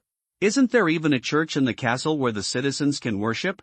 The guard officer forced a smile and said, there is only one prayer room, located on the first floor of your inner fort. Lothar smiled, okay, very good, it's such a poor place. The guard officer's heart was in his throat. Fringilla looked at the castle with some dissatisfaction. This place is really too shabby. I doubt even the mice would be willing to visit such a shabby place. The most shabby place I have ever lived was the castle in Moldavia when I ran away from home. Compared with this place, it looks like a royal palace. Sorry ma'am, it's really too shabby here. The guard officer said cautiously. This lady speaks so loudly, she must be a noble princess, right? For heaven's sake, she wouldn't push poor old Leonard out and hang him because of the dilapidation here, right? I think it's not bad. There is nothing, and it is convenient for us to knock down and rebuild. For example, I plan to knock down this inner castle and rebuild it into the Lord's Hall. Lothar was very interested. The guard officer gritted his teeth and said, my lord, if you stay here for a while, you will realize that there is no need to build a large-scale construction here. Yogurus's tax revenue for 1 year may not be enough for you to renovate a Lord's Hall. The Lord's Hall is actually an inner castle in a city or castle where the Lord, his family, and slaves live. Although it is a hall in name, it has at least 3 floors. Lothar ignored him, but looked at the giant Malus beside him and asked, Maris, what do you think of the blacksmith shop here? Malus was silent for a moment and replied, it can barely be used, but the efficiency is very low. I need time and materials to improve the tools and the forge. No problem. I will give you a budget of 200 gold coins of the best quality. Please build me a solid and durable armor as soon as possible. Malus nodded and said, no problem, I promise to satisfy you. Soldiers, since Yogurtsburg has been owned by me, from now on, your personal dependence has been transferred from the royal family to my hands. Now, in the name of Heavenly Father, pledge allegiance to me. Lothar raised the armed sword in his hand. The guard officer and 30 soldiers only hesitated for a moment before falling to their knees and noisily swearing an oath to Lothar. After His Majesty the King entrusts this territory to Lothar, the land, population, slaves, including debts and bond relationships, will also be transferred to Lothar's name. Hans, you kneel down too. Hans was stunned for a moment, then knelt down on one knee without hesitation. Guard officer, tell me, what is the name of the village to the west? The guard officer knelt on the ground and said without thinking, it's Sago. Then Hans, my loyal squire, in order to reward your bravery and good fighting skills, I will give you Sago as your fief and promote you to a knight. Thank you, sir. Hans was a little happy that he had finally become an official knight, but at the same time he was also a little confused. He didn't understand why Lothar gave him a fief, but when he saw the eyes of Ryan and Model that were almost shining, he seemed to understand. Everyone, get up. I, Lothar of the Habsburg family, swear in the name of Heavenly Father as long as I make enough merit, I will promote anyone to a knight regardless of their origin. His eyes swept over the faces of these 80 people. Lothar saw desire and expectation on their faces. And that's exactly what he wanted. Model, starting from today, you will retrain the 30 new sergeants. Ryan, you will be responsible for the daily drills of the 50 veterans. Hans, you will be the commander of the Yogurt Castle Cavalry. In the following time, you can select those who are good at riding or have outstanding talents to become cavalry. There are only 10 places. Model and Ryan all took orders. They were very motivated now and wanted to let Lothar see their efforts immediately. Hans had a headache. If he wanted to tell who had cavalry talent, it was not that easy. He could only look at past experience. "Guard officer, tell me your name." The guard officer smiled and said, "Sir, just call me Leonard. You are responsible for purchasing war horses and draft horses during this period. I need 10 high-quality Arabian horses. The price does not matter, but it is related to my recognition of you." Leonard quickly patted his chest and promised, "I promise, sir, I will buy a good horse at a good price and good quality." "Okay, go do what you should do. Training is suspended today and you can go clean up your residence." The 80 armored sergeants were more than adequate in defense, but insufficient in offense. Even the most basic maintenance of law and order was difficult to achieve. This era is, after all, the era of cavalry. In a wilderness area like the Holy Land, if you encounter desert bandits, you can't expect the infantry to use their 2 legs to run past the light cavalry that come and go like the wind. But training a cavalry takes too much time and energy. Training cavalry from scratch like now is the most time-consuming and labor-intensive method. And the recruitment of knights is limited by the size of the territory. Without a fief, how can one gather a large number of knights to serve for oneself? From Leonard's mouth, Lothar learned that there were only 6 villages in Jogurtsburg, with an average population of about 200 people, and they depended on the Jordan River. Altogether, there were thousands of people under his rule. But these are poor people struggling to make ends meet. According to the mobilization of 1 out of 10, he can pull up hundreds of conscripts even in Western Europe where there are small nobles everywhere. This power is really weak and pitiful. If he were to carve out all the villages as fiefs, he could summon 6 fully armed knights. But if you rely on collecting taxes and training your own cavalry, a village's annual tax revenue cannot afford to buy a full set of armor for a cavalryman. This is the reason why the feudal fief system is so popular in the world.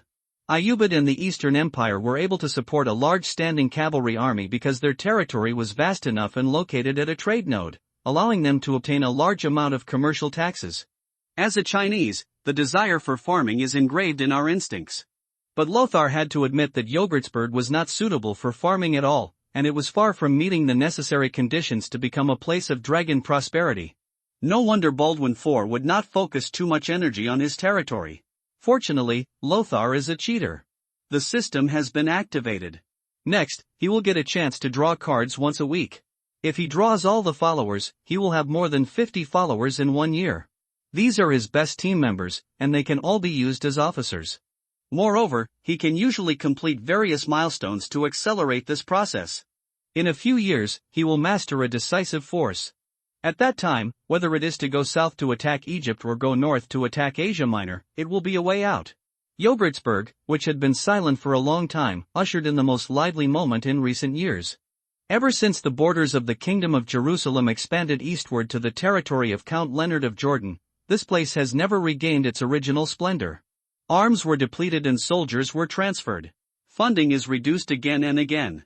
The weather-beaten, mottled and withered walls, like veterans guarding the border, are gradually aging and falling into pieces. The new armored soldiers, led by the veterans of Jogurtsburg, were familiar with the situation in the castle. Some people have already taken off their armor and begun to tidy up their residences and repair dilapidated houses that have been uninhabited for a long time. Hans hung Lothar's flag on the top of the castle tower. The Black Eagle and the Jerusalem Cross stand side by side, fluttering in the wind. Lothar opened the system's building bar. Except for the Lord's Hall, all the building slots were dim and he needed to draw a building card to unlock them. He took a rough look and saw that there were infantry barracks, cavalry barracks, skirmisher barracks, siege equipment factories, blacksmith shops, towers, castles, stables, and ports. Everything you need. At this time, the system's prompt sounds, the special prop Hussar swallowtail flag has been detected, which can be used to unlock the special building Hussar barracks. Winged cavalry camp. You can train an ordinary cavalry into a special unit, winged cavalry, every day. The cost of training is 50 Suliads gold coins. As a special unit, when your highest actual control title is Baron, the upper limit of Hussars you can train is 50, 100 for Earl, 150 for Duke, 300 for King, and 500 for Emperor. Hussars, elite cavalry equipped with lobster helmets and half-body plate armor. They hold hollow lances made of fir wood, as well as sabers, broadswords, armor-piercing swords, warhammers and other close combat weapons.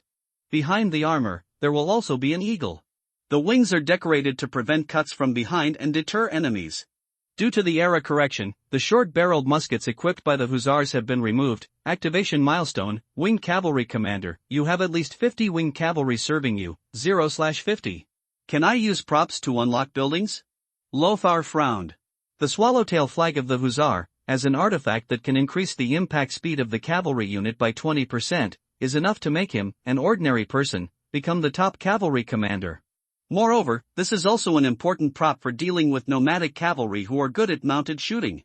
It enables the heavily armored cavalry to quickly catch up with the cavalry archers who are harassing the formation in a short sprint, and can also achieve its strategic goals faster. No matter what era it is, mobility is the biggest reliance of cavalry. No one.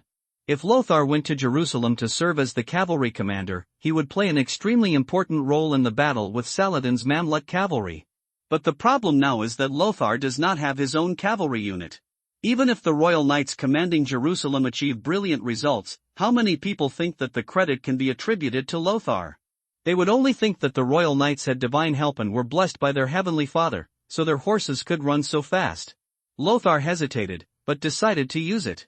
No matter how rare the hussar's swallowtail flag is, sooner or later it will be replaced by a new prop. He has to seize the moment. Only if one's own strength is strong enough, even if it is only strong enough on paper, can one seize the maximum benefit when the kingdom is in turmoil. This benefit can also help you complete milestones and create a virtuous cycle. This is why Lothar spared no expense to build an army of armored sergeants. Let's not even mention whether it can be used. At least it should look good and be able to scare people. However, although the idea was finalized, Lothar did not plan to build the winged cavalry barracks and the Lord's Hall immediately. He had no idea how much noise there was during construction.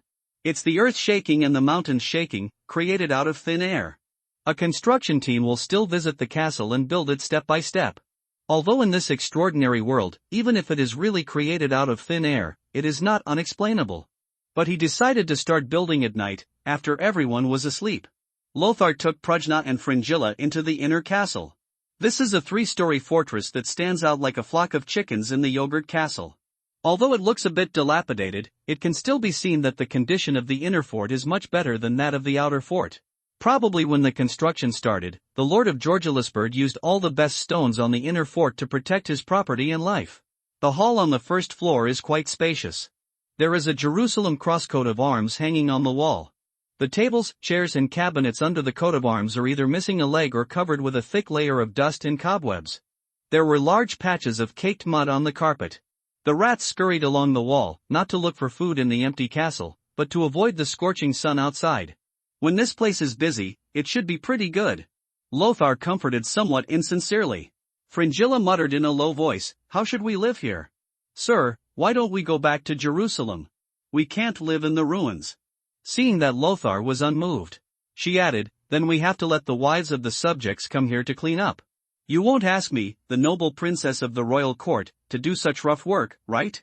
Lothar had already planned to build the Lord's Hall tonight, which would naturally cover or completely transform the inner castle.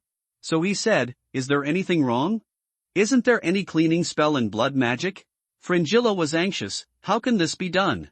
Blood magic is used to kill people. Unless it is to clean bloodstains, how can it be used to clean up dust and catch mice? Ha, just kidding. Lothar stretched out her hand, rubbed Fringilla's smooth white hair, and said in a doting tone, "Don't worry, I won't let you live in a place like this." Prujna coughed lightly, and when he saw the two of them, he quietly moved his eyes away, as if he really just coughed inadvertently. At the same time, the system prompts, "The intimacy between you and Fringilla has been upgraded to friendly. You can share Fringilla's talent, blood magic specialization or blood charm, and share it by default. To serve in Fringilla, your only talent is being a human being for 2 lives. It's been brewing for a long time. Everything will fall into place." Lothar was not surprised, smiled, and chose the first blood magic specialization without hesitation. Countless knowledge suddenly emerged in Lothar's mind. He felt a sharp pain in his head, blood streaks appeared in his eyeballs, and everything in his vision turned into blood-red lines. Especially Fringilla, in this blood-red world, she is like the eye of the storm, with all the bloody lines moving around her. Compared with the cornerstone of talents that need to be actively released to be activated, blood magic specialization is a passive skill that produces effects all the time.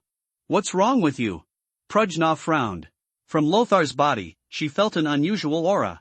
Although it was weak, it could already pose a threat to her. Fringilla seemed to realize something, and said quickly, "You don't have enough mental strength to master so much blood magic. Give up this shared talent first." Lothar suddenly realized, was it because he didn't have enough mental strength? He did not hesitate to call out the system panel and added all 3 attribute points he had accumulated before to his mental power. The next moment, the blood in front of his eyes quickly faded. His vision returned to normal. "My mind is filled with all kinds of blood magic, blood waterfall, which can greatly increase your speed and strength in a short period of time by accelerating your blood flow. Blood spear, throw a spear that contains its own magic power. After mixing with the enemy's blood, the magic power will infect the blood in the opponent's body and trigger a blood explosion. Bat transformation, transform into a vampire bat for a short period of time. Immunity, all your vitals are neutralized by your blood magic. You will be immune to all bleeding effects, and you will be immune to damage caused to you by consuming blood." Perhaps the remaining blood magic was too profound and his mental strength could not bear it, so it all showed an ellipsis state. But these alone are already a huge improvement for Lothar. Prujna took a deep look at Lothar, stopped talking, and did not follow Lothar as usual, but took the lead to walk upstairs. This must be because of jealousy, right? There was no hint of the decrease in intimacy, and Lothar was a little confused for a while. Fringilla was unusually shy. Although she usually likes oral pleasure, she is actually just the king of oral pleasure. The fact that intimacy unlocks shared talents cannot be hidden from herself. "I'll go up there with the stupid guy and have a look." After saying that, he followed him like a lark. Lothar was left alone, not knowing whether he should follow or not. Early the next morning, Leonard got up sleepily, his eyes suddenly widened. He covered his mouth in shock, his upper and lower teeth chattering, and he let out an unexplained whimper. "What the hell is going on? I saw that the inner fortress that was in dilapidated condition yesterday had now turned into a towering fortress that was more majestic and brand new than before. The brand new gray wall tiles look so out of tune with the world where everything around them has been eroded by yellow sand and turned khaki. The flag of the Black Eagle flutters at the top of the Lord's Hall." Leonard knew that this was the personal crest of his new lord. The sleepy-eyed sergeant walked out of the barracks, stretched and asked, "Old Leonard, what happened? Is it time for training?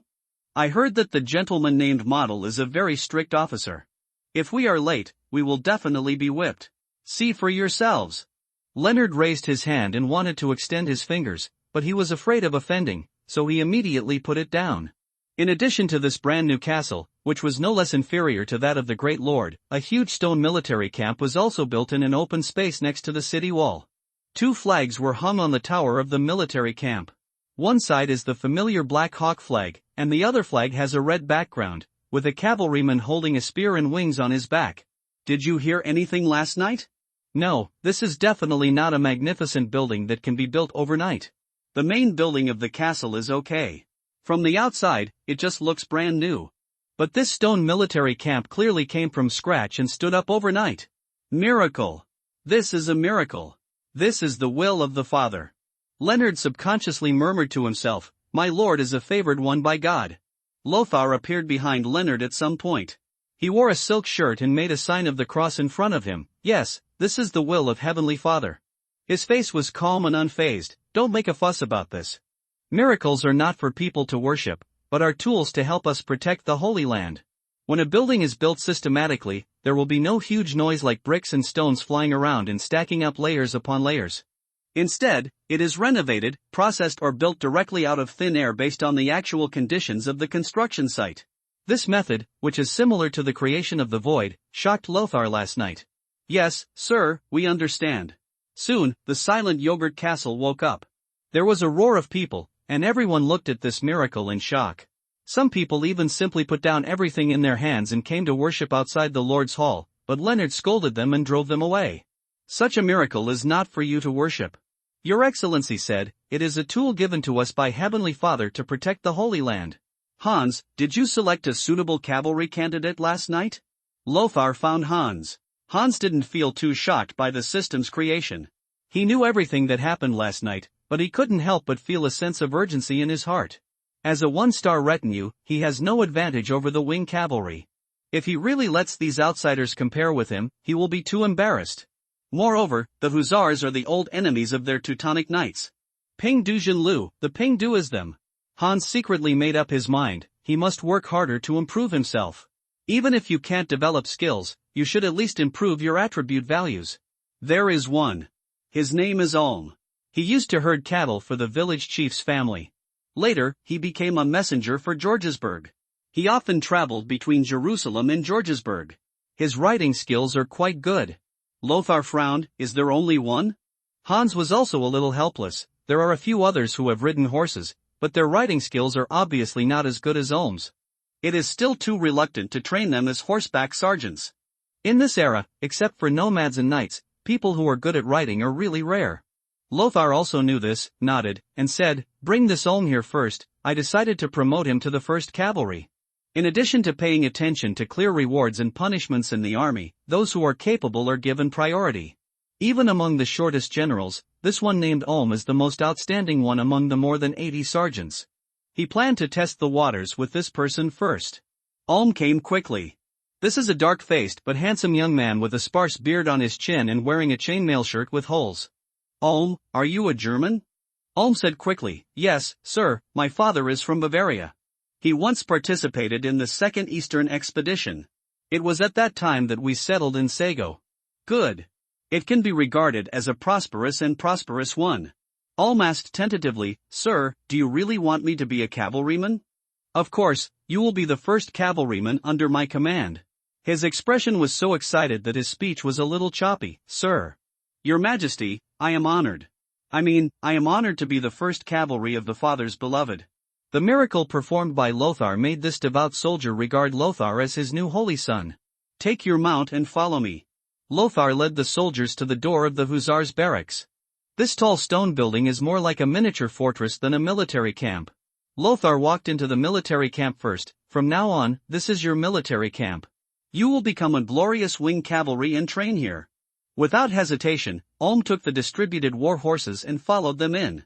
There is a huge racecourse here. On both sides of the field, there are weapon racks with armor and spears. Lothar led him to the weapons rack. Ulm's eyes were somewhat confused as he stared at the 4-meter-long slender lance. With Lothar's help, he skillfully put on the armor piece by piece. Lothar finally took a broadsword in his hand and said, "Kneel down, cavalry, as your lord, I will teach you the sword." Ulm immediately knelt down on one knee, raised his hands, and took the broadsword. He was a little confused and said, I seem to have a lot more memories in my mind, as if I was born to use these weapons. Sir, is this a favor given to me by Heavenly Father?" "Yes, this is a favor given to you by Heavenly Father under the guise of my hand. Use this power well, protect your oath, protect the holy city, and don't live up to my favor for you." Lothar looked at Ulm, who was wearing new armor and a lobster helmet, and he seemed to have a completely new look. He reached out and patted his shoulder. The system prompt sounds, "Your soldier has undergone arduous training and has been successfully promoted to a hussar, and his loyalty to you will always be max." Although 50 solders were expensive, compared to a hussar whose combat effectiveness was not inferior to that of a knight, or even exceeded, it was undoubtedly a bargain. More importantly, loyalty. He silently increased the number of 10 cavalrymen he expected to train to 20. With 20 loyal and fearless wing cavalry, he will have an absolutely strong corps force, and he will be more confident even if he goes to Jerusalem to take office. He believed that when he next returned to Jerusalem, he will truly attract the attention of those powerful people in Jerusalem, instead of being just a rising star valued by Baldwin IV as he is now. Go, Ulm, show everyone your weapons and equipment, and tell them that loyalty will be rewarded. Yes. Ulm got on his mount excitedly and walked outside the military camp. "Father, where does this knight come from?" "This face is Ulm." "Ulm, come and show everyone, yesterday you were just a messenger delivering messages, today you are a noble knight." The sergeants were amazed. "A cavalryman, not a knight," Ulm emphasized. "Cavalry is a profession, and knights are a class." The soldier's face was full of envy. "It's really good. If you sell this armor in the market, you can at least buy a small manor. I have never seen such a beautiful armor." "Don't lie, this is the armor given to me by your lord. I have decided to dedicate everything to you. How can I resell this precious armor?" A flash of anger came over Ulm's face. "Just kidding." The soldier quickly explained, "We all know that you are the favorite of Heavenly Father and a favored person destined to do great things. How could I really have such ugly thoughts that are no different from Judas?" Someone tried to smooth things over and said, "That's right, Ulm, don't pay too much attention to this idiot's nonsense. We all know that his mouth is like a male mule's and he will pull out a string at any time. Stinky shit. But I promise, it didn't go through his brain. Olm, please take a leave of absence tonight, shall we go back to the village? Those young girls will definitely not be able to close their legs when they see what you are like. That's right, people who used to look down on you now have to bow and call you master. They can't tell the difference between a knight and a cavalry. Olm looked resolute and shook his head. No, as a glorious winged cavalry, it is my sacred mission to serve your lord and defend the holy city. The things you mentioned have been lost to me. Significance. He mounted his horse and ran out of the castle at full speed. Father in heaven, Olm seems to have changed into a different person. Could it be that he received enlightenment from Heavenly Father from the Lord? Is this still the little Olm we are familiar with? The look he looked at me just now actually made me feel scared. The soldiers familiar with Olm looked at each other. Lothar looked at this scene with some silence. He likes loyal soldiers, but he knows very well that this method, which is close to brainwashing, is definitely not the right way. But he does it anyway. Olm rode some majestic mounts and ran a circle along the wall outside the castle. He had never felt that his riding skills were so superb. The armor that he thought should be quite heavy actually didn't weigh that much. As he charged, he felt like a whistling wind. The wind and sand brought up by the hooves of the warhorse flew past the wings behind him, making a rustling whistle. This is the hussar! Olm shouted excitedly. He felt that his previous life was like a joke. He didn't get real salvation until he met the Holy Sun. The sergeants crowded on the wall and looked at the cavalry galloping past, their eyes full of envy and jealousy. This lucky boy. I have herded cattle for the Lord before. I will try with Knight Hans later. I also want to become that, winged cavalry? It's the hussars. I just discovered that Olm's riding skills are so good. Look, the shining armor is just like the mirror used by the noble lady. On the city wall, Malus watched the scene silently, with a somewhat nostalgic look on his face. Once upon a time, he also made many armors for hussars, each of which was more sophisticated than what this cavalry wore, but that was after all. Ever since Grand Duke Jagiellon VIII was killed in battle and he was expelled from the borders of the Bolivian Federation, he has never seen the hussars again. The once powerful Polish Federation was gone forever, replaced by a weak country that was attacked from both sides by Tsarist Russia, and Prussia retreated steadily, and its territory shrank year by year. Click! A heavily weathered wall tile fell to the ground and broke into two pieces with a click. Malus was shocked to find that the wall tile loosened and fell off due to his touching. He looked around subconsciously and met Lothar's eyes. I promise, sir, I really didn't use any force. Lothar reluctantly twitched the corners of his mouth and smiled. I believe you, this castle does need repairs. It's only the inner castle at the moment, but sooner or later the outer walls will be brand new. Pull him down quickly. If it weren't for your terrifying power, which is equivalent to 5 times that of an ordinary person, who could forcefully pull out a brick from the wall. Malus was silent for a moment and then said, Sir, I can build a blast furnace for iron making today, and then I can start forging armor for you. Although limited by materials and tools, I can only build a half-plate armor for you, but I guarantee that it will be the most exquisite armor in Jerusalem. Enough. If it is not a hussar barracks, only natives can spend gold coins and use the armor and weapons placed inside, and each person is limited to 1 set. Lothar also wanted to collect this wool. Because the hussars' full armament and combat skills are obviously not comparable to 50 souls. The half-plate armor could only be forged by the top craftsmen in Milan at this time, and the quality was no better than the half-plate armor of the hussars. At this time, Olm had already completed a full circle around Juggersberg and galloped towards the castle gate. Call everyone here. Lothar ordered. Lord Holy Sun. As soon as Olm entered the city gate, he leaped off his horse and knelt down on one knee. Thank you, Heavenly Father, for your gift. You have made me feel the meaning of life again. I will repay your generous gift with the sword and spear in my hand. Lothar signaled Olm to stand up, and then said, Everyone, I hope you don't call me the Holy Sun. Pagans and evil forces will not sit back and watch a Holy Sun come to the world. They will try their best to strangle, to hinder, to threaten him just like you did to Jesus. There are indeed miracles around me. Maybe Heavenly Father does prefer me, but please never call me the Sun. I am a secular lord, now and in the future.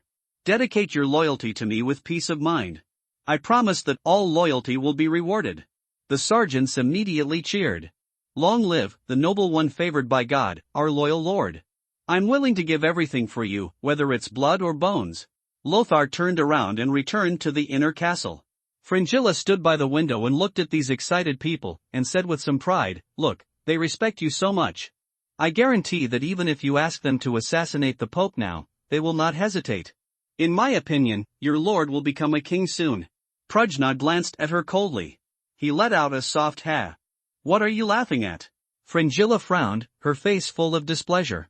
Prujna rarely opened his mouth and replied, "I am laughing at someone's unrealistic dream of being a queen."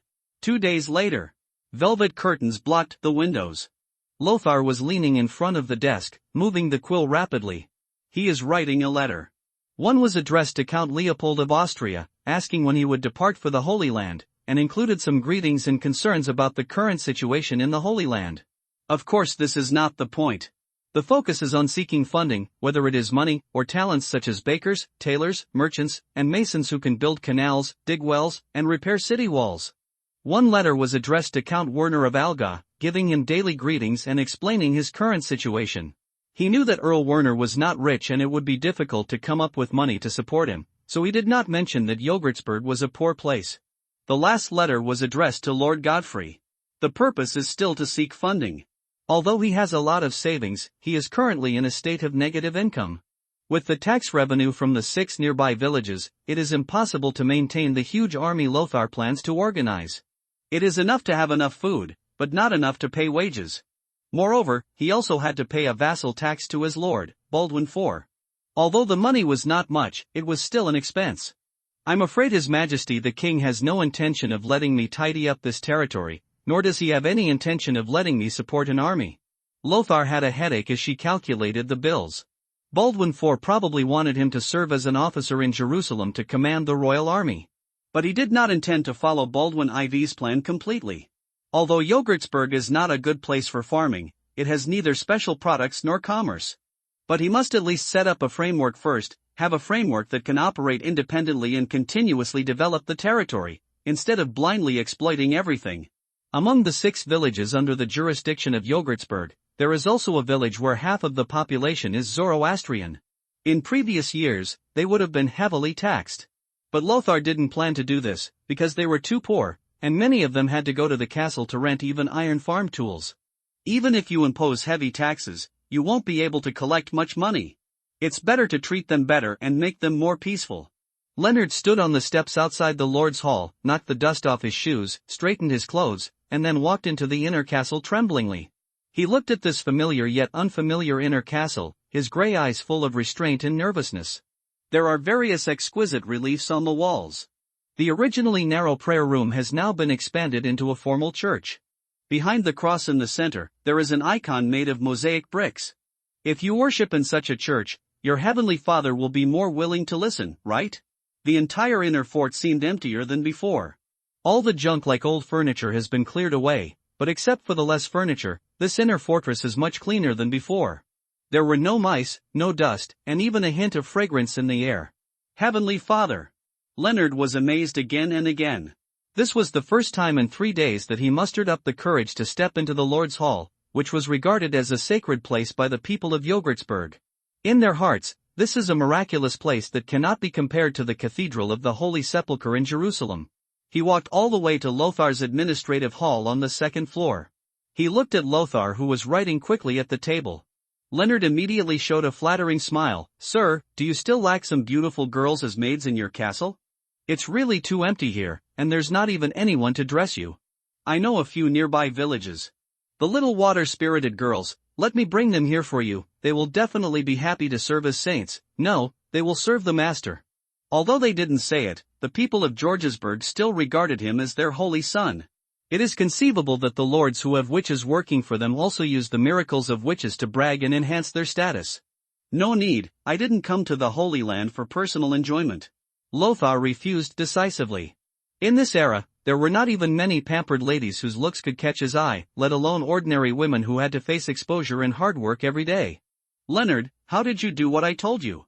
Lothar looked at Leonard's unwillingness to move his buttocks for a long time, frowned, and asked. Leonard's face looked a little ugly, and he hesitated. "I'm sorry, sir, the money you gave me to buy the warhorse was taken away by a group of desert bandits who came and went like the wind. The mule I'm riding on can't outrun them." Lothar's face turned ugly. "I'm worried about money. Why are you throwing money at me?" He forced himself to calm down quickly. Your Excellency, guard officer, I am very disappointed in your incompetence. Tell me, what is going on with this group of desert bandits? I will decide whether to hold you accountable. As Leonard stammered about the story, the context of the matter gradually became clear. The desert bandits that Leonard refers to are an old bandit gang mainly composed of Zoroastrians, entrenched in the Jordan Desert, and have been running rampant for many years. Relying on their ability to come and go like the wind and their familiarity with the distribution of water sources and oases in the desert, they often attack villages when the border patrol is away. Extorting a large amount of wealth, cattle, sheep and food from the villagers who were already living in poverty. Occasionally, they would also loot the few merchants who had passed by, or the noble estates that were not well defended. Even Count Leonard, the Lord of Castle Kali, could not do anything to them. Leonard was also unlucky. He set out with 5 sergeants this morning, intending to go to a wealthy village under the jurisdiction of Fort Montreal to buy war horses. There is a large horse market there. The owner behind the horse market is the Countess Stephanie, the wife of Count Leonard, an iron-blooded rose known as the Knight in Skirts. Count Leonard plundered Ayyubid's caravans and defeated the Bedouin tribes to capture horses, which were occasionally sold here. Not long after they entered the territory of Fort Montreal, they encountered this group of robbers. Lothar frowned and looked solemn. Leonard, are you the only one back? How many people have we lost? Leonard immediately fell to his knees and said with a mournful face, Sir, we had no losses. They learned that we were your sergeants, snatched the coins away, and left. Lothar was slightly startled. He didn't know whether he should be happy or unhappy. Glad no one died. Unfortunately, human life is worthless in this day and age. Lothar thought thoughtfully. Fort Montreal is also the fiefdom of Count Leonard, right? Didn't they say anything about this robbery that occurred in the Earl of Jordan? Count Leonard was undoubtedly a powerful noble in the Kingdom of Jerusalem, but Lothar had very little contact with him. Since Lothar was pushed onto the political stage of the kingdom by Baron Godfrey, he has been deeply branded as a royalist and has become the little brother who cheers for Baron Godfrey. At least, that's what it seems to outsiders. Leonard quickly said, Sir, I met with Count Leonard's wife, Countess Stephanie. She was once the sole owner of this land, and Count Leonard relied on his marriage to this countess to become his wife, to obtain the title of Earl. Lothar knocked on the table expressionlessly. Let's get to the point. I don't need you to explain to me how Leonard, the former Archduke of Antioch, was driven out of the dukedom and relied on marriage. Reborn. Leonard said with fear, Lady Stephanie did not meet me, but one of her knights told me that a new army will be organized in the near future to encircle and suppress this group of bandits, and asked me to come back and wait for news. Wait for news? Lothar scoffed. As a neighbor, it stands to reason that Countess Stephanie of Jordan, whether it is a visit or an invitation to a banquet, there is always a human exchange. But it has been 3 days since he arrived at Georgesburg, and the invitation has not yet been sent. Either he looked down upon him or Leonard was hostile to him. Lothar felt that the latter was more likely. After all, Bailey and defeated Guy, the relationship between the royal party and the Queen Mother party deteriorated sharply, and he clearly stood on the side of the royal party. I don't have the patience to wait any longer. Lothar secretly calculated in his heart that the wealth accumulated by this group of desert bandits for so many years must be considerable, if they could find their lair. The territory's current financial situation, which is unable to make ends meet, can definitely be improved. In addition, the problem of war horses also needs to be solved urgently. Otherwise, he wouldn't be able to train hussars even if he has money now. Lothar planned to train at least 20 winged cavalry in a short period of time to form a large-scale combat force. However, in order to encircle and suppress this group of bandits, the number of cavalry in the territory is still too small. There are only 3 newly trained hussars. Counting Hans and himself, there are only 5. Relying on these 5 people to find the desert bandits who come and go like the wind in the vast desert and successfully defeat them is simply a fantasy. If this group of robbers is so easy to deal with, it is impossible for a powerful nobleman like Count Leonard to be helpless against this group of robbers. Leonard, do you think this group of desert bandits and my subjects are colluding? Or, at least some of them have joined in? Lothar suspected a mole. Leonard looked horrified. Father in heaven, I promise that my boys and I will never collude with this group of robbers. Those robbers are all shameful pagans. If we dare to collude with him, we will seek for your lord's benefit. Your wealth will definitely go to hell and be tortured by the devil for 10,000 years. Lothar shook his head and said, I'm not talking about you, I'm talking about the people. In those 6 villages, especially in the village where half of the people are pagans, there are probably people who have colluded with this group of bandits. Leonard breathed a sigh of relief. Yes, sir, I also think there is something wrong with them. These damn guys not only don't thank you for your generous kindness to them, but they repay kindness with hatred. They are damned.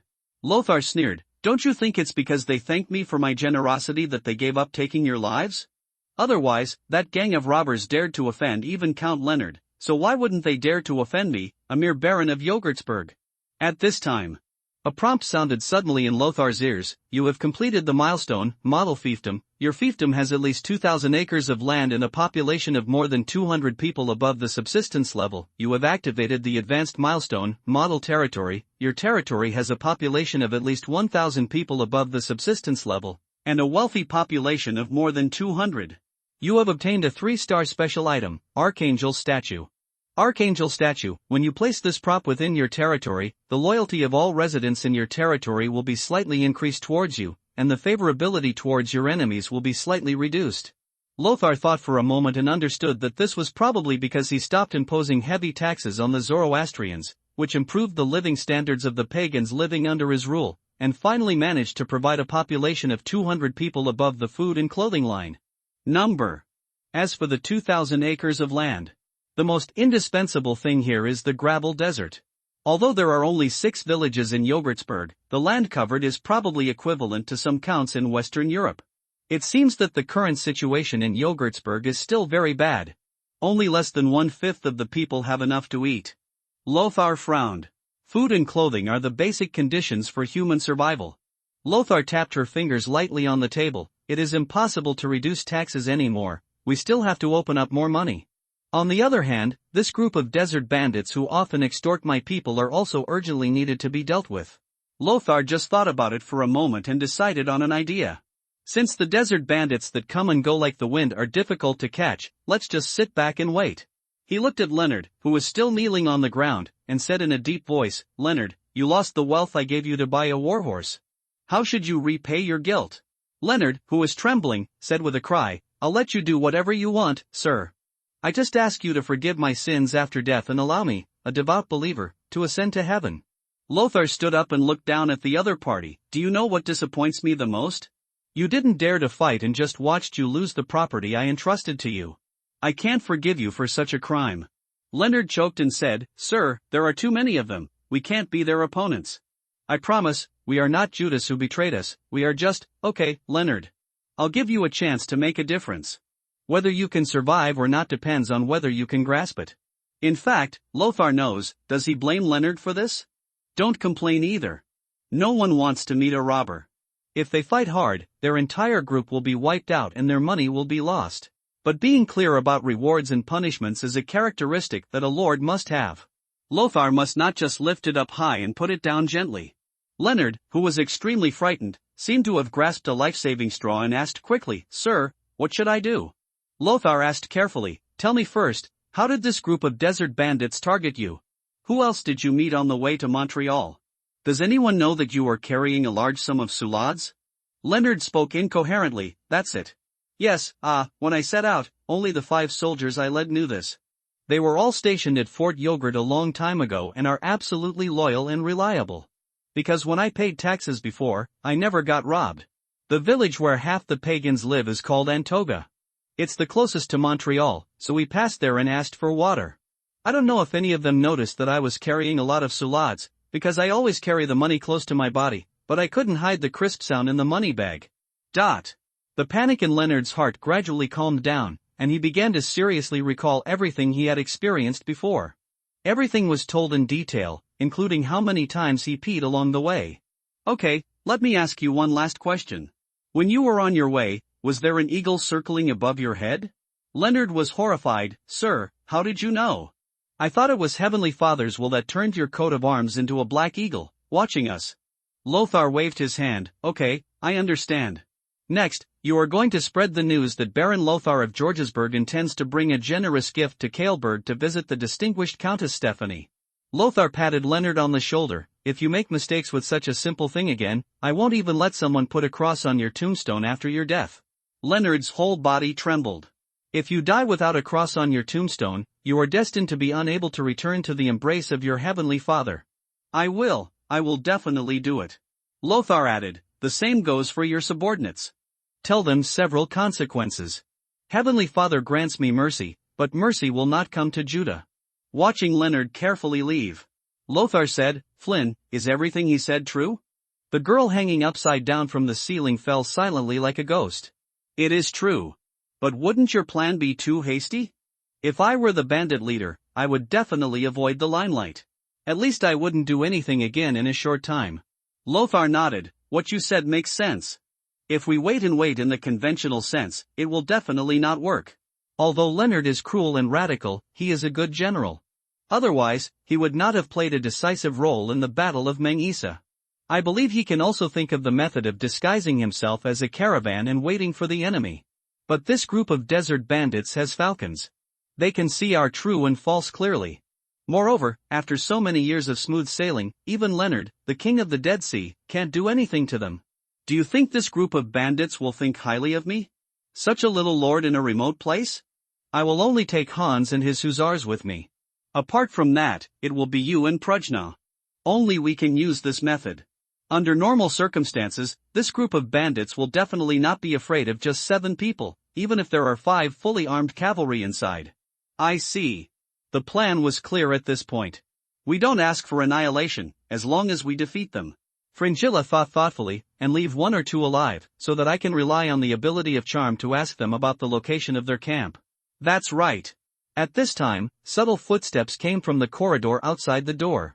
Prajna was wrapped in a bathrobe, her slender white feet were bare, and walked in from the door. She seemed to feel the seriousness of the atmosphere. She tilted her head slightly, and her long black hair fell down like a waterfall. What do I seem to have missed? Lothar tried hard to move her eyes away from the white snow. I'll tell you later. You get dressed first. Prajna's indifferent eyes glanced at Fringilla, making the vampire lady grit her little white teeth in anger. Isn't it just that the breasts are a little bigger, the butt is a little higher, and the legs are a little longer? What's so great? Lothar turned around. A rustling sound sounded. Prajna took out the clothes from the closet and put them on for himself. Okay? You two, come to church with me. Fringilla frowned. Sir, are you sure you want me, a vampire, to pray with you? Aren't you afraid that the Heavenly Father will strike down with a divine thunder?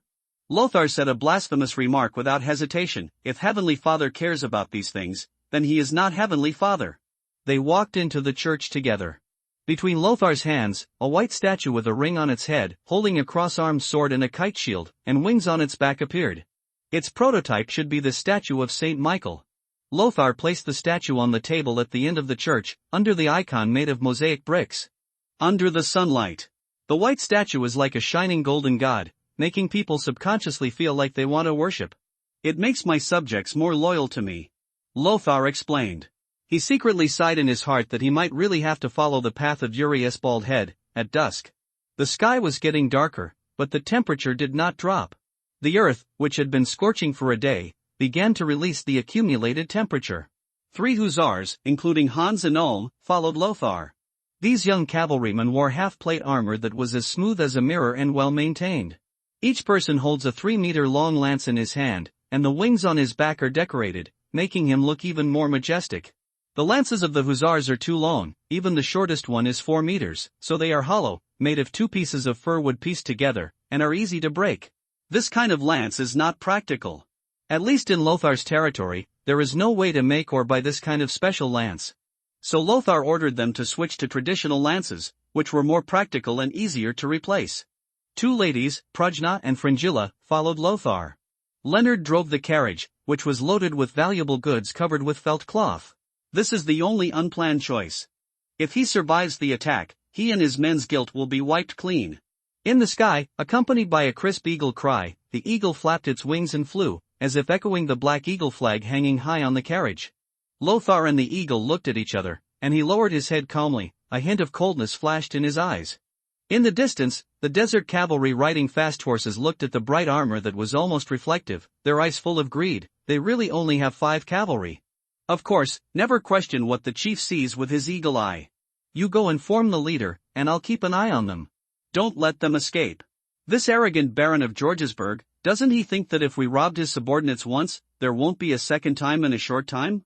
The Bedouin wrapped in a white turban said with a sneer. I heard that carriage was filled with gifts for that bitch Stephanie.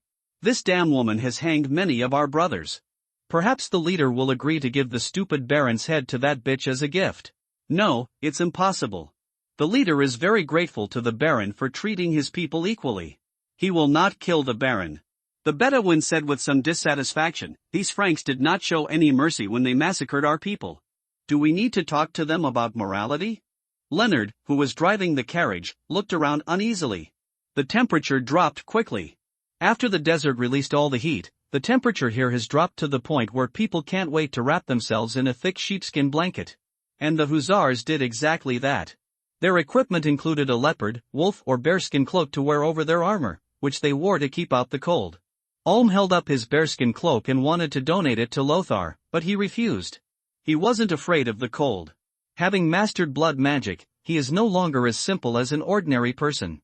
The evening wind blew and took away a layer of yellow sand. Revealing what was covered underneath, there was a corpse lying on the ground with only white bones left. There were black poisonous scorpions living in the eye sockets of the white bones, burrowing deeper. While driving the carriage, Leonard freed his hand to hold the silver cross he wore on his chest. Father in heaven, please protect us and we must not run into that group of pagan bandits. We only have 6 people with fighting ability. No, it should be 5. I am so old that I can hardly hold a sword. Moreover, these 3 brightly dressed cavalrymen in Ulm were just a group of infantry before this.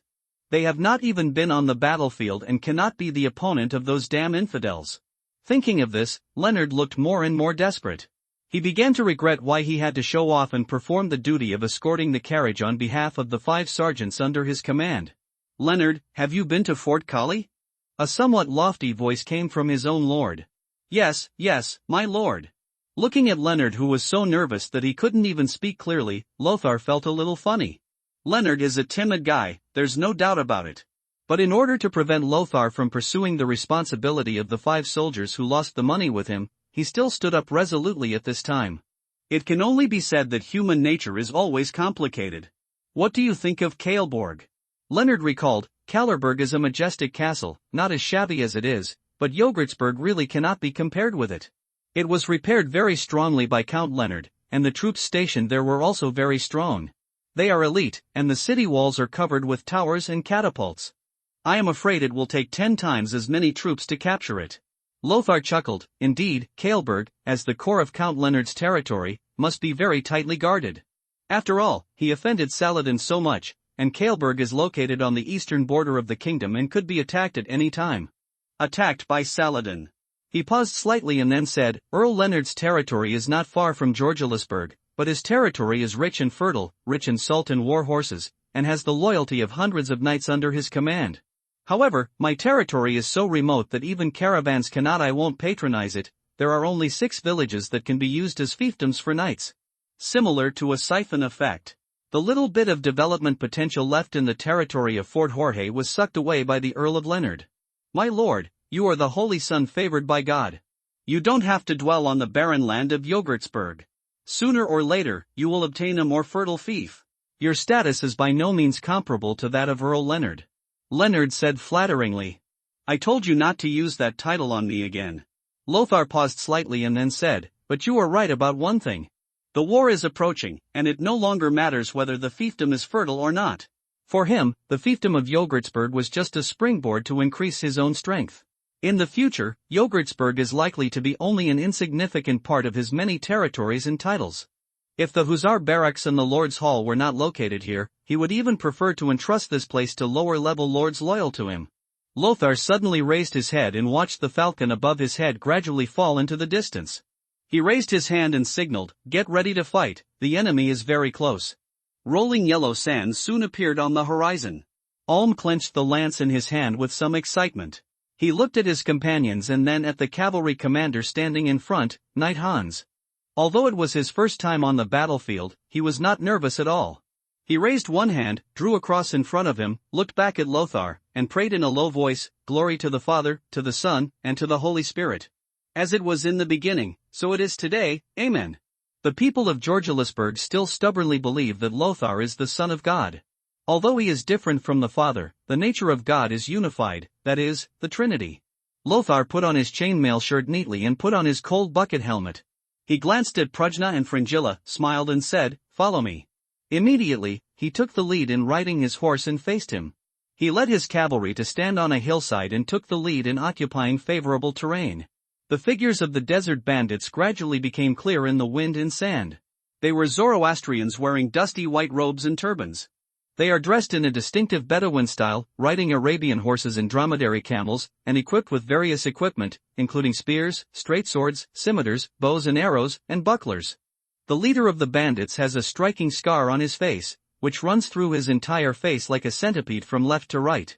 He has a thick black beard on his mouth, and the skin on his face has the unique characteristics of desert nomads.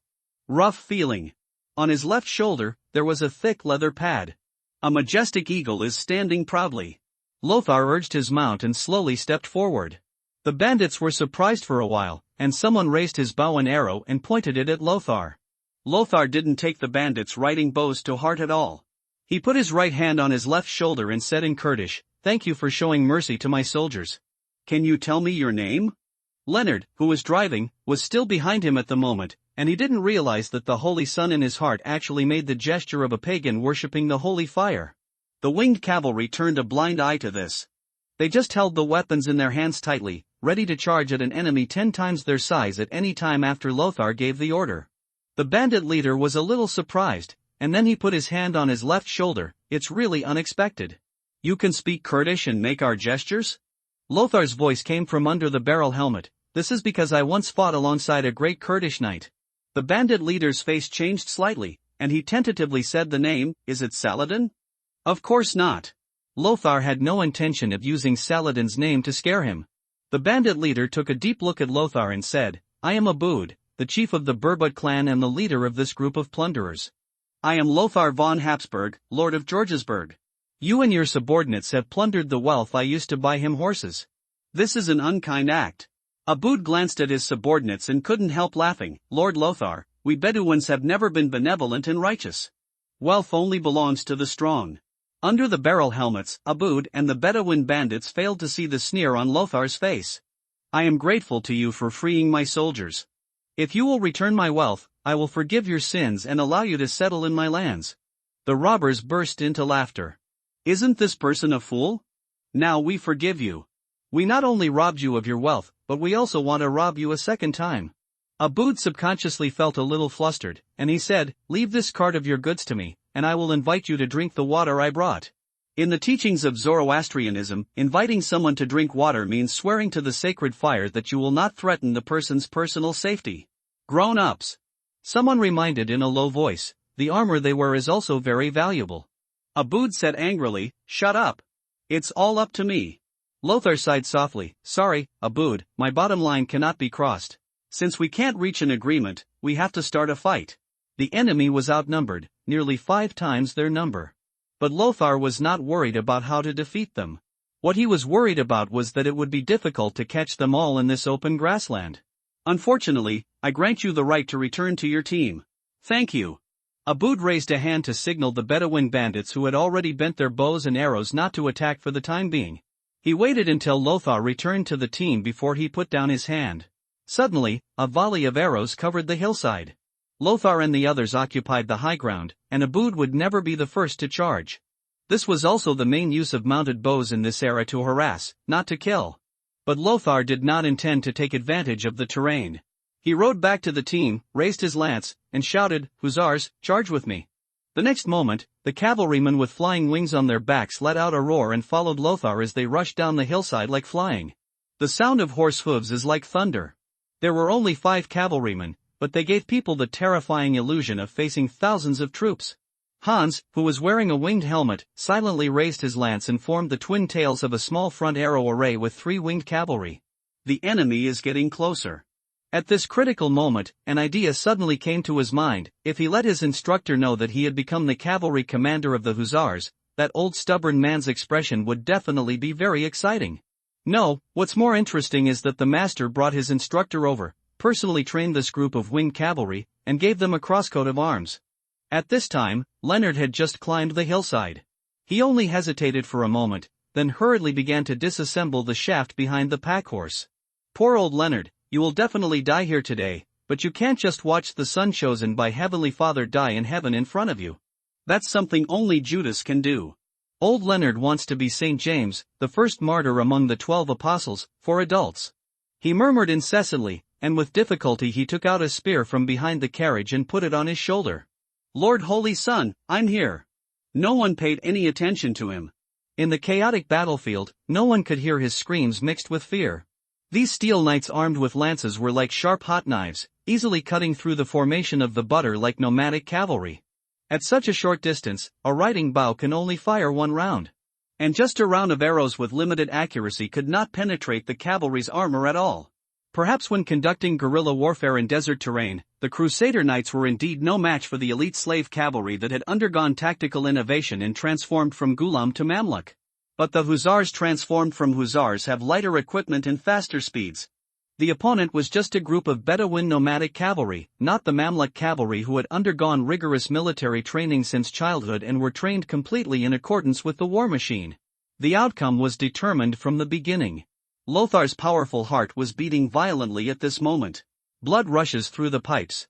The buffing spell called Blood Falls doubled Lothar's strength in a short period of time. The lance penetrated the shield of a Bedouin cavalryman and broke inside.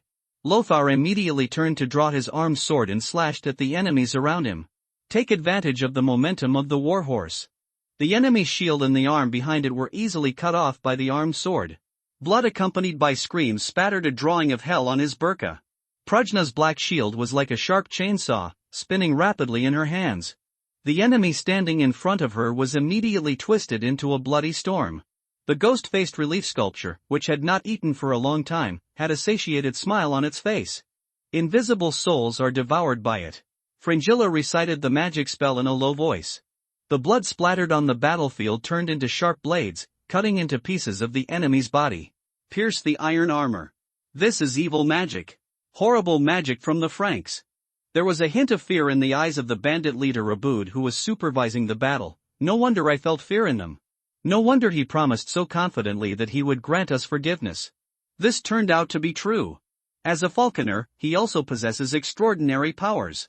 But it was precisely because he also had extraordinary power that Aboud understood better that the terrifying power of the other party compared to his own was undoubtedly the difference between a giant python and an earthworm.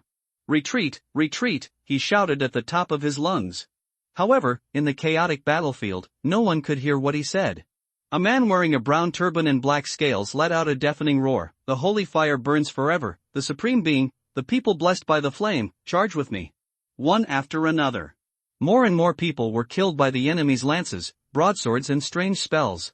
Corpses fell to the sand, and unattended pack animals stood confused. Fortunately, the morale of the bandit group was shattered very quickly. The reason why this group of desert bandits has been able to roam the Jordan River basin for so many years is not because of how powerful they are. Rather, it was due to their leader, Aboud's falcon, and their long-standing connections here. It is difficult for a large and organized army to catch them.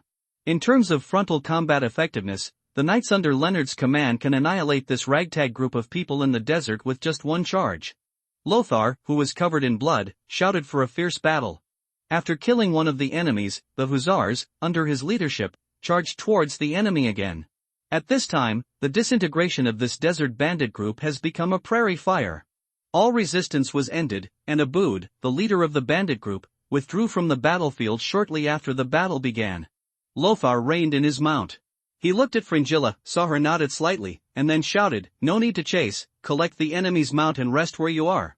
He approached Fringilla and asked, "Do you know the location of their lair?" Fringilla nodded and said, "I put tracking marks on several of the robbers, so I don't need to use charm spells anymore." Lothar felt relieved and began to clean the battlefield. Broken shields and scales, broken spears and arrows, and some useful or useless junk were all sold off by Lothar. The final value is 165 soleuds. He raised his head and looked at Leonard, who was stunned and staring here, with a smile on his face. "This is a miracle." Leonard muttered, "Only the Holy Son can turn a group of new recruits who have never been on the battlefield into elite cavalry who have experienced hundreds of battles. Only the Holy Son can create something from scratch and call them from heaven overnight."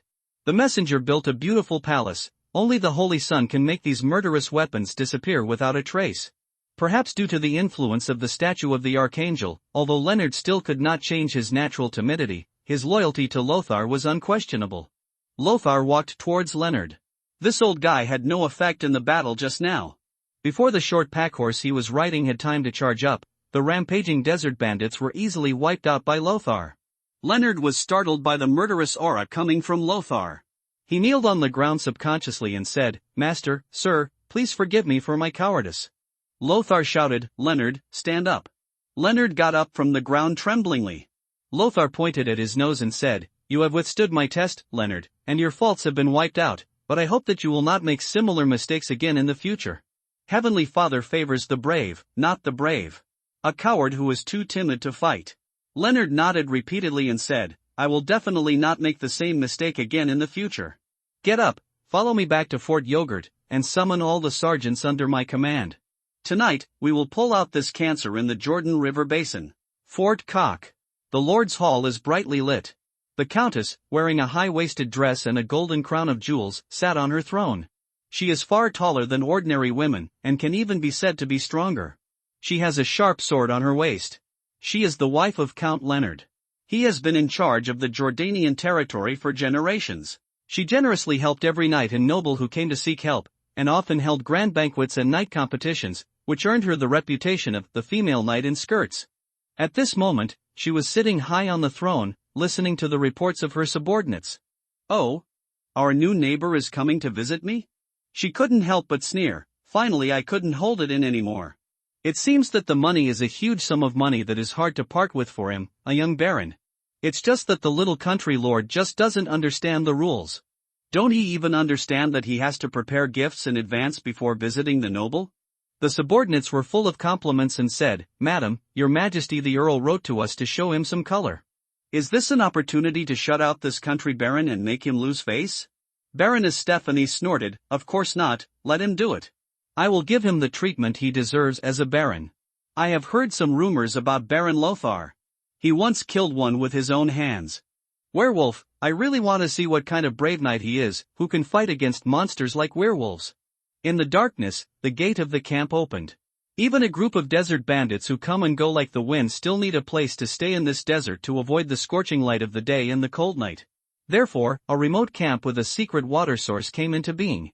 This place is surrounded by several mounds. From the outside, there is nothing unusual here at all.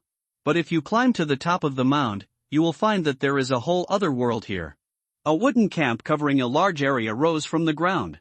At this time, the bandits who were left behind were watching in amazement as their companions set off one by one, arrogantly threatening to bring back a whole cart of gold and silver. They were like bereaved dogs, swarming through the door with fear on their faces. "What's wrong, my brother? Where are the others? Why are you the only ones back? We were defeated. Those terrible Frankish barbarians despicably used a terrible spell with blood as the medium. They are the incarnation of the devil." Someone was stunned and stammered, "We shouldn't provoke those devils. There are only 7 of them. They beat our warriors away like chopping melons and vegetables. Holy fire, please burn away the evil curse on us." As soon as someone rushed into the camp gate, they knelt on the ground and prayed devoutly to the holy fire altar enshrined in the center of the camp. Aboud looked at this scene with a gloomy face, and the anger and worry in his heart almost burned his whole body. Aboud said with a stern expression, "Let everyone be prepared. Bader, you take people to prepare the sacrifices required for the big sacrifice. I will hold the holy fire sacrifice." "Yes, sir." Bateau, who had a hideous and bloody wound on his cheek, accepted the order with a gloomy expression. This was an injury inflicted on him by a despicable Frankish cavalryman wearing a helmet that resembled a bull's horn. Aboud said in a deep voice, "I ordered people to keep strict watch tonight. Only half of the people are allowed to sleep, and the rest are on standby for me." Someone wondered, "Boss, are we too careful?" "It's impossible for them to find our camp." "Even if they find it, they can't do anything in the middle of the night." "That's right, boss, we all swore an oath to the holy fire. If anyone dares to reveal the location of the camp, he will be burned to ashes immediately." "Shut up, you idiots. Do you know what I saw?" There was a rare hint of fear on Aboud's face. They had never seen such an unfamiliar emotion on their leader's face, and they all fell silent for a while. Usually, the leader always gives them the impression of being wise, intelligent, brave, and fearless. Aboud's hoarse voice sounded, "I saw the woman under the Frankish lord devouring the soul with the black shield in her hand. The oath only works on living people. Dead people are not within the jurisdiction of the holy fire." He looked at the silence of his subordinates, with a bleak smile on his face. "Go and prepare. If those Franks really find this place, they will just surround it, and we will be trapped here and die without anyone. In order to rescue our group of bandits, we will not hesitate to go deep into the territory of the Franks." Later in the night, in the darkness, an armored sergeant was either nervous or excited, waiting for his lord's order to attack. Some people silently held the cross and prayed devoutly. The siege ladder and simple crash cart built by the carpenters accompanying the army have been arranged. Someone whispered, "My chain armor is already very worn. This time, the Lord promised us to dispose of the captured items ourselves. I must get a new set of armor." "Shut up." Model slapped him on the helmet with a stern face. "No one is allowed to speak before the Lord issues an order." The soldiers fell silent, and they lay down quietly in the grass to rest. Traveling all night had exhausted most of their physical strength and energy. The reason why Lothar did not launch an attack immediately was due to such considerations. Lothar was counting the time at this time. The hussars had all taken off the feather decorations behind their armor, and they were holding broadswords and one-handed hammers, clustering around him. This time he brought 60 armored sergeants, mobilized almost all the pack animals, and even borrowed pack horses and camels from several villages. It could be said that he was mobilized in full force. "It's almost time, order everyone to prepare for battle," Lothar said. In the darkness, he held a half-sword tightly, without holding a shield that would get in the way. There was only Prujna beside him. Fringilla's magic power has been exhausted and she is recuperating in the rear. This is to cast a spell called Group Night Vision, which lasts for 2 hours. Otherwise, it would be impossible for Lothar's army to quietly reach the vicinity of the camp without torches. The chaotic noises below soon alerted the defenders on the camp. By the light of the fire, they saw the ferocious faces of men wrapped in iron armor, charging toward them with ferocious smiles. "It's the Franks! Holy fire, these devils are really here!" Lothar took the lead and rushed to the front. He is not far from level 4. If he kills a dozen more people, he should be able to successfully level up. Although as a lord, personal attributes are not a priority to improve, but throughout the ages, countless kings and leaders have been assassinated. Moreover, as a crusader noble, it is common for him to personally lead his troops to attack. There will always be times when Prujna cannot protect him. He chopped down a bandit with one sword, and felt that there were countless bandits running out of the barracks in the darkness. Their reaction speed was too fast. It was as if their arrival had been anticipated. Fortunately, bows and arrows are no longer effective in such chaotic battles. Darkness is the best cover for the armored sergeants who have the blessing from Heavenly Father. They slash and kill enemies who cannot see clearly, and some even uttered a few Arabic words in confusion. The car crashed open the wooden city gate, and the armored soldiers roared and swarmed in. At this moment, a cluster of flames quickly shot up in the darkness, rising tens of meters high. The entire camp was illuminated as bright as day. Aboud, the bandit leader, knelt devoutly in front of the flames and kept pouring silver, gold, silk, and various spices into it. The flames grew higher and higher. Immediately, it turned into a giant fire snake. In Aboud's sharp eyes, the cold vertical pupils were accurately locked on Lothar on the city wall. The two looked at each other, and the next moment, the fire snake flew towards him at high speed. Before he even got close, Lothar felt a burning pain from the intense heat that hit his face. For a moment, he didn't know which way to escape. Because this fire snake clearly has its own tracking function. The horrified armored sergeants looked at this scene at a loss and murmured, "Father in heaven, this is the evil witchcraft of pagans. This is the sacred fire that pagans believe in." A silent figure stood in front of Lothar, with flying black hair flying in the wind. Lothar's frightened mood quickly calmed down. She obviously looked much slimmer than him, but at this moment, Prujna was as majestic in Lothar's heart as Theodosius's wall. I saw the black shield in her hand spinning rapidly. The ghost-faced relief reluctantly spit out a large amount of black mist, lingering in front of the shield, expanding the black shield, which was less than 2 meters long, into an even larger space. Boom! The fiery serpent struck upon it. The ghost-faced relief roared sharply. Large swaths of black mist collapsed. The flying sparks splashed onto the wooden walls of the camp, and a raging fire suddenly broke out. Lothar clearly saw a few sparks falling on Prujna's arm, burning his sleeves instantly and causing large wrinkles on the smooth skin. Damn it! Damn it! Two angry curses sounded almost at the same time. Aboud never imagined that the killing blow he saw through the holy fire sacrifice would be blocked by this evil witch who used witchcraft. The depression in my heart emerged involuntarily. Holy fire, is your power ultimately not as great as the pagans who have stolen the Holy Land? Boomed the sharp hand slashed down with half a sword. Aboud subconsciously took a step forward. The sword blade only scratched his back, and then was scratched aside by the armor plate above. ABD, I gave you a chance, but you gave up. The anger on Aboud's face was mixed with fear. The people of Zoroastrianism will not surrender to you butchers from Frank. Lothar was not in the mood to argue with him. Throughout the ages, winners and losers have always been like this. Bang bang bang, the heart beats vigorously, like the beat of a drum. Under Lothar's barrel helmet, his breathing became extremely heavy. The attributes brought by the blood waterfall surged, causing him to slash out a sword like lightning in the next moment. Aboud's eyes widened. The eagle eye allowed him to see the opponent's movements clearly, but his body could not react at all. In just a moment, his head was chopped off by the sharp hand in half sword. Lothar didn't even give the head a chance to fall to the ground, so he grabbed it, raised it high, and let out a powerful roar. Aboud is dead. Those who stop resisting will not be killed. It's daybreak. Armored sergeants swept the battlefield. Lothar rolled up Prajna's sleeves, looked at the burned and curled skin, and said with some distress, "Let me bandage it for you." Prajna shook his head, put his hand on his arm, and rubbed it gently. A layer of skin was rubbed off, and only the back was exposed, the white and tender new skin like a newborn baby. Seeing Lothar's surprised expression, Prajna's mouth curled up slightly. "I'm fine, just do what you have to do." Lothar looked at Prajna's rare smiling face and subconsciously reached out her hand and pressed her cheek. She squeezed gently, revealing her cute little tiger teeth.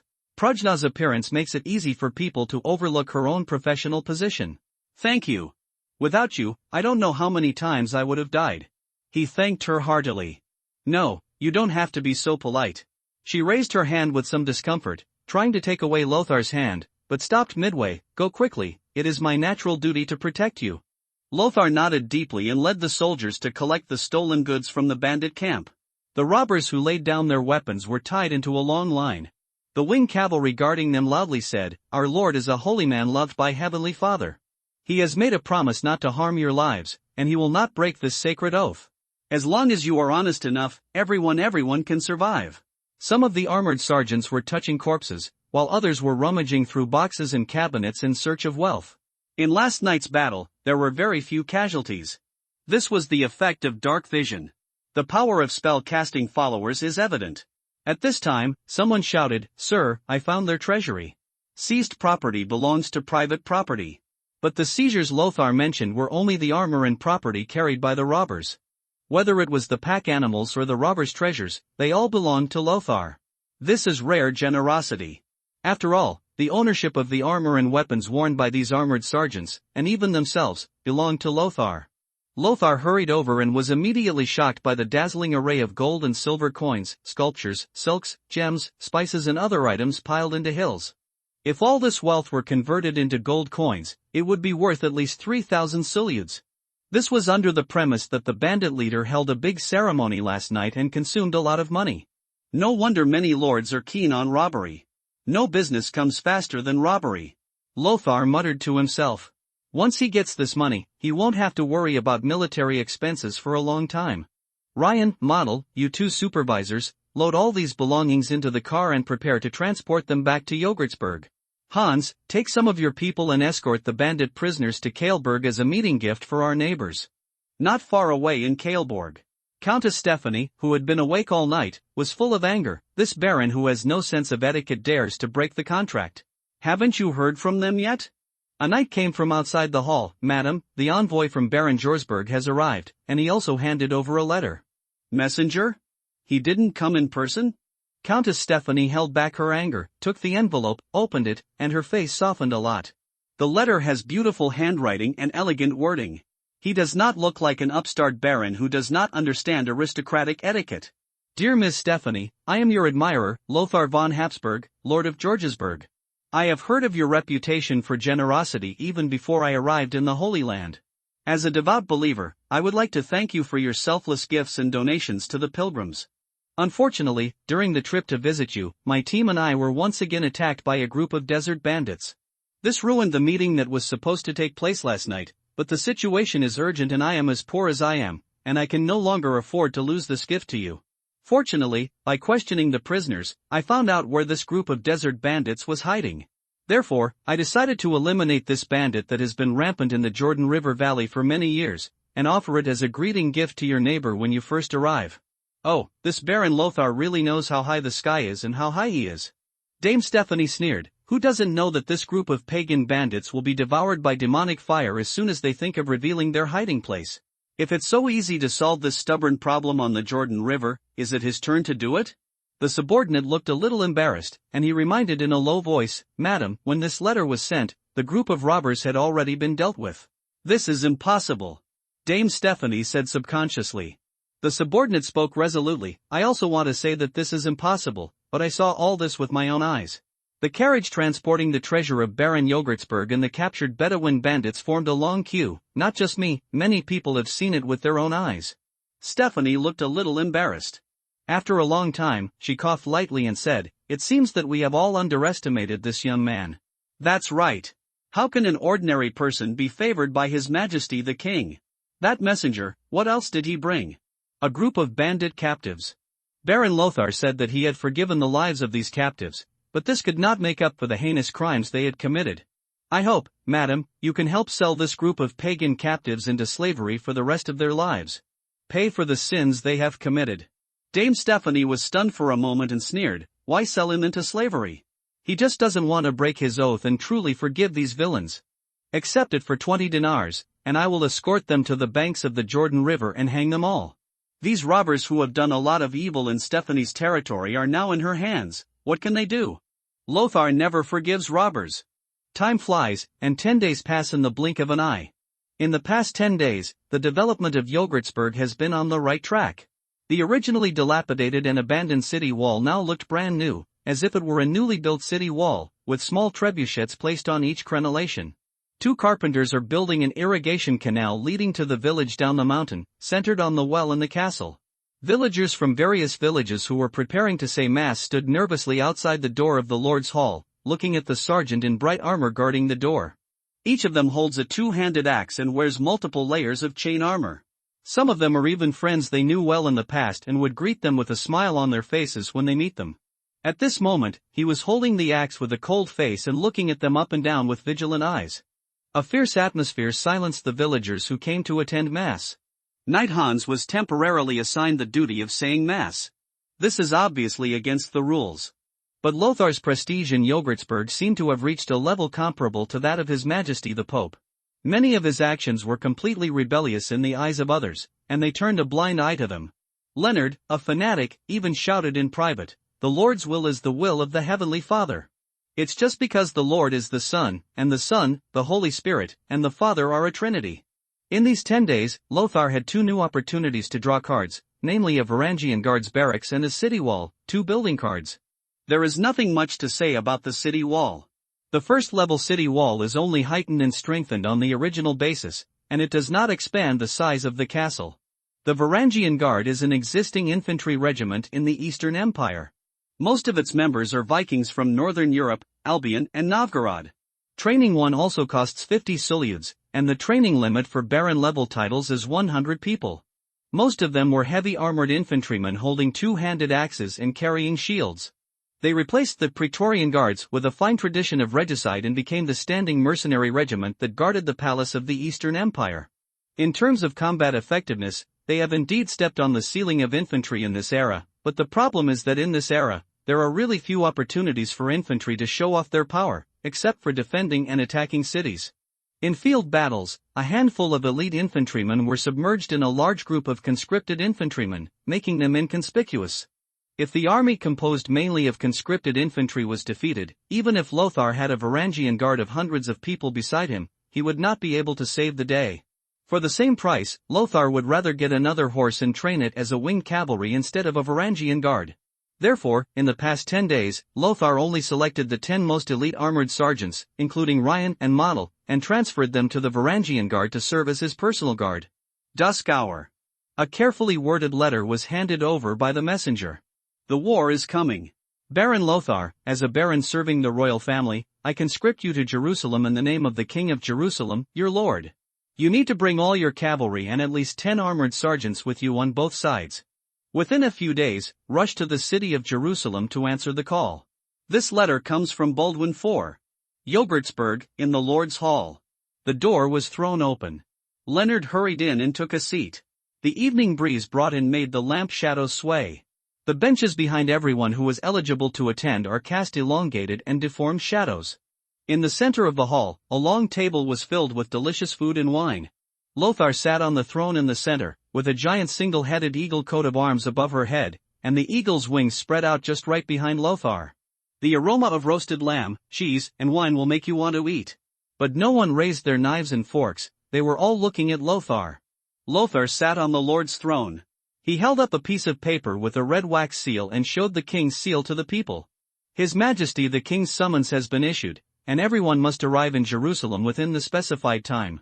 Hans's expression was a little gloomy. Sir, the development of the territory has been on the right track during this period of time. Our strength is growing every day, but this is obviously not enough. As far as I know, Saladin's army has dozens of people. There are so many, and with our current strength, it is difficult to play a role in this battle. People looked sad. They couldn't even imagine what a number of hundreds of thousands was. This was beyond their understanding of a war. Lothar shook his head and said, "It's not as exaggerated as hundreds of thousands. Although there are many troops under Saladin's command, most of them are untrained conscripts. The elite headquarters army is only 10 or 20,000. Claiming it and actually having it are completely different things. It is impossible for him to really send out all his troops to attack Jerusalem. The climate in the Holy Land cannot accommodate an army of such a size for an expedition. Facts have proved that his initial choice of training armored sergeants was correct. If we really start training cavalry from scratch, we can only train a group of mounted infantry in 2 weeks, which is more expensive and useless." Although this idea is correct, it doesn't make much sense. His current strength is still too weak. Ryan said, "Sir, Yogurtsburg is not a frontier. It will not be easily threatened by the enemy, so I suggest that you bring all the soldiers you can bring. This is also a considerable amount of strength. Even if the battle is lost, you will still be able to win. Can cover you from the battlefield." Leonard quickly agreed, "Yes, sir, you need a strong army to support you in Jerusalem, so that you will not be looked down upon by those nobles with their nostrils turned upward." Lothar thought for a moment, then shook his head and said, "A professional army of hundreds of people is indeed not weak for a lord, but on the battlefield with tens of thousands of people, it is as small as a grain of sand in the Jordan River. Once the battle is lost and defeated troops come in like a tide, they will be easily dispersed. So it doesn't matter whether we take them with us or not. Staying in the territory can ensure the safety of the place." Lothar thought for a moment and then decided, "All the armored sergeants will stay at Fort Yogurt.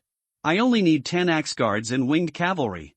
The axe guard is the name given to the Varangi guard in the territory. Because the Eastern Empire also has a genuine Varangian guard, it would be inappropriate to call them this name. Although one look at their equipment shows that this is a heavy infantry modeled after the Varangian guards. Model, you stay and take charge of the overall situation, including the daily recruitment of winged cavalry and axe guards. The original plan to recruit only 10 people has been cancelled. "Yes, sir." "Leonard, how is the investigation going? Did Saladin send people to assassinate the vassals of the Sassanid king just to let it go?" Leonard lowered his head and said, "It is said that not long ago, Saladin met with the Sassanid king of kings on the border. He admitted that his subordinates acted privately and killed Kokab and expressed his willingness to pay compensation for it. He also recognized the sacred status of the Sasanian king as the patriarch of Zoroastrianism, and transported many carts of gold and silver treasures, beautiful women and horses as gifts. After 2 days of negotiations, the Sasanian king withdrew his troops. Saladin is such a powerful character." Lothar sighed. If Saladin did not admit this, it would give the Sassanid king an opportunity to use the issue and make trouble. On the contrary, Saladin admitted it, lowered his profile, and offered gifts to the Sasanian king as compensation. Forced by the Zoroastrian world's expectations for internal unity, the Sasanian king had no chance to use the topic. Moreover, this will not damage Saladin's majesty. On the contrary, those outsiders who originally believed that Saladin is an upright man who respects chivalry and will not do anything to himself were greatly shocked.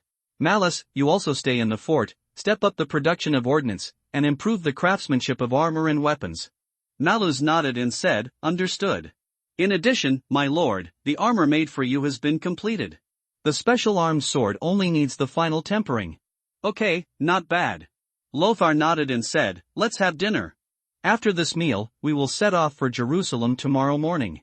The new armor Malus built for him was a brand new half-plate armor. Wearing this plate armor, put on another one underneath, and specially added chain armor on the weak points of the armor. Although the defensive power is only slightly better than the previous chain armor, the flexibility is greatly increased. Wearing this half-plate armor, Lothar could even mount the horse by himself. The helmet is a bassinet-style helmet that resembles a bird's beak. This kind of helmet has air holes in the mouth, which is more suitable for fighting in the hot weather of the Holy Land than the stuffy and airtight barrel helmet. The flip-up design gives Lothar a wider field of vision when he is involved in close combat or foot combat.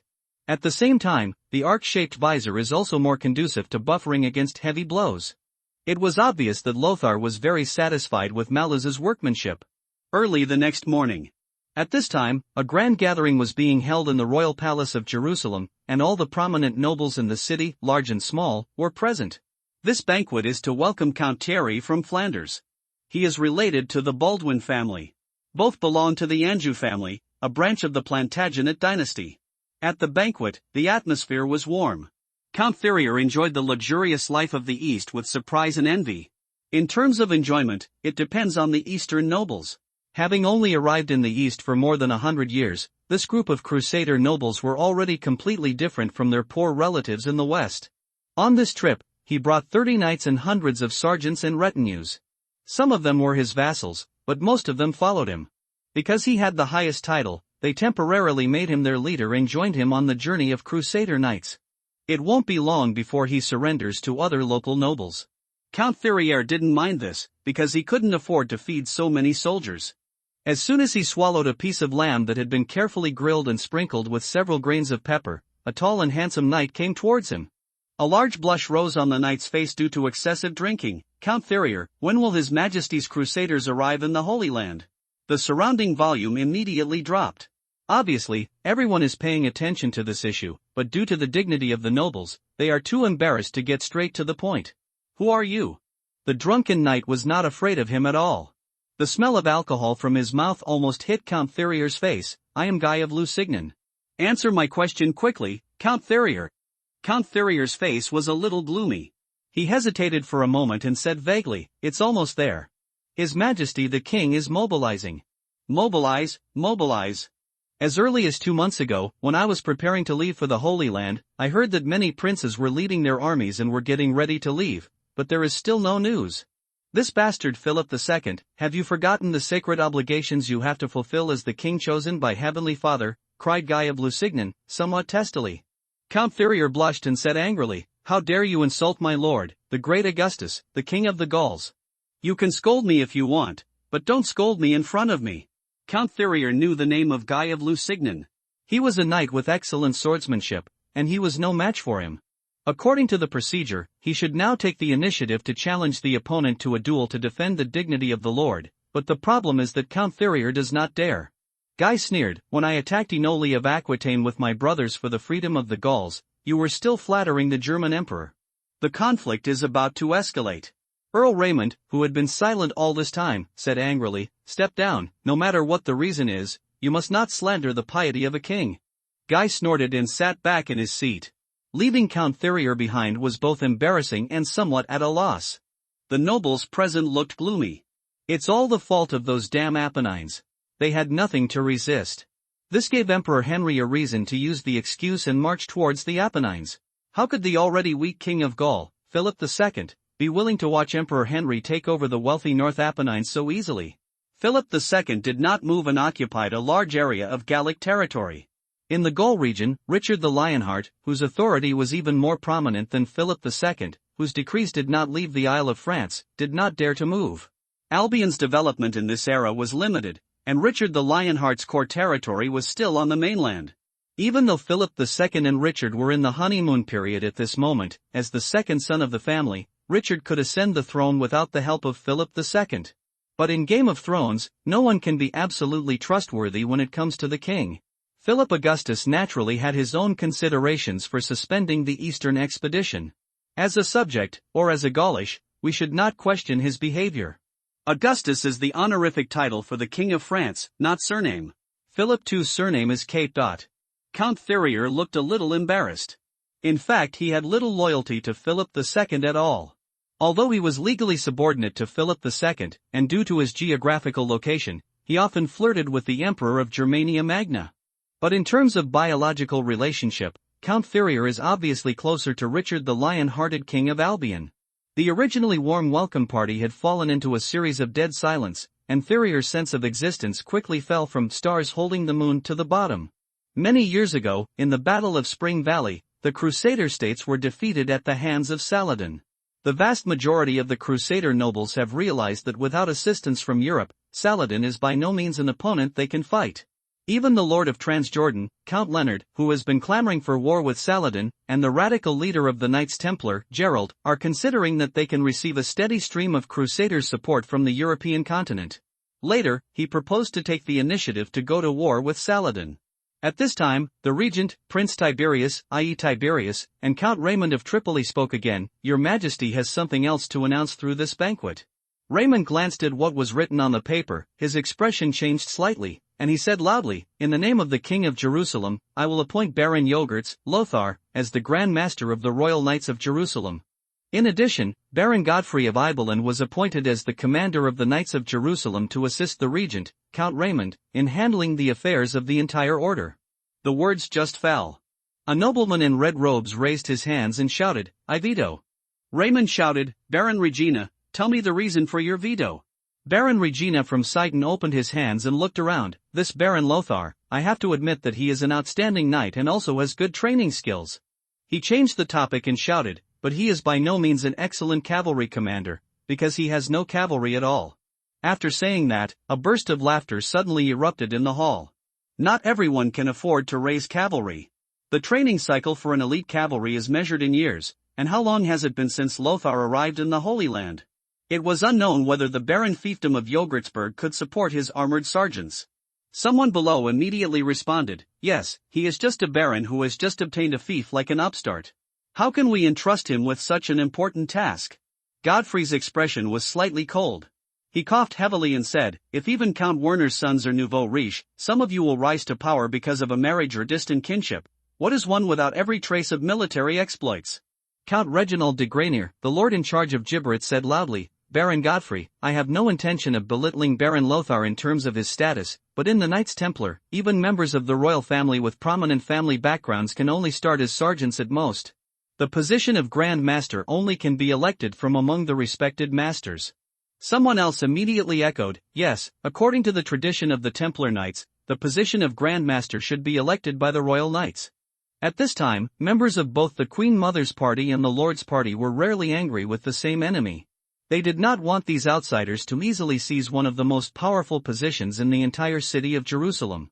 Baron Godfrey shouted, "Count Giberit, I have to remind you that the Royal Knights are His Majesty the King's private armed force. They are secular, not spiritual, and cannot be generalized with the Knights Templar. As for you saying that Baron Lothar has no experience in commanding cavalry." Baron Godfrey changed the subject and looked at Count Leonard, who was rarely silent. The Lord of Transjordan, known as the King of the Dead Sea, seemed to have something wrong with him when he saw Godfrey. As expected, Baron Godfrey said bluntly, "Count Leonard, I heard that there is a group of desert bandits in your territory. They have been operating for several years and the wealth they plundered can fill an entire castle. You have repeatedly attacked, but nothing has happened. Can destroy it." Earl Leonard's face turned green and white. "A mere bandit is not worthy of my too much attention, so they can barely survive." A cheerful smile appeared on Baron Godfrey's face, and he came to the center of the hall politely. "Count Leonard, you don't have to use such words to prevaricate. We all know how difficult it is to deal with a light cavalry that comes and goes like the wind in the desert. This will not damage your reputation." "That's right. Is such that." Some nobles who didn't know why nodded in agreement. Here, most people no longer pay attention to the follow-up of this remote fiefdom of Yogurtsburg, and they don't know what happened here not long ago. But they have all experienced more or less the troubles of desert bandits who come and go like the wind. Baron Godfrey raised an index finger and said loudly, "It only took 1 day." According to some people, Lothar, who did not know how to command cavalry in combat, only took 1 day to lead his cavalry and defeat them on the front. This group of robbers immediately broke into the wooden castle where they were hiding. I must tell you that Lothar not only has cavalry, but also an elite cavalry that is good at fighting, at least no worse than the knights under Count Leonard. Godfrey looked at Leonard with a mocking look, which immediately angered the irascible Earl of Transjordan. He almost cursed. The Count of Transjordan, who is known as the breacher of contracts, is usually polite, but when he is angry, he will never consider the dignity of the so-called nobles. At this time, the heavy sound of horse hooves sounded outside the palace gate. "Come here, who is making the noise outside? Don't you know that it is forbidden to ride horses in front of the palace? Drive them away!" Someone yelled angrily. Next moment, a group of elite cavalry wearing bright plate armor walked into the palace surrounded by a young knight. The knight took off his helmet, revealing a heroic face. "Good morning, everyone. I heard that you were talking about me in the hall, so I came here uninvited. May I ask you, when did it start that in Jerusalem, everything the king says must be approved by his ministers?" Lothar was alone and slowly walked towards the center of the hall. The front of his special plate armor is printed with the coat of arms of King David's cross. He holds a helmet decorated with black feathers in his left hand, and a black cloak with an eagle emblem is tied around his shoulders. There is a huge red gem inlaid on the hilt of the armed sword he wears at his waist. His appearance was completely different from the first time he made an impassioned speech in this hall. At this moment, he looked like the noble crown prince of a kingdom, with a strong sense of heroism and nobility. Faced with the questioning, angry, disdainful, or doubtful looks of many nobles, Lothar showed no fear on his face. He even looked around leisurely, nodding to the nobles in every direction. The king of Jerusalem was never one to speak his mind in the Holy Land. But what really caused the king's authority to plummet was that Baldwin IV's leprosy had become more serious and he had not appeared in public for a long time.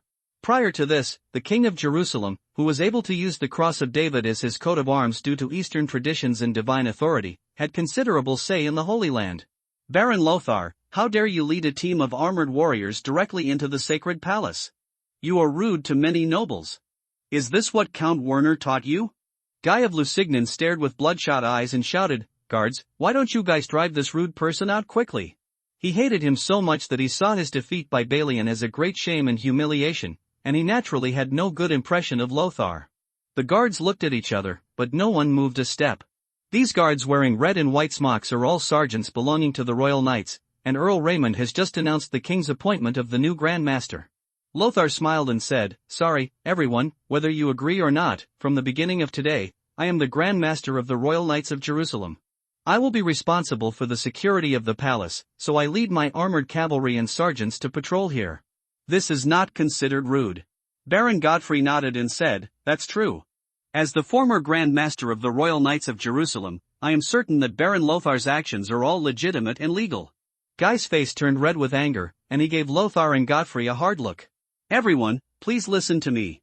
Lothar did not return to her seat, but went straight to the table in front of her that was filled with wine and delicacies, picked up a wineglass, and drank the cold wine in one gulp. Count Leonard, who had long been unable to restrain his anger, said angrily, "That's enough, Lothar. What other tricks do you want to play?" Lothar glanced at Count Leonard and smiled. "I just have a few words that I want to use this banquet to say. His Majesty the King is not dead yet. I know that many of you have been looking forward to this day. You have begun to attack each other for no reason, opposing for the sake of opposition, trying to grab more power and wealth, regardless of the upcoming threats. People always like to think about the good things. Some people want to use the crusade called by the Pope to resist the pagans, and even use the sharp knife to open up territories for themselves anyway. The Crusaders Association lets go. But they don't have the same idea as you?" Lothar looked around, but did not receive the expected rebuttal. In fact, after learning that the 3 European kings had postponed the Eastern expedition, the nobles in Jerusalem also had this idea in their minds. After all the Crusader countries have been attacked and destroyed, and all the old Crusaders occupying the pits are dead, wouldn't it be more rewarding if they come out to clean up the mess? For aristocrats, it is normal for them to talk about their faith and always think about their interests. Lothar suddenly noticed Count Therier standing not far away with an embarrassed look on his face. He smiled, raised his glass and said, "Of course, except for noble people like Count Therier. I believe that he is a pure knight who comes to the Holy Land for the will of Heavenly Father." He changed the topic and continued without waiting for Count Therier's reply, "It's time to end this, at least, before defeating Saladin. We all know that even if the three kings immediately stop fighting and make peace and march toward Jerusalem together, they will not reach the Holy Land in less than a year and a half. A large army movement cannot come as fast as dozens or hundreds of crusaders. Before this, could we really be Saladin's opponent?" Leonard suddenly stood up and slapped his chest. "Under the blessing of the true cross, Heavenly Father's soldiers will be invincible. Anyone who dares to propose peace with Saladin is treason." Lothar looked surprised. "Who said we were going to negotiate peace with Saladin? People like Count Therier and I came to the Holy Land to defend Jerusalem. We must fight, but we must also unite." "Ah!" Leonard sneered. Prince Regent Raymond nodded and said, "Indeed, war is inevitable. As the weaker party, we must unite." The nobles all showed expressions of approval. But just like the political correctness that Europe pays attention to in later generations, unity is just a beautiful word that is appropriate for the time. No one can really do that. Power is a cup of beautiful poison, with a terrifying charm that will make you die. Some people are even willing to make deals with pagans in order to drink this poison.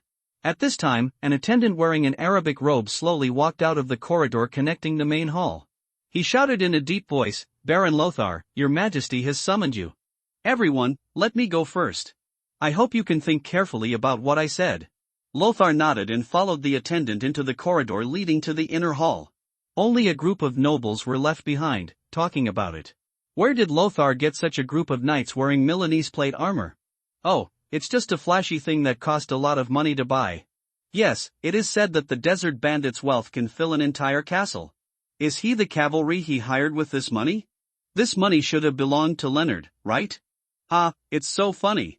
The defensive power of half-body plate armor is indeed no better than that of exquisite chain armor, but half-body plate armor is more flexible and lighter, and requires higher production technology, but it is not as cumbersome as chain armor. Earl Leonard smiled at his followers and said, "Ha, even a young boy is stepping on our heads now. The Grand Leader of the Royal Knights, ha, have any of you seen such a young man?" "Grand Leader?" Someone lowered his voice and muttered, "Why hasn't that leper been called yet?" Everyone pretended not to hear, and Count Leonard gave him a hard look. "Can this kind of thing be said here?" Baron Godfrey called to Lothar's subordinates and shouted, "Everyone, come and sit at the same table with my knights, and two distinguished ladies, please sit here."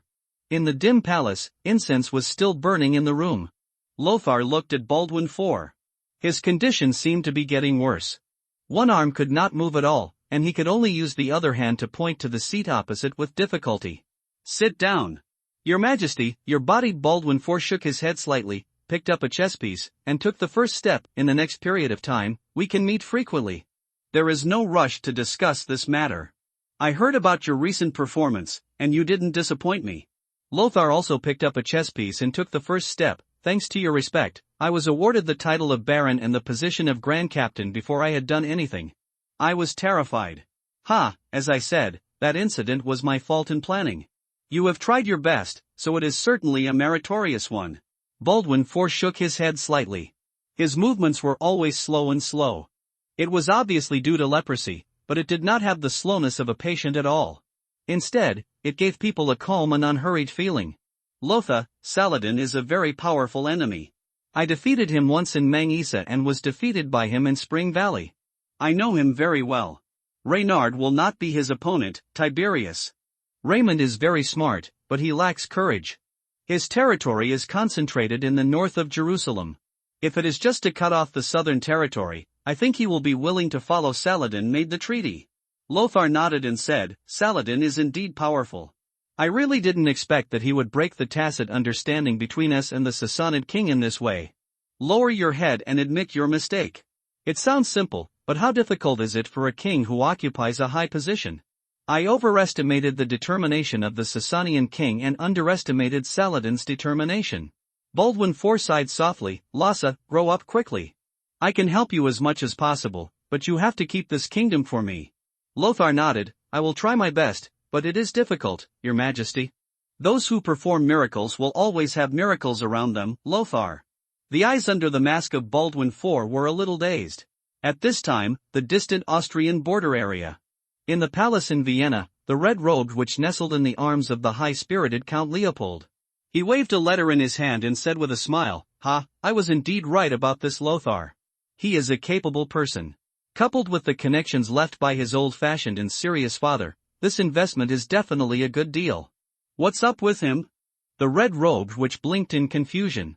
"He has gained the attention of Baldwin IV and been granted a Greek castle. Now he is writing to me, hoping that I can fulfill the original agreement." "Greek castle? Has he been enshrined in the territory of the Eastern Empire?" No, I mean, I don't know where it is, but judging from the name, it must be an ancient castle that was left behind when the Greeks ruled the Holy Land. Anyway, it's something to be happy about." Immediately, he put his hands behind his back and said with a serious expression, "Unfortunately, my departure to the Holy Land has to be postponed again. His Majesty the Emperor has issued a recruitment order to me. If I still want to plan to separate the Austrian border area from Bavaria and upgrade it to the Principality of Austria, I'm afraid I will have to answer the call." Count Leopold was not a very pious man, but he was obsessed with going to the East to conquer the East, make a great name, and seize the rich wealth of the East. It would be great if we could get a fiefdom in the East. And if Lothar can gain a foothold in the Holy Land, he will be a powerful aid to him. County of Aargau. Eagle Fort. Count Werner opened the wax seal on the letter and carefully read this letter from the faraway Mediterranean. Unknowingly, this man with a cold personality, as cold as a stone, had a rare smile on his face. Otto looked at the smile on Count Werner's face with some confusion and asked, "Father, what happened to make you so happy?" Count Werner immediately suppressed his smile and threw the letter to Otto. "I knew that you stole those 2 wine glasses and gave them to Lothar." He made it clear in the letter. Otto's expression changed drastically. "He wrote this letter specifically just to betray me?" "Ah." Count Werner couldn't hold back and laughed. He patted Otto on the shoulder, looking inexplicably pleased. "Lasse is already a baron, and is highly valued by His Majesty. Maybe next time he comes back, the title he holds will be more prominent than you and me." Otto had a look of envy on his face, but then he became worried. "I would love to see that one day, but Saladin, that was a terrible pagan king." Earl Werner nodded and said, "Indeed, luck played a big part in why we were able to defeat him in the first place. Now that he has integrated most of his forces, he is even more difficult to deal with." It was already noon when Lothar came out of the palace. Leonard ran over in a ruthless manner and took the reins of Nissen's warhorse. "Lord Saint, what did your Majesty tell you?" Lothar stopped and his face became serious. "I warn you, Leonard, don't call me this title again. The sun is spiritual, and I am just a secular lord." Yes, my lord." Leonard was startled by Lothar's sudden anger. "Leonard, I know you always use this title on your lips out of awe of me. But you have to know that no one will like a living son, whether it is Jerusalem or the more distant papal city." Leonard seemed to have thought of some terrible possibility, and a large amount of cold sweat broke out on his forehead. "No, sir, I understand. I will never call you such a name again." Lothar nodded. "Next time, your head will not stay on your neck safely." He jumped onto his horse, and without waiting for Leonard, he rode and led the team to Constance Manor. Halfway through, a hooded man suddenly jumped out. Lothar instinctively drew his weapon and pointed it at the opponent. The man whispered, "Sir, I don't mean any harm. Please come with me. A big shot wants to summon you." The hooded man only showed his chin covered with green stubble. He did not have any coat of arms or anything on his body that could prove his identity. What kind of big shot needs to be so secretive in the Holy Land? "You don't need to be on guard, we are by no means your enemies." "Ah." Seeing that Lothar was indifferent, the man sighed and said, "You can bring your witches and some of your guards. Please forgive my lord for having no choice but to be unable to meet you in public. When we get to the place, you will know where it is." "A big shot." Lothar thought for a moment, nodded and said, "You can lead the way." Along the way we came to a shabby hotel. Lothar recognized the man in black robes standing at the door of the hotel at a glance. "Abdullah." Lothar's face was full of surprise. "Are you the so-called big shot?" Abdullah also had a smile on his face. Meeting again after a long absence is always a joyful thing. But he shook his head and said, "I am not a big shot. The one who wants to see you is my young master." He pointed inside. "Follow me." Following his guidance, Lothar saw a young man wearing a silk coat and an open chest. He wore a lot of expensive decorations on his body, showing the luxury unique to Eastern nobles. Apparently, this was also a Kurdish nobleman. I am Ismail Melik Saleh, son of Nur al-Din, king of Syria, true master of Aleppo. Lothar looked at the man with dark skin and sharp eyes in front of her, and wondered, Saleh, aren't you already dead of illness? This Saleh was the successor to King Nureddin's throne after his death.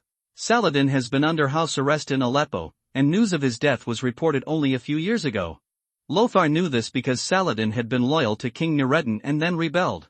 Crusader nobles often used this matter to question Saladin's character. In fact, Lothar felt that if there was another Eastern king, Saleh would not just be under house arrest. It's just a substitute.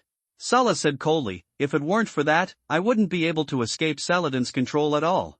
This rebellious man wants to imprison me for 15 years like my father imprisoned Leonard. Even until I die. Nur al-Din of the Zanji dynasty, the father of the man in front of him, once captured Count Leonard alive and imprisoned him for 15 years. During this period, Leonard's first wife died of illness, which also caused Leonard to lose the title of Grand Duke of Antioch. That's why Leonard hated the Zoroastrians so much that he even repeatedly attacked pagan caravans passing through his territory, causing chaos in a good trade route. From a long-term perspective, it would be more beneficial to him to maintain this trade route. If Leonard discovers that Nureddin's son is in Jerusalem, he will not care about the overall situation and will immediately lead his troops to chop Saleh into mincemeat. Then, respected King Saleh, you can tell me your purpose of coming. I want to take back Aleppo, and even the whole of Syria, which is occupied by Saladin's minion Saladin. I seem to hear it wailing and calling me all the time.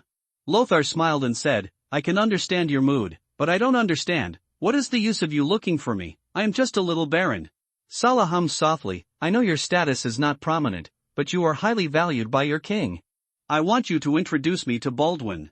In return, I am willing to give you 10 beautiful female slaves. A Damascus scimitar. Lothar readily agreed, I will convey your idea of meeting my king, but I do not guarantee that His Majesty the King will agree to meet you. At the same time, I hope that your thank you gift can be converted into something else. Saleh said proudly, what do you want? As the Lord of Aleppo, even though I am living in exile, my wealth is still far beyond the imagination of a Frankish barbarian like you. Lothar pointed at Abdullah and said, I hope to gain Abdullah's allegiance. Saleh was silent. Abdullah looked surprised and hesitated to speak. After a long time, Saleh shook his head and said, No, Abdullah is my loyal warrior and trusted minister, not a slave of Ghulam. I have no right to order him to be loyal to an infidel. Lothar could clearly see Abdullah let out a sigh of relief. He sighed secretly and had to say, the war is coming. I want war horses, or gold and silver coins. Only these two can increase my strength in a short time. No problem, I will give you 10 good horses. Is this enough? Lothar nodded and said, Of course, thank you for your generosity, Lord of Aleppo. Lothar paused slightly and then said, Abdullah is a very outstanding warrior. You made a wise decision. Saleh laughed and said, Of course, if I can exchange gold and silver for a warrior like Abdullah, I am willing to spend everything I have. Watch Lothar leave. Saleh, the wandering prince with strong claims to Syria and Aleppo, said with emotion, Abdullah, you are right, he is indeed a very special person. He even used our etiquette just now. Salute me.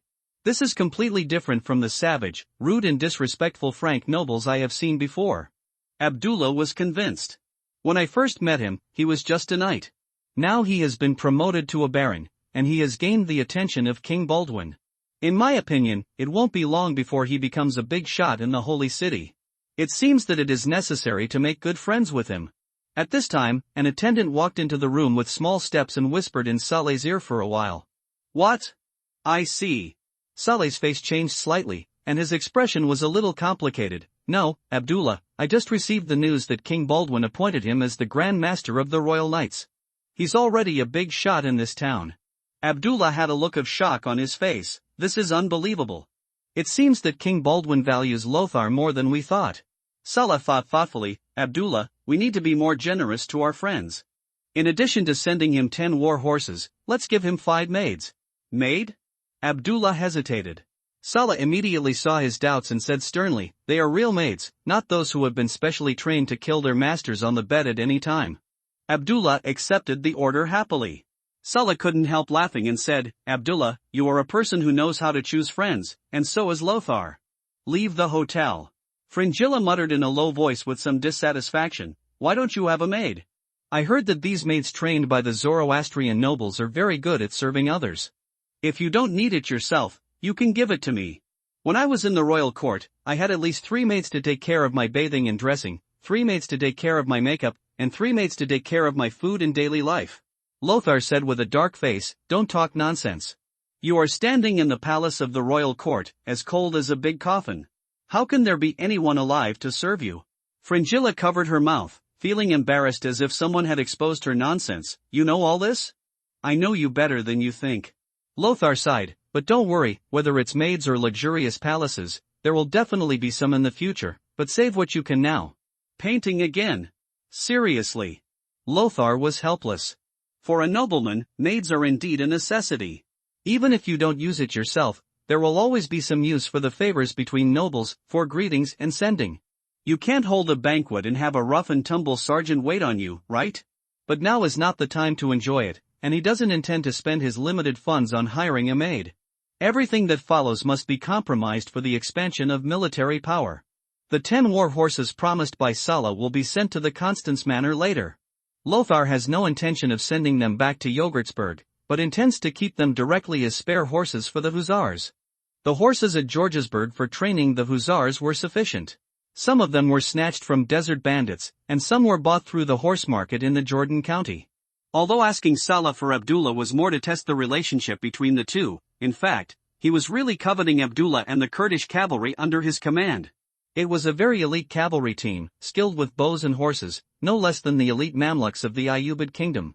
With the same number of people, even if the winged cavalry under his command could win, it would only be a miserable victory. But it's a pity that these two people are probably in a period of love that is suitable for both king and minister. It's really hard for me as a mistress to get involved. Constance Manor. Only 2 weeks after leaving, the manor was already gathering dust. 13 hussars and 9 axemen, including Ryan, had already begun cleaning. Next, they will have to live here for a long time. With Prajna's help, Lothar took off his armor and stood on the balcony of the main building of the manor, looking at the busy people below with a frown. The complicated situation in the Holy Land and the appreciation and respect of Baldwin IV made him feel tremendous pressure. None of the outstanding figures in this era are easy to deal with. Even those crusader nobles who seem stupid and only compete for fame and wealth actually have their own little ones in their hearts. If he does not cheat and inherits the identity and abilities of the original owner, it is only right that if he, a commoner, travels to this world, he will be shot away by the knights in one round. He never felt that he really had the talent to rival Saladin, and the power under his command was only a drop in the bucket in the face of the upcoming war. However, if he could completely bring the royal knights under his control and use it properly, this power would probably be able to slightly influence the direction of a war. Lotha. Behind him, a cold female voice sounded. Prajna came to his side. This woman, who was not much shorter than him, stretched out her hand and smoothed Lothar's brow. The cold touch made Lothar feel that all the heat in her body had been driven away. You know, some people can move forward when they are alone, but if they have more, they always look forward and backward and worry. Lothar immediately realized that he was talking about himself. He smiled bitterly. Indeed, this is stupid. But I always feel that I have a lot of people's expectations now, and if I mess up, I will let them down. He pointed to the busy people below, as well as their loyalty, wealth, and lives. If I make a wrong decision, they will all lose their lives. Prajna lowered his eyes slightly and whispered, Game of Thrones is not like children playing house. Not only will they die, but you will die too.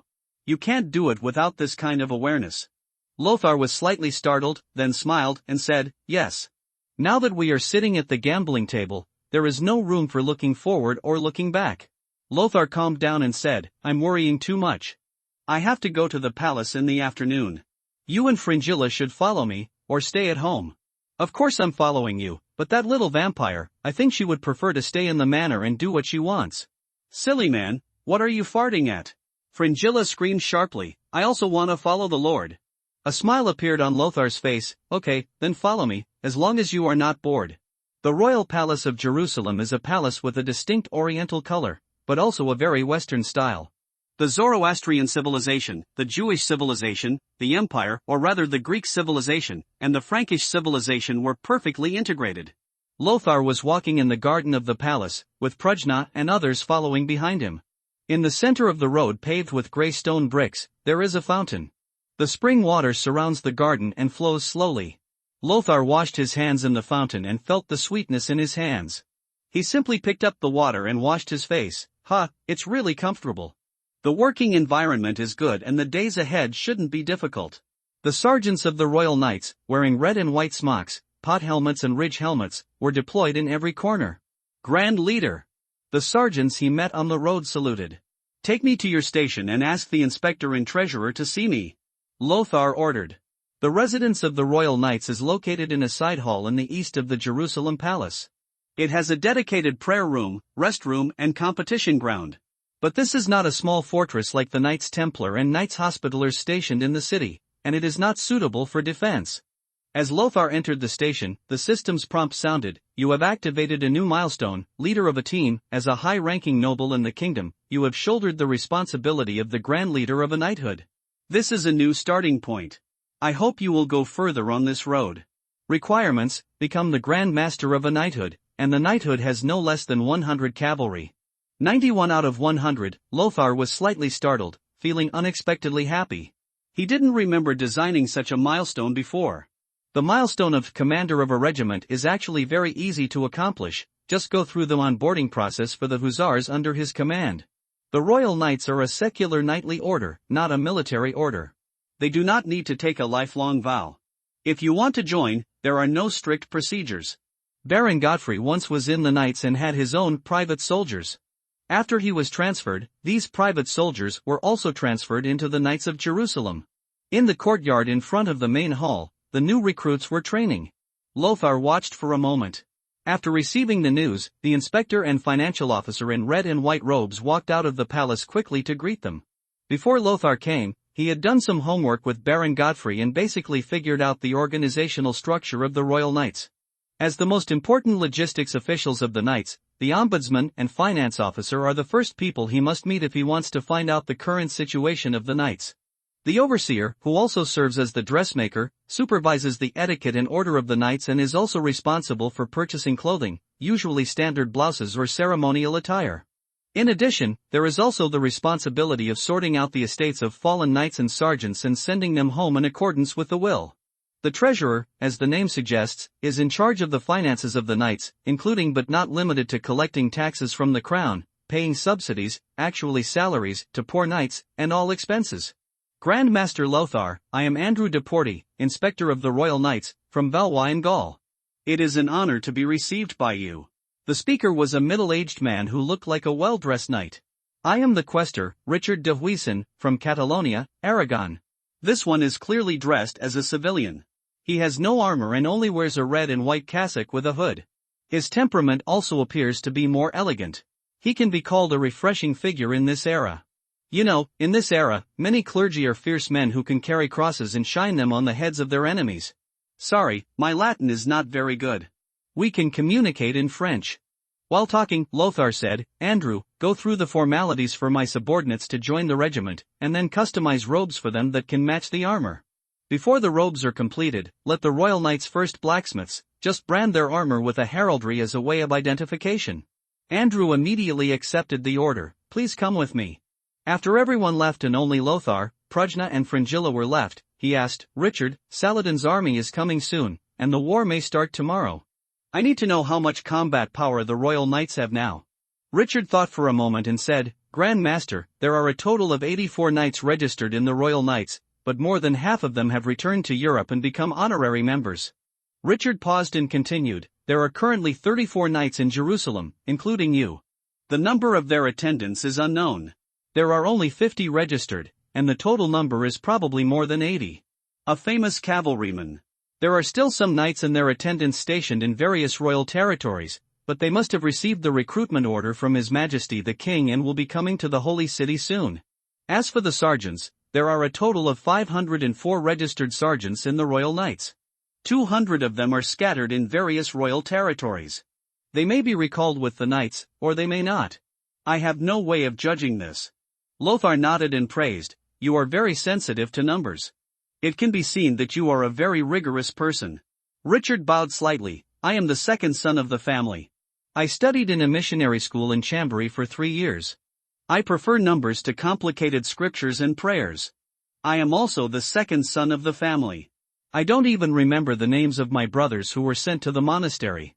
Lothar was also a little emotional. After finishing speaking, without waiting for Richard's reply, he continued, "Mr. Richard, if we exclude the sergeants who need to stay at the palace and go with the army, how many people can I take at most?"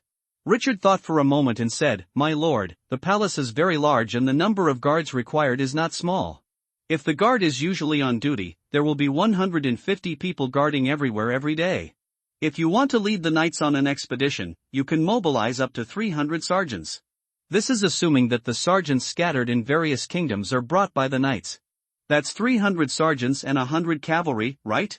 Richard nodded and said, "Yes, this has to include the cavalry you brought." "I see. Richard, tell me about the commander of our knights." "I haven't met him yet. I hope he is a colleague who is easy to get along with." "The commander is the deputy of the knights, and Baron Godfrey was transferred to the Knights of Jerusalem as the deputy of the Regent Raymond. Under normal circumstances, the commander cannot challenge the authority of the Grand Master. But Lothar is an airborne. If the commander does not cooperate with him, not to mention using him as an empty leader, it will cause him a lot of trouble." Richard hesitated for a moment, then said, "The commander's name is Philippe von Welf. He is a pretty good man. He trusts his subordinates very much and has a pretty good temper. I didn't know he was in the military. Are his talents outstanding?" But in terms of domestic affairs, when Baron Godfrey was still the Grand Master, there were many matters that had to be handed over to him. "Welf?" Lothar asked with great interest, "Duke of Saxony, the Welf family of Henry the Lion?" Richard nodded and said, "Yes, Your Excellency, Philip is the uncle of the Duke of Saxony. He is a vassal loyal to the Emperor of Germania. He owns an earldom in Saxony. He is currently only serving as a commander and has not sworn an oath to His Majesty Baldwin. Allegiance. It seems that Commander Philip has a very transcendent status in the Knights. Was it actually a count? I understand, you go down first." Lothar watched Richard de Huisson leave, and he closed the door tightly. The entry of the hussars under his command should have been smooth, and he had already received a reminder that the milestone had been completed. The reward obtained is a 4-star prop lottery ticket. Lothar chose to use it without any hesitation. In the room, cyan light flickered, and after a moment, a crystal bottle filled with dark red liquid, glowing with cyan light, appeared in Lothar's hand. The dark red blood was very viscous, swaying gently in the crystal bottle, and had a jelly-like crystal quality. Its name is Werewolf Blood Strengthening Potion. Grade, Extraordinary. After taking it, the user can obtain the blood of werewolf. If it is an ordinary quality follower, it is very likely to jump to 4 stars and obtain random talents and skills. It is different from the werewolf named Abelardo that Lothar once solved in the night competition. In the game world created by Lothar, the werewolf is a powerful magical creature that is no less powerful than a vampire, and can even be said to be the old enemy of the Blood Court. They live in the Two Sicilies, hidden from human society, but higher than human society, like controllers who dominate all living beings. All walks of life have their influence involved. This is a kind of extraordinary life with high intelligence and a decent upper limit. Compared to the fact that he can only get 3 attribute points every time he upgrades, which is equivalent to the level of 3 stars, it seems that it is not impossible to take this bottle of potion by himself. But things like bloodline are unique at first glance. If I can draw a werewolf this time, I can naturally draw a bloodline that is stronger, has more potential, and has fewer side effects.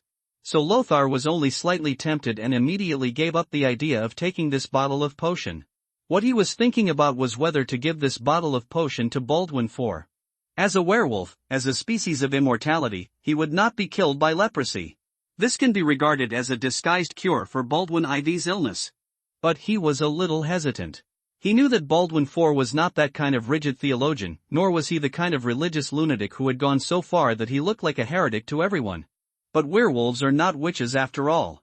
Under the propaganda of the church, werewolves are outright monsters that can be killed by anyone, whether they are Catholics, Orthodox, Christians, or Copts. After a long time, Lothar sighed, "Let's give it a try. Baldwin IV treated me well, so naturally I want to repay him with kindness. If I can free him from the pain of leprosy, it would be a good thing. Moreover, Jerusalem needs a healthy king to reunite people's hearts. Even from a profit perspective, curing Baldwin IV's leprosy would be more beneficial to himself. If we have to wait for the medical retinue that will be available at an unknown time, Baldwin IV may not be able to survive until that time." Lothar made up her mind. At this time, the door was pushed open. Fringilla hurried in. She was outside just now, watching the recruit training with great interest. These recruits used wooden swords and shields, and they fought lively. It was much more interesting than the boring Q training. Fringilla walked in the door, sniffed, and said with suspicion, I seem to smell the stench of those wolf pups. Sir, did you summon a wolf cub? Lothar was surprised. Can you smell it? Yes, although it's very light. Fringilla twitched her nose and sniffed all the way until she was in front of Lothar. She stared at the crystal bottle containing werewolf blood. Is it what's in this bottle? Fringilla was a little curious, then horrified. Sir, if you want extraordinary blood, I can give you your first embrace. Don't be confused for a moment and turn into a werewolf. Fringilla's face was full of sorrow, as if Lothar was about to fall into boundless evil, and she was the priest who was trying to persuade her. There's nothing wrong with being a werewolf for a moment. Seeing that Fringilla looked different, Lothar could only comfort her. Don't worry, it's nothing like this. I don't plan to give up the human body just yet. The mortal enemies of the Blood Court are the many werewolf families in the two Sicilies. If the Blood Royal Court and the Hell Camp to which Prajna belongs are just hostile, then the Blood Royal Court and the werewolf family of the two Sicilies are old enemies. Old enemies like Germany and France. Fringilla let out a long breath. It's okay if you don't, sir, you have to believe me. A beast like a werewolf that exudes stench is wild and primitive and does not fit your identity and temperament at all.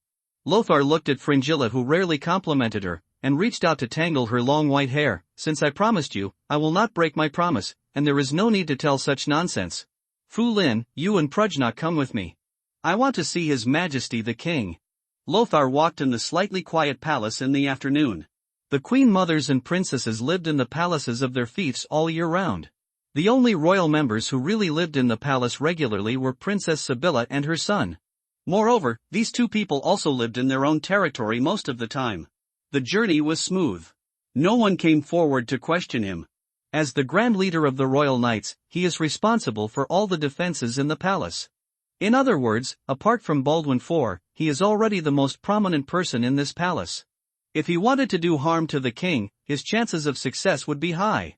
The Grand Master of the Royal Knights, this position is equivalent to the absolute confidant of Baldwin IV. Arriving at the door of the inner court, Lothar informed the attendants, and soon he led him to the palace of Baldwin IV. Under the candlestick, Baldwin IV, who was rarely wearing a mask but a scarf, was holding a book and said to Lothar casually, Baron, have you sorted out the matter of the knights? His hair has fallen out, and there are large folds and scars on his scalp, which looks a bit scary. Lothar tried his best to look away and whispered, well, the royal knights can now gather 100 armored cavalry and 300 sergeants. As long as the knights from each king's territory lead the team back, we can leave at any time. Jerusalem, fighting against the armies of the heathen. Yes, Lothar, 100 armored cavalry is not a lot, but it is definitely a lot. If used properly, it can also have a decisive effect. There was some recollection in the voice of Baldwin IV. At the beginning, in the Battle of Montcassard, I led only 500 armored cavalry. After that, he looked at the two ladies behind Lothar. These two ladies are the witches who follow you, right? Please sit down, two distinguished spellcasters. Lothar motioned Prajna and Fulin to find a chair and sit down. Leprosy is not as contagious as people think, but it has been demonized among the people. Otherwise, there would be no normal person in this palace. Your Majesty, there is a man who wants to see you. According to him, he is Salah, the son of King Nureddin and the lord of Aleppo in Syria. Salih actually ran away from Aleppo? It's really surprising. There was a rare hint of surprise in Baldwin IV's tone. No problem, I will receive him tomorrow and give him the courtesy he deserves. Lothar looked at Baldwin IV, hesitated, and then said, Your Majesty, I want to know how your condition is? Baldwin IV raised a hand with some effort and rolled down his silk sleeve, revealing his bandaged arm underneath. He said calmly, the doctor looked at me and his condition deteriorated very quickly. I probably don't have long to live. Really? Lothar took out the crystal bottle, placed it on the table, and said softly, Sir, this is the potion prepared by my witches for you. It has a high probability of curing leprosy. Baldwin IV looked at Lothar in surprise. After a long time, he said, What's the price? I know that the potions prepared by the witches all have a price. Lothar whispered, The price is that you will become a werewolf. Cure leprosy at the cost of turning into a werewolf? Baldwin IV let out a long sigh. Lhasa, the church people say that leprosy is a curse and a punishment for those who have committed serious sins. I don't believe in this, or I don't really believe in the church. To them, I am not a devout believer. Only I know that I am, because the church cannot represent the will of Heavenly Father. Lhasa, I appreciate your kindness. Baldwin Ivy's smile was still gentle. I once found a witch and tried to get her to cure my illness. It's not that she can't do it, it's just that I refused.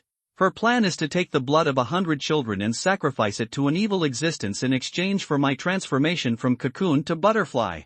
I have to admit that I was tempted by this. This was a big mistake. Lothar said anxiously, how can these two be confused? There is no need to take the lives of others to prepare such a potion. Baldwin IV smiled and said, Lothar, I have endured enough for the sake of the kingdom. I have lost my hair and beard, and my body has become increasingly twisted and miserable. Now, I just want to die as a human being. Baldwin Ivy's expression was very calm, as if everything he said was being imposed on others. I have pretty much explained my posthumous affairs. After my death, my nephew will succeed me and Queen Sibylla will be the regent, but his husband will be Balian. Don't think of me as indispensable. During the Battle of Mangisa, I thought I was the destined king, but the Battle of Spring Valley made me wake up again. Baldwin IV smiled and said, Lhasa, I am not as talented as you think. Give me a healthy body, and what I can do is very limited. Be optimistic. At least leprosy has taken away my consciousness and erased my pain. Lothar fell silent. He knew what lepers had to endure. The muscles are twisted, the hands and feet are atrophied, and even the 5 senses are constantly fading. That is not physical pain, but mental pain, for my body that is decaying day by day. Lothar had some difficulty understanding Baldwin Ivy's obsession. In his opinion, as long as he could survive, human identity was not that important. In future generations, many people even look forward to getting rid of the frail human body and achieving mechanical ascension. Your Majesty, I just want to advise you one last time. Baldwin IV shook his head and pointed at his head. Lhasa, you have no idea how terrible it would be for a werewolf to become the king of Jerusalem. Everything you think will change due to changes in your body. Maybe one day, I will give you an order to eat a child. At that time, will you still fulfill your oath of allegiance to me? Will I? Lothar subconsciously glanced at Fringilla. In his eyes, Foulin was a bit arrogant, full of lies, swearing from time to time, a bit bearish, but sometimes very obedient. But what if he wasn't bound? Foulin is a blood-sucking monster who takes human lives at every turn, drinks blood, and treats human life as nothing. In the setting, if she completely liberates herself, she will use her yet unlocked ability, Tyrant Transformation. She will transform into a creature that can stretch out countless tentacles of flesh and blood, pierce the enemy, and draw blood. As long as the blood does not dry up, she will the immortal and terrifying devil fetus. How many people will die at her hands? Have you thought clearly? Baldwin Ivy's voice was still gentle, and even though he was separated by a veil, Lothar seemed to be able to see the gentle smile on his face. Your Majesty, you are not much older than me. Lothar sighed softly, but I feel that the person I am talking to is a wise elder. Maybe it's because he's dying. When you are about to die, you always gain some new insights. Baldwin IV joked in a brisk tone. Lhasa, step down, I want to finish reading this book today. You still have someone to deal with. He is quite dissatisfied with my appointment. You mean the one from the Wealth family? Baldwin IV nodded slightly. Immediately, he looked at Prajna and Fringilla. 2 ladies, thank you for your help. If you don't mind, I can visit you again in the future when you are free. Prajna nodded slightly, and she couldn't help but feel a little respect for this human king. As the gatekeeper of hell, she is used to seeing the ugly behavior of human beings before death. Fringilla also agreed with the words of Baldwin IV. Those dirty, ugly, savage and vulgar werewolves were indeed things that people did not want to become even if they died. Let's go, Your Majesty. Walking in the dim corridor, Lothar looked a little disappointed. Baldwin IV was right. A king, or a leader, cannot be reduced to a beastly monster, even if it only occurs once a month. Because no one can control it. In other words, the butt determines the head. Once so many people are promoted to the elite class, it seems that they have changed into a different species. They will no longer speak out for the lower class, but instead change their tricks and work with the upper class to oppress the people at the lower class. Even more so. I wish I could take away the ladder for people at the bottom to climb up and make the class permanent. Who can guarantee that even if the species has changed, Baldwin IV will still be the king who treats his subjects generously and mercifully, even the infidels? But what is the chance of survival? Lothar turned around and looked at the door at the end of the dark corridor. which was being slowly closed by the attendants, and whispered, how could he refuse so simply? Doesn't he want to live? After not long staying in the inner courtyard, when we came out, the sky seemed much darker. There was a thick layer of clouds slowly drifting in from a distance. In the air, there is a little fragrance of earth that is emitted when a rainstorm is approaching. Lothar returned to the Royal Knights' headquarters. He looked at the hussars with the coat of arms of the Royal Knights branded on their chest armor. Finally, he moved his gaze to the front, where Hans had changed into a brand new red and white burqa. Hans, come with me. Yes. He led Hans into the main hall of the lounge and said to Prajna, you and Fulin just stay here, don't let anyone in. Close the door. Take off your burqa and sit down. Lothar gestured to Hans to sit on the chair opposite. He asked with some anxiety, Sir, do you have any secret tasks for me? No. Lothar looked at Hans, the follower who had been with him for a long time and was second only to Prajna. Hardworking, practical, and capable. The level of intimacy also increased rapidly. Apart from the fact that the quality was so low that Lothar never upgraded him after weighing the pros and cons, he could be considered a model worker. Hans, your good luck has come. Do you want to be promoted to 4 stars? Hans said without hesitation, yes, of course I do. Even if the price is turning into a werewolf? Werewolf? Hans was stunned for a moment, his expression was a little complicated, and he whispered, Sir, you know, I am a devout believer. I grew up in a monastery. So you're going to refuse? Hans raised his head, with a smile hidden under his golden hair. No, sir, so I know very well that those who claim to be holy are actually not holy at all. I can accept the price of just becoming a werewolf. After all, with you watching over me, I won't turn into an evil beast that only knows how to eat people. He knelt down on one knee and stretched out his hands. I am willing to accept your grace. Lothar put the crystal bottle in his hand. This is not a grace, but my reward for your continued service to me. Sir, how should I use this? Do you want to drink it directly? Seeing Lothar nodding, Hans did not hesitate at all. He unscrewed the cork and drank the liquid in one gulp. Lothar reminded, if it hurts, just endure it and don't shout. Hans shook his head. Sir, I didn't feel any pain, I just felt warm in my stomach, as if I drank a bottle of strong wine. It seems that it hasn't taken effect yet. Lothar looked Hans up and down. Suddenly, his eyes were fixed on Hans's eyes. Due to the darkness in the room, his amber eyes looked particularly bright. The next moment, clusters of silver gray hair were like steel needles, piercing his skin and spreading like clumps. Hans let out a suppressed growl, and his body crackled as his joints swelled. He had grown taller, and the linen shirt on his body was torn, revealing his bulging muscles. His lower jaw is elongated and his muzzle becomes pointed. A mouth full of sharp fangs, like hacksaws, protruded from the corners of his lips. The system's prompt sounded, your 1-star retinue Hans has been promoted. Due to his high compatibility with the werewolf blood-enhancing potion, his quality will be upgraded to 5-star. Then, there is the updated character card. 5-star retinue, Hans von Sago. Even the surname is there. It is the fiefdom that Lothar granted Hans in name, even though Hans never even went there personally, nor did he collect half of the tax. Quality, epic, 5 stars, grade 1 intimacy, trust strength, 25 agility, 16 stamina, 15 stamina, 14 mental strength, 10 talent, beast intuition. As the heir to the werewolf bloodline, Hans has beast-like intuition. Even without thinking, he can instinctively choose a decision that is more beneficial to him. However, he may also be misled by the enemy and make decisions about certain things. Misjudgment. Werewolf, liberate your true body and transform into a terrifying werewolf. Except for mental strength, all attributes will be improved in all aspects. The maximum increase limit shall not exceed 50%. Skills, sword and gun specialization, Hans is good at using sword and gun weapons. Immortality, unlocked. Howling Moon Werewolf, unlocked. Introduction, Hans was once a reserve knight trained by the Teutonic Knights. He has experienced strict knight training since he was a child and firmly believes in the creed of the church. Until he met his lord, Lothar von Habsburg. In the process of serving his lord, Hans learned a lot, and the beliefs and perceptions he once held were disintegrated. This led him to the first step of being seduced into corruption. Until one day, the devil-like evil lord said to him in a seductive tone, "Do you want to gain power?" The devout knight, who had long been blinded by power, chose to agree without hesitation. The blood of an unknown werewolf family from the 2 Sicilies that had been destroyed was injected into Hans' body. From then on, a pious, kind, upright and reliable knight disappeared. Instead, there was a minion of the devil who was swallowed up by animal nature and loyal to the evil Lord Lothar. Lothar looked confused when looking at the tampered profile. Who wrote this stuff? Lothar tasted it carefully and found it quite interesting.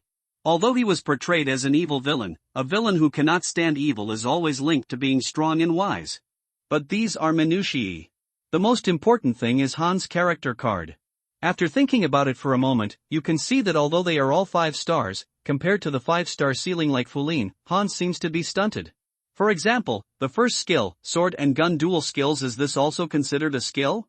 Narosa thought that he could also add a series of specialized skills such as writing expertise, eating expertise, and Germanic language expertise. Hopefully this actually works. Second skill, immortal body. Creatures like vampires and werewolves are known for their tenacious vitality, and yet they are even listed in the skill list, as if they have become a vital skill.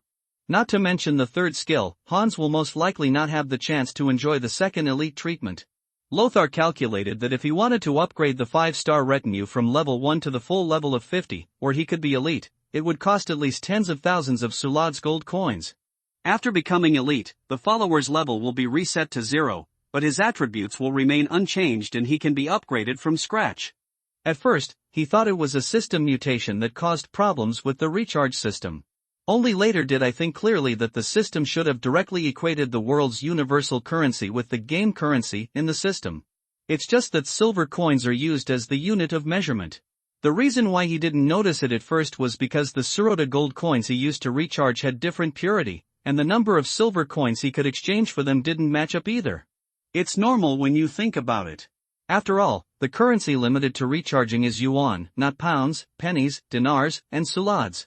If Hans, the retinue, had been introduced when the game was released in the previous life, he would definitely have won the throne of the weakest 5-star and even be regarded as the cancerous 5-star. Because card drawing games will set a guarantee, such as drawing 10 times to get a 5-star card. Putting Hans into the card pool to make up the numbers, although it will damage the player's enthusiasm for drawing cards. But if a copycat mobile card drawing game doesn't force Krypton, is it still called a card drawing game? Lothar looked up and down at Hans, whose temperament had changed drastically. The gentle and handsome knight of the past has now been replaced by a terrifying werewolf that is 2 meters tall. This honor is definitely a minus in a card drawing game where heroes are judged based on their looks. How do you feel? Hans's voice was a little hoarse. Fortunately, although the transformation process was a little painful, it is much better now. Sir, I feel that I am full of strength now. I can knock down a cow with one punch. This is really amazing. I feel that even if it's my former mentor, a master of the knights, who is no longer my opponent. Lothar praised, you are very compatible with the werewolf bloodline. You have fully tapped the potential of the werewolf bloodline, and it has been upgraded to a 5-star effect. It is very good. But you have to know that stars only represent potential, not immediate combat power. Your strength is much stronger than werewolves like Abelardo, but there are still many mysterious beings that you can't deal with. I understand, my lord. Just like what we met earlier, the witch next to Count Leopold turned into a giant python in the middle of the night and snaked through the town, although it seemed to be on par with the breath of Prajna. But that's because the aura of Prajna is linked to her peak combat power. If a fight really breaks out, the current Prajna will definitely not be the opponent of that witch. In fact, Lothar has always been a little confused. Although many witches in this world have surrendered to the Lord, or cooperated with the Lord to obtain spell-casting materials, money, etc. from the other party. But with such terrifying power, none of the witches want to be a queen like Wu Zhao? Even if you are worried that the opposition from the nobles and the church will be too strong, you can still use witchcraft to control the mind of a king and become the monarch behind the scenes. Change back. Hans' body surface, hair and proliferating flesh gradually retracted, revealing his human body again. He shyly covered the exposed area, grabbed the burqa with one hand, and put it on his body. Thank you, sir, for letting me take off the burqa in advance. Why are you showing such a shy expression? Lothar was speechless. Do you think I want to see you exposed? Come out and let me see who is so bold as to occupy my hall. Outside the door, a drunken man shouted. Prajna looked indifferently at this middle-aged man wearing a red and white blouse with a brown bear emblem painted on the front and an arrogant expression. Stop. Hey, where did the woman come from in the night station? Are you the personal maid brought by the new boy? I warn you that you'd better get out of the way. The great Earl Philip has no habit of beating women. Fringilla stepped aside with a happy smile on her face. The silly big guy doesn't have that good of a temper. Hey, are you turning a deaf ear to what I say? The man who called himself Earl Philip was spitting, but Prajna had no intention of talking nonsense to him. He raised the black triangular shield that never left his hand, took a step forward, and knocked him away with a slight force. Ouch, me. Earl Philip rolled around on the ground twice. At this time, he was mostly awake from the wine, and he felt that his body seemed to be falling apart, and everything hurt. He was about to spit out the fragrance when he suddenly realized something and forcefully swallowed back the dirty words that came to his lips. He asked tentatively, "Which?" Prajna ignored him and just repeated, "No one is allowed to enter without your permission." Boom. The door was pushed open. Lothar took Hans out. He looked at the other person up and down and said in a somewhat unkind tone, "Commander, I have been waiting for you for a long time. Do you come here in such a hurry to report your duties to me?" Earl Philip said angrily, "Little guy, your father has to be respectful in front of me, and Baron Godfrey is also very respectful to me. Who do you think you are, and you dare to let me report my work to you?" He felt that his wording was quite elegant compared to before. If there wasn't a woman suspected of being a witch standing opposite, he would have started cursing now. But Lothar didn't give him any face, and said coldly, "Commander Philip, I am the Grand Leader of the Royal Knights. If you are willing to resign as commander immediately, I really have no right to ask you to report your duties to me. After all, it's the Count." He opened the door. "If you are willing, please follow me. I will bring the inspector immediately and let him handle the procedures for you." Count Philip was choked to death. He snorted coldly, "Lhasa, I have been the commander of the Royal Knights for 5 years. How long have you been in the Holy Land? You have the nerve to ride on my head?" Losarpi smiled and said, "My Lord Count, you are a vassal of the Emperor of Germania Magna, not His Majesty. Do you think you are really qualified to be the Grand Leader?" Count Philip was at a loss for words, but he was unwilling to give up his territory in Germania Magna. Wanting to use violence, I glanced at Prajna, who was standing beside Lothar without saying a word, but I didn't have the courage. His face turned green and white, and he could only snort, "Let's wait and see." Then he waved his sleeves and left. Flynn came to Hans with great interest, sniffed it, and said with disgust, "As expected, it was your boy who turned into a werewolf in the end, but fortunately, he is not an adult after all. Give me some wolf blood, I want to research wolfsbane potion." Hans wanted to refuse, but Fringilla had been building up her power for a long time. He opened his mouth and wanted to be tough, but the terrifying sense of threat he felt in the other party made him immediately succumb. "Good," snapped Lothar, slapped Fringilla lightly on the head, "Don't bully Hans. You also know that he was not a werewolf originally and has no grudge against your blood royal court." The financial officer who came in a hurry happened to meet Count Philip, who left angrily. "My lord, did you have a conflict with Earl Philip?" Lothar nodded and said, "He wanted to declare his authority to me, but unfortunately, he failed."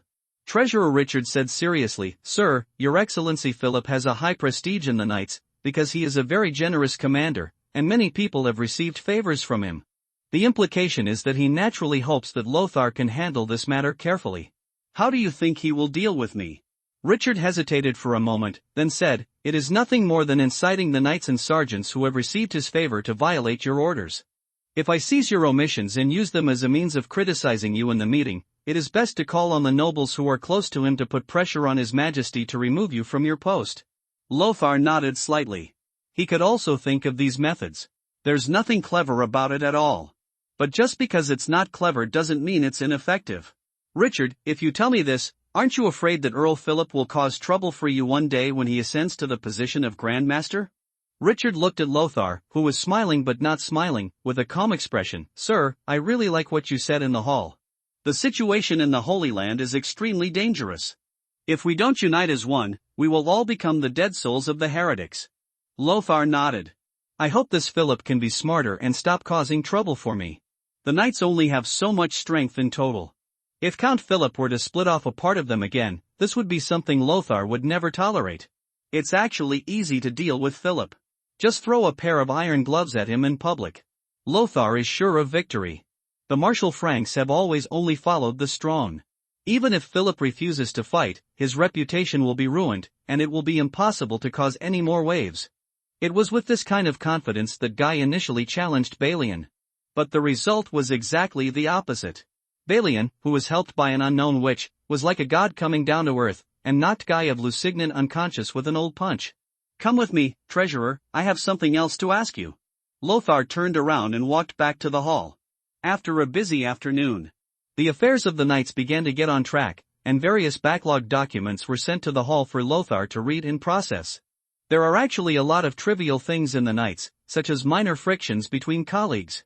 Two knights fought because the other party took over part of their fiefdom. Or in the palace, a piece of oriental porcelain was lost some time ago. After investigation, it was a theft by someone. How should we deal with it? There are countless such small matters. Normally, Baron Godfrey would probably hand them over to Count Philip with a wave of his hand. The consequence of this delegation of power was that Earl Philip was able to form a faction within the knights that could compete with Lothar, the Grand Master of the King. In the evening, Lothar put down the quill in his hand. He had finished reading the last document and had a deeper understanding of the internal context of the knights. After Baron Godfrey and his cronies were transferred from the Royal Knights, many positions became vacant.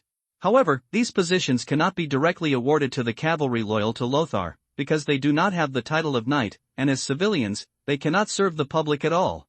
And Lothar was unwilling to do this, so he promoted these cavalrymen who had not yet made much contribution to knights. Being able to select them as cavalrymen was a kind of grace. This left Lothar with no choice but to recruit talents from within the knights and place them in key positions. This is also a good thing. If done properly, it can win over a large number of people's hearts. Lothar stood up and moved her hands and feet. Under the candlelight, Prajna was holding a book and reading. Judging from the cover, it should be a theological classic. On the other side, Fringilla was already lying on the table, sleeping soundly. "Hans, Prajna, let the three of us take a walk. We have been sitting here all afternoon. It's time to move around." Prajna closed the book and stood up. Hans asked, "Sir, where are we going? Do we need to wear armor?" "It's right in the palace. It won't go far. It shouldn't be in danger." "I plan to see if those knights are lazy and pick a few to beat," Lothar ordered. "Give both grace and power. There are 3 things a new official should do when he takes office." He planned to pick a few people to kill the chickens and scare the monkeys, lest these people think that he is easy to talk to and would dare to stand on Count Philip's side and cause trouble for him. A group of people walked in the palace. Even the palace was not brightly lit in the middle of the night. Many places were dark, with only a dim oil lamp burning in the corridor. Lothar warned Hans, "This corridor connects the 2 halls. If someone lurks in, this is the only way. According to common sense, people must be patrolled. Write it down and ask Richard later who is responsible. Defense of this area." Continue walking deeper into the corridor. It was getting dark, and Lothar wrapped her burqa tightly around her body. She felt that it was a bit cold tonight. Hans suddenly stopped and said urgently, "Sir, it smells of blood." Hans' pupils shone with a faint green light in the dark rainy night. He squatted down and pointed to the corner of a stone pillar. Through the candlelight, he could vaguely see a drop of bright red. "There are fresh bloodstains here, as if they were left not long ago." Lothar frowned and whispered, "Hans, how many people do you think there are on the other side?" Hans hesitated. "Trust your instincts. About 10, the risk shouldn't be high." "Looks like we're in luck," Lothar teased. This was probably not because he was unlucky enough to meet an assassin on his first day in office, but because Count Philip wanted to show him his muscles. He transferred a group of subordinates who were loyal to him, causing loopholes in the palace's defense. "This idiot!" Lothar cursed secretly. Now he had a reason to kick Earl Philip out of the knights. However, the other party was a earl and he could not be executed for making such a big omission. "Let's go, we can't let these assassins succeed, otherwise my position as the leader of the group, which I have held for less than a day, will be in jeopardy." On both sides of the corridor, the sound of pattering rain gradually sounded. The rain that had been brewing for a long time finally started to fall. Hans walked in the front. He has the outstanding sense of smell of a werewolf, and even in human form, he can follow the scent of blood to trace the enemy. Soon, Lothar heard the faint sounds of fighting coming from ahead. A seriously injured and dying knight was lying on the ground. One of his legs had been cut off and he was bleeding. Big leader, go and save Her Royal Highness the Princess." "They are assassin." When the knight saw Lothar, it was as if he had grasped a life-saving straw. Lothar's expression changed slightly. It is said that Hawthorne, the first mountain old man, spent a huge sum of money to buy a castle in Sasanian Persia, named it the Eagle's Nest, and built a heaven on earth in it. There are countless beauties, delicacies, and wines. He adopted young children from all over the world, trained them into assassins, sent them to the kingdom of heaven to enjoy, and one day knocked them out in a daze. After waking up, the assassins are like imprisoned drug addicts, bent on getting salvation and returning to heaven. So they are not afraid of death at all. On the contrary, death is their pursuit. This is a very tough group of dead warriors. Lothar ignored the need to treat the knight, pulled out his armed sword, and ran towards the inside. His leather boots with chain armor leggings stepped on the mud, splashing large amounts of muddy water. As soon as he rushed through a corridor, the sharp knife struck Lothar with the sound of whistling wind. Lothar raised his armed sword and easily blocked the sword, slashing directly at the opponent with great force. The bloody head rolled to the ground, and the assassin who launched the surprise attack was killed by Lothar with a sword before even meeting him. The sudden drop in temperature at night made the white smoke exhale from Lothar's mouth clearly visible. Blood magic, blood waterfall has been activated. In the corridor on a rainy night. The standing brazier, burning with blazing flames, accompanied by a gust of cold wind, cast a shadow of teeth and claws on the gray wall. The rain pattered. The splattered blood quickly soaked into the puddles on the ground. The head rolled around in the mud, with a bit of disbelief on its face. In the courtyard, the assassins who were besieging the guarding sergeants and attendants all looked at the sound. They looked at this scene and made rapid chatter. The words they spoke were somewhat similar to Kurdish and should be Persian. Lothar could vaguely distinguish a few limited words such as powerful, big shot and very fast. Many corpses had fallen on the ground, all of them sergeants and attendants of the royal knights wearing red and white robes. The sound of rain covered up the sound of fighting. The nearby sergeants were either transferred or assassinated. This battle seemed to have been going on for a long time. Following another hurried conversation among the assassins, the three assassins approaching the corridor immediately began to attack the three of them in a cross-shaped formation. Others seized the time and launched a fierce attack on the guarding sergeants and attendants. Lothar whispered, "They want to deal with us one by one, so let's fight and deal with them one by one." Hans and Prujna nodded. But the latter's footsteps involuntarily moved closer to Lothar. In battle, killing the enemy has never been Prujna's first priority. Even if Lothar requests it, her most important responsibility is still to ensure Lothar's life safety. This is the duty of the heavy retinue. Lothar didn't notice this. All his attention was on the opponent in front of him. This was a middle-aged man who had shaved his beard and looked indistinguishable from any of the Saracen slaves around the Frank nobles. Only his eyes were like a pool of stagnant water, lifeless. He was very fast, and he arrived in front of Lothar in the blink of an eye. The dagger in his hand was like a poisonous snake, poking at Lothar's abdomen at an extremely tricky angle. But Lothar immediately caught the opponent's flaw, using the long sword of the knight to attack the enemy's shortcomings, forcing the opponent to give up the offensive and evade first. It would be great if this group of assassins could sneak in. It is impossible for them to carry long weapons, and they are not used to using them at all. The howling winds sounded. Sharp sleeve arrows shot out from the sleeves of the assassin's robe, and Lothar easily dodged them with a tilt of his head. But when he turned around, the assassin had already stepped into a pool of water not far in front of Lothar. The sewage splashed towards Lothar, temporarily blocking his sight. Subsequently, "Show off your edge." The dagger pierced the rain curtain and struck Lothar's chest. Kung blades clashed. Being bullied close by the enemy, he did not have the slightest intention of attacking instead of defending, and blocked the blow with his sword. Assassins are notoriously brave and fearless of death. The armed sword in Lothar's hand swung away the dagger in the assassin's hand, and the remaining force slashed at the assassin's sword-holding arm, but he ignored it and swung a hidden arrow with his other hand, forcing Lothar to have no choice but to give up the attack and dodge to the side. Anyone who faces such an opponent who is not afraid of death will have to lose 3 points of courage. The same goes for Lothar. He didn't want to exchange injuries with a dead soldier, so he had to give up this hard-won opportunity to kill. Not far from Lothar, another assassin was knocked away by the shield in Prujna's hand when he attacked. Several attacks were easily resolved by Prujna, so he stopped his futile offensive.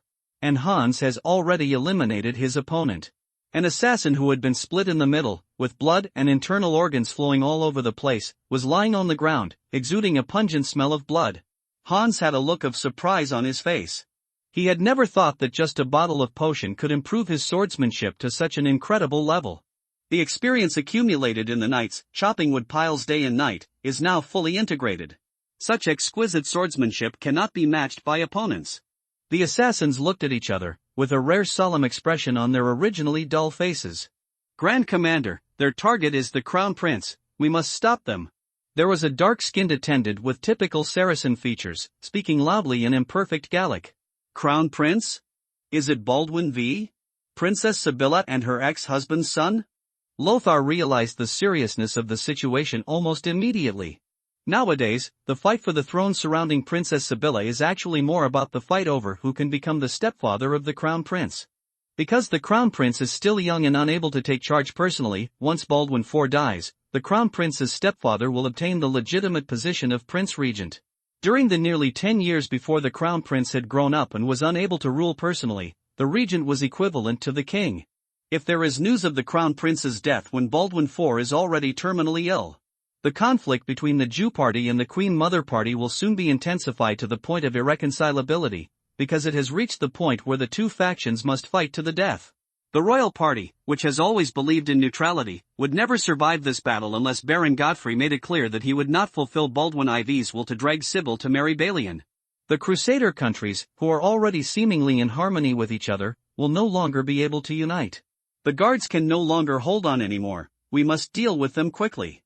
Prajna, don't worry about my safety. Don't forget that I have the talents of you and Fuline. They won't kill me so easily. Lothar reminded. The next moment, the assassins almost unanimously reached into their arms, took out a wooden bottle, and drank the liquid inside. Veins protruded from their body surfaces, their muscles swelled, and their originally dull faces were immediately filled with strong anger. That is a vicious spirit that does not hesitate to die together with the enemy. The aura on them increased dramatically. The guards, who were originally clumsy, were immediately unable to withstand the attack. If it were not for their superiority in armor and weapons, they would have been killed by the assassins long ago. Is it a magic potion? Whether it is speed or strength, these assassins have significantly improved compared to before. There was an assassin who, even though one of his arms was cut off, was still fighting silently, as if he had completely abandoned the feeling of pain. At this time, 3 assassins rushed towards them again. It could be seen that this time, they were trying their best to buy time for their companions. Tisk Lothar's armed sword made a large gash in his opponent's chest, and a large amount of blood seeped out from the torn linen, but he didn't hesitate at all and rushed towards Lothar again. If it were anyone else, they would definitely be frightened in the face of this menacing enemy. But Lothar's eyes burst with scarlet light. The powerful magic power brought by the 16 points of mental power exploded, and the blood waterfall was fired with all its strength, causing the strength in his arms to increase several times in a short period of time. Kang, the sword is broken. The armed sword chopped off half of the assassin's face, passed through his throat and half of his chest, and then stabbed into the ground without losing its momentum. It's not that he doesn't want to control the enemy's blood and perform a set of matching combos like Flingilla, but his magic power is limited. After part of it has been consumed in the blood waterfall, he can't use other spells such as blood-throwing spear. In the rain, the black color of Prajna flew up, and a strong cold aura lingered around him. The shield whirled like a chainsaw, and after several collisions, the angle of the enemy's attack was calculated. When the next time the enemy pounced, the side shield became a blade, splitting the assassin, blocking the road in half from the center. This time, Hans was much more at ease against the enemy. His exquisite swordsmanship allowed him to easily suppress this fearless assassin. His higher basic attributes than his opponent allowed him to crush him in all aspects and win easily. At this time, the remaining assassins had just broken through the first line of defense. Kill them without leaving any survivors. Assassins are not afraid of death, and it is completely a dream to dig out the mastermind from their mouths. P.S. Make up for yesterday's. The battle ended soon. Reality is not assassin warriors. These assassins who specialize in assassination are not good at frontal combat. But before dying, these assassins who took the violent potion still took away more than 10 lives. Especially those servants arranged by Princess Sibylla for the Crown Prince suffered the most casualties. Sir, if you hadn't arrived in time, we might all have died at the hands of these despicable assassins. The face of a royal knight holding a kite shield was filled with the joy of surviving the disaster. Lothar frowned and said, "Don't take it lightly yet. Let's notify him and strengthen our vigilance. No one knows if there are other assassins lurking in the palace." The wounded man lying on the ground was already turning blue. The sword blades of these assassins are quenched with poison. As long as they are injured, there is no possibility of treatment based on the medical standards of this era. Lothar's face was a little gloomy. The only losses that could be seen at the scene were 3 knights, 6 squires, and 12 sergeants. The retinue of Princess Sibylla who stayed to protect Baldwin V was another matter. Let the censor come and collect and mend the remains and relics of the deceased. Lothar ordered loudly, especially remember to sew the heads and bodies of those who were beheaded together. They fought bravely and performed their duties honorably. They should be promoted to heaven. Yes, Grand Commander. The members of the Royal Knights looked at Lothar with reverence. They saw with their own eyes how those cruel and brutal assassins died at the hands of the Grand Leader and his subordinates. The Franks still retain their barbarian tradition, and worship of warriors is a tradition deeply rooted in their hearts. Lothar walked towards the room behind the corridor. Sir, you can't go there. In order to protect the Crown Prince, the servants who were forced to take up arms blocked him. I'm going to meet with the Crown Prince to confirm His Highness's safety and get out of the way immediately.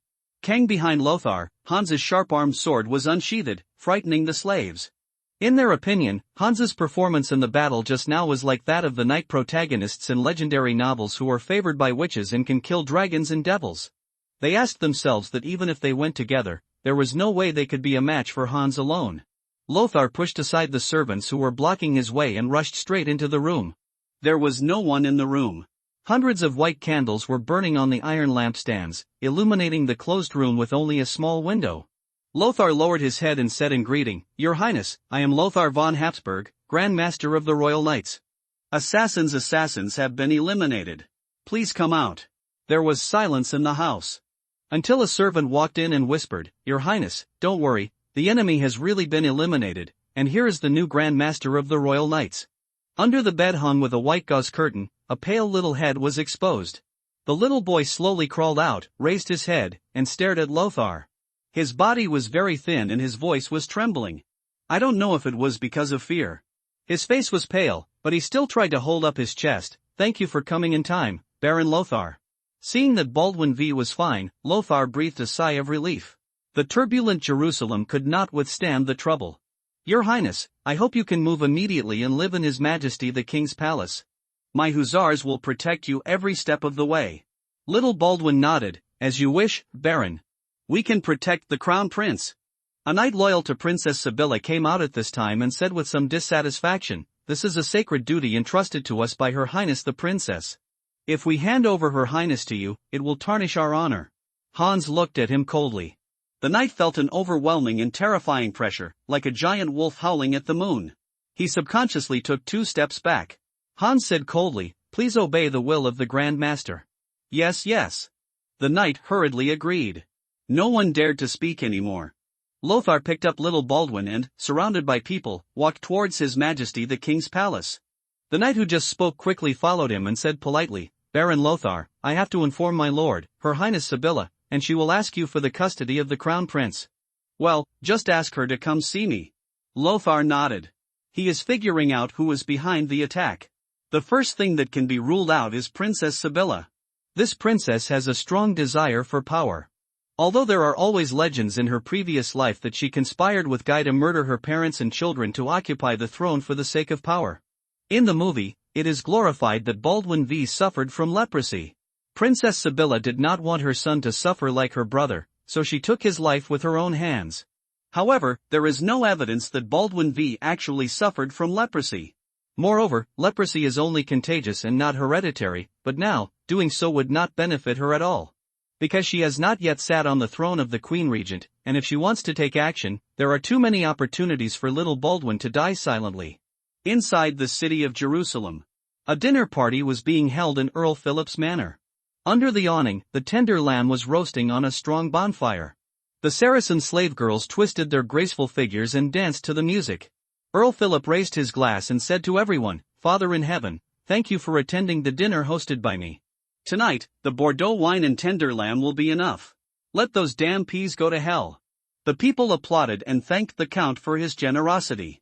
These days, the people in Jerusalem are generally living a much poorer life, especially these knights who mostly have empty titles but no fiefdoms or real estate.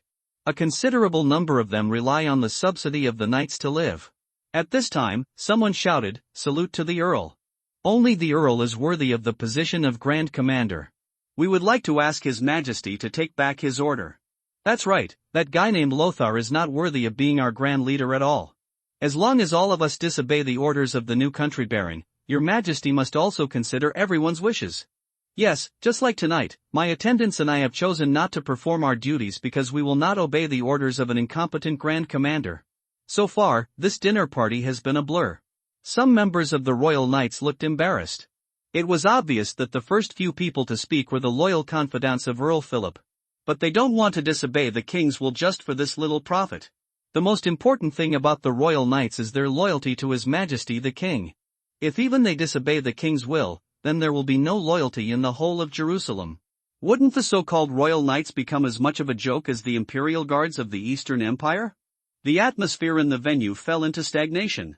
Earl Philip's face was a little ugly, and the development of things was obviously not as satisfactory as they imagined.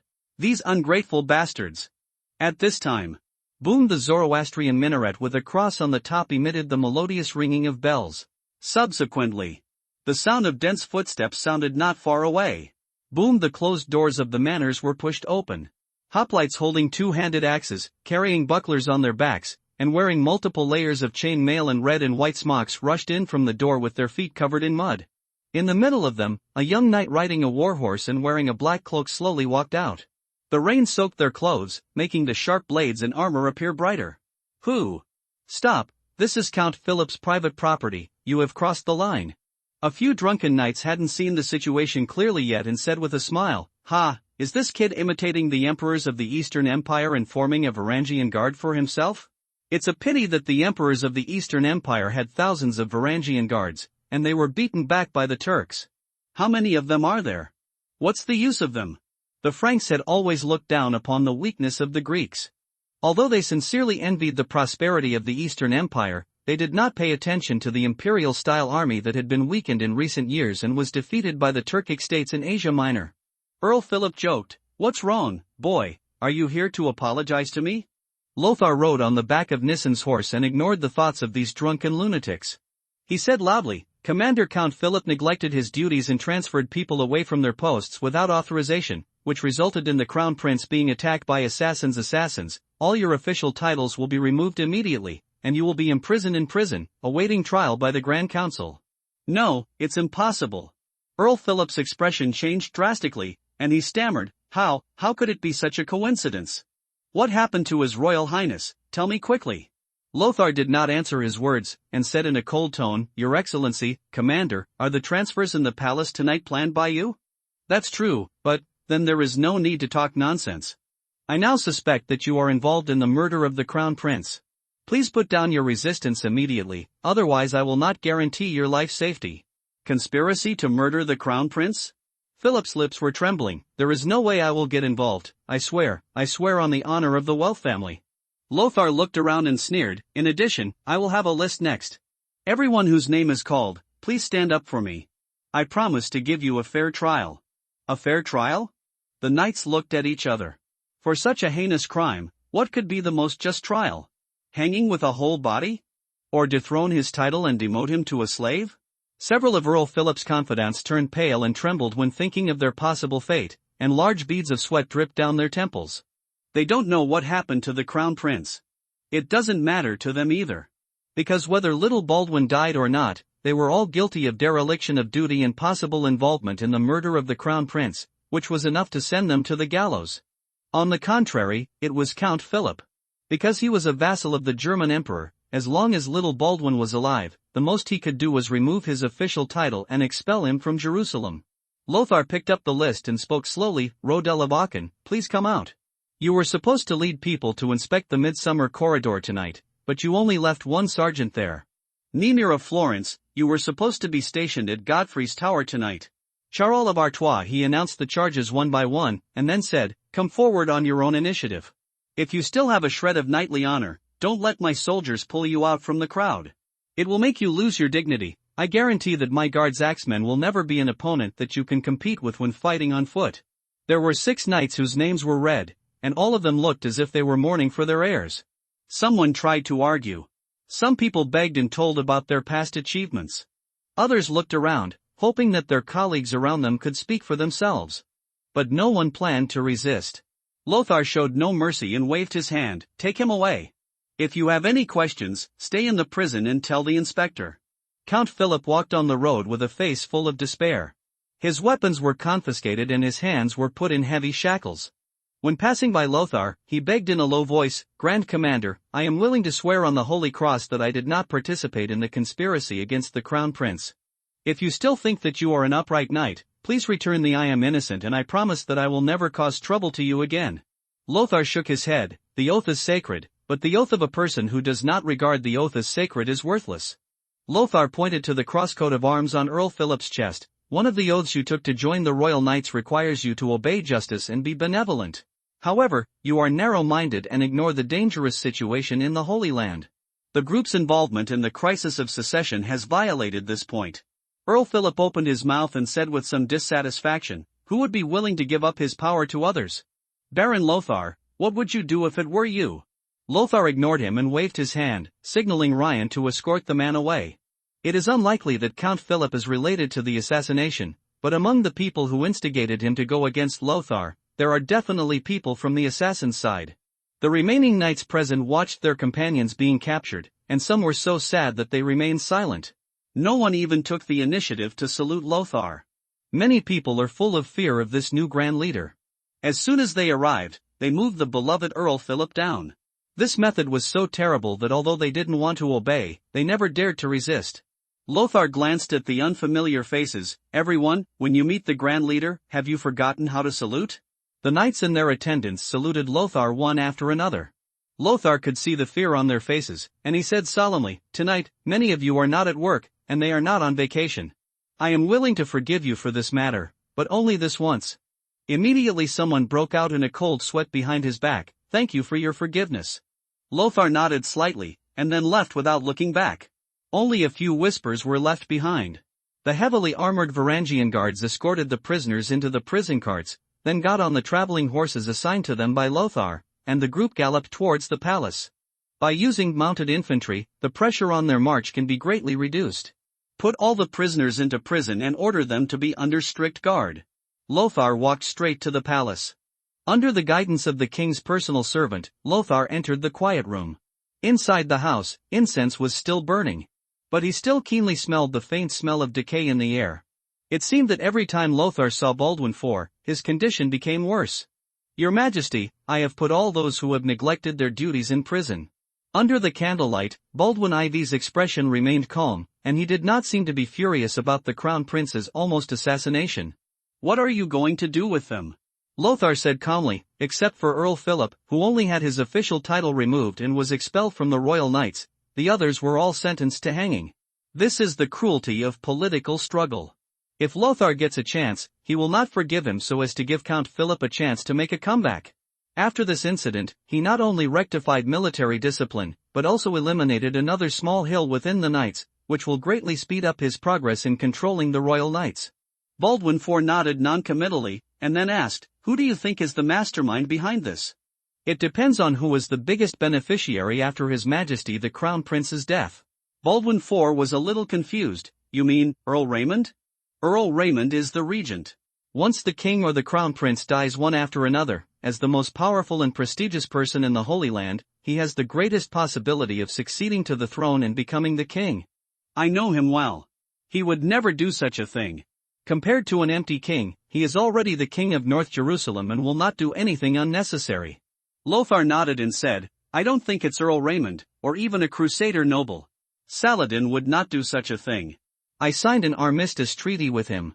He was a generous and kind king, no less than the most upright knight in the West." Baldwin IV's tone was gentle. "Actually, I have some guesses." Lothar asked tentatively, "And you?" Baldwin IV nodded, but said, "No, it is a Zoroastrian, it can only be a Zoroastrian. Maybe people know that Saladin would not do such a thing, but his nephew, Saladin, the governor of Syria, but he is a ruthless character who uses whatever means necessary.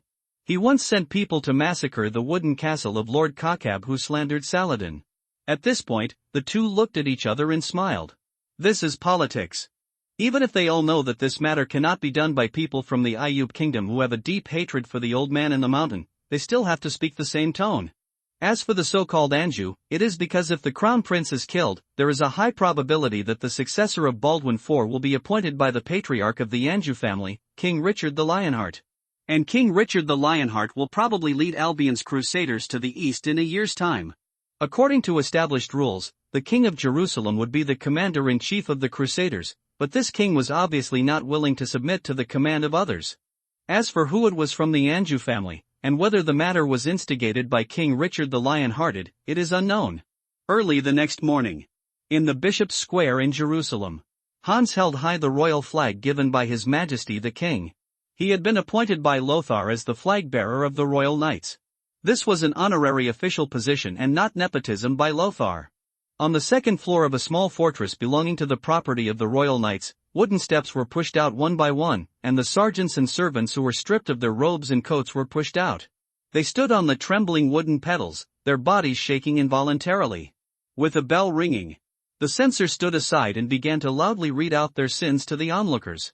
This includes but is not limited to the 6 knights that Lothar captured last night, as well as their attendants, some of whom took bribes and provided convenience for the assassins. Father in heaven, please forgive my sins. Someone nervously whispered confessions and prayed. Some people's legs are trembling, and they can't help but beg and cry that they just made an unintentional mistake. Some people said goodbye to their wives and children who were standing in the crowd, crying bitterly. Some people also shouted for help to Earl Philip, who was standing in the crowd and had been dismissed and released. There are all kinds of things before death. As Ryan and others put white cloth bags over their heads, they then pulled back the wooden board. Some of the prisoners hanging on the rope were kicking their legs wildly, but most of them had their necks broken in an instant, hanging in the air like a soundless sack. There was a chill behind the knights and sergeants who were watching. They secretly looked at Lothar, who was standing on a high platform in the distance, looking at this scene indifferently, with fear in their hearts. This cruel, cold-blooded monster is far different from the benevolent Baron Godfrey of the past. May Heavenly Father forgive their sins in this life, wash away their shame, and ascend to heaven. Lothar crossed himself. He is not a cold person, and he can be merciless when dealing with armed enemies, because showing mercy to the enemy means being irresponsible for the lives of himself and his subordinates. He could also sentence the robbers who massacred the weak and robbed civilians to death without blinking an eye. But in all fairness, these people have not committed such unforgivable sins. When Lothar was a social worker in her previous life, she could not guarantee that she would fish during working hours. But harsh punishments have been the key to controlling the army since ancient times. If Lothar had no one in his hands, no soldiers, and no unconditional trust from Baldwin IV, and he dared to do this, he might end up betraying his relatives. Because these executed knights and attendants all have their own robes and brothers in the knights. They would hate him for this, and even look for opportunities to assassinate him, uniting their caliber and pushing this matter to the revenge of the assassins. But he had his own soldiers. Unless everyone in the Royal Knights united and openly rebelled, there would be nothing he could do to Lothar. After severe punishment, there must be gentleness. After all, knights are a quasi-aristocratic class, equivalent to the officer class of an army. They cannot just suppress them, but must pay attention to a combination of kindness and power. This is much more effective than simply applying pressure or showing favor like Count Philip. Just a small favor will never make an army appreciate your kindness and be as loyal to you as the fingers of an arm. Even in the previous life, if the goddess who had a straight face all day suddenly smiled at you, it would be far more flattering than when she usually greeted you with a smile. Lothar's combination of kindness and power is actually very simple, just giving out money. No matter how noble your morals are, you must bow your head for money. A steady stream of knights coming across the sea from the west, isn't their real pursuit of money and fiefdom? Lothar watched the execution end and turned around to leave. Earl Philip squeezed through the crowd and gritted his teeth. Baron Lothar, they never expected that someone would attack the crown prince, but you took their lives. Lothar looked at him condescendingly and said coldly, Count Philip, you have been acquitted, but you must know that this is a compromise without a trial by the Grand Council and an unfair procedure. I have the right to take you back at any time. Earl Philip smiled miserably. Oh, even after trial, my result will not be worse than this. Yeah? Lothar chuckled and said, Sir Philip, how many people do you have now? How much use do you still have for the princes or queens who have wooed you? Is this really enough for them to use their influence to save your official title and life? Philip was stunned for a moment. Nobles were all real people, and he didn't have many brothers-in-law in the Holy Land. How could he speak for him without interests? Lothar said in a respectful tone, "My lord, do you know where you went wrong?" Philip looked stunned. The royal knights only allow the royal party to exist. Looking at Lothar's back, Earl Philip looked dejected. He said to his servant, "Let's go back to the fiefdom of Saxony." "Sir, are we going back like this? We can't bring anything back. The money His Majesty the King gave you has long been squandered. Yes, just go back penniless and full of humiliation." He gritted his teeth and said, "But sooner or later, I will come back as the uncle of the Duke of Saxony. The Welf family will be like Godfrey of Bouillon and Bohemond of Taranto. Let's rebuild a new unbreakable country." He waved his riding crop and shouted, "Drive." He had to admit that he had just had an evil thought in his mind, that is, Jerusalem was lost in the hands of this group of people, and that he and his nephew, known as the Lion, would take back the city and become the whole of Christ, the Savior of the world. In the main hall of the court meeting, Count Leonard's penetrating voice echoed in the hall, "This is a despicable murder, damn the Saracens." They finally took off their disguise and revealed their ugly true face. The former Archduke of Antioch, who had an unforgettable relationship with the pagans, clenched his fists. "War, we need a war. The weak Greeks have made peace with Saladin, and the kings of the West are still fighting for power in the Apennines. There is no people will come to help us, and no one is a truly reliable reinforcement. For the honor of the knights and the will of God, we must take the initiative to go to war with the Saracens. Our army will be like a sacred spear, piercing the heart of the enemy." Count Leonard's impassioned speech aroused roars of applause. Saracens are also a general term for Zoroastrians, regardless of Persians, Kurds, and Egyptians. Just like Franks, it is also a collective name for a series of Western European ethnic groups such as Gauls, Germans, and Angles. Promoting the evil of pagans and the honor and courage of knights is a politically correct sentence in this era. Although Lothar felt that no one should walk out of the fortress carefully built by the Crusaders in this scorching sun to fight against the infidel army. But that doesn't stop them from saying so. And regarded all those who dared to propose to defend the castle and allow Saladin's army to plunder the villages as cowards and traitors who colluded with the heretics. This also caused Lothar to swallow back the strong walls and clear fields that Lothar originally wanted to propose. If you think about it, you will know that it is impossible for these stupid and short-sighted nobles to have the courage to make such a choice. As a result, Lothar became a clay and wood sculpture in this grand council. He just calculated that Saladin would lead the army south, which seemed to be beneficial to King Salah and Abdullah to cause trouble in the north. At this time, someone rushed into the hall and shouted loudly, "Lord Tiberius, the governor of Syria Saladin, with tens of thousands of troops, has defeated Akkaz and Rog Fort, and is heading towards Tripoli. Push forward." Earl Raymond's expression changed slightly. The whole hall was even more noisy. The northern part of the Kingdom of Jerusalem is almost all the territory of Count Raymond and his vassals. Without the position of regent, he is still the king of the county of Tripoli, but if he loses the territory of Tripoli, he may not still be the regent. Not everyone can be as lucky as Count Leonard, who lost his title as Grand Duke of Antioch and still became the Count of Transjordan through marriage. Many of the Queen Mother's party secretly expected that the Earl of Tripoli would lead his followers north to fight against the enemy's invasion. Then Jerusalem would be theirs alone. It was just a feint. The Saracens' navy is no match for the knights and the Tripoli fleet. Even if they besiege Tripoli, they will not be able to break through this strong city in a short time. Regent Raymond's tone was very calm. Saladin's real goal is always Jerusalem. They want to take the Holy Land as their own. There are only two ways to go. Egypt and Transjordan, not south. In the former case, the first one to bear the brunt is the territory of Baron Godfrey. In the latter, the first one to bear the brunt is the territory of Earl Leonard. The climate of the Holy Land determines how long an army can spend on an expedition. If Saladin wanted to attack from the north, there were too many strongholds that needed to be pulled out, which was obviously unreasonable. Despite this, Lothar still lamented that Count Raymond was by no means a mediocre person. He could still remain calm when his foundation for life was attacked. This was not something ordinary people could do. Count Leonard shouted, "Then we should take advantage of this opportunity to eat up the main force of this enemy. In the north, it is very close to the acre city of the Knights Hospitaller and the Knights Castle of the Knights Templar. We can quickly assemble an elite force composed of 500 heavy cavalry, which will definitely make this group of heathens unable to come back. Yes, let's start a war." People chanted. Even the Jazz Party under Raymond's command, many people think that they should go to war. Especially the lords of Arcus and Rogburg clamored to take back their fiefdoms immediately. Earl Raymond was silent for a moment, and he said, "I have to ask for your Majesty's opinion. If he agrees to let us go north to meet the enemy, then we will send troops to attack. After a while, Baldwin IV's attendant returned from the corridor, and he handed a note to Earl Raymond. He spread it out and took a look, and a trace of surprise flashed across his face. Then he raised the note high and motioned for everyone to come closer and take a look. His Majesty the King agreed. There was silence in the hall, and then there were shouts one after another. Long live! In the name of my father, go to war! Kill all the infidel bastards! After the court meeting, Lothar immediately came to the king's bedroom. Before Lothar could speak, Baldwin IV said, "You think it's strange too, right? But going north is a move that goes with people's hearts.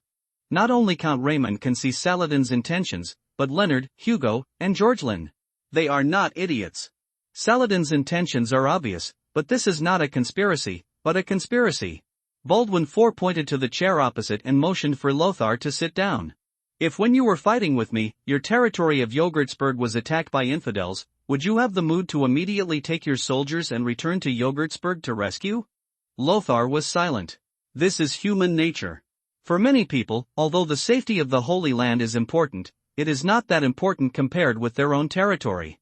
Let those who deserve to go back, and let those energetic Crusader knights go north to clear the court, so that we can better integrate the power of Jerusalem. I see. Baldwin IV added, "Also, I met Salah, this little guy. Although he is much older than me, I still think he is a vigorous young man. He told me that we had united the Armenian mountain people were ready to raise the banner of resistance to Saladin's rule. I also made an alliance with him. According to the agreement, after defeating Saladin, I will return Aleppo to him and conclude a non-aggression alliance. This time the army goes north, it is also an opportunity for him. Maybe he can really cooperate with us inside and outside to regain Aleppo and Antioch. Syria is the most important horse breeding ground for Saladin's army. Without Syria, the threat of his Mamluk cavalry will be greatly reduced." "I hope so." Lothar thought for a moment and asked, "Your Majesty, the assassins of assassin whom I met yesterday can stimulate their potential and increase their combat effectiveness by taking some kind of magic potion. Don't we have something similar?" "Potion." Baldwin IV chuckled and said, "The magic potion is not far away from us. The incense burning in this room is made of frankincense and myrrh, which can alleviate my illness. As for assassin's magical medicine that stimulates the human body's potential, you will often die after taking it. It is an evil medicine that goes against the will of Heavenly Father." Lothar suddenly understood, "Your Majesty, I have always had a doubt. Those wizards have such mysterious and powerful power, why do they surrender to the secular king? If they want to assassinate the king, how should we respond?" Baldwin IV was a little confused and asked, "Didn't your two witch ladies tell you?" Lothar shook his head. "Prajna and Fringilla are not orthodox witches in this world. The power they possess is not as simple as magic power. Naturally, they will not understand these secrets." Baldwin IV raised his hand and pointed in turn to the gold edges inlaid on the tables and chairs, the golden reliefs on the window frames, and the statues of holy angels on the cabinets. "These are all artifacts made of magic-blocking gold, which can limit the magic power of wizards. If the arrows are made of magic-blocking gold, they can even easily penetrate the defenses of wizards. They do have powerful power, but the secular power it is also very dangerous for them. The vast majority of wizards are travelers and potion experts. They travel like ordinary people, using their long lives maintained by magic to live the life they want. They are two completely different types from humans. The species no longer possesses the human desire for power and wealth." Lothar thought thoughtfully, "So, wizards prefer to be detached existences rather than truly dedicating themselves to fighting in the field of power? Yeah, that's too dangerous for them. In other words, they think what they get is too great compared to the risks they take." Baldwin IV paused slightly and then said, "As for why they would join the service of the secular monarch, maybe you know better than me." "Love? Yes, but not entirely. For example, the materials for making potions, the construction of wizard towers, and the guards to protect their own safety. These are the rewards they can get from the world." Lothar suddenly realized. Baldwin IV continued, "There are more wizards in this world than you think, but you rarely meet them because they are rarely in the secular world. Leave the king's chamber." Lothar returned to his job. Today's Jerusalem is extremely chaotic. After the recruitment order was issued, Jerusalem has turned into a large military camp. Now that we have decided to go on an expedition today, many preparations must be put on the agenda. The nobles had to count how many levies formed by pilgrims and how many mules, horses, and pack animals needed to be led to transport baggage. Where can I get supplies along the way? Departure ceremony. Waiting for a series of things that are both tedious and necessary to do. Everyone has to shoulder their own responsibilities and coordinate the relationship between these people, rather than simply putting a group of people together and building an army out of hand. This is a complex and detailed job. The preparations lasted for 3 days. In the early morning of the third day, it was the day for the army to set off and head north. Early in the morning in Jerusalem, the temperature begins to rise. Lothar was using a brush in the stable to clean the furs of Nissan's war horses and Arabian horses. Salah sent 10 fine and tall Arabian horses, all of which were kept in the stables of the royal knights and cared for by specialized grooms. Fringilla stood on tiptoes, worried that the water would splash on her beautiful long dress in the palace. This beauty-loving girl finally no longer needed to wear a hijab. But her snowy white hair still needs to be covered up. She lifted up her skirt and turned it around in front of Lothar. Sir, do you think my dress looks good? Lothar nodded perfunctorily. Yeah, it looks good. I have seen Princess Sibylla wearing something similar, but she looks far less noble and beautiful than you. Lothar's perfunctory behavior was not just perfunctory. He would quickly organize a set of praises that were reasonable in his mind, which made it very rare for his perfunctory words to arouse Fringilla's dissatisfaction. TCH, can that old woman who has given birth to a child be comparable to this princess? The corners of Fuline's mouth couldn't help but raise, and her face showed a look of excitement and satisfaction. Prajna picked up a brush, walked closer, and helped Lothar clean the horse. He said, Model has sent a letter. Blacksmith Malice found a piece of good quality iron ore near Hans's fief. He hopes that we can purchase some tools and equipment to send back. Lothar frowned and shook his head. Forget it first, let them prepare for war and be ready to respond to my call at any time. To be honest, I am not sure about guarding the villages around Yogurtsburg. It is too early to start mining now. Prajna shook his head and continued to clean the horse. Go and tell Hans yourself, I just brought you a message. Lothar was stunned for a moment, then smiled and said, okay, I understand. He thought for a moment, raised his hand to wipe away the splash of water on Prajna's cheek, and said sincerely, you are also very beautiful today. Even if you are not dressed up, you are still much better than all the women in this world. Prajna remained expressionless, but rarely asked, compared with this little vampire? Who is more beautiful? Fuline keenly caught the key words, and came over and said, yes, sir, please evaluate, who is more beautiful, me or this stupid big guy? Lothar's hands didn't stop moving, but she felt weak in her heart. This is a question that only a fool can answer. At this time, Hans shouted, sir, it's time to set off for the expedition ceremony. As His Majesty the King's guards, we have to stand at the very back. Lothar hurriedly responded, okay, here we go. Thank you, Heavenly Father. Thanks, Hans. Thank you, His Majesty the King. Today in Jerusalem, many streets are deserted and much emptier than usual. People gathered in front of the Cathedral of the Holy Sepulchre to watch the departure ceremony of the crusade to the north. The dense crowds of people blocked everything. When the Regent Raymond needed to go north, all the things of the Knights of Jerusalem were piled into the hands of Baron Godfrey as the commander. He and Lothar rode their horses side by side and patrolled around. Lothar smiled and joked, Baron Godfrey, your dark circles are like the eye powder used by those Saracen slave girls. It seems that the position of commander is not that easy to fill. Godfrey said angrily, I haven't had a good night's sleep in 3 days. The Knights of Jerusalem are much larger than the royal knights. The total number of members of the Knights of Jerusalem exceeds 30,000, of course, including many honorary members. But those who stayed in Jerusalem and were directly under the leadership of the king and the Grand Master, numbered as many as 3,000 armed personnel, not including servants and other non-combatants. Compared with the Royal Knights, which has a total of only 800 people, the Knights of Jerusalem are like a behemoth. Compared with the Knights Hospitaller and the Knights Templar, the power left in Jerusalem is not much weaker. Lothar joked, I hope Lord Tiberius, Prince Regent, will not be like Lord Godfrey, leaving a commander in the Knights who wants to overthrow the Grand Leader. Oh? It turns out Lord Godfrey is the commander, so that's okay. Baron Godfrey said angrily, this year, I have to stay in my fief for half of the time, and I also took a boat to Provence. The affairs of the Knights had to be handed over to Count Philip. This made his prestige in the Knights a huge rise, but how could I have known that he would openly challenge your position?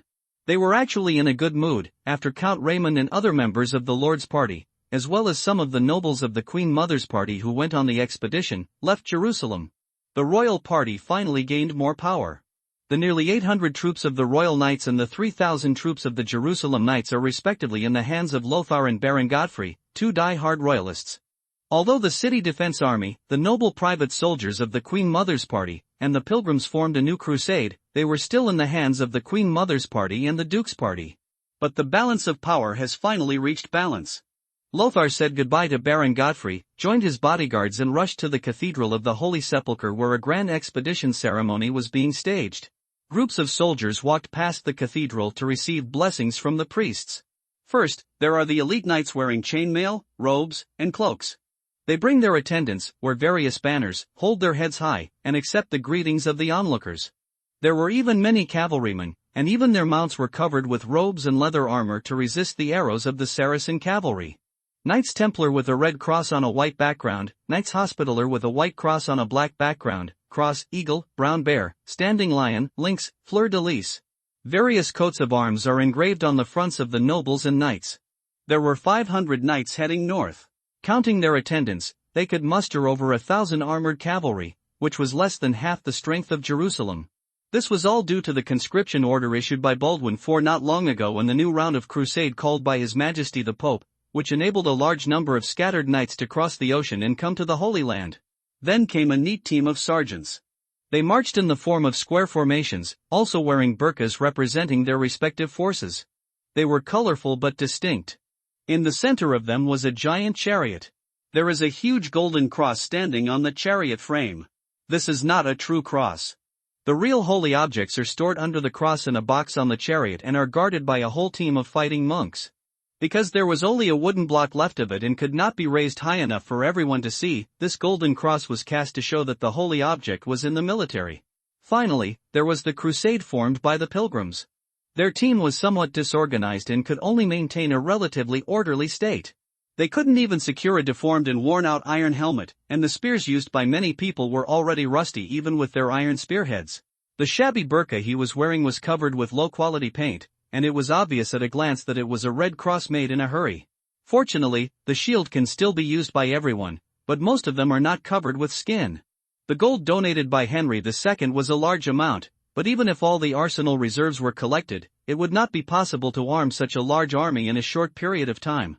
What's more, the army going north was only half of Jerusalem's military strength, and could be supplemented by additional troops from lords from various places along the way.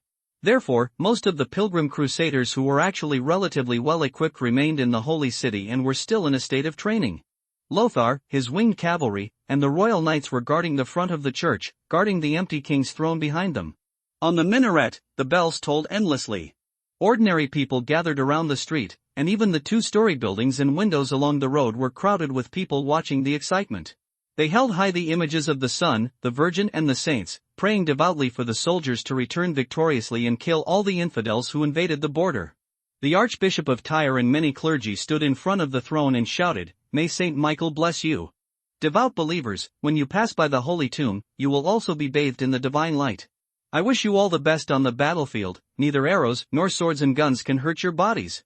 Even if you die in battle, you will be redeemed and ascend to heaven with glory, and all your past sins will be wiped away. In the name of the Father. This is God's will." People shouted wildly. On this day, everyone, regardless of high or low, seems to be declaring their piety to the people around them. At this time, inside the cathedral, the servants walked out slowly, carrying their carriages, and came to the throne. Baldwin IV, who had not been seen for a long time, stood up from his carriage and came to the throne with the help of his servants. His movements were graceful and slow. Except for still wearing a veil and being wrapped up airtight, he looked almost the same as a normal king. His Majesty the King, today is wearing a set of white royal robes, a golden crown on his head, and holding a golden scepter in his hand. On the top of the scepter is a curved golden cross, which means the gift of kingship. That is the King of Jerusalem, who is both a secular king and a theological shepherd. The color scheme of gold and white is the color represented by the royal coat of arms of Jerusalem. Just as the royal family of Gaul preferred blue, the royal family of Albion preferred red, and the royal family of the empire preferred purple. A plainly dressed servant, holding a sword, stood beside Baldwin IV. His posture was like Prujnal always following Lothar, like a shadow. He was the servant who was responsible for conveying the king's will to Count Raymond and who led Lothar to meet the king every time. On weekdays he is always so inconspicuous, cautious, and taciturn. But Lothar now understood that this servant was definitely not a simple person, because Lothar observed carefully that he was holding the sword in his hand, and the scabbard was made of magic blocking gold. In other words, the imaginary enemy of this servant is the mysterious wizard who comes and goes without a trace. As His Majesty the King raised the golden scepter in his hand, all the nobles, knights, sergeants, civilians and clergy shouted, "Long live the King!" This is the first time they have seen His Majesty the King in recent times. Although according to legend, the king was an unclean person cursed by leprosy, he was also the destined monarch who saved Jerusalem from Saladin's iron heel. In the eyes of most people, he is the closest to God exist. Some knights and nobles began to recite their family mottos loudly, which meant that they would return from this trip with great honors and would not bring shame to their family's mottos. His Majesty the King did not speak. He just raised the scepter high and allowed people to admire the shining light emanating from the scepter. Baldwin IV did not stay too long before he got on the carriage again and walked towards the Cathedral of the Holy Sepulchre. The huge team began to leave the city in an orderly manner. This was a long process. Many of the nobles standing in the stands felt their feet were numb. But I still had to stay here to watch the ceremony. Lothar took Prujna and Fulin and looked around vigilantly, wary of anyone intending to take the opportunity to cause chaos. For this ceremony, all the pagans in the city have been ordered not to go out. Even Zoroastrian altars and temples were closed. In addition, the war was about to ignite, so the Saracen caravans did not dare to visit Jerusalem easily, for fear of being robbed by Crusader nobles like Count Leonard, who were accustomed to breaking contracts. The scorching sun is baking the earth. Viewed from a height, the long and narrow marching team looked like a lance, running through the entire Jerusalem. In the stands, the servants of the nobles were already carrying golden trays with silver wineglasses, serving cold and sweet wine to their masters. Some nobles' wineglasses were even inlaid with large rubies to show their luxury. The ladies talked about the new jewelry in an ostentatious manner, and looked at those Saracen or Persian slave girls with graceful figures with disdain. The maids trained in Eastern palaces are far better at serving people than those in Western palaces. But the reason why noble women are noble women lies in the dowry they can bring to their husbands' families and their strong political support, rather than how beautiful they are. Without a noble status, no matter how beautiful the skin is, it is just a plaything. And Princess Sibylla is naturally the most beautiful pearl in Jerusalem. It was probably the dowry of a crown, which made her like a treasure exuding an alluring aura, attracting the attention of countless noble children. But Princess Sibylla was a little uninterested. While politely agreeing, she looked at Lothar, who was standing in front of the church, wearing a red cloak with a black eagle emblem. Not just Princess Sibylla. There are many noble ladies like her who pay attention to Lothar. In their opinion, Lothar is burdened with too many fascinating mysterious legends. In the night competition, kill the werewolf with a mortal body. Not long after arriving in Jerusalem, he gained the favor of His Majesty the King, who lived in seclusion. He was promoted one after another, was made a baron by a knight, and was appointed as the Grand Master of the Royal Knights. Later, he used thunderous means to remove Count Philip, the most powerful former commander in the Knights, from his post. In addition, many nobles are talking about the property measured in cars that he snatched from the desert bandits, as well as the sophisticated equipment of his cavalry. Baron Lothar has long been associated with various positive words such as handsome, wealthy, brave, and wise. Balian stood in the crowd and looked at the majestic Lothar with some envy. The scene when they met at the port of Jaffa was still vivid in my mind. In the blink of an eye, this man of the same age has transformed into the leading upstart in Jerusalem. Isn't this what I want? The red-haired Earl Leonard looked provocatively at Lothar, who was standing in front of the cathedral and was sweating profusely from the sun. He raised his wineglass and drank it all in one gulp. Kali let out a strange scream of pleasure, then took another cup from the tray and poured it into the soil at his feet in front of Lothar. His face was full of pride and he thought to himself, "This is the luxury of the King of the Dead Sea and the Lord of Kaelborg. And you, a nouveau riche character, can't even drink an ice drink on a hot day." Lothar smiled at him, with compassion hidden in his smile. He pretended to whisper to the flag-bearer beside him, Hans von Sago, who had the title of knight. Poor Count Leonard, who was once Nur al-Din, Saleh's father, in Syria, was imprisoned in a high tower for a full 18 years, and it is said that he may have been mad, otherwise he would not have spilled the sweet wine on the ground. Hans also showed an expression of pity at the right time. May Heavenly Father bless him and get rid of his madness as soon as possible. Count Leonard's face suddenly turned livid. He muttered in a low voice, "It's 15 years, not 18 years. This stupid boy is just as annoying as his father. Thinking of his former life as a prisoner, his joy at the departure of his biggest political enemy, Earl Raymond, began to fade away. Lothar said to the hussars behind him, "Let's go, we have to follow the marching team and escort them out of the city. If you feel the heat is unbearable, just endure it a little longer. I have ordered the clothing officer to order a sunshade for you. The burqa will be distributed to you in 2 days." The hussars did not need robes, and the half-body plate armor was not as easy to rust as chain armor, but the high temperature in the Holy Land during the day made it necessary for them to have a robe to protect them from the sun. Ulm said respectfully, "Sir, this is nothing. A noble person like you is also enduring the heat." They had completed the task of guarding the king and the clergy, and began to accompany the marching team on both sides. The winged cavalry held the ceremonial armed swords in their hands tightly. Their tall and straight postures and bright armor attracted the attention of many girls who were watching from both sides. Some proud knights ridiculed with jealousy and envy, "Look, these are the cavalry formed by the country baron. They have feathers on their backs, just like the male peacocks in the royal garden who court the opposite sex diligently." Someone muttered, "I know that bright Milan-style armor will look like the iron plate used by Turkic barbarians to barbecue under the scorching sun. It is not practical at all." As the first winged cavalry under Lothar, Ulm couldn't help but loudly said to his comrades, "Look, they look envious, they can't wait to put their eyes on our armor. Everyone has seen that even the knights are envious of our armor. Your Excellency has given us these valuables together with the honor of the Hussars Company. We must do our best to repay you with our loyalty. Yes, we are brave winged cavalry. When the winged cavalry arrives, all heretics will be terrified." The Hussars held their heads high, and their unique armor and decorations made them stick together more and more.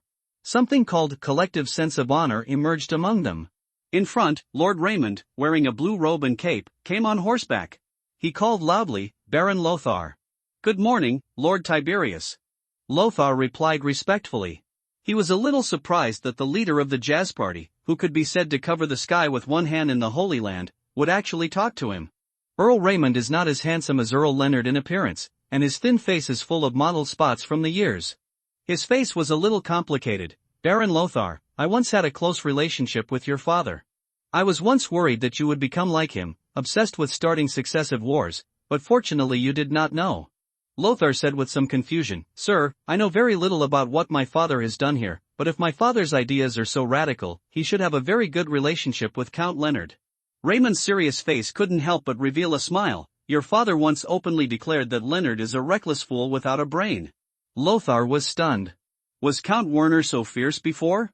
It was clear that only a few years had passed since Count Werner returned from the Holy Land. Why did he feel that the image of Count Werner was so different from what they said? "Okay, your Majesty has informed me of what you have done. This is a credit to you. I am also very happy that you can realize that there is a possibility of compromise and cooperation between us and the infidels.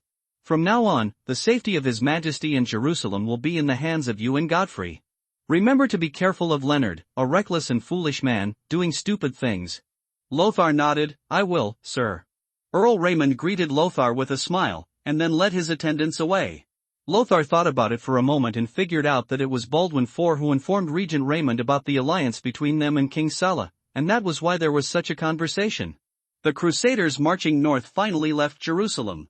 The huge team stirred up a long stretch of loss. The nobles and knights followed the Crusaders one after another to bid farewell to Earl Raymond and other nobles heading north. It's not just the nobles who are leaving. Like Earl George Lynn, who favors the Queen Mother's party. He had devoted his whole life to restoring the county of Edessa, which had been divided by the Sasanian kings and Ayyubids. When such an opportunity finally came to him, he would not miss it. You must know that he is not the only heir to the title of Earl of Edessa. If he hadn't gone, it would have been a disaster if his younger brothers and sisters had taken the lead. Count Thurier of Flanders was also among them. Not long after he arrived in the Holy Land, he threw himself into Count Leonard's side. Most of the new knights and nobles who arrived in the Holy Land would make such a choice. Their style is more radical, because only war and expansion of territory can enable them to obtain meritorious services and obtain fiefdoms. The regent, Earl Raymond, is more like the leader jointly elected by the local nobles in order to fight against these latecomers who want to compete with them. Their style naturally tends to be conservative. Even if they reach an agreement with the pagans, they do not want the war to burn their territory. After all, as long as there is a fight, trade routes will be cut off, and a lot of wealth will be lost every day. Even if they win, they will only end up with nothing but chicken feathers. After a long day of work, Jerusalem gradually fell into darkness in the evening. Lothar galloped through the city with the winged cavalry. He shouted and ordered, "Hans, go over there and take a look. Ulm, take a person over there. The fire worship zone in the east and the fire worship zone in the south. A curfew has been issued in the Jewish quarter, and from now on, no one is allowed to leave the house." After the army went out, the security problem in Jerusalem became acute again.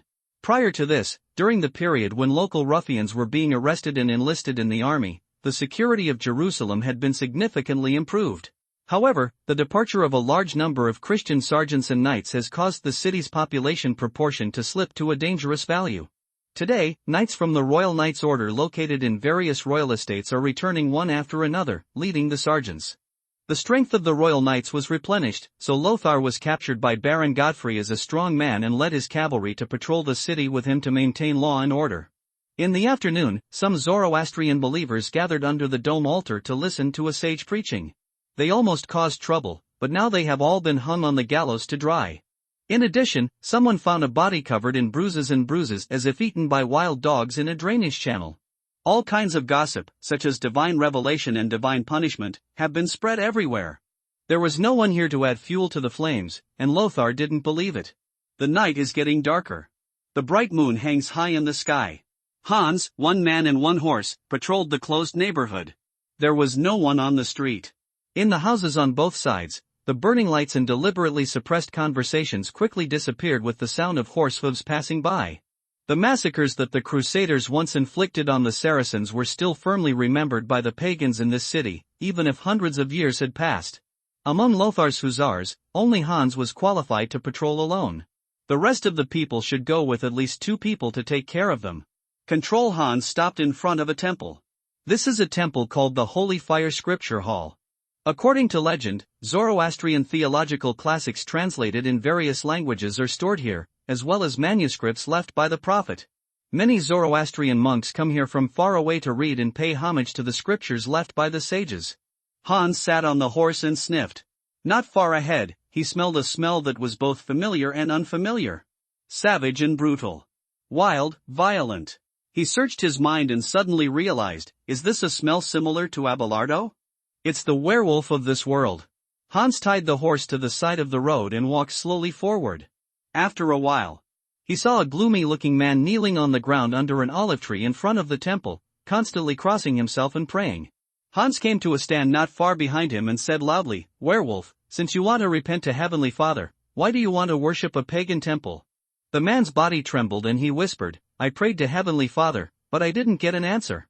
Hans said nothing, just waited quietly. For a long time. The man spoke again, "You are only one person, why do you dare to reveal my identity? Although I'm just one person, it's enough to deal with you." Hans looked calm. He was now a 5-star follower, and his strength had increased many times compared to before. He felt that he could easily deal with a mere werewolf.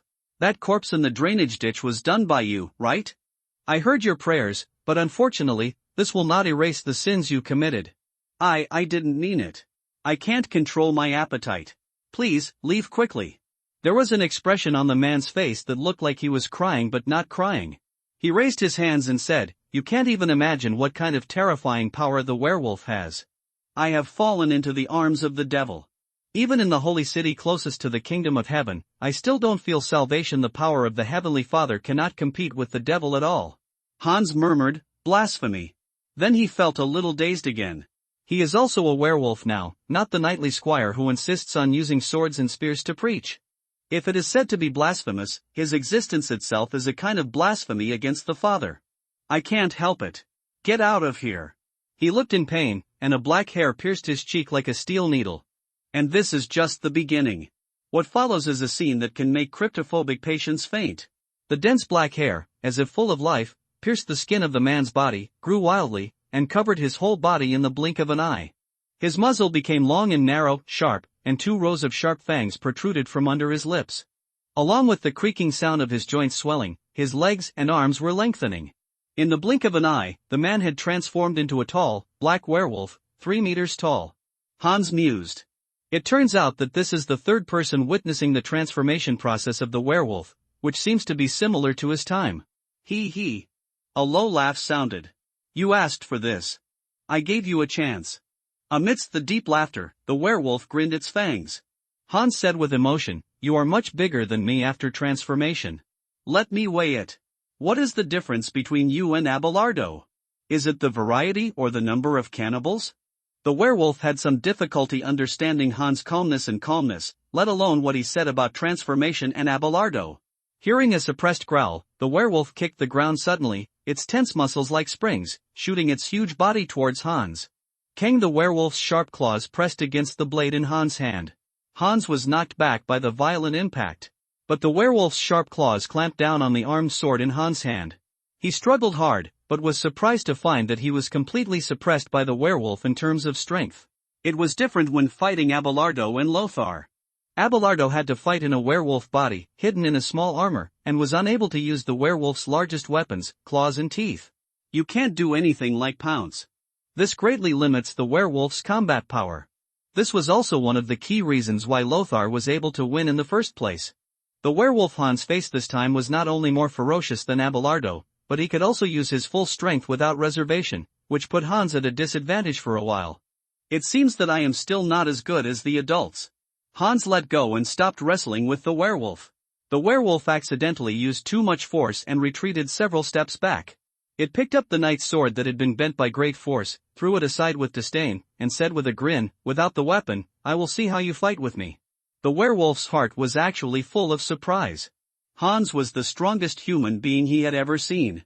Normally, let alone wrestling with it, after it turns into a werewolf, it can even knock away the heads of knights wearing heavy barrel helmets with just a little force.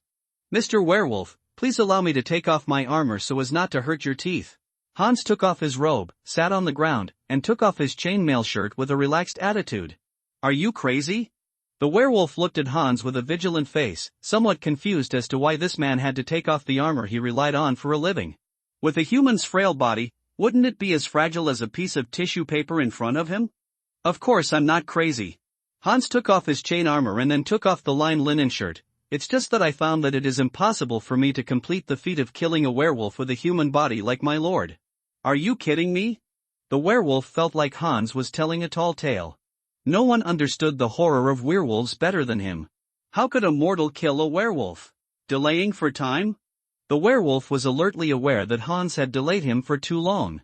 It lowered its body and pushed its legs on the ground. The muscles as hard as marble made it pounce on the defenseless Hans like a cannonball. "So, let's have a wolf versus wolf showdown," Hans murmured lowly. He was shirtless, showing off his strong muscles. Immediately, he lowered his body and jumped up suddenly in an attitude that was no different from the black werewolf opposite.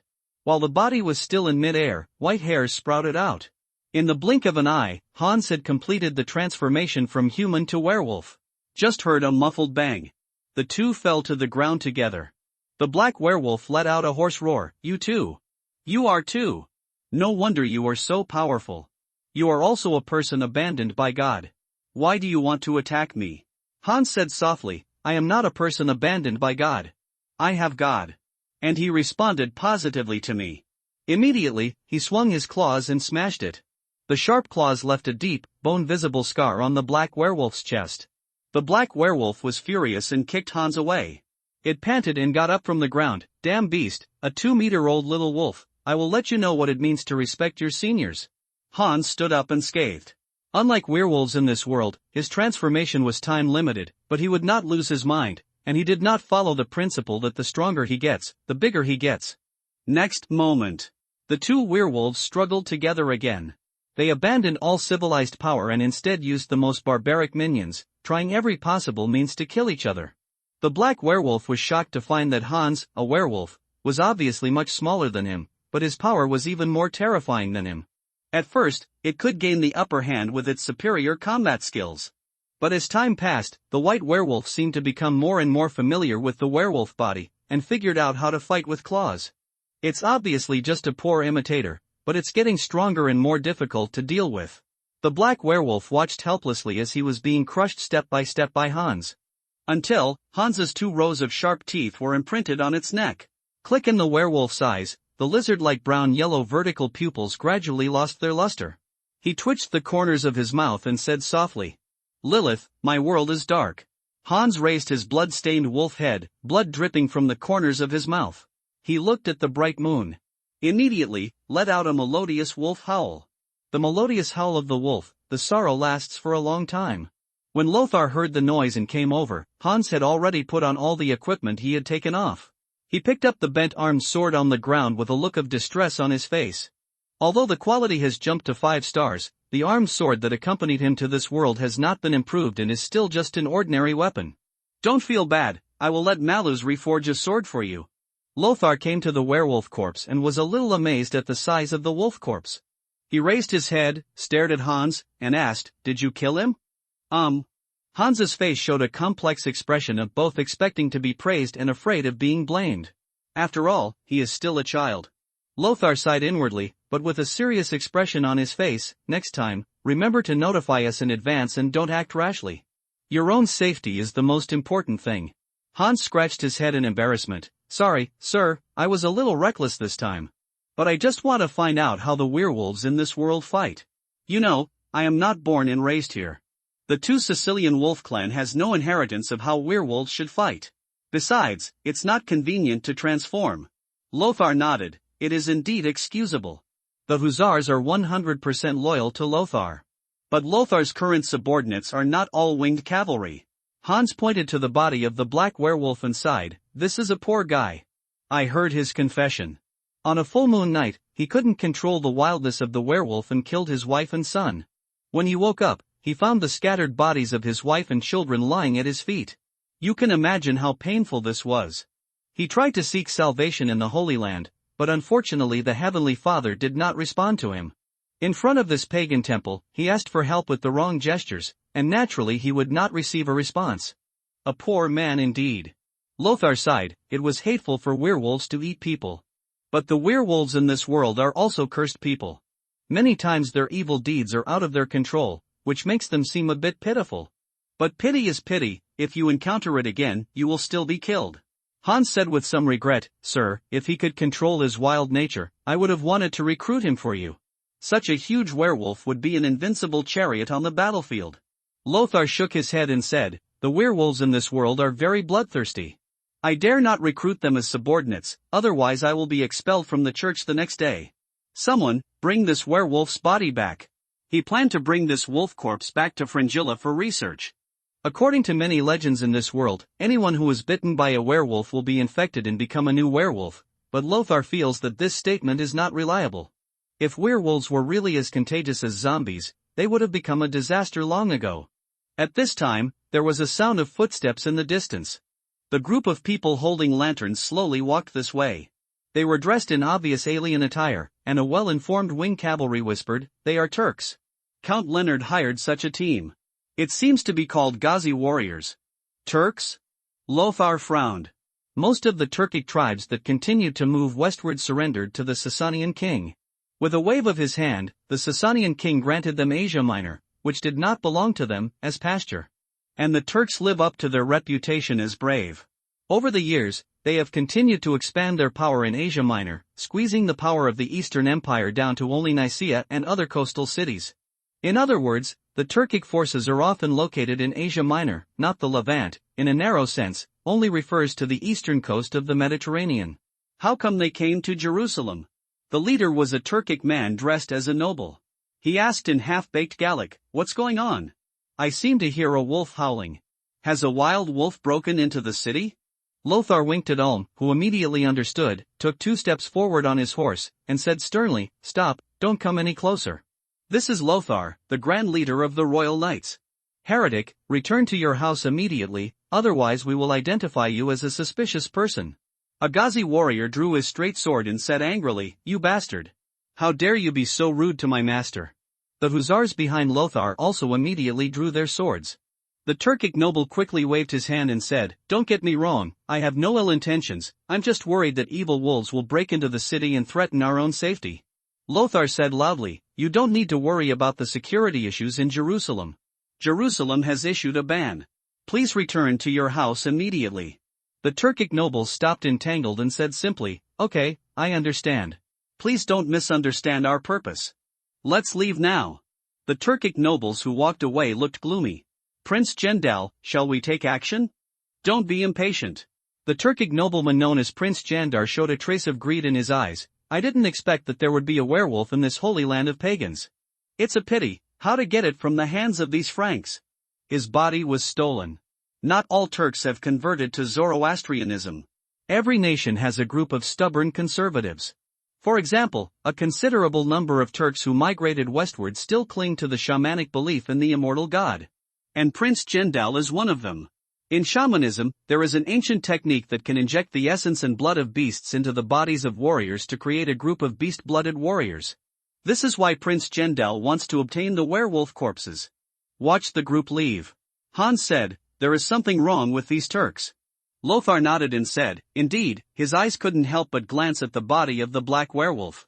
If the nerves of the heretics in Jerusalem hadn't been too tense, I would have ignored them and killed them first. Just imprison him. The reason why Jerusalem still thrived after the brutal massacre by the Crusaders was closely related to its inclusiveness. Baldwin IV was also committed to maintaining the peaceful development of relations between believers of the two religions.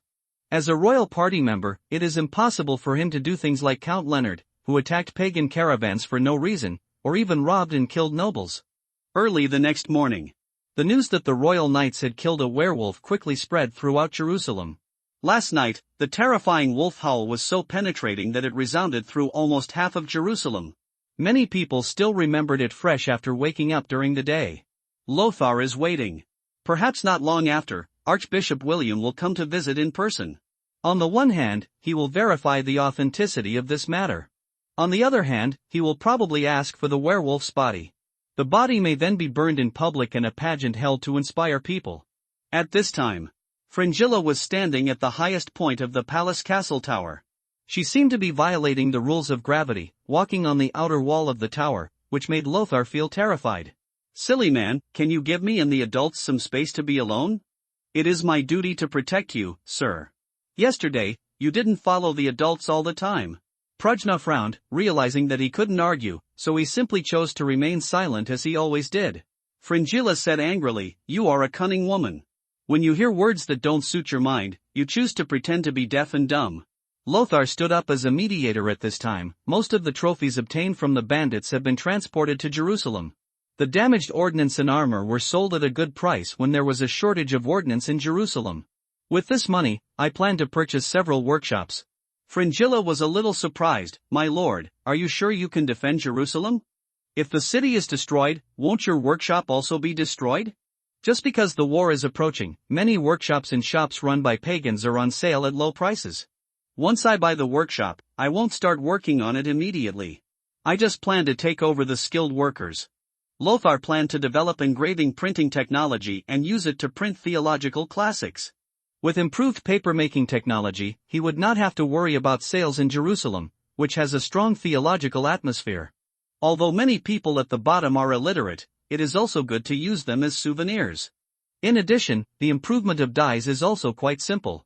Thanks to the development of short videos in his previous life, Lothar knew many ways to improve dyes, such as using grape skins to dye expensive purple cloth. The reason why today's purple dye is expensive is that dyers use a dye made from the juice secreted by the glands of shellfish, which is extremely rare. It's just that this thing is too profitable. Lothar thought for a long time and decided to keep it in his mind before he became the king. In his world, the King of France dared to eradicate the Knights Templar, whose coat of arms was marked by homosexuality.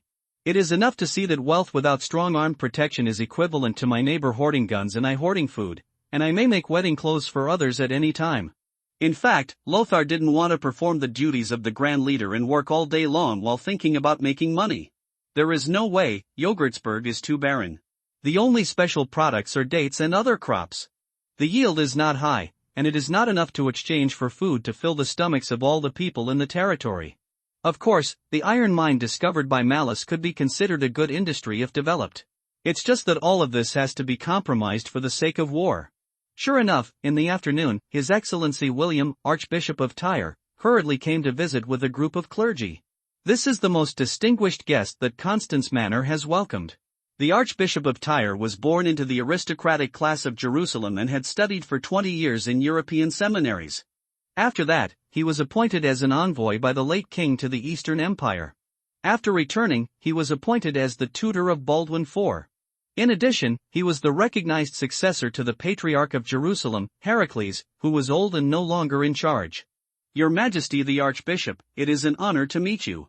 A smile appeared on Archbishop William's old face. Baron Lothar, I have long heard that you are brave enough to kill werewolves. Now that you have accomplished this feat again, can I see the body of that werewolf? Of course, Sir William.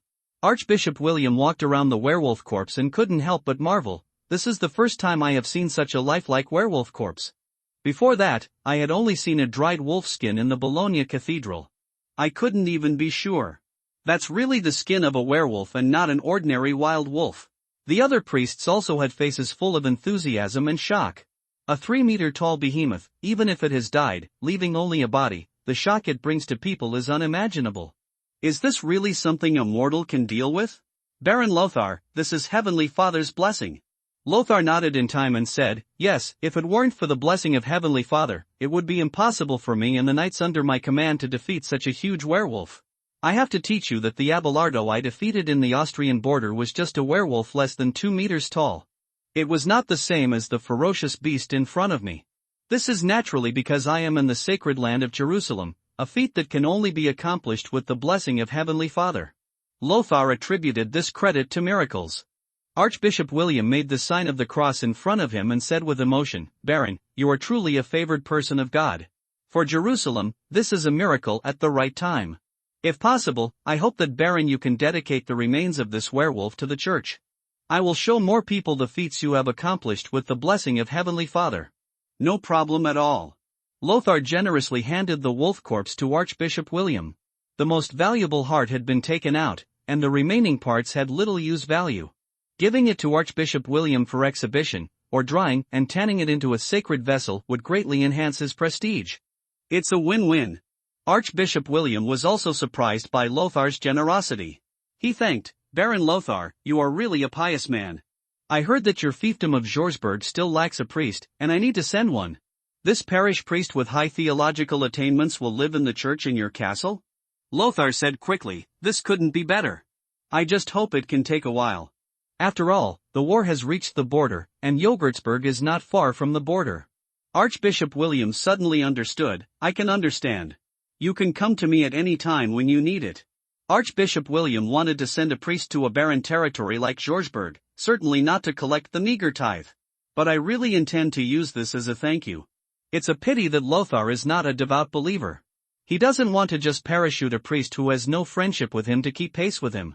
Although the clergy and secular lords were fighting each other and dependent on each other, Lothar had too many blasphemies under his command. Time flies. 5 days later. In the main hall where the royal knights reside, Lothar was dealing with official duties, and a newly trained royal knights order, the Pilgrim Crusade, had begun to take shape, numbering as many as 800. At this time, the Crusaders in the northern expedition were said to be overwhelming and had conquered lost territories one after another. However, the pagan army commanded by Saladin's nephew Saladin, the governor of Syria, and originally used to besiege Tripoli, did not have a direct conflict with the Crusaders, but retreated steadily. The Crusaders made a sudden advance and were severely defeated by the Mamluk cavalry who had already ambushed them. Therefore, the two armies faced off at the northern border of the Kingdom of Jerusalem. If I were Saladin, this time should be the most suitable opportunity to attack Jerusalem. The Northern Expedition Crusaders, who are already entangled with Saladin's army, have no time or room to return for rescue. Lothar's face was filled with worry. Not only was he aware of this matter, but Count Leonard, a recognized reckless man, also led his army back to the territory of Fort Kale yesterday to prepare to resist Saladin's attack. The morale of the residents of Jerusalem is not low. Lothar's deeds of fighting werewolves with a mortal body have been spread these days. The authentic werewolf corpse dispelled everyone's doubts, which also made Lothar once again a famous figure among the nobles of Jerusalem.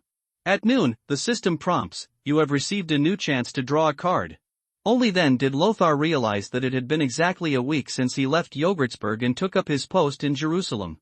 He didn't hesitate and directly chose to draw a card. Cyan light flashed.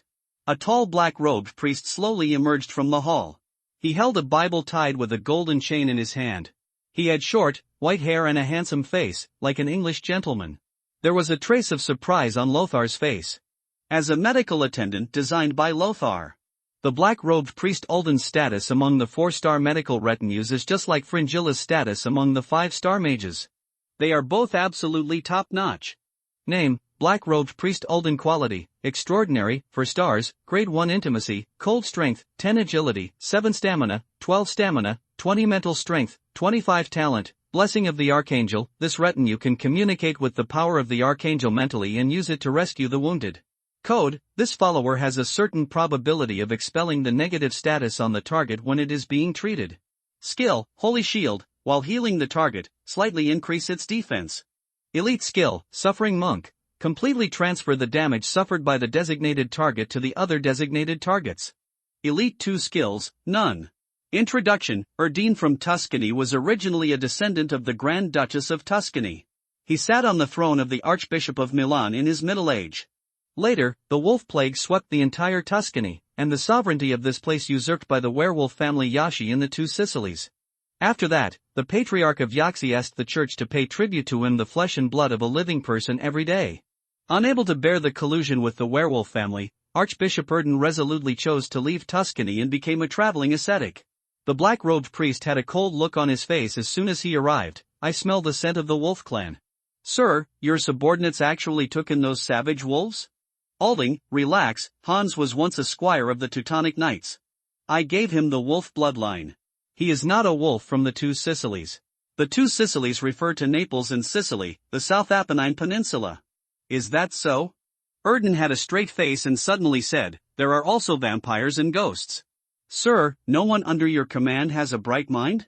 Lothar frowned. Alden, are you accusing me? Alden had a straight face, showing no emotion at all.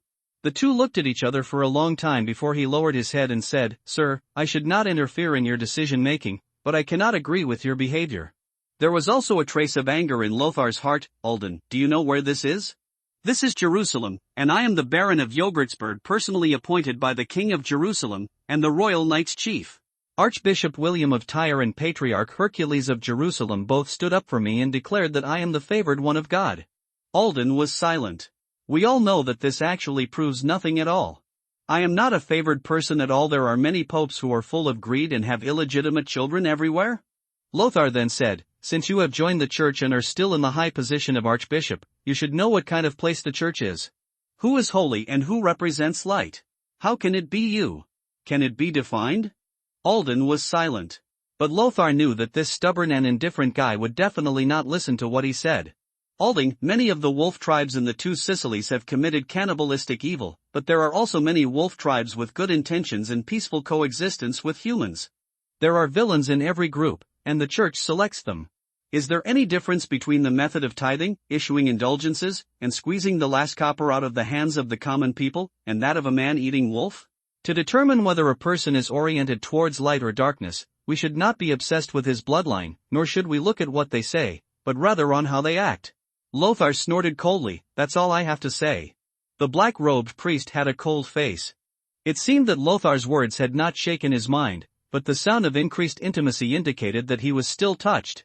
Alden made the sign of the cross in front of him and knelt down on one knee. No matter what, Alden, I am willing to devote my loyalty to you. I accept your allegiance, Alden. I hope that in the time we spend together in the future, we can put aside our barriers and seek common ground while reserving our differences.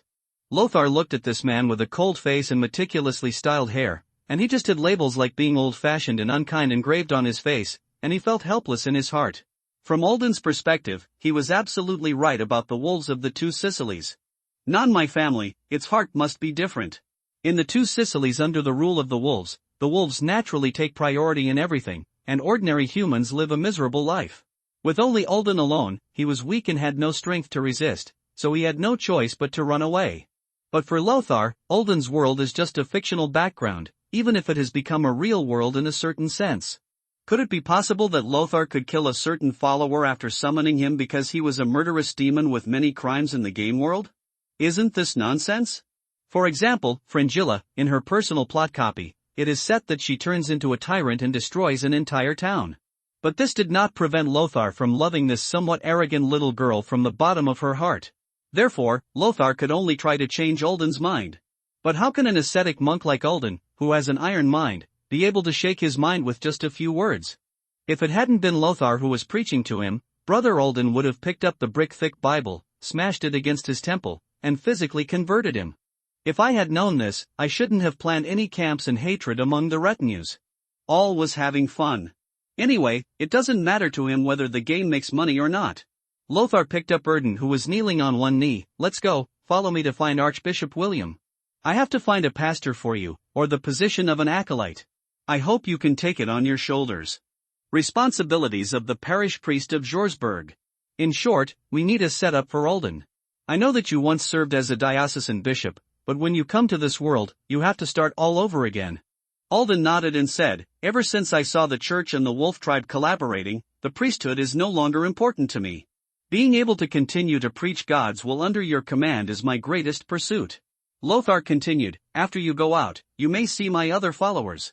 As you said, they include werewolves, vampires, and ghosts. I know you hate these aliens. But now, they are just like you, they are all colleagues who are loyal to me. I don't force you to have fun, but you'd better not take the initiative to provoke them, because you will not be their opponent, and I will not favor you. When it comes to Ulden's combat power, ordinary people are naturally no match for him. If he put on heavy armor and picked up a warhammer, he would be a warrior on the battlefield, but he was far behind Hans, Fringilla, Prujna, and even Malsby. Ulden said solemnly, evil cannot always overwhelm light. Lothar interrupted him and said solemnly, but I don't need pure light and darkness under my command. What I can use is the light in my eyes. Ulden was silent.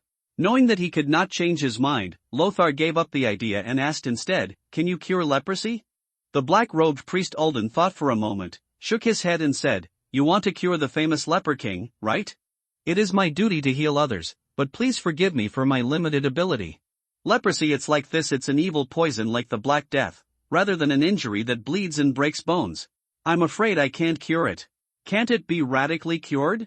What is the maximum degree of cure it can take? There is no problem in alleviating injuries and extending life. Perhaps the patient's disabled limbs can be restored, but as time goes by, his life will still be swallowed by the evil poison. But is Shiadu the name given to bacteria? Lothar said thoughtfully, that's enough. Even if it's a top 4-star, it's still 4 stars after all. The meaning of the word extraordinary is that ordinary people have abilities beyond ordinary people. It is normal for their abilities to be limited. If he were a 5-star medical retinue, he should be able to completely cure leprosy, right? Lothar was only worried that Baldwin IV had lost the confidence to continue living and refused treatment. The greatest pain of leprosy is not physical, but mental. No one can look at their disabled, stiff, festering, and deformed body every day and remain indifferent. Push the door open and go out. Prujna, who was sitting by the window reading a book, raised his head slightly. A few locks of his long black hair covered his eyebrows and looked a little messy. He is? Ulden, an ascetic from Tuscany. Oh. Prujna lowered his head and continued reading. She had never heard of this name, and she didn't care what others thought of her. In her long and boring life, she only focused on 2 things. One is Lothar's safety. The second is the fascinating stories Lothar tells. The book she was reading was an experiment printed by Lothar privately using woodblock printing. The content was not a theological scripture, but the most easily disseminated and most fascinating fantasy novel. Its name is The Witcher.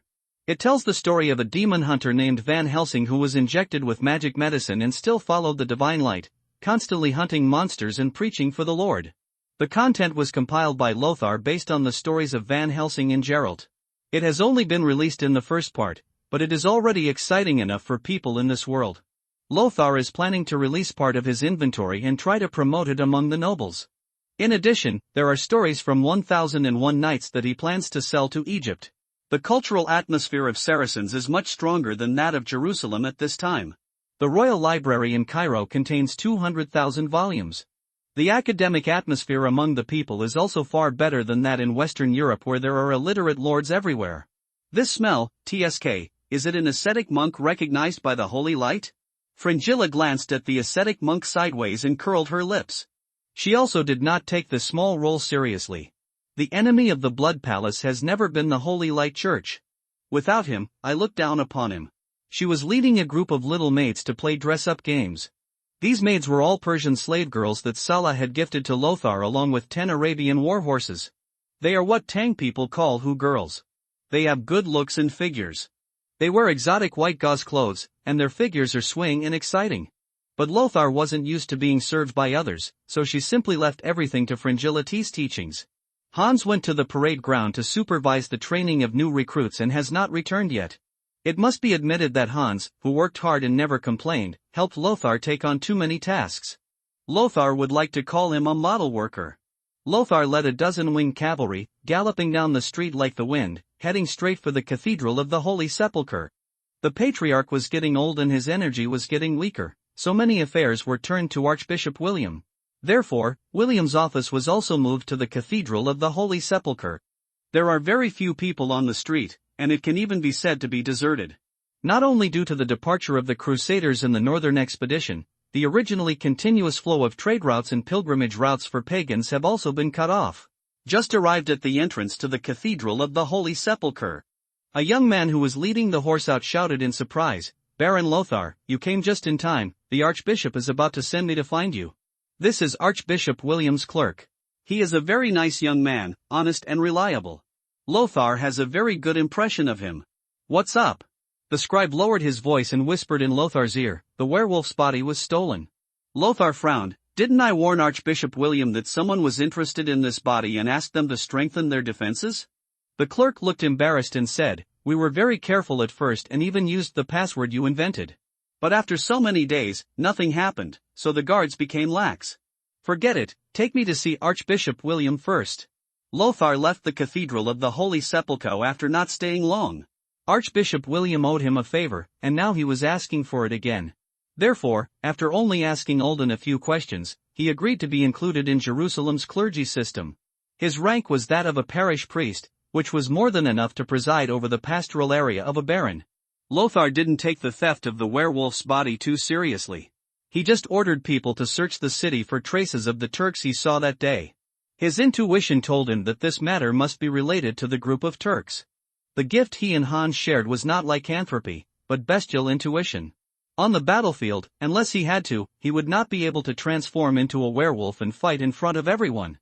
Therefore, the role of beast intuition for him is far greater than the former. When looking for Turks, you must be on alert and remember what I ask of you to save yourself first. Father Ulden, follow me back to the palace to see His Majesty. Winged Cavalry Ulm asked, "Sir, won't you personally lead the team to find the holy object?" Lothar laughed, "Oh, it's not us who should be anxious. I wiped their butts. I have done my best. The one who should be anxious is Archbishop William. It is said that he has sent a messenger to submit the request to the werewolf corpse as a holy object to the Pope a few days ago. This is an inspiring and good thing. But in the blink of an eye, the sacred object was stolen, which probably meant that Archbishop William's original plan to succeed the Patriarch was ruined. Since the city of Jerusalem is under lockdown and heavily guarded, it is impossible for the group of Turks with obvious alien appearances to leave Jerusalem in a short period of time. So Lothar planned to give Archbishop William a try. Maybe he could get a dispensation from him that exempted him from all excessive taxes in the territory. In Jerusalem, this was a treatment only available to a few religious orders and knights. Even though the income of Georgesburg is very small now, when the war is over and the several industries that Lothar plans to put into production are on track, there will be a lot of tax exemptions. On the way back to the palace, a woman wrapped in a black robe stood in the middle of the street. Facing the galloping horses, she actually had no intention of hiding. With just one glance, Lothar felt a strong sense of oppression on this woman. Alert! Lothar reined in the warhorse. Ulden was silent and wrapped the golden chain from the Bible around his fist. Although Ulden is not a combat follower, he is also proficient in equestrian skills, and his attributes are all around better than ordinary people. Even Lothar may not be his opponent if he does not use borrowed talents. In a real fight, he is also a very powerful assistant. The woman in black robe was wrapped tightly from head to toe, and she wore a black veil on her face. Only a pair of turquoise eyes were exposed. She was not afraid of getting sick from being suffocated in this hot weather. Oh, a rare wizard, and another one who also has some special power. No wonder you can defeat a werewolf, Baron Lothar. The woman spoke. Her voice was husky, and her words had a noble Greek accent. Which? Lothar pulled out his armed sword and said with a cold expression, "You have to think about it, this is Jerusalem, and many of my subordinates are equipped with magic-blocking gold weapons." The woman chuckled and said, "Lord Baron, you don't need to be on guard. I have no ill intentions towards you." Lothar shouted, "Don't be so secretive if you don't mean any harm." "Okay." As the witch spoke, she pulled off a black robe, revealing underneath it a beautiful figure wearing a green tube top, revealing a snow-white slender waist. She spread her hands and revealed one of the badges with a flying double-headed eagle. "I am Anna of the Dukas family, and I am also the noble purple princess of the empire. I also have another identity, the regent of the empire, Vasilisa, royal advisor to the most pious lady Augusta Gaia." At this time, only one country in Europe, the Eastern Empire, used the double-headed eagle as its heraldry. It turns out to be the noble Eastern Empire royal family. Lothar nodded slightly, taking it as a salute. The beast's intuition did not warn him, which proved that the other party did not have any malicious intentions. But the vigilance in his heart did not lower at all. A powerful witch who was fully capable of misdirecting the beastly instincts of a werewolf. As for the Dukas family, it should be said that they were the former royal family of the Eastern Empire, the royal family before the Komnenos family came to power. Due to their marriage relationship with the Komnenos family, they have never faded out of the political stage of the Eastern Empire. Queen Lagaia also comes from this family, so people often say that the Dukas family will use this to regain the throne. Lothar said neither humble nor arrogantly, "I wonder, noble lady, why do you condescend yourself and come to visit me, a little baron, in person?" Which Anna smiled and said, "Ms. Lagaia has asked me to form the Levant Witch Association and invite all spellcasters to join. The association is currently in the initial stage. I heard that there was a baron in Jerusalem who could kill werewolves, so I took action. Let's take a look and see if we can recruit them." "Ha, you are joking. As you said, I am a wizard. Wouldn't it be a joke to join the so-called Witch Association?" "The Witches Association is just what we call ourselves. The association naturally does not exclude wizards from joining. The reason for this name is purely because the number of men with the talent of casting spells is too small. If the number of wizards is really enough, there will not be so many witches who would surrender to the secular monarch for love. Compared to the short life of mortals, witches also hope that their partners can obtain immortality."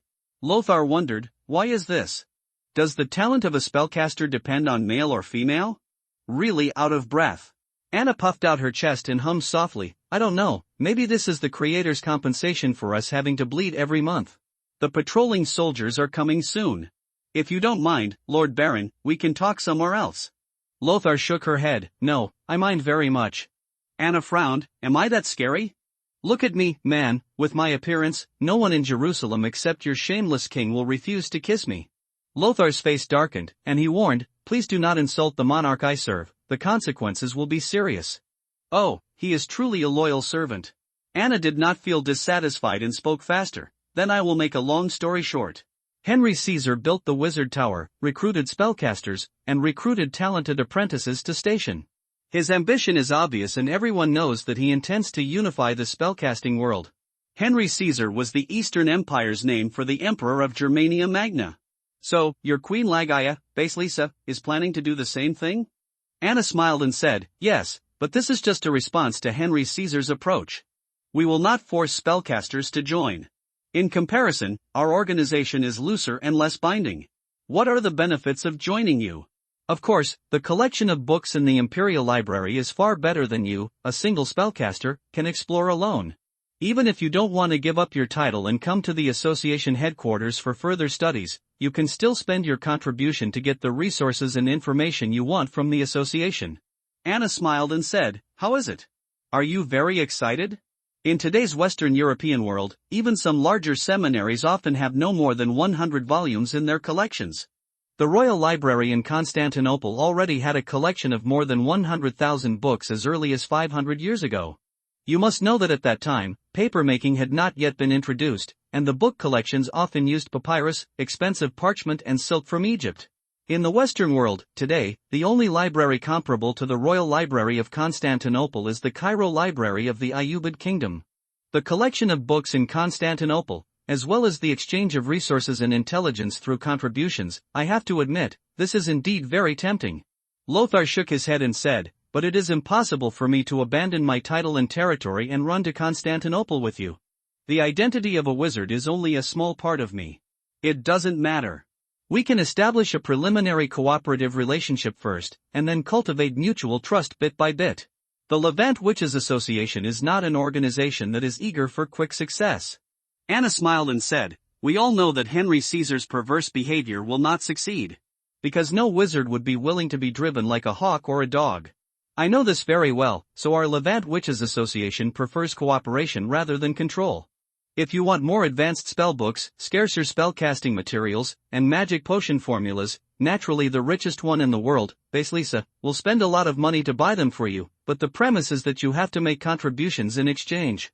Exchange of equal value is our principle." Which Anna's face was calm.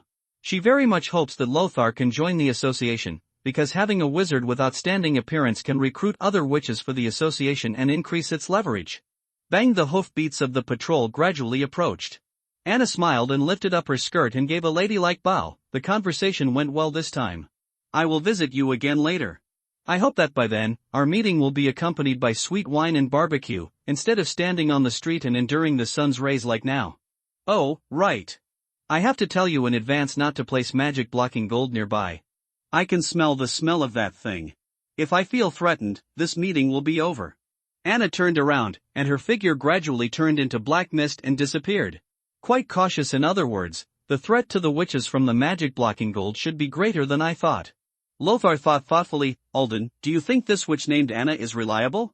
Alden thought for a moment, shook his head and said, "I don't know, but I can't think of any reason for her to deceive you. Moreover, I believe that as long as you restrain your greed, you will never pay the price in advance before seeing an equal amount of profits. You will never be deceived. Your words can be summed up by a proverb: if you don't see the rabbit, don't let the eagle fly. In short, having more channels is definitely a good thing, whether it is to obtain intelligence or knowledge." Lothar nodded. He was not an orthodox spellcaster. Although he shared Fringilla's talent, he was still in a state where he knew what it was but didn't know why. The collection of books in Constantinople was a great temptation not only to him, but also to Fringilla. But he will not sacrifice the basics for the sake of the weak. His identity as a feudal lord is his foundation. He wouldn't have much energy to spend all day long in the library, studying those boring ancient books written in an unknown language. Return to the main hall of the station. Lothar handed the reins to Ryan, who came up to him. "Send a team of people to support Ulm." I gave him a task. If there is any discovery, report it in time. Don't make any arbitrary decisions. "Sir, I'll take care of things, don't worry." Ryan immediately took the order and left. He could feel that he had begun to be gradually removed from his master's inner circle, which made him more and more eager to make meritorious deeds and be awarded the title of knight by Lothar. Lothar then ordered the censor, "Richard, take Erden to bathe and wash himself. Later I have to take him to see His Majesty the King. He can't still be covered in stinky sweat." As soon as she entered the door, Lothar saw Fringilla, wearing a black silk dress, showing off proudly in front of Prajna.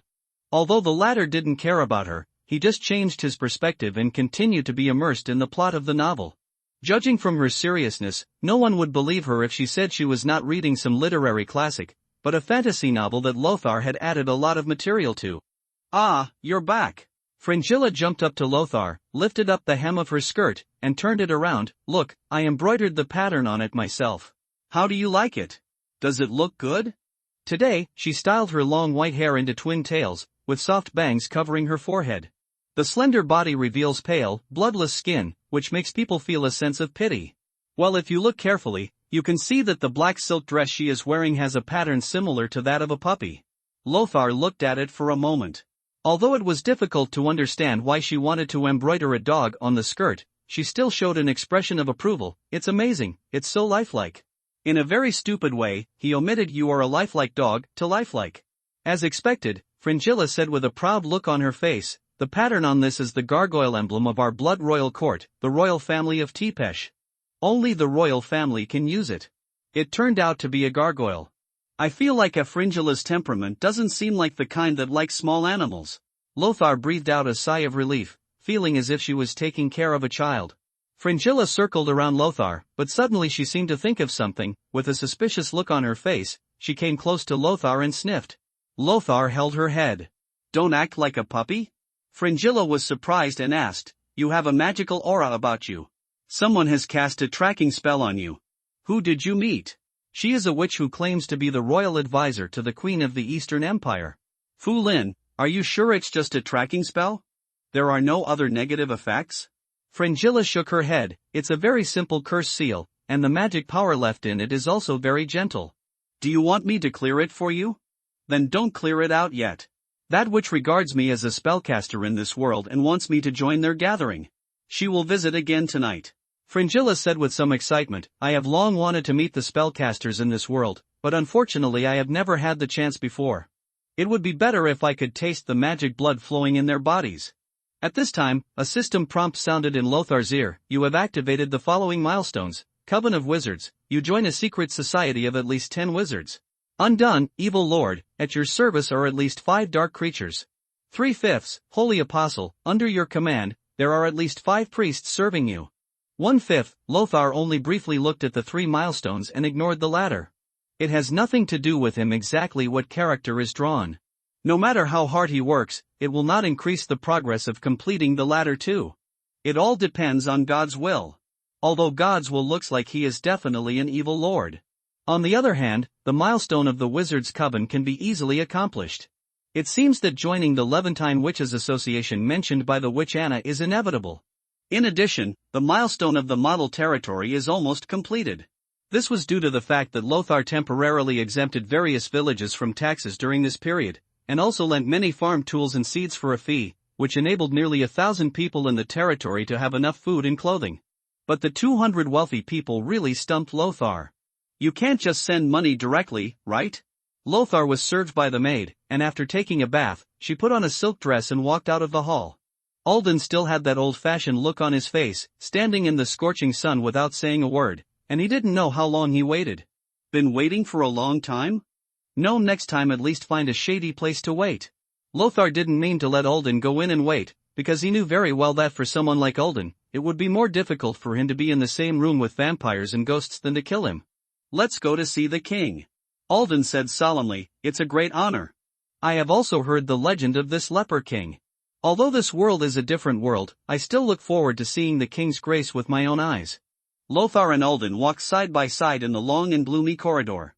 Of the candle burning on the iron lampstand, only the bottom piece of cotton thread remained, inserted among the debris of the candle's tiers. Lothar, who had been informed by his servants in advance and summoned, took Alden with him into the palace that was regarded by most of the Jerusalem nobles as the place where the king was waiting to die. Incense was still burning in the room, but it could barely conceal the faint smell of decay. Baldwin IV, who was sitting in front of the desk, seemed to be unusually energetic and was pressing his seal hard against the wax oil dripping on the paper. Coming. He raised his hand, asked Lothar to sit down, and handed him the paper. Lothar was a little surprised and said, appoint Hans von Sago as commander? Baldwin IV smiled and said, he handled the affairs of the knights in an orderly manner, but you still only awarded him the honor of flag officer. This is unreasonable. Or, because Knight Hans was once your squire, do you think doing this will make people think you are nepotistic? Lothar was slightly startled. This indeed, your majesty. I hope everyone will think that I am a fair leader. As long as they are talented, I will never be stingy in promoting them, instead of just seeking personal gain for my subordinates. Baron Lothar, your idea is right, but there is something wrong with your approach. If even your cronies can't get fair treatment, how can you let others believe that you are a fair leader? This Lothar wanted to tell the difference, but facing the pair of wise eyes under the other person's mask, he was no longer in the mood to tell the difference. I see. Others would not understand how close he was to Hans, nor would they understand that Hans did not value these things. From their point of view, they had indeed treated this knight who had been with them for a long time, talented and hardworking. Baldwin IV spread his hands, motioned for Lothar and Alden beside him to sit down, and said with a smile, this is the new parish priest of your territory, Mr. Alden, right? Alden saluted solemnly and said, Your Majesty, it is an honor to meet you. He looked up and down at this legendary monarch who had left a mark on the Levant region in history. His expression changed slightly. In his opinion, the flame of life of Baldwin IV was swaying like a candle in the wind. Lothar said, Your Majesty, Alden is a favored person of God. He is not a wizard, but has the sacred power from the Father. This power can slowly cure all diseases, so I hope you'll let Alden give it a try. He told a white lie and did not reveal that Alden could not cure leprosy. But this is not a lie. As long as Alden can help Baldwin IV survive, sooner or later, Lothar will find a way to save his life. The one favored by God? Baldwin IV frowned. Father Alden, if you want to get a donation, I can give you 10 large gold coins now. As for treatment, it is not necessary. Even witches could not cure leprosy. The long period of despair not only made Baldwin IV calm, but also made him completely accept the fate that he would die from the disease. For him, death was a relief. Your Majesty, please believe me. Lothar's determined expression made Baldwin IV sigh softly. He still didn't have any hope, just said, Lhasa, I am very grateful to you for taking care of my health.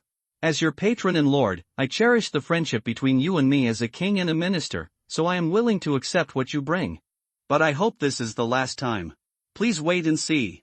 Lothar looked at Alden and said, we can begin. Alden nodded slightly. Your Majesty, please sit down. Next, I will preach to you. During this process, the power of the holy light will shine on you, but this is not the divine favor that the Baron said. It's just an insignificant divine revelation. Please be sure not to move during this process. Baldwin IV glanced at Lothar and said helplessly, oh, even if it is to make you give up, I will cooperate. In a daze, Lothar felt like an elder brother was patient and playing with his younger brother. This friendship between monarch and minister is really heavy. Alden added, Baron, the treatment process will be very long. After all, His Majesty has been ill for a long time. Please leave the room during this period. Baldwin IV looked at Lothar, with a little inquiry in his eyes. Lothar nodded and said, Your Majesty, to tell you the truth, Father Alden is actually one of my most trusted confidants. He just came to Jerusalem today. If you trust me, please trust him too. All right. Lothar placed a book on the table. This is? Your Majesty, you are a book lover, and I happen to write a story.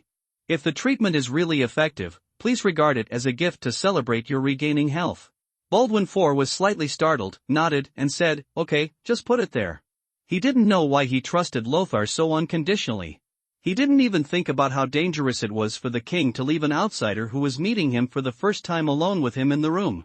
Before going out, Lothar added, Your Majesty, please summon your personal servant in advance and tell him, otherwise I am worried that Erden will suffer misfortune due to misunderstanding during the treatment process. Baldwin IV nodded, I will tell Abraham. Alman his fellow hussars like patrol, a boring job in the eyes of other royal knights. When the majestic war horses carried them walking on the street, he could always feel the eyes full of envy and admiration. This was an unprecedented experience for the rural peasants and soldiers of the past. Although wearing a burqa makes you look bulky, when exposed to the scorching sun for a long time, it becomes even more unbearably hot. But the hussars still cherish their armor and mounts very much, and spend a lot of time taking care of them every day. This honor is enough for them to cherish throughout their lives. Did you find out clearly? It's them. We had an interview that night. Although it was too late and we couldn't see clearly, there were only a few pagans with distinctive characteristics like them in the entire pagan gathering place. You go back and report the news.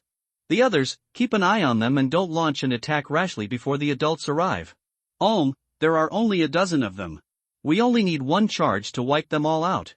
The rest of the people also looked at Ulm with some helplessness. Someone murmured, I know that there are too few lords who cherish the lives of their subordinates like your lord, but we are hussars, brave and fearless hussars. How can we not even dare to deal with such a small group of heretics?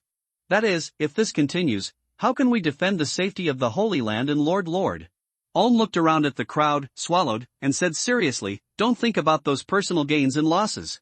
As you said, we are winged cavalry, not those self-righteous knight masters. For us, only implementing every order of the Lord is the most honorable behavior.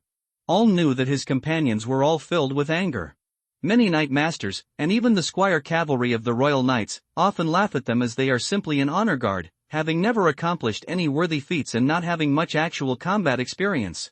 But implementing Lothar's orders without reservation has been deeply rooted in Ulm's bones. In fact, the reason why Lothar issued such an order was not entirely because he cared about the safety of his hussars. Nestlings always have to go through hardships. But Lothar believed that since these Turks were plotting werewolf corpses, they probably had some extraordinary power that could not be easily dealt with by secular armies. Hard work does not mean losing one's life. Hussars are much more useful on the battlefield than in small-scale conflicts. On the distant horizon, dust billows. On the walls of Kaelburg, the defenders shuttled back and forth nervously. Saladin's army crossed the border between the two countries this morning without any warning and headed towards Kalefort. The holy fire flag and the dust kicked up by the seemingly endless sea of people were overwhelming. The terrifying sense of oppression made everyone in Kaleberg nervous.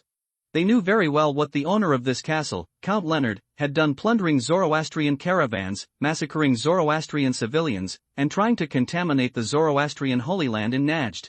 Once the city is destroyed, there will be no way for everyone to survive. Although Saladin was known for his kindness, he never lacked for killings with his iron fist.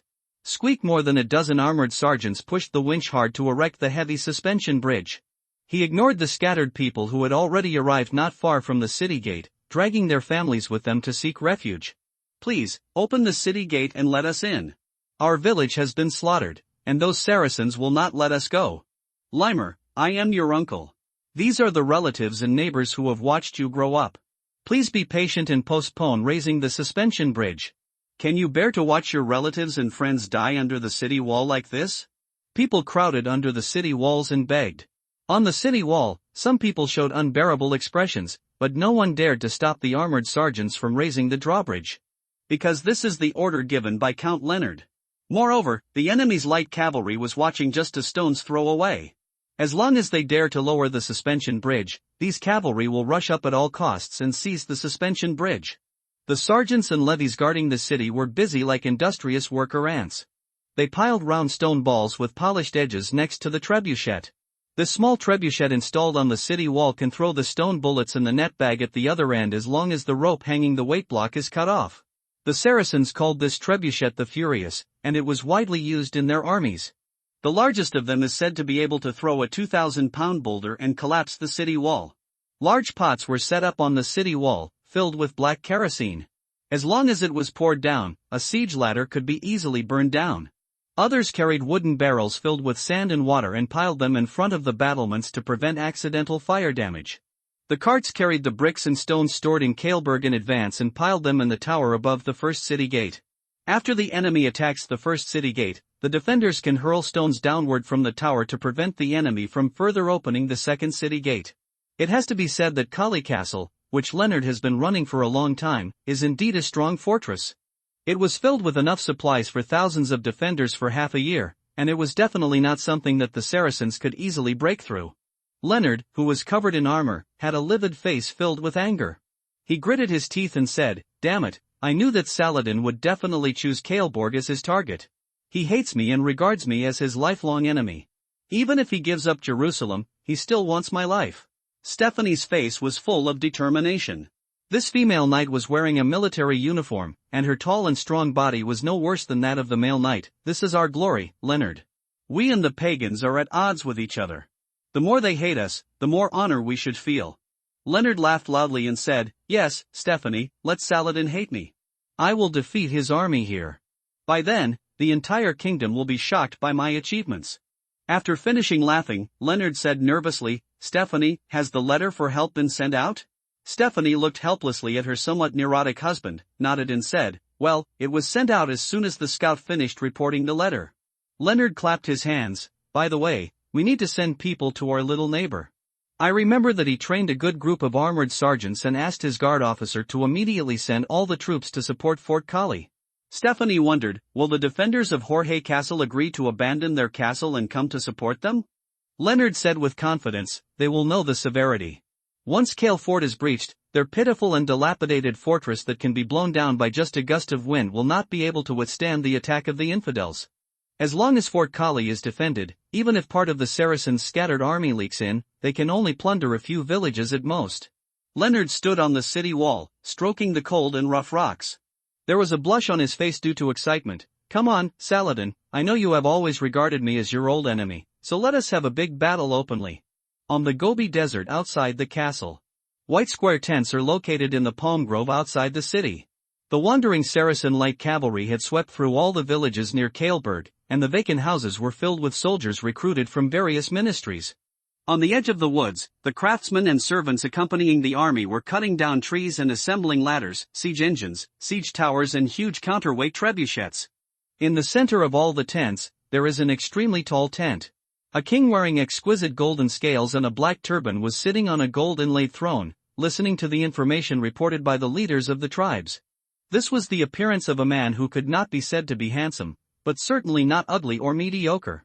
One glance can leave a lasting impression. His cheek was thin, with a scar said to have been left by an assassin raised by the old man in the mountains. Behind him is a huge map hanging up. On it, 2 red lines are like sharp Arabian straight swords, penetrating into the hinterland of the Kingdom of Jerusalem. Obviously, this is Saladin, the monarch of the Ayyubid dynasty who started in Egypt and has now unified most of the Arab region. The power of Zoroastrianism is no less powerful than that of the Sasanian dynasty of the Millennium Empire. The chiefs and lords of the various tribes gradually dispersed. Only Saladin and his brother Sabaddin were left in the tent. Saladin suddenly remembered something and asked, Adil, Kaelborg is the territory of the one who broke the contract, right? Adil was Savoydine's real name, and Sabaddin was just the abbreviation of his full name among the Crusader nobles. That's right, my king. Reynard mentioning this person, even a calm monarch like Saladin felt a burst of disgust from the bottom of his heart. Earl Leonard, after becoming the Lord of Kaelborg, once made a big move, which was to organize a navy and plan to go south to attack another sacred place of Zoroastrianism in Najd. This was used to extort large sums of money from them. Although his plot did not succeed, his offense against the Holy Land still greatly angered the Saracens. This greedy, despicable, shameless, and unchivalrous villain is now a thorn in the flesh of many Saracens. Adil said solemnly, My king, within 3 days, I will attack this castle and offer the head of Leonard, the villain who has offended the Holy Land and repeatedly attacked our caravans. No, just a feint is enough. Saladin looked at his younger brother and his beloved general, and said solemnly, I do hate this despicable and shameful breaker of the contract, but don't forget that our goal is to regain the holy city. The generals and chieftains who gathered under my banner were all invited by me in the name of jihad, which can be understood as holy war. Although there are more than 20,000 soldiers in total, they belong directly to our headquarters. The number of soldiers and horses is less than 10,000. Adil, my empire is not monolithic. We cannot lose too many troops here. Otherwise, we will not even be able to see the walls of Jerusalem and we will have to withdraw in despair. The King of Kings who lives in Ctesiphon is waiting to see me return in defeat. Saladin often boasted that he had hundreds of thousands of troops under his command. This is true, but it is distributed throughout the Ayyubid kingdom, including troops stationed in various places, troops loyal only to local lords, and a large number of civilians who can be recruited to serve as cannon fodder. The expedition was laborious and subject to supply constraints. Even if the Kingdom of Jerusalem divided more than half of its troops and headed north, Saladin's 30,000 troops, including some military servants, still did not have an overwhelming advantage. When Prince Jandal saw the group of cavalry coming straight towards them on the way out of the city, with armor in full gear and spears in hand, he knew that he had been exposed. The Ghazi warriors under him put their hands in their arms. There was the blood of beasts refined by their shamans. As long as they drank it, they could explode with terrifying power several times greater than usual. Of course, the price is also extremely heavy. The duration of the beast's blood is limited, and after the outbreak, everyone will fall into a long state of weakness. The cavalrymen with feathers on their backs and lances in their hands blocked their way. Behind them, there are heavy infantrymen holding two-handed axes and wearing countless layers of black chain armor. At a glance, they are intimidating heavy infantry. These cunning Franks actually set up a trap with no way to escape. Lothar raised his lance high and pointed to the opposite side. Let's capture you without any effort, Turks. As early as that night, I knew that something was wrong with you, but I didn't expect that you actually dared to take action. Kang the sword is unsheathed. The dozen or so Ghazi warriors who were guarding Prince Jandar nervously took a defensive posture. But they knew very well that even if they drank the blood of beasts, they would definitely die today. It was impossible for them to defeat a cavalry force on this uncovered street and then fight a bloody path out of the city for their master.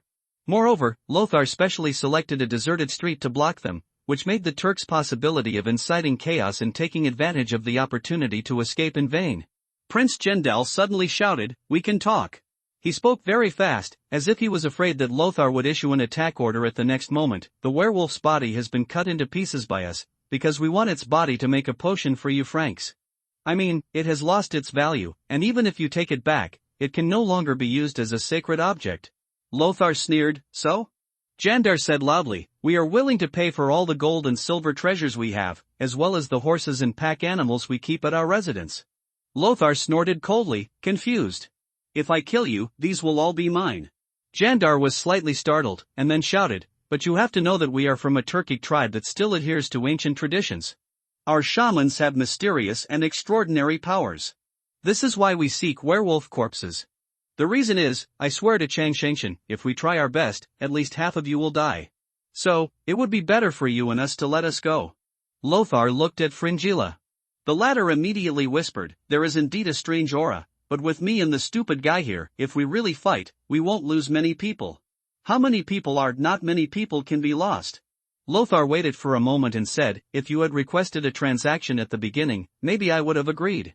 However, you chose to steal shamefully and only requested a transaction after being discovered.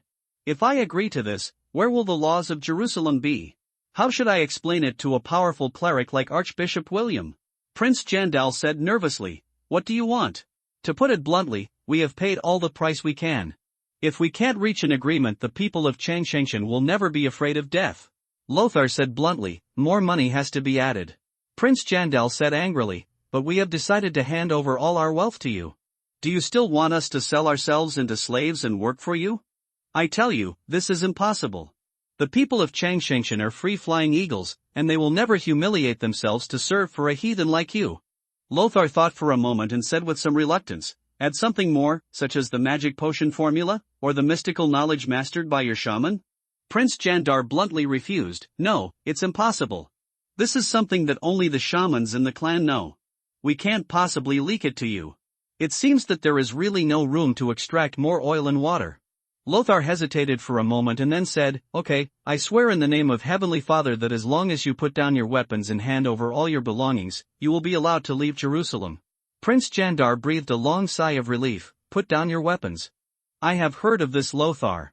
He is a pious man. The oaths of such people are trustworthy." Puff Lothar followed the sound and stared at it, only to find that it was Fringilla. She coughed slightly and covered it up. "I choked on my own saliva." Lothar sent troops to escort them back to the hotel where they were staying, and took out the leather, gold and silver coins, gems, valuable clothing, etc. they had brought with them. According to rough statistics, it should be worth 500 surides, which is considered worth a fortune. Lothar also left them some coins, which was barely enough for their food and accommodation expenses in the past few days. As for what would happen to Archbishop William as a result, he didn't care. Anyway, he won. A werewolf corpse was exchanged for reputation, money, and face. Only Archbishop William's wounded world is reached. Before leaving, Prince Jindal asked with some doubts, "By the way, I have a question for you. What is Tifa? I mean, what's this Santi area you set up for the church guard? What does the password without Tifa mean?" There was a rare strange look on Lothar's face. He considered it for a moment and blurted out, "It's an ancient Norse language, intended to emphasize the importance of Jerusalem to Christians." "I see." Prince Jandal showed a look of surprise and said, "Farewell then, Baron Lothar. You are a greedy person, but you are also a very honest person. I am willing to deal with Franks like you. One day, maybe we'll meet again, hopefully we're not enemies then. Oh, if you want to be an enemy, I hope you still have enough money with you at that time." Lothar and his party watched the Turks leave. Fulin said with some confusion, "If we don't take action, they will really run away." Lothar shook his head, "We have been drained of all the oil and water. We can only leave on foot without seeing them? Killing them all, what good will it do to us? These Turks are just thieves, not vicious murderers. A fine is enough." When returning to the city, a cavalryman covered in yellow dust galloped through the streets. As he galloped, he shouted, "Saladin is coming. His army is coming from the east and is about to approach the city of Kaelborg." Lothar was slightly startled. This day has finally come.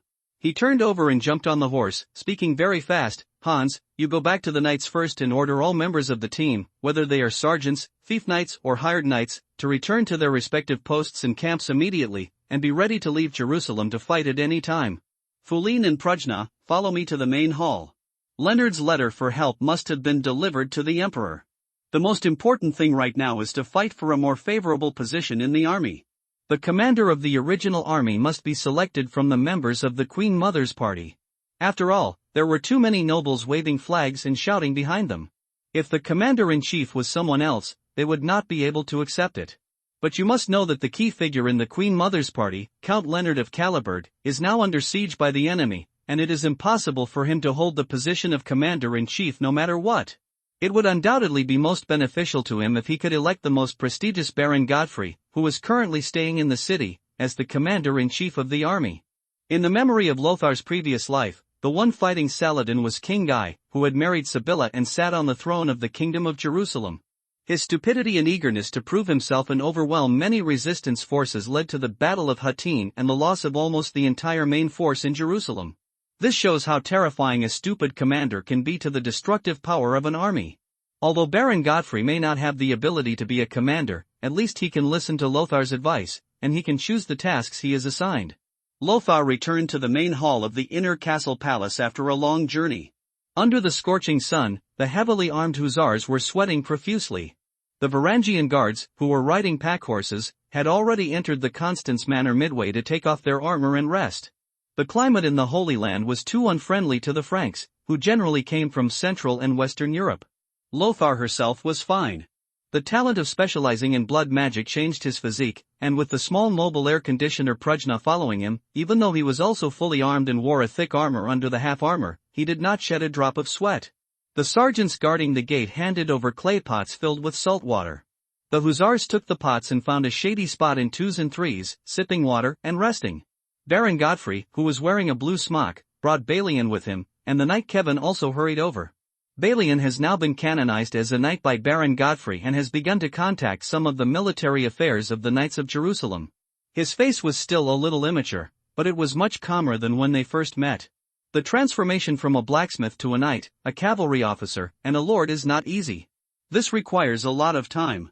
Lord Godfrey, Knight Balian, Knight Kevin. Lothar greeted them one after another and said straight to the point, "Sir, Saladin's army has arrived at Kaelborg." "Do you know how many of them there are?" Godfrey said with a gloomy face, "According to the intelligence, there are at least 30,000 people. Saladin has not stopped integrating the Saracen world in these years.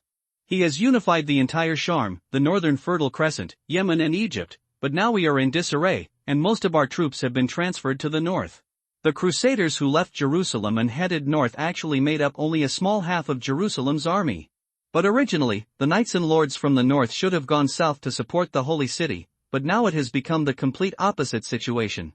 As one goes, the other goes, and the military strength Jerusalem can now muster is only slightly more than 1/3 of what it was at its peak." Lothar frowned. Saladin only had 30,000 troops, which was not too outrageous. Jerusalem should be able to gather more than 10,000 troops now. If we make good use of the geographical advantages of local operations, we can barely compare to evenly matched opponents. If they send out troops, who do you think they will elect as their commander-in-chief? Godfrey said without hesitation, Humphrey of Torin, or Amalric of Lusignan. Humphrey of Torin was the fiancé of Princess Isabella, the daughter of Queen Mother Maria Calmnus, whom Baron Godfrey had wanted to propose to Lothar. After Lothar clearly refused, it didn't take long for him to marry Humphrey of Torin. This Humphrey can be regarded as the only remaining figure of the jazz party in Jerusalem. In addition, Amalric of Lusignan, the namesake of the late king, was Guy's brother and an important figure in the Jerusalem court. He has an excellent relationship with Queen Mother Agnes, and he also controls the Jerusalem City Defense Army. He is the face of the Queen Mother's party after Leonard leaves. Lothar thought for a moment and sneered, Amalric is more likely. The power of the two parties is now unbalanced. Even Baron Humphrey of Torin has begun to flirt with members of the Queen Mother's party. Don't count on them. If we can fight to a bloody end, perhaps we, the two royalists with military power, are the ones they want to kick out the most. Baron Godfrey said solemnly, "Yes, no matter which one of them rises to power, it will not be a good thing for us. But it is too difficult for us to fight for the position of commander-in-chief. On the battlefield, the consequences of being suppressed by superiors or being killed randomly would be too serious. The best outcome is to do hard and tiring work, but it is difficult to get merit. Relax, maybe things will turn around." A smile appeared on Lothar's face, and he patted Baron Godfrey on the shoulder. "No matter how bad the situation is, there are still two of us supporting each other." Baron Godfrey forced a smile. "Let's go in first." After that, nobles and knights arrived one after another. They walked into the palace talking to each other and immediately made the place as noisy as a vegetable market. Without the suppression of Prince Regent Raymond, the palace no longer had any sacred veil for them. Many new knights from Western Europe pointed at the murals and reliefs in the palace nonchalantly, and some even sat directly on the table, behaving rudely and showing no awe. Amalric, a powerful man in the Jerusalem court, spoke impassionedly. Saladin, a pagan devil, rashly attacked Count Leonard's territory, but Kale Castle was run by Leonard. Very well, we can provide support to Count Leonard. There is no way he can capture this fortress. Yes, the blood of the pagans will dye the Jordan River red. Someone said what they were thinking without thinking. Let Caleboard become a meat grinder, so that even if the city is broken, Saladin will not have any spare power to attack Jerusalem. Lothar whispered, "Oh, Amalric doesn't seem to want to rescue his accomplices. He intends to sit on the mountain and watch the tigers fight, but I don't think Leonard is a tiger. The so-called Queen Mother Party is just a ragtag group of people gathered together for their own interests. There are many people who hate Count Leonard. They just fawn over him because of his power and position." Lord Godfrey took this very seriously. Although Amalric was a favorite of the Queen Mother, his territory was not rich, and his talents and military power were very limited. With Leonard's arrogant temperament, it was impossible to take a fancy to him. In other words, Amalric would not sincerely surrender to Count Leonard, who looked down on him. Both of them are soft-boiled. The former is said to be the lover of Queen Mother Agnes, while the latter obtained the earldom of Jordan by marrying Countess Stephanie. It just so happened that the two freeloaders both thought highly of themselves, so it was normal for them to look down on each other. As Amalric's younger brother, Guy was the first to raise his hand and said, "I agree. As the so-called King of the Dead Sea, the Count of Transjordan is the eastern fence of Jerusalem. Jerusalem is now in its weakest state. Let Count Leonard spend some time on Saladin's military power." Lothar felt a little funny in her heart. In his world, Guy, who sat on the throne of king, was Count Leonard's staunch ally and a true militant, but now he had a different face. Sure enough, it is the butt that determines the head. Yes, that's right. Now the most elite forces in the city are the Royal Knights and the Jerusalem Knights. Let's just let these two knights go to support Castle Kali first. Let us take a good rest. When the new recruits are trained, we can go and fight the tired ones. The heathen army will fight a decisive battle. We will recreate the glory of the Battle of Montcassard. As soon as these words came out, they immediately aroused a lot of resonance. Most of the real militants participated in the Northern Crusade. Even the new knights who were eager for titles and territories did not ask for a fight. No one was a fool. It was safe and economical to let others consume Saladin's military power first and then attack on their own. Lothar and Baron Godfrey looked at each other and smiled bitterly. As expected, they had become a thorn in others' eyes. "Shut up, you cowards. How can Heavenly Father's soldiers refuse to save our Christian brothers who are in danger? You are simply treacherous Judas," someone scolded. Among the nobles and knights, there are also fanatical believers with simple minds, and many of these people are even in the Queen Mother's party. The noisy and fierce arguments seem to lift the entire roof off. But no one can stop them. Amalric shouted quiet several times, but he didn't have the authority of Prince Regent Raymond at all. He blindly imitated it, but he was just a clown. Quiet. The heavy scepter hit the floor with a loud noise. People followed the sound. The original noise gradually subsided. In the darkness, a young man dressed in a gorgeous robe, a golden crown on his head, and a scepter in his hand slowly walked out. Under the silver-white mask, a pair of majestic eyes coldly swept over the people present. Baldwin IV. He actually showed up. Who is this? Stop, this is His Majesty the King. Oh my God. Your Majesty is still alive. The Crusader nobles looked at each other.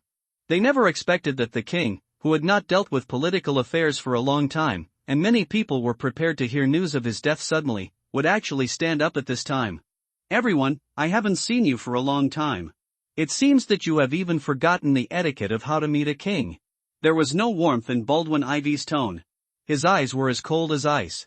The cold iron mask is associated with the rumors that the king suffered divine punishment, gloom and evil, making him appear particularly terrifying. Lothar took the lead and knelt down on one knee. "I have come to see my king, and I am willing to obey your will. Whatever you want, everything will be done." Godfrey followed. Following closely behind were those Crusader nobles who came on pilgrimage. They still had a reverence for the royal power. Unlike those who had long been accustomed to Baldwin IV being on the throne, and even often cursed in private, they were punished by God. Why don't lepers die? The old aristocracy. Afterwards, the entire hall fell to their knees.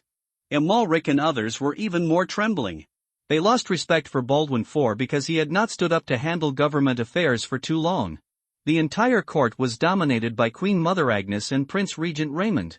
Now, Baldwin IV stood up again, and all authority immediately returned to the king's hands automatically. Baldwin IV slowly came to the throne.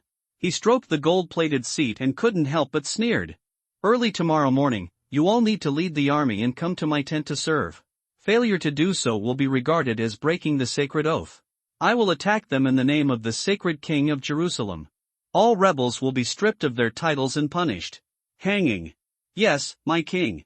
Baldwin IV coughed slightly and said, when I was 17 years old, I led 800 cavalry to defeat Saladin's 30,000-strong army. It was the same then, and it is the same today. Baron Lothar, how many people are there in my royal knights? Lothar stood up and said loudly, 45 brave knights and 110 armored cavalry. In addition, there are 500 sergeants. Counting the newly recruited pilgrim recruits, the total is 1,000. The gentleness in Baldwin IV's eyes flashed. He nodded slightly, and then asked, Baron Godfrey, how many people are there in the Knights of Jerusalem? Godfrey said quickly, 300 cavalry, 1,200 armored sergeants, and 1,500 new pilgrims. My 2 knights already have 4,000 troops. Baron Amalric and Baron Humphrey, you must also provide this number of troops. There was no doubt in Baldwin IV's tone. Amalric opened his mouth, intending to argue with the need to leave enough city guards, but remembering the money he had embezzled from the palace and city guards over the years, he still did not dare to open his mouth. He decided to go to Queen Mother Agnes later to intercede. In this way, the army headquarters has nearly 10,000 people. Tomorrow, all those who have received my recruitment order must listen to the order in front of the formation. I will personally lead the army to fight against Saladin's pagan army. The nobles and knights took orders one after another. Some people are worried, while others are ecstatic.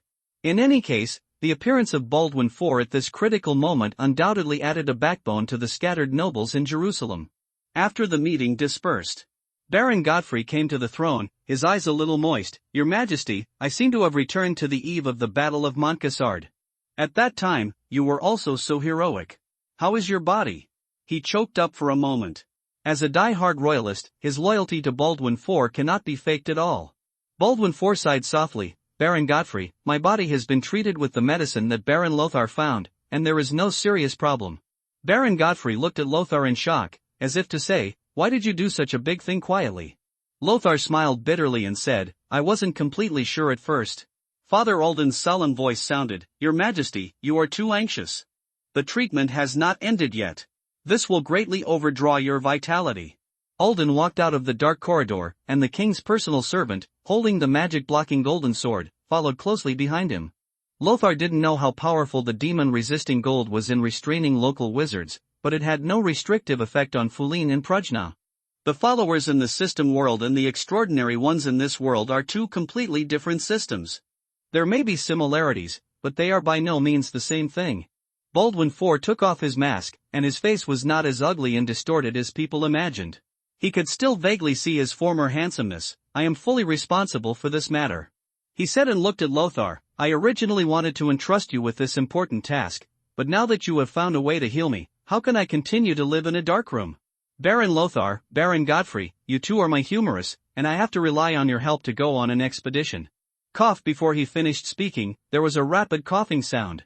Baldwin IV stretched out his hands to support the seat, trying to support his body from falling. Alden reminded again, Your Majesty, please follow me back to the inner hall and continue the treatment. Baldwin IV glanced at Lothar apologetically. Next, I'm afraid I'll have to borrow your entourage for a while. In the afternoon, it was the intense preparation stage. When the army goes on an expedition, everything is complicated. After being busy until the evening, Lothar finally felt free. Since today happened to be a fast day and some meat was not allowed, Lothar only had a meal at noon and returned to the hall hungry in the evening. However, Leonard had already prepared. He specially prepared a plate of pigeon eggs and grilled fish sprinkled with spices. This was probably some kind of trout. Peeling off the brown fish skin revealed the snow-white fish meat, which tasted pretty good. In the past, the guard officer of Fort Yogurt was not good at training troops, and he was by no means a talented person with leadership qualities, but he was quite competent in playing the role of butler. Had dinner. Lothar reclined on the lounge chair and looked into the distance. Tomorrow should be regarded as the largest battle he has faced since time travel. Fighting is not an appropriate description. It should be said to be a war. And, in his role as a cavalry commander, These days, he has been getting along fairly well with the Knights of the Royal Knights. The thought of so many lives hanging on him still feels a little heavy. But pressure is pressure, after all, it is not like it was at the beginning, and you will not be restrained by it. On the battlefield, life and death depend on fate, and you will never be a qualified commander if you don't look away. Fringilla was hanging upside down on the roof, her long snow-white hair hanging down, and she muttered dissatisfiedly, "Isn't that woman here yet?" "Sir, she won't let us go." Prajna was still reading the book with his legs crossed. The posture seems a bit lazy. Unlike Fuline, a little naughty kid who gets dizzy when reading a book, she rarely has a bookish air when reading, neither as violent as during a fierce war, nor as calm as usual. Is this called intellectual beauty? She suddenly closed the book and whispered, "Little bat, your perception is really bad. Have you been a little too slack recently?" Fringilla said a little surprised, and then realized, she is already here. "Yes, I said that I feel a kind of irritability, as if I smell that kind of old woman the taste of." "Little girl, you are so rude when you treat your guests so rudely." The candlelight flickered, and a black spot emerged from the wall, and quickly smudged like ink dripping onto the white paper. Anna was dressed in a red dress and slowly emerged from the shadow behind Lothar. "Ms. Anna." Lothar nodded slightly to her. Fringilla looked at her with some hostility, and large scarlet ripples quickly appeared in her eyes. The magic power originating from the depths of his bloodline kept rising, and the power leaked out made his clothes bulge, like a bulging puffer fish. Unlike Lothar, Fringilla can clearly sense the threat coming from the other party. This is a much more powerful witch than her current level. Just like a silver player, there is no way to understand the game of professional players during the landing period. They will only clamor, "I can play on my own." The king player can smell the extremely dangerous atmosphere from every move and last-ditch move of the opponent. There are actually two witches beside you. In addition, there are two extraordinary beings who also have mysterious powers. What are they? The favored ones of pagan gods? Anna pulled out a chair and sat across from Lothar. Prajna stood up quietly and came to his side. On the black shield that never left his hand, the ghost face relief began to come alive. Even though Lothar had already said that this witch would most likely not be an enemy. But facing such an opponent, it is absolutely impossible not to be 100% vigilant. What are the favored ones of pagan gods? Lothar frowned. Is there really a god in this world? After saying that, he quickly added, besides Heavenly Father, other gods? Anna smiled and said, "Don't be nervous. As a wizard, it is rare to be a devout believer. I can tell you with certainty that there is indeed a god in this world, but he is not omniscient and omnipotent. In fact, pagan gods are no nobler than wizards. I have traveled to Scandinavia and the Russian states. They are wild and primitive, filled with all kinds of pagan gods, as well as giants and dragons. Traces of them, in a sense, pagan gods are just powerful alien beings like giant dragons." "Is it the land of tribal spirits or mountain gods?" Lothar was silent for a moment and asked the question she was most concerned about. "Where is the Father in heaven?" Anna raised her head and glanced at the icon made of mosaic bricks on the arched dome. She smiled and shook her head. "I don't know, but even if there is one, it won't be like what the scriptures describe." "I see. What, have you thought about it?" Anna folded her hands and said straight to the point, "Join the Levantine Witches Association. Maybe we will change the name and become the Levantine Witches Association." Lothar nodded and said, "Of course I will join. Not only me, but two of my friends will also join. She is Prajna, my most trusted partner, and the other is Fringilla, who is my sister." Fringilla raised her eyebrows slightly and glanced at Prajna provocatively, obviously dissatisfied with the other person being mentioned first. "My pleasure." Anna's face was full of joy, and she felt surprised that she had completed 3 times the KPI. "I really didn't expect that there would be unexpected surprises. Good luck really favors beautiful people." She spread her hands, revealing a pocket coat of arms engraved with a yellow cross on a red background and a golden double-headed eagle. "This is the coat of arms of the association. After injecting magic power, you can use it to contact me. No, it must be me. After all, as the president of the association, I am still very busy, but someone will definitely reply to your message." "Thank you." Lothar handed the 2 coats of arms to Prajna and Fuline respectively. "If you have anything to ask, just ask. I can answer your 3 questions for free." "Is there still a charge for answering questions?" Anna raised a finger. "This is the first one. Equivalent exchange is the first principle of the association. The association will not impose any restrictions on you, and there will be no pie from the sky." Lothar played with this exquisitely crafted pocket coat of arms in her hand. Why not? Isn't this what it is? I got a magical prop for nothing and sold it as gold. Didn't I make a fortune in vain? Anna's eyes widened, and after a long while, she said angrily, ask, feel free to ask, but agree first that I will only stay with you for a quarter of an hour. Ms. Anna, why do I always feel that most of the extraordinary creatures in this world are on two parallel lines with ordinary people? If a giant dragon breaks into a human country, how should the king and knights deal with them? Is it possible? Use demonic gold? Of course, the restraining effect of magic gold on magic power is extremely significant. At the same time, there are many wizards and human lords who depend on each other. You should have noticed that in recent years, there have been very few ancient legends about knights conquering dragons, right? Sorry, I don't feel that way. Not long ago, Lothar heard from the bard in the tavern the legend of an adventurous team composed of knights and mages to defeat the dragon that devoured women. Ah, is there anyone still telling this kind of old story?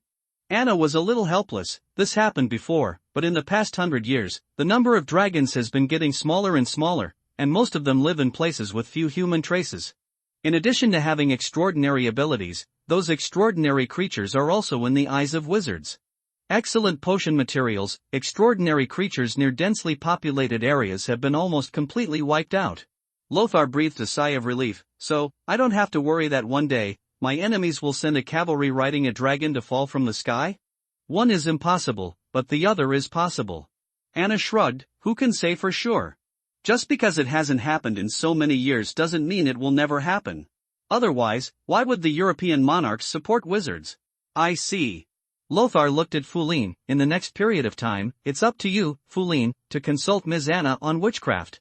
When Anna was sent away, it was far beyond the scope of a quarter of an hour. Wizards are indeed more scholars than combatants. Even a scumbag like Fringilla could tell a series of magic casting theories that sounded like a heavenly book to Lothar. Anna, on the other hand, naturally became deeply interested in another system of blood magic, which led to her agreement with Flynn to use heraldry to communicate with her when she left. The system prompts, you have completed the milestone Wizards Gathering. Get a reward, a new chance to draw a card.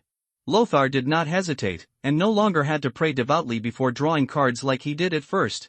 It is said that after drawing cards too many times, people become numb. Cyan light flashed. The light swirled and condensed in the palm of Lothar's hand. It was a golden ring engraved with a ferocious ghost face. You obtained a 4-star item, the Gargoyle Ring. This is a prop passed down by the royal family of the Blood Court, the Tepesh clan. 2 vampire guards can be summoned in a designated area. They will have the template of a 3-star retinue and the combat power of a standard adult vampire. Vampire guards, as real vampires who guard the Blood Royal Court and have a higher level than blood slaves, they are often transformed by the vampire nobles they serve through the first embrace.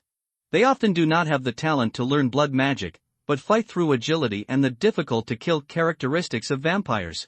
While asleep, vampire guards guard the coffin of their master. When foreign enemies invade, vampire guards are responsible for sacrificing themselves and awakening their sleeping masters in advance. Template, quality, rare, 3 stars, grade 1 intimacy, none strength, 13 agility, 20 stamina, 8 mental strength, 5 talent, blood falls. The vampire guard always has blood magic called blood falls in his body, and consumes blood in exchange for the consumption of maintaining this magic. Skill, blood explosion, detonate the vampire blood in the body, instantly exploding into a thick corrosive fog that envelopes the enemy. Evaluation, as dead warriors, vampire guards never mind paying the price of death in return for the gift of eternal life given to them by their loyal lord. Although this is often regarded by others as the bewitchment of evil spirits. But immortality always comes with a price, right? Fringilla was surprised. Sir, why did you summon the ring I stored in the drawer in the study? This thing is purely a decoration, what use can it be? Prajna's slightly mocking voice sounded, idiot, for you before, this was just a decoration, but for you now oh, how many low-level vampires can you beat? Foulin raised her voice, silly man, do you want to fight? Don't think that because you are better than me, I'm afraid of you. Lothar rubbed her brows. Let's fight, as long as you don't let me arbitrate, you can say anything. It was getting late and the moon and stars were scarce. Lothar took advantage of the confrontation between Foulin and Prajna and quietly slipped out of the door to get some air. Although the air outside was not fresh, one could vaguely smell the faint smell of livestock coming from the stables not far away. But most people don't think the smell is unpleasant, and there are also many serfs who sleep in the barn. In Lothar's hometown of Alga, it is a rare privilege to be able to huddle together with the animals to keep warm in the event of a snowstorm. As soon as I went out, I saw Hans squatting in the corner with an embarrassed expression. Sir, if I say I wasn't eavesdropping, would you believe it? I believe you, no need to explain. Lothar patted him on the shoulder. Hans was an honest man, and he must have been worried about his safety, so he specifically guarded the door. Is it okay if I just let the two of them fight? Don't worry, they are sensible. Lothar suddenly said, Hans, in your world of the Teutonic Knights, what should you do if you are attacked by an extraordinary creature like a dragon? Hans said without thinking, siege crossbows, magic, or powerful paladins should all be used in their respective ways. Furthermore, sir, our country of the Teutonic Knights also has a dragon knight, although it is just a land-traveling Swedish dragon. Lothar was stunned. That's right. He knew nothing of any of this. When I originally designed the game background, many places were blank. For example, there is only a passing mention of the American continent in the background, but the details inside are not filled in at all. Was it the Iberians who swept across all directions and occupied all of Central and South America, or were the Gauls dominant overseas, or were the Ansons dominant in North America, as in previous histories? None of this was mentioned. But for a real world, these are naturally impossible to be empty. Copywriting and plot are very important for tower defense games, but they can be gradually improved with subsequent updates. It is better to leave them blank before. It seems that this blank part should have been automatically filled in as the game evolved into a world. Alas, the first batch of 6-star retinues did not include a giant dragon. Otherwise, they would be like the Dragon Mother in Game of Thrones, riding a dragon across the world. Yesterday, in the giant ship system, there were many high-level retinues who had the blood of mythical creatures. Although there was no dragon girl, there were many who could rival her. For example, Fringilla, after unlocking the Elite 2 template, can use the Tyrant transformation, and the Blood Tyrant she transforms into is a terrifying creature that is no less than a dragon. It's just that the threshold is too high. In order to complete Elite 2, you need to upgrade your 5-star and 6-star retinues to full level first. After becoming Elite, the level will be reset to 0 and the attributes will remain unchanged. After being upgraded to full level, you can proceed to Elite level for the second time. 4-star and 3-star players only have Elite 1, while 1-star and 2-star players have to reach level 30 to reach full level. They have no possibility of continuing to explore their potential. Go to rest early today. We have to march tomorrow and may encounter Saracens infiltrating the Rangers. Don't forget, even the leader of a group of desert bandits can possess a certain amount of extraordinary power. As the most powerful person in the world of Zoroastrianism, one of the two most powerful kings, Saladin, must have extraordinary beings under his command. Lothar straightened the folds on Hans's burqa and patted him on the shoulder. This is the only talent under his command that can act independently. Although Hans lost one level of intimacy as he rose to star level, downgrading from admiration to trust, this was due to the improvement in quality that caused the numerical value to shrink. To put it bluntly, the exchange rate has changed. Originally, 100 points of intimacy meant adoration, but now it costs 300 points. It's not that Hans really had any objections to Lothar. His loyalty did not disappoint Lothar's training. Yes, sir. Hans paused slightly and then added, so, sir, are you going to inspect the camp for me tonight? Lothar felt guilty for a while. He coughed slightly and quickly took out the letter of appointment with the personal coat of arms of Baldwin IV from his clothes. It's up to you. After all, you have been promoted to the commander of the Knights of Jerusalem by His Majesty. This belongs to you. Responsibilities. Hans was a little surprised. Commander? In his world, the country of the Teutonic Knights had a similar framework. The position of commander was high and powerful, a position of power that he had never dared to imagine before in his life. Lothar patted him on the shoulder. Well, do a good job, you deserve this. Hans held the letter of appointment and looked at it for a long time under the moonlight, but there was still an unreal feeling on his face. Wait, that's not right. Didn't you tell me to go to bed early? When returning to the main hall, Prujna didn't seem to really have a conflict with Fulin.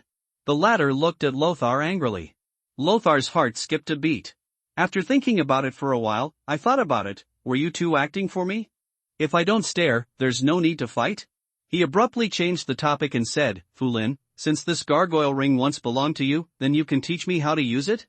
Fulin said angrily, it's good to inject magic power, but once the summoned soldiers die, you have to wait a whole day for the gargoyle ring to recharge. This is actually a token of our Teeps family, just like the heraldic ring you wear on your hand. It is mainly used for stamping. Your blood royal court is really rich and powerful. Lothar sighed softly. What a pity. What? Fine. Lothar's regret was why he didn't design a powerful staff for Fringilla or a set of full body armor for Prujna. Even if the two of them don't use it, it is definitely a very good treasure. Although Lothar had asked Malus to build a set of full body armor for Prujna, this did not mean that the armor was of much use to Prujna. Simply killing them all in and out of the enemy with a flesh and blood body would be too shocking. Early the next morning, at the residence of the royal knights, Lothar arranged his armor and put on the bassinet helmet with peacock feathers embedded on the top. I have to admit that this helmet is a bit ugly from the front, but for Lothar, practicality is more important, and the ugliness can be considered a deterrent in a sense. Lothar turned over and jumped onto the Arabian warhorse specially equipped with a pair of scale armor. Armored cavalry also began to be used after the Franks entered the Levant region. The purpose was to make up for the threat to their mounts from the Saracens' cavalry. However, the heavy horse armor will limit the impact of the cavalry, turning the shock cavalry who mainly carry out repeated charges into melee cavalry who rush into the crowd and switch to melee weapons to kill. Therefore, Lothar did not equip his hussars with horse armor. This kind of cavalry is between light cavalry and heavy cavalry, and is more appropriately called hussar. Speed is the source of vitality of the hussars. Lothar has already emasculated the combat effectiveness of the hussars due to his inability to make hollow lances with a minimum length of 3 meters. If coupled with full horse armor and converted into mounted cavalry, the winged cavalry would completely exploit their weaknesses and avoid their strengths, and would have no special features at all. It would be better to wait for the day when the Eastern Empire or the Sassanid armored cavalry barracks are available to train specialized cavalry in archery, as well as armored cavalry with excellent impact power. Riding a mount with scaled horse armor is just a way of showing his identity. When he actually goes to the battlefield, he will definitely change his mount. Looking back, he saw more than a dozen winged cavalry guards following him. They hold a 2-meter-long lance, and are each served by a lightly armed sergeant riding a pack horse. When marching, they will remove some of their equipment and distribute the load to the pack horse. Behind them are the royal knights and their attendants arranged in an orderly manner, wearing dark red and white two-color robes. A considerable number of them also equipped their mounts with cotton armor, wooden armor, or leather armor. Some wealthy knights even equipped their mounts with a helmet with feathers on top. Unlike the new knights who came on pilgrimage, the knights of the royal knights had gone through training aimed at improving their organization. They will not charge casually and dress more uniformly. Of course, like those colorful knights, they would also engrave their own personal coats of arms on their shields and coats to show their identity. After that, there was a team of armored sergeants who had been trained by Lothar and were mixed with veterans and recruits. They were led by the Varangian guards. They lined up neatly in 2 teams and followed the cavalry. Compared with the pilgrim crusaders who couldn't even get a helmet, even the newly recruited sergeants of the royal knights had a pair of armor and a pot helmet. Most of the trophies seized from the bandits' camps were resold by Lothar to his own knights, taking advantage of his position. Looking at this armored and well-equipped army, Lothar raised the armed sword in his hand high and ordered, "In the name of Heavenly Father, the whole army marches out. We must meet under the sacred flag of His Majesty the King outside the city. Yogurtsburg." Looking down from the tower at the top of the castle, you can see a vast expanse of land, spread out vertically and horizontally, like valleys with cracks in the earth, traces of the vicissitudes left by the diversion of the Jordan River. The dust kicked up by the 2 lightly armed riders was speeding towards the castle. The guards in the tower immediately shouted, "Someone is coming, perhaps your lord's messenger. Send someone to ask for their identity and open the city gate." The geographical location of Fort Jorge is very advantageous, and it is surrounded by flat areas. If a large army attacks, it will not be able to hide it from the guards on the tower. They were just 2 lightly armed riders, and it was obvious that they did not come with any malicious intent. There was a noise below. Guard officer model, wearing a red and white burqa, listened to the guard's announcement and asked doubtfully, "Messenger from Kaelberg? We have no communication with Kaelberg." "Let them come in." The iron gate creaked upward. Thanks to the cold relationship between Lothar and Count Leonard, they are obviously neighbors, but there is very little contact and communication between the 2 places. Yogurtsburg, which is far away from the trade routes, has not been visited by outsiders for a long time. The 2 messengers walked in with some anxiety.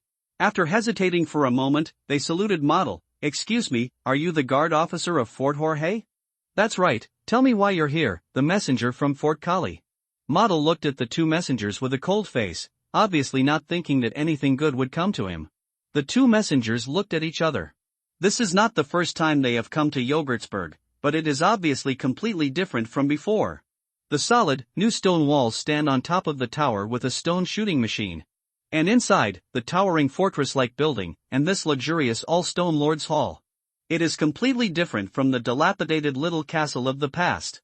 Except for being smaller in size, this castle seems to be no less impressive in decoration and solidity than the castle Karl that Count Leonard spent a lot of money to build.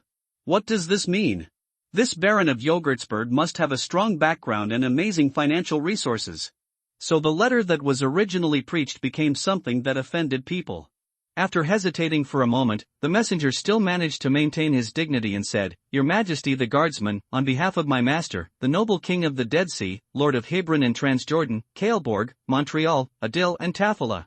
The order of the great patron, Count Leonard de Chatillon, requires that all the armored sergeants of Fort Georgila be called up to assist in the defense of Fort Caillé.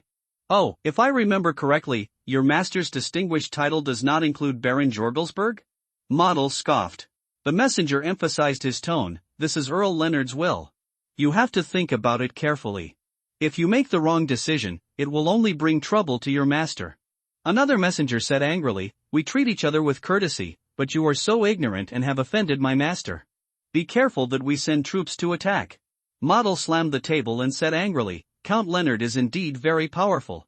He has thousands of troops and is one of the most prominent lords in the Kingdom of Jerusalem. Moreover, he was cruel and violent, and would rob passing caravans in villages doing business with pagans from time to time. Many lords were afraid of him. But what does that have to do with me? The army of Yogurtsburg only obeys the orders of my master, Baron Lothar. Not to mention you are a little messenger, even if your master comes in person, I will still not change my answer. Who dares to cause trouble in Yogurtsburg? A rough voice sounded at the right time. I saw a giant man wearing only a pair of shorts pushing open the door and entering.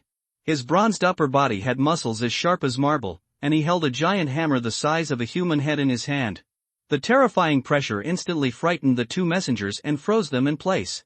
Is there such a tall person in this world? Is this what the legendary Cyclops on Rhodes Island looks like? Just you two? The giant lowered his head and looked down at the two little ones. No, we are just having a pleasant meeting with the guard officer. Please, don't kill me, I'm just here on command.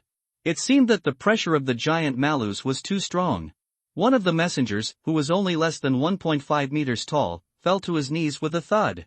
Model sneered and said, Hey, Mr. Malus, please carry these two poor guys out, otherwise, I'm afraid they will be frightened and pee in this sacred place. Malus nodded and said, I'm willing to help.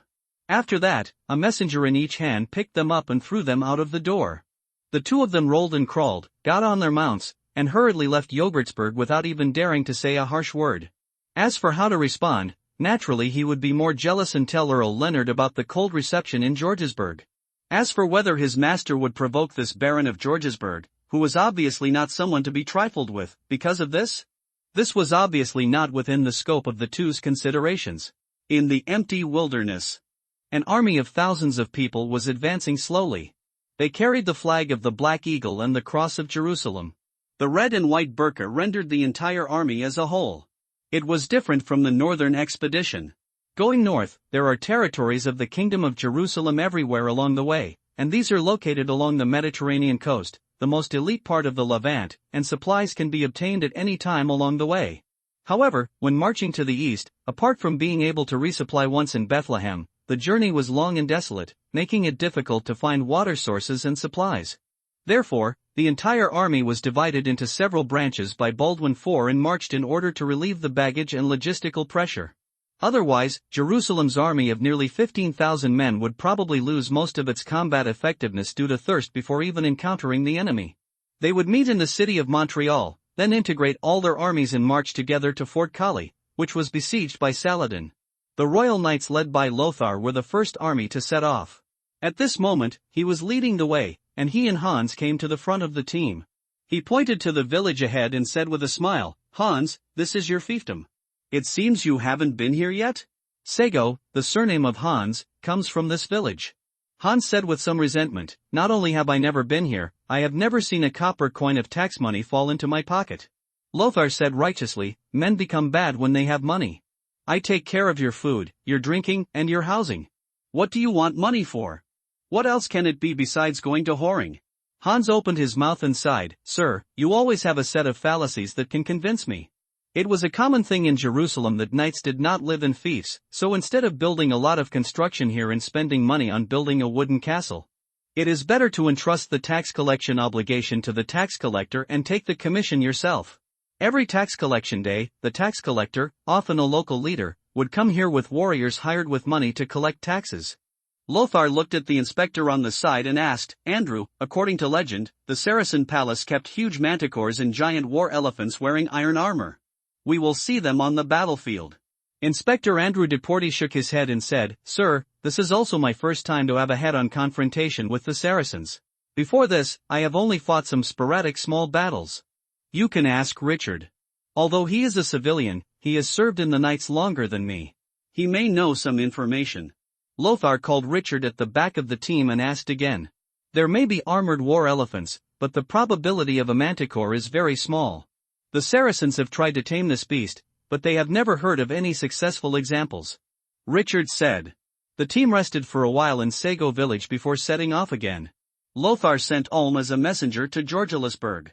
He wanted to summon the newly trained hussars and Varangian guards to join the team, and also brought over the armor that Malus made for Prajna. In the evening, Ulm and others rode their mounts to the army that was encamped behind a leeward mound. The newly arrived hussars and Varangian guards nervously paid their allegiance to Lothar one after another. They would be incorporated into his own bodyguards by Lothar. In this way, there were 17 hussars under Lothar's command, and 10 Varangian guards. Early the next morning, the army set off again. Marching in the desert is so boring. There was a dim scene everywhere. The ruins of ancient buildings stand on the ground, and you can still vaguely see the mottled traces left by past civilizations here. Ahead, thick black smoke billowed and reached into the sky. The vultures hovering in midair seemed to be ready to fall down at any moment to feast. If the situation arises, prepare to fight. Lothar ordered loudly. 2 knight attendants acted as scouts, lightly armed and heading forward. Under the service of their attendants, the knights began to put on their thick armor. The sergeants gathered on the baggage cart and hurriedly put on their helmets. No one could march in such a climate wearing heavy armor. As long as enough scouts are dispersed, the probability of being suddenly attacked in the desert and not even having time to put on their armor is very low. The weather seems to be unseasonably hot lately. Inspector Andrew sighed while putting on his armor. Although it was very hot in previous years, it is extremely hot this year. You see, those river valleys are all dry and cracked.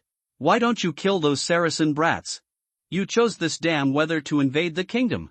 Prajna assisted Lothar and buckled the buckle on the back of the half-body plate armor. Later, Lothar turned to help Prajna put on the half-body plate armor made by Malus himself, with a high bulge on the chest. Looks just like the legendary Joan of Arc. Lothar praised. Prajna nodded slightly and buckled the heavy iron helmet. No matter how beautiful a woman is, wearing such a pair of iron armor will not show off her exquisite figure. Malus is a pragmatist and has limited attention to aesthetics. However, it can still be seen that Malus was careful, otherwise it would be difficult for Prajna to wear this armor unless it was corseted. Fringilla was wrapped in a black robe, with only her eyes exposed. Vampires are not afraid of light, but that doesn't mean that Fringilla will like the sun. The bad bright weather in Jerusalem makes her want to stay in a dark palace every day. Soon after, the scouts returned and reported, it's just a village that has been looted, but the enemy has retreated. Only then did the army begin to advance again. The soldiers couldn't wait to take off their heavy armor, but Lothar just said, the enemy may not have gone far yet. The terrain here is very suitable for the enemy to hide their whereabouts. Immediately, people were sent to severely stop the soldiers who wanted to take off their armor. His guards hussars patrolled back and forth in front of and behind the ranks. Lothar did not need to explain to the soldiers why they were doing this, he only had to ask them to obey. There are ruins everywhere in the village. In the center of those collapsed earthen walls that were burned black by the flames were wooden houses and furniture, burned into charcoal with sparks still rising from them. The air in the ruins was roasted and twisted. Looking for survivors. The enemy goes deep alone and cannot bring prisoners with him. Lothar said loudly. But, a trace of worry flashed across Hans's face, and he left half of his words unsaid. Sure enough, while walking through an alley, Lothar saw that the ground was filled with jingguan piles of human heads. Headless corpses were crisscrossed and randomly discarded in front of the village church. The cross was broken and thrown into the fire to burn. On the wall, a line of large words was written in blood to pay back the debt you committed for 100 years for the massacre in Jerusalem. The big bloody characters made many sergeants who had never seen such a scene look horrified. They couldn't understand the meaning of the words, but they just thought it was a curse left by the pagans, and they became agitated because of it. It's a pagan curse, damn it, we're going to get it. Heavenly Father bless you, and the evil spirits will be dispersed. We should bring a chaplain with us to pray for us immediately. Lothar sighed softly. He raised his head, looked at the vultures circling in the sky, and planned to order his subordinates to throw the corpses of the dead into the fire and burn them. They did not have time to bury the corpses, and rather than let the vultures gnaw them beyond recognition, it would be better to be destroyed in the flames. At this time, his eyes suddenly narrowed. The sun in the sky was so bright that he didn't notice an incongruous shadow hidden among the vultures at first, but now the more he looked at it, the more he felt something was wrong.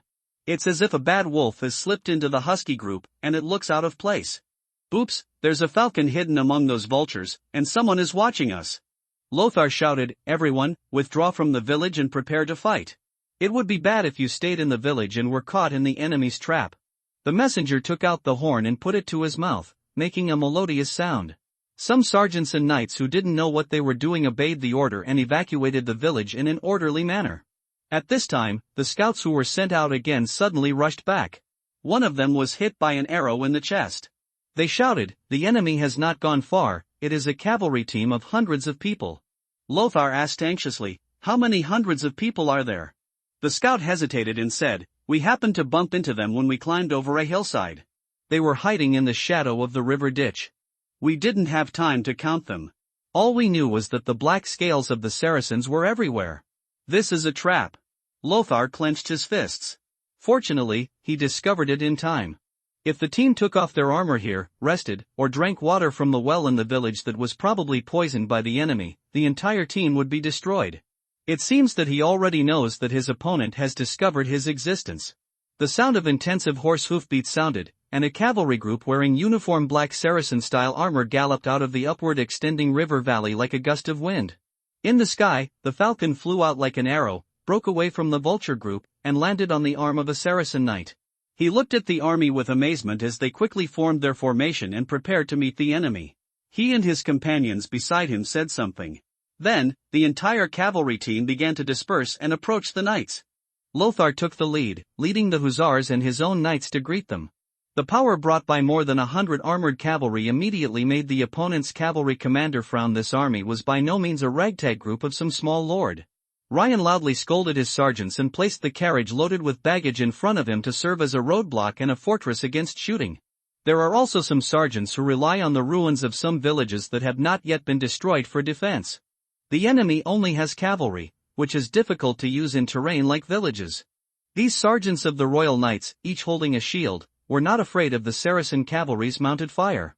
What they feared most was their devastating impact. Closer. Lothar had already roughly counted the number of enemies. 300. 300 light and heavy cavalry. This is definitely not a small force, but the leading ministers under Saladin or the elite troops under the Lord. The officer leading them must also be a big shot.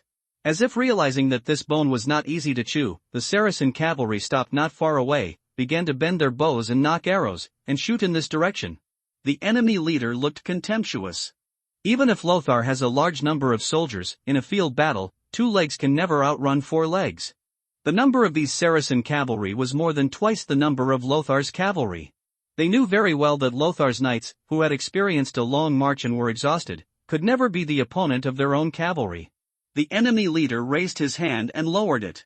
The sound of a loose bowstring sounded. The arrow is like a locust. An arrow was nailed to the kite shield in Lothar's hand, and the tail of the arrow was still trembling slightly. His face looked a little ugly. The enemy's cavalry was outnumbered by his own. Unless he relied on the cavalry to hold them back first, the sergeants in the rear would have no chance to perform. Fu Lin, prepare to use the mass blood waterfall. We have to rush in. Being so passively being shot all the time is really a serious blow to morale. A hail of arrows, except for an unlucky man who fell off his horse and broke his neck because an arrow hit his horse's leg. There were no casualties in Lothar's cavalry company. If the armor of the armored sergeants still has some moisture, the armor worn by the cavalry can almost be considered to be of high quality. As long as he doesn't hit a vital point or is mounted, he is not afraid of the Saracens' mounted fire at all. This is why the Saracens have begun to innovate their tactics in recent years and instead train Latin-style cavalry to charge with guns. Lothar rode up to the team and shouted loudly, "This group of Saracen villains who just massacred our Christian brothers originally wanted to use conspiracy and tricks, like rats hiding in the gutter, waiting for the opportunity to attack us. But why, after they were discovered, not only did they not run away like rats exposed to the sun, but they dared to shoot at the cavalry of our royal knights without fear? Because they are not afraid of us. They know that we are tired troops who have come from afar. In their view, we will never dare to attack them." Lothar paused slightly and shouted, "But are you really going to obey the ideas of these despicable Saracens?" "No. We are going to attack and kill all these Saracen lackeys." The cavalryman roared angrily. Lothar shouted, "Yes, in the name of my father, in the name of the royal knights of Jerusalem, in the name of the winged cavalry, charge!" On a high ground. The eunuch wearing a brocade robe, with a smooth chin and no beard, admonished in a low voice, "Prince Zahir, this is a well-trained Frank army. We have gone very far into the enemy territory. Is it time to retreat? Withdraw? Harry, were you scared out of your mind by the charging appearance of these Frankish barbarians? Losing that thing really made you lose all your courage." The leader of this group of Saracen cavalry was Saladin's third son, Zahir Ghazi, the nominal lord of Aleppo and governor of northern Syria. The eunuch had a long, slender face and an outrageously fair complexion. He said calmly, "Prince Zahir, my king ordered me to take care of you. This is my duty." Zahir glanced at the eunuch with contempt. "That's enough, Harry, looting a village will not extinguish the burning flame in my heart. I will take the head of this Frank cavalry leader and extort from Adil what belongs to him. My Aleppo." When mentioning his uncle, the Syrian governor Saladin, Adil, Zahir called him by his first name without any respect. Because a considerable part of the territory under his rule should originally belong to him. It was only because Zahir was defeated in the battle to encircle and suppress the Armenian mountain people when he ruled there that the territory was entrusted to Saladin. "I will prove that I am still the son most worthy of my father's love." Zahir drew his sword and shouted, "The holy fire burns forever, supreme. My most elite Mamluk, bring fire and death to these Frankish barbarians. The holy fire burns forever, supreme and great." The Saracen cavalry screamed strangely and rushed out like a black hurricane. These elite cavalry, selected from the best of the Ghulam slaves, equipped with fine scale armor, chain armor and ja armor, and riding Marwari horses purchased from Tianjin, are far from those who were defeated by the Crusader cavalry in the past. The Ghulam cavalry can match it. They have practiced martial arts since childhood and are the most elite force under Zahir. He believed that his slave soldiers, even if not as good as his father's Mamluk guards, were still second to none among his brothers. It is definitely not comparable to this group of Frankish cavalry with unknown origins. Lothar took the lead and rushed to the front. Hans held tightly the lance with the Black Hawk swallowtail flag attached. Under the heavy winged horn helmet, a pair of eyes had turned into the vertical pupils of a beast, and the boiling wolf blood was flowing in his body. Behind them, knights holding swallowtail flags and square flags roared loudly. "Charge! In the name of the royal knights! In the name of the Father! In the name of Jerusalem! Kill all these Saracen bastards!" The cavalry shouted different slogans and had various accents. They came from the lowlands, Gaul, Toulouse, Albion, Leon, Navarre, and Tuscany. Even they themselves didn't know what they were shouting, they just roared subconsciously like wild beasts to vent their nervous emotions. The black cavalry and the red cavalry were like two waves, running opposite each other on the ground, as if they were going to collide together at the next moment, setting off a bloody storm. Lothar only felt the crackling sound. He didn't know what hit his helmet, whether it was an arrow or a stone mixed in the sand. Under the mask, his breathing became extremely heavy, like a bellows. "Close! Closer!" Lothar could even clearly see the ferocious faces of the cavalry rushing towards them, their skin roughened by the wind and sand, and their dark and messy beards. Boom! A huge impact struck, and the lance in Lothar's hand forcibly knocked away the Mamluk cavalry holding a round shield on the opposite side. His feet were still on the stirrups, and his body leaned back and fell to the ground. What greeted him was the trampling of countless horses' hooves, and he died in just an instant. Lothar slowly called on the magic power in her body to nourish the soreness in her arms. What followed was the next enemy wearing a spiked helmet. The sharp Saracen's straight sword thrust out at a tricky angle, aiming right at Lothar's neck. Swish! The black shield was like a sharp axe, directly cutting off the arm of the Mamluk cavalryman who thrust out the straight sword. Prajna, wearing iron armor and riding a warhorse, was like a shadow beside Lothar, intercepting all the attacks on Lothar's right side. This is the duty of the heavily armored Iron Guard. But Prajna can only defend one side at most. The 6-star heavy-armed Iron Guard and the 6-star mage are completely different concepts. Next moment. Whoosh! Lothar suddenly raised his shield, and a powerful arrow cluster was nailed to it with a snatching sound. The sharp arrow pressed against his fingers holding the shield, causing a sharp pain. If he hadn't been wearing chain-mail gloves, his fingers might have been severed by the arrow. His keen animal instinct allowed him to immediately locate the Saracen cavalry who was trying to shoot cold arrows at him. His armor was obviously different from others, and the fact that he was surrounded by guards without charging together showed the other person's extraordinary identity. He shouted, "Hans, Prajna, cover me!" Immediately, he abandoned the cracked lance, pulled out the armed sword made by Malus himself, and rushed towards the high ground where the Saracen cavalry was. Boom! A hammer swung out from Lothar's left side and hit Lothar on the head. Lothar felt the pressure on his neck suddenly increase. The majestic force from the top of his head passed through the lower edge of the iron helmet and the chain armor on his neck, and hit his chain armor neck protector heavily. The sound of iron tools intersecting, like the sound of a bell, made his whole brain fall into a trance. Lothar only had time to raise the shield in his hand, and the heavy hammer hit him again. The shield in Lothar's hand and the arm holding the shield hit him hard back. He could no longer feel the pain. As soon as he calmed down, he resisted the dizziness and wanted to fight back. But immediately after, a lance pierced the man's chest and knocked him to the ground. Lothar could see Ulm's back, and the feathers spread out backwards due to the high speed. He crossed himself and rushed to the front. More and more hussars rushed forward. As hussars, their charging speed was faster than Lothar's armored mount that had not had time to change. Zahir put down the horn bow in his hand in surprise and said, "This Frankish leader and his bodyguards are so brave. If those feathered cavalry are captured, don't kill them, I will let them join my Mamluks." The eunuch next to him once again advised, "Sir, let's retreat. Those Franks have already rushed this way.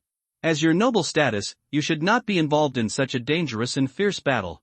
Zahir proudly rejected the slave's advice. "No, I am the son of Saladin, the eagle in the desert, the master of Syria, and I am never afraid of fighting.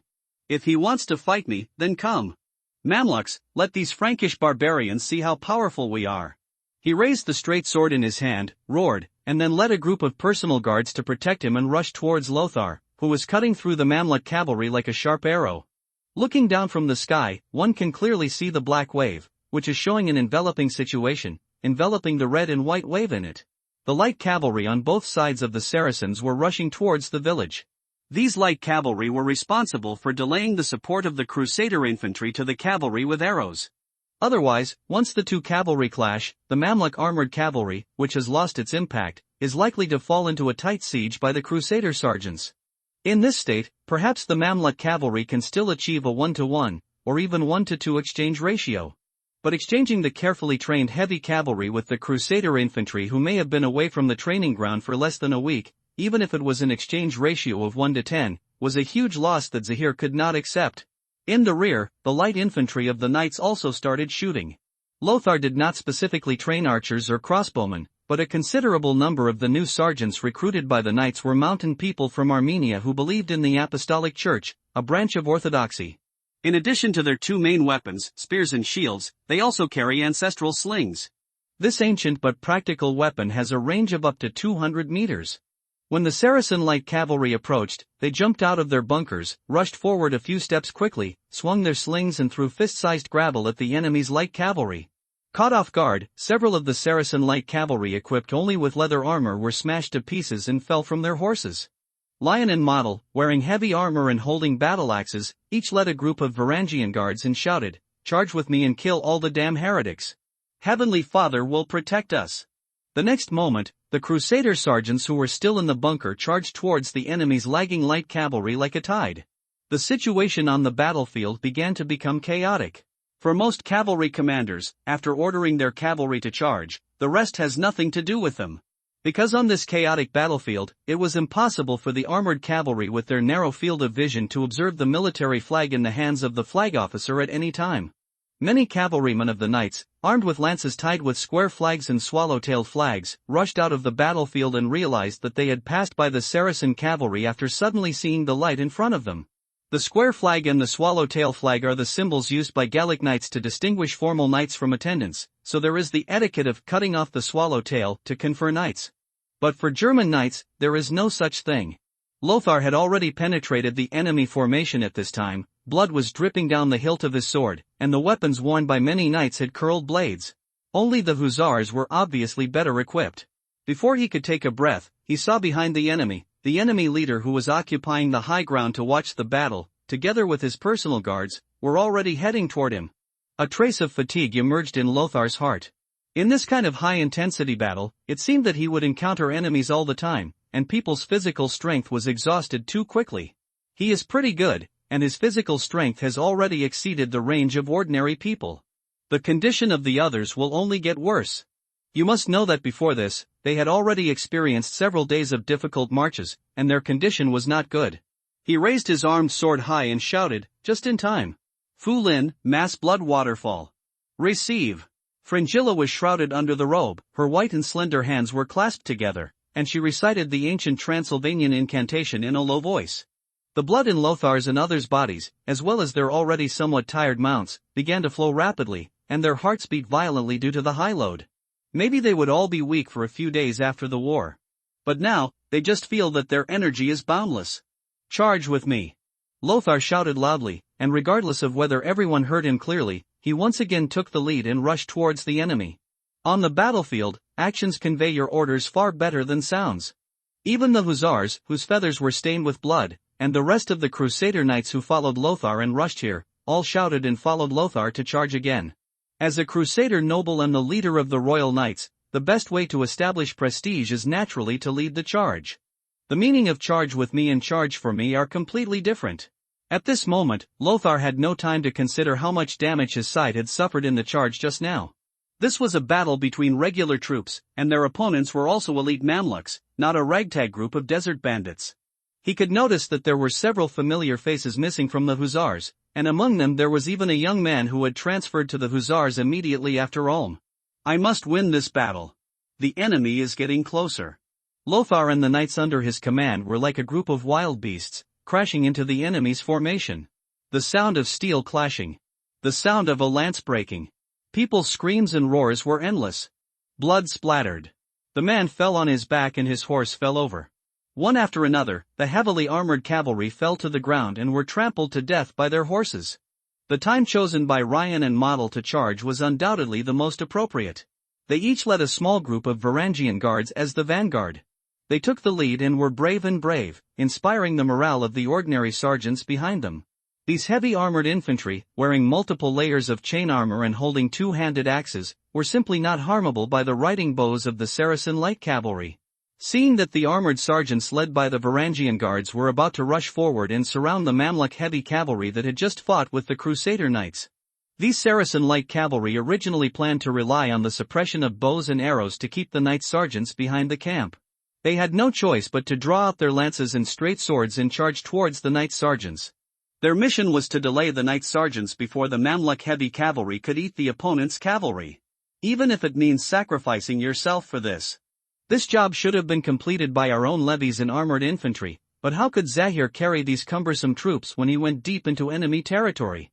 Go to hell, you bitch! Model saw the opportunity and avoided the spear of the Saracen cavalry in front of him. He lowered his body, rounded the two-handed axe in his hand, and severely cut off the legs of his mount. In an instant, people were on their backs. As soon as the light horse landed on the ground, he was pierced into a sieve with spears by the Crusaders who rushed forward. Another Varangian guard who wanted to imitate him accidentally got knocked to the ground by a spear, but he got up from the ground cursing after a moment. He rubbed his shoulders and felt that there was no feeling in that arm. Surround them, and be sure to entangle the Saracens' heavy cavalry. We can't give them another chance to charge. Ryan let out a hoarse roar. Your Excellency needs our help. All axe guards and sergeants of the Royal Knights, for your Excellency and for the glory of the Knights, charge with me. Many crusaders also began to fight. They knew very well that without their cavalry, they could only wait for death in front of the Mamluk heavy cavalry, which was both good at mounted shooting and had devastating impact. You must support your cavalry team. Model screamed and fought fiercely, and pulled off a Saracen cavalryman who was riding a horse. He raised his fist covered with a layer of chain mail gloves and slammed it on his face. With 5 or 6 punches, the man was smashed beyond recognition. His two-handed axe had been lost somewhere, so he directly picked up the iron staff in the cavalry's hand and charged forward with a howl. Behind him, the Varangian guards turned into land tanks. They are skilled in combat, cooperate with each other tacitly, and have heavy armor. They are simply not something that these Saracen light cavalry can deal with. The armored sergeants were arranged in scattered small square formations, and the forest of spears thrust out and kept advancing. These Saracen light cavalry had no way to stop their charge.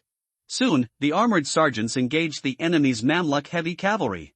They used their spears to dismount each cavalryman who had lost room to move. Immediately, a sergeant holding a short sword held down the fallen cavalryman, tore off his helmet and stabbed him hard. A sergeant with a face full of joy had just put on the pointed helmet he had taken from the Mamluk cavalry when he was pierced in the chest by a charging Mamluk cavalry. These well-trained Mamluk cavalry knew that they were being divided and surrounded by the Crusaders, and they began to consciously retreat in groups. As long as they are given a slight chance, these elite slave cavalry are still not something that these armored sergeants mixed with a large number of hastily trained recruits can fight against. Ahead! As Lothar's cavalry collided with Prince Zahir's bodyguards. One by one, the cavalrymen were knocked off their horses by the lances in the hands of the enemy. At this time, we can see what advantages Lothar's winged cavalry have compared to the knights of this era. The movements are more flexible and the combat skills are more skillful. The speed with which they harvested the enemy's lives even left a huge psychological shadow on some battle-hardened Mamluk cavalry.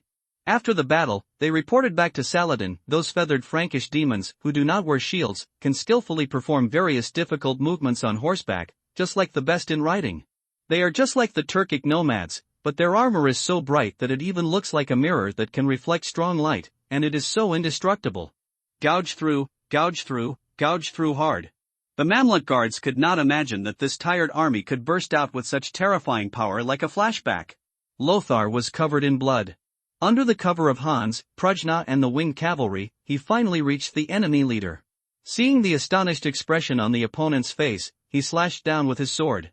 The strength strengthened by the blood waterfall, combined with the sword made by malice, forcibly cut the straight sword inlaid with gems in his hand from the middle.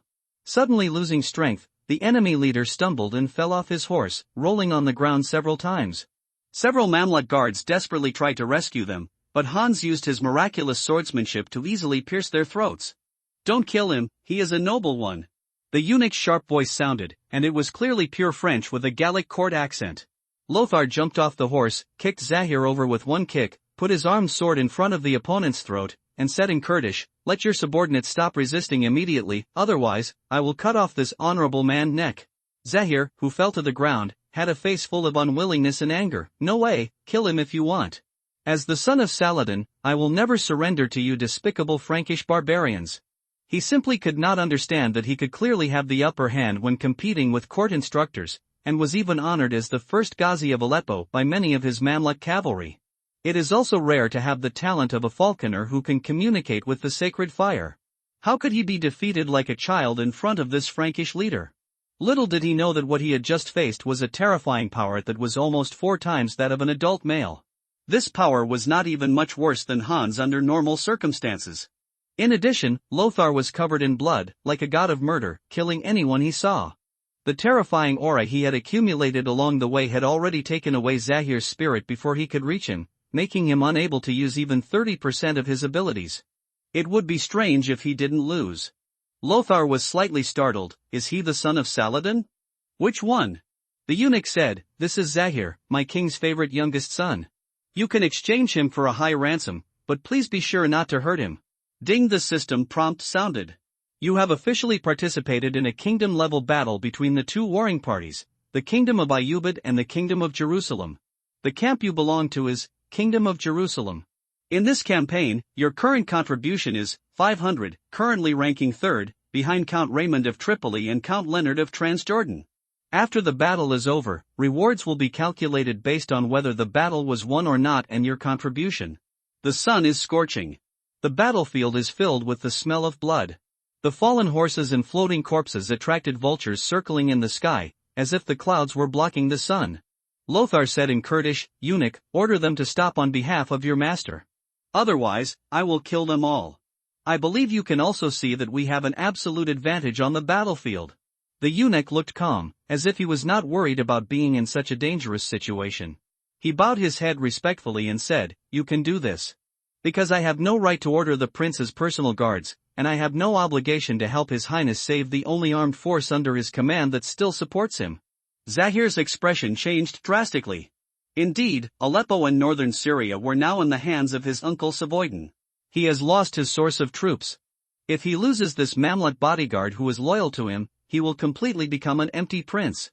At that time, let alone competing with his brothers for the right to inherit the throne, even getting back his original territory will become impossible.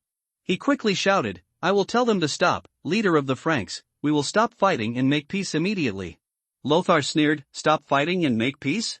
You are mistaken, what I want is unconditional surrender." Zahir screamed, "No, it's impossible.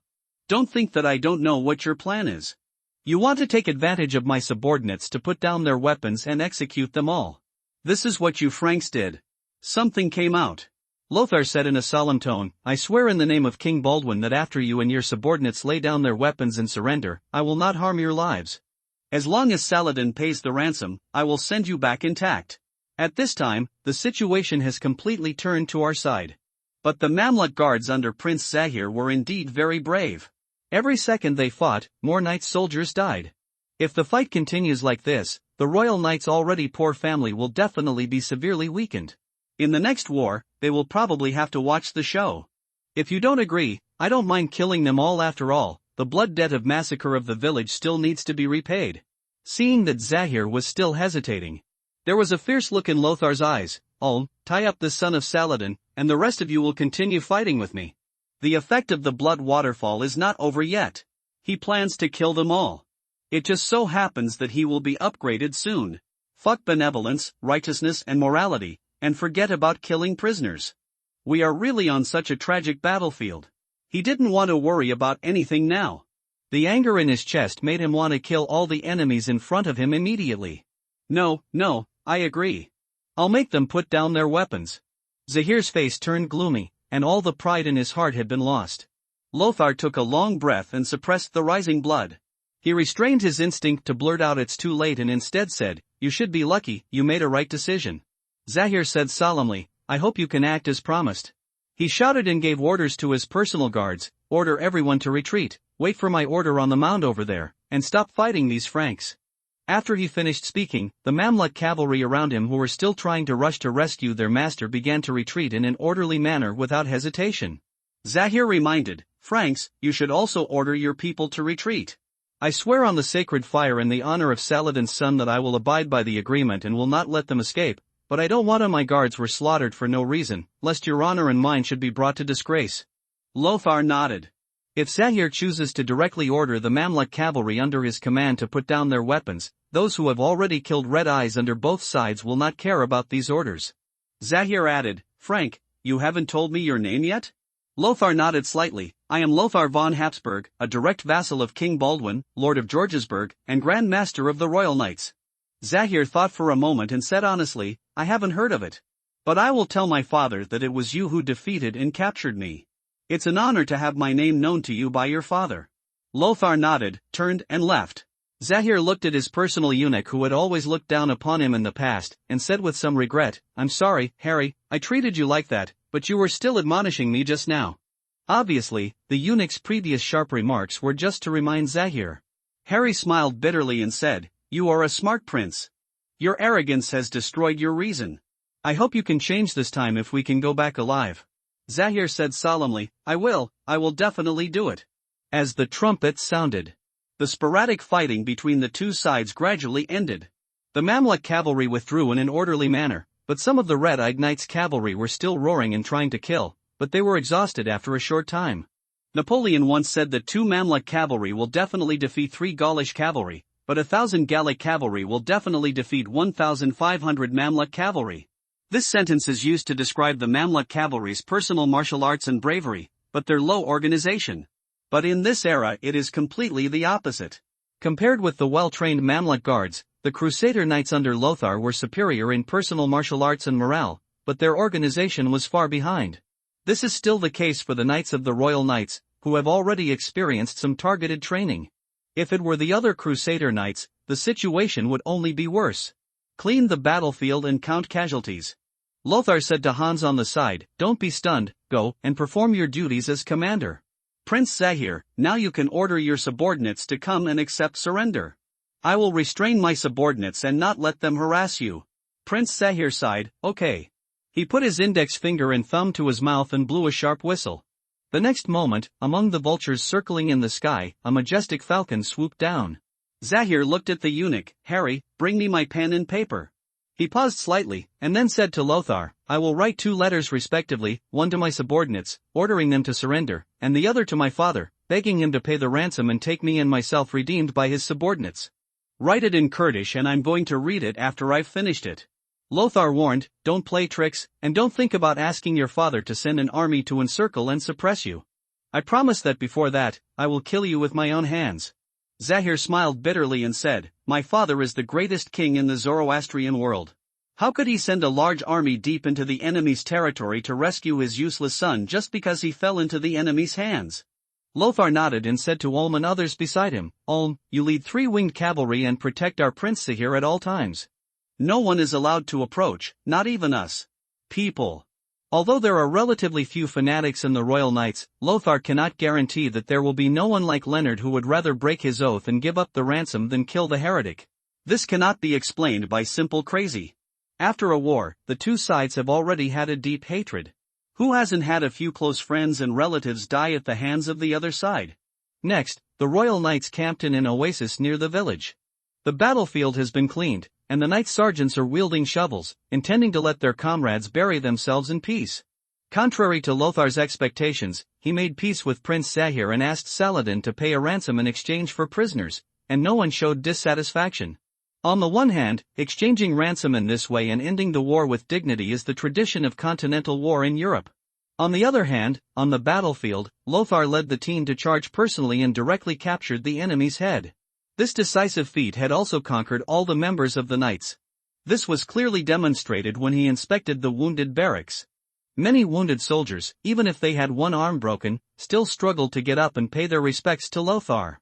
It would be nice if Ulden were here. Lothar sighed secretly. Then he realized that even if Ulden was there, his mental strength could not support him to treat many people.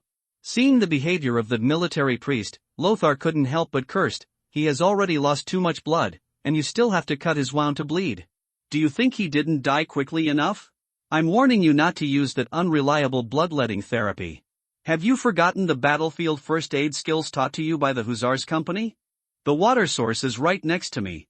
Bring me boiled water for disinfection immediately. Lothar was so angry that he cursed at the doctors who were more like butchers. After losing his temper for a while, he walked out of the wounded barracks. Hans came up at the right time, his face sad. Lothar felt depressed. Did the statistics come out? Yes, sir. We have killed a total of 86 people, including 36 cavalry and 12 knights. If the battle continues, this number will only be more. Nearly half of the cavalry were killed. Lothar was silent for a moment and asked, "Where are the Hussars and Varangian guards? Are they included?" "Yes, my lord, the Hussars lost 4 men. No one in the Varangian guards was killed, but 2 were slightly wounded." Fine. Lothar sighed softly. War makes people despise life. If it were in the past, Lothar would hate those who slaughter the weak the most.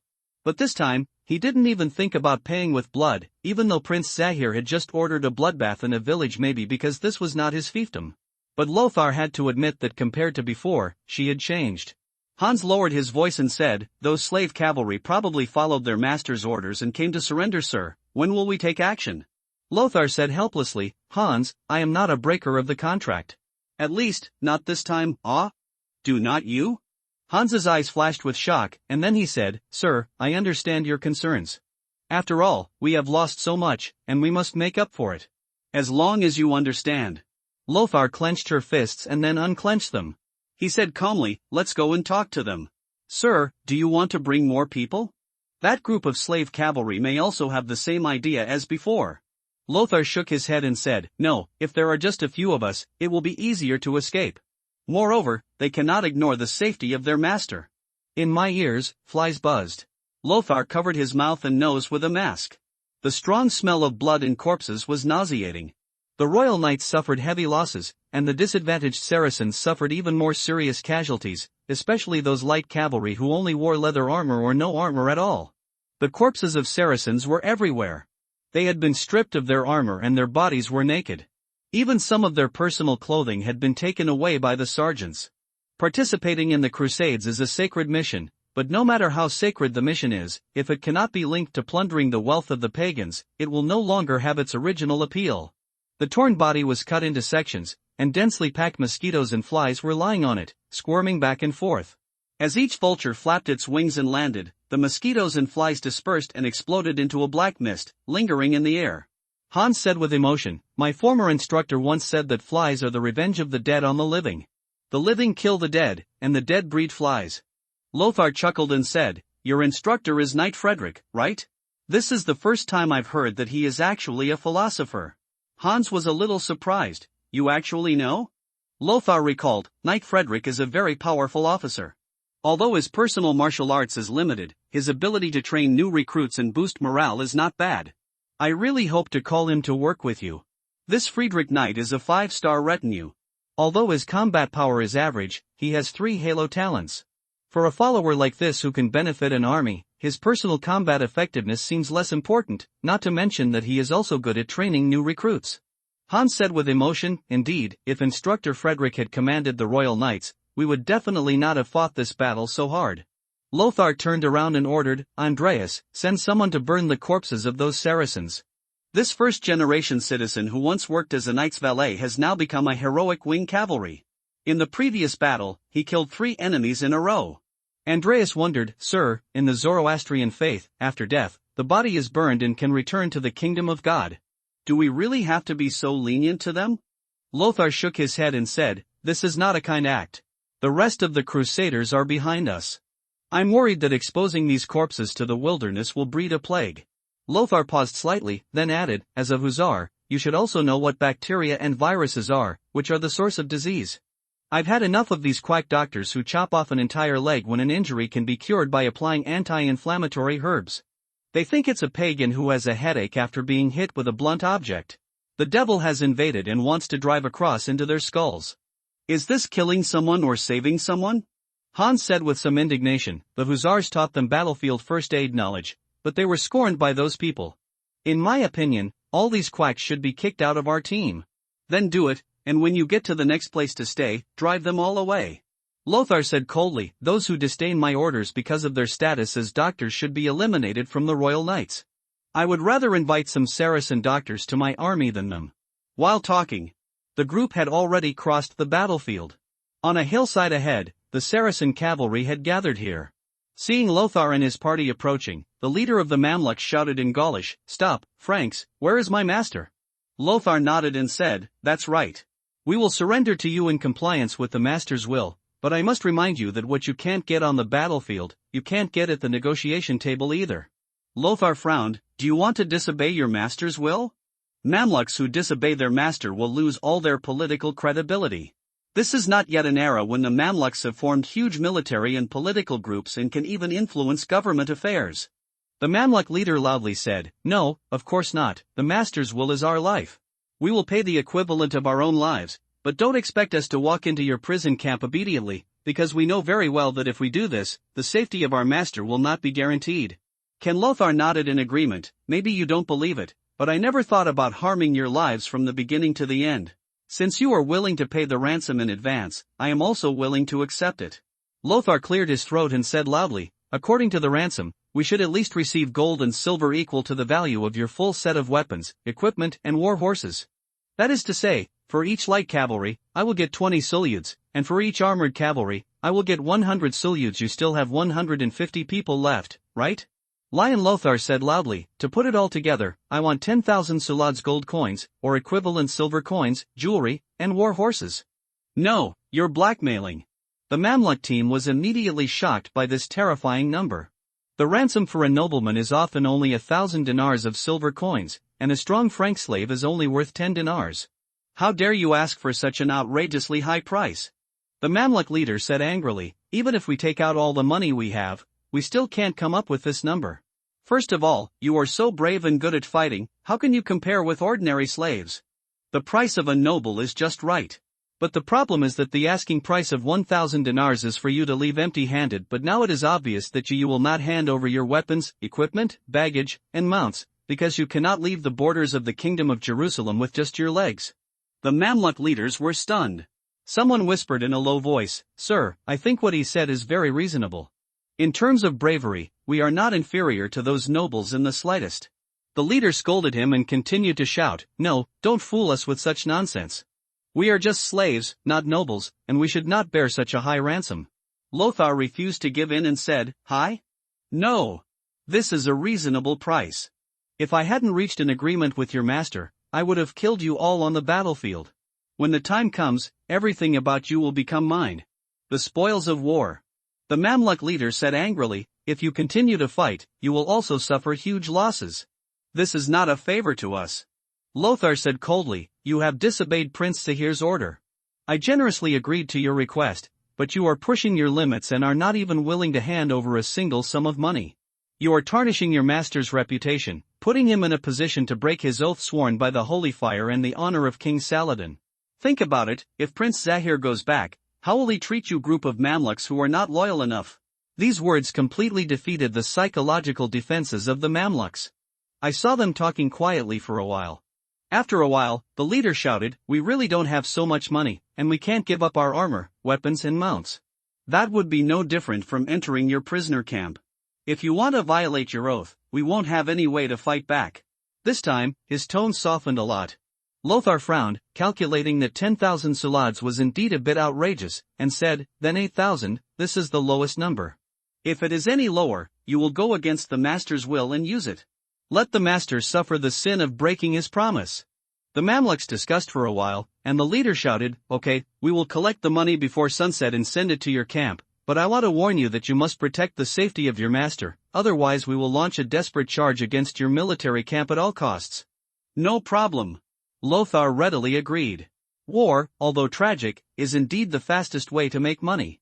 8,000 Sulyuds gold coins, in terms of tax collection, are equivalent to the tax revenue of Jorge Rusberg for hundreds of years. As long as he returns to Germania Magna with this money, finds a good way to buy a fiefdom in the earldom, it won't be a problem. In the evening, the Mamluks sent a group of people into the knight's camp. They lifted heavy wooden boxes from the backs of camels and moved them into Lothar's tent. When he opened it, he found that it was filled with gold and silver vessels, coins and gems.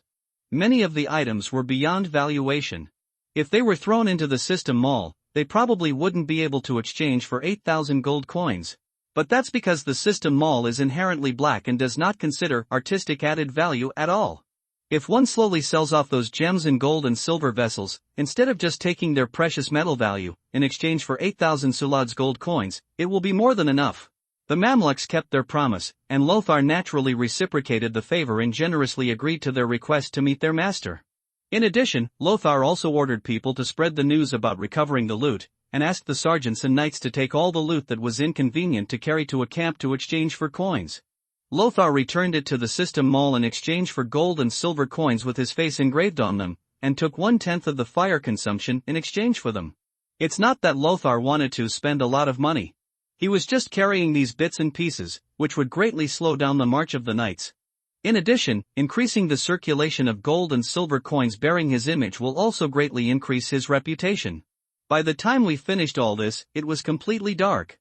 Hans walked into the camp and said with a smile, "Sir, did you know that the sergeants of the knights gave you a nickname in private?" Lothar said with great interest, "What nickname? Stingy?"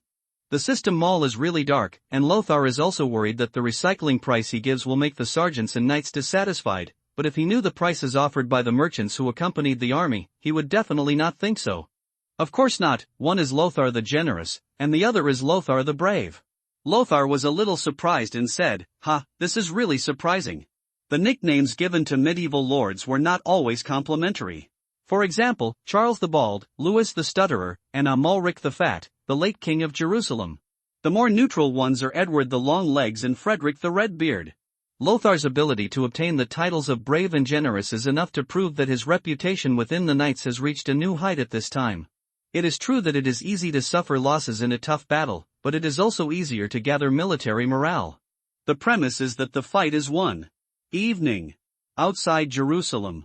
Military tents are like white flowers blooming on the desolate Gobi Desert. Most of the Crusaders have set off in recent days. Tomorrow will be the last batch, namely the Knights of Jerusalem, the headquarters of Baldwin IV, commanded by Baron Godfrey. In the central royal tent, there is a soft wool carpet, and exquisite woven flower curtains hang on the walls. The tables and chairs inlaid with patterns and magic-blocking gold threads are filled with exquisite oriental-colored porcelain. Baldwin IV leaned on the chair and took off his mask. Judging from the surface, his face had almost completely returned to normal, but the physical deformity had not been improved very well. Opposite him, Baron Godfrey is holding a black chess piece and playing against him. Baron Godfrey, I want to take Hebron away from Count Leonard and give it to Lothar. His fiefdom is too barren. I don't know how long it will take to grow into a pillar of the kingdom. Facts have proven that he is very talented. Just a remote castle allowed him to train an elite army. If it were replaced by a wealthy city like Hebron, he would definitely do better. Indeed. Baron Godfrey frowned and said, but I'm afraid that won't work. Unless Kali Castle is captured, why do you deprive Count Leonard of his territory without obvious guilt? There will be too many people. Objected. Baldwin IV put forward a hypothesis. What if Bethlehem is given to Leonard and replaced with Hebron? This may work, but a better option is to seal Bethlehem to Lothar. Although this will cause his territory to be unable to be connected, Yogurtsburg is not very important. Send a knight to manage it on your behalf. Enough.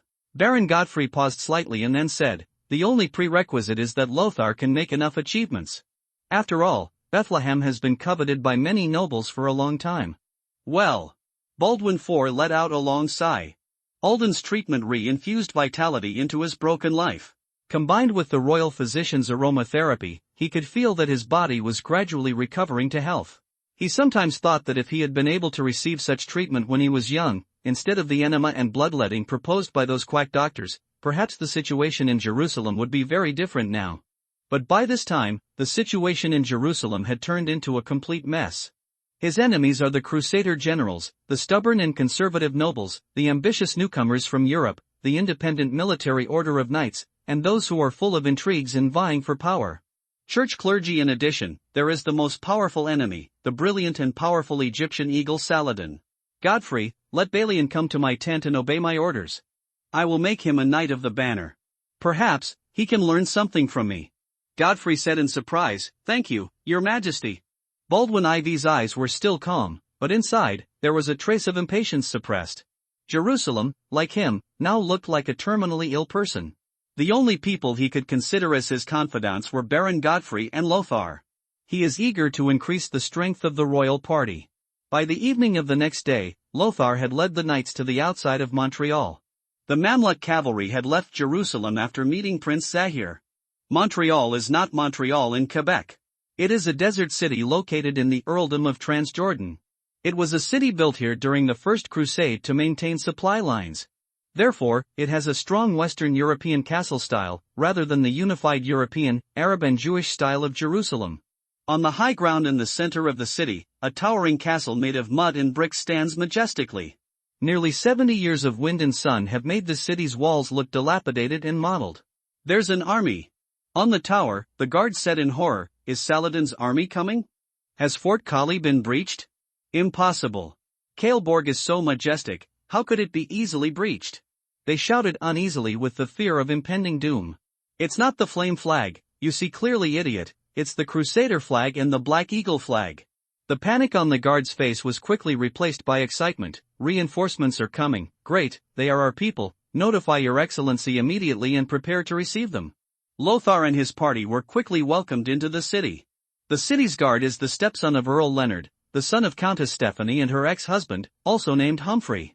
Just like Amalric was both the name of the late king and the name of the prime minister of the palace and the concubine of Queen Mother Agnes. The rate of duplicate names in this era is too high. Just like calling Charlie in Gaul, Enrique in Iberia, and Hans in Germany, countless people will respond. Humphrey came in a hurry with his knights in attendance, and he was full of compliments. Baron Lothar, I have heard of your name. You solved the swarm of locusts in the desert. Now you have ignored the past and led the royal knights to come to support you. It is really admirable. Count Leonard and I have no conflicts at all, so how can we ignore our past grudges? Lothar had a sincere smile on his face. My army ran into a Saracen cavalry outside the city. They fought fiercely and suffered heavy losses. If Sir Humphrey can agree to us demarcating a territory in Montreal, it would be great if the camp is repaired and given adequate supplies.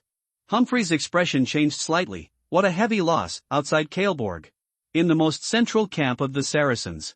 With an eagle cry, the falcon swooped down. Saladin unfolded the letter he took from the falcon, read it briefly, and frowned suddenly. Baron Lothar of the Royal Knights. Saladin murmured softly, who is this? Why have I never heard this name before? Adil thought for a while and then gave the answer. It is said that he is the son of Werner of the Habsburg family. He is the latest nobleman in Jerusalem and is regarded as a confidant by the leper king. The previous article mistook Adil and Adilai Saladin as two people when checking the information. This has been revised.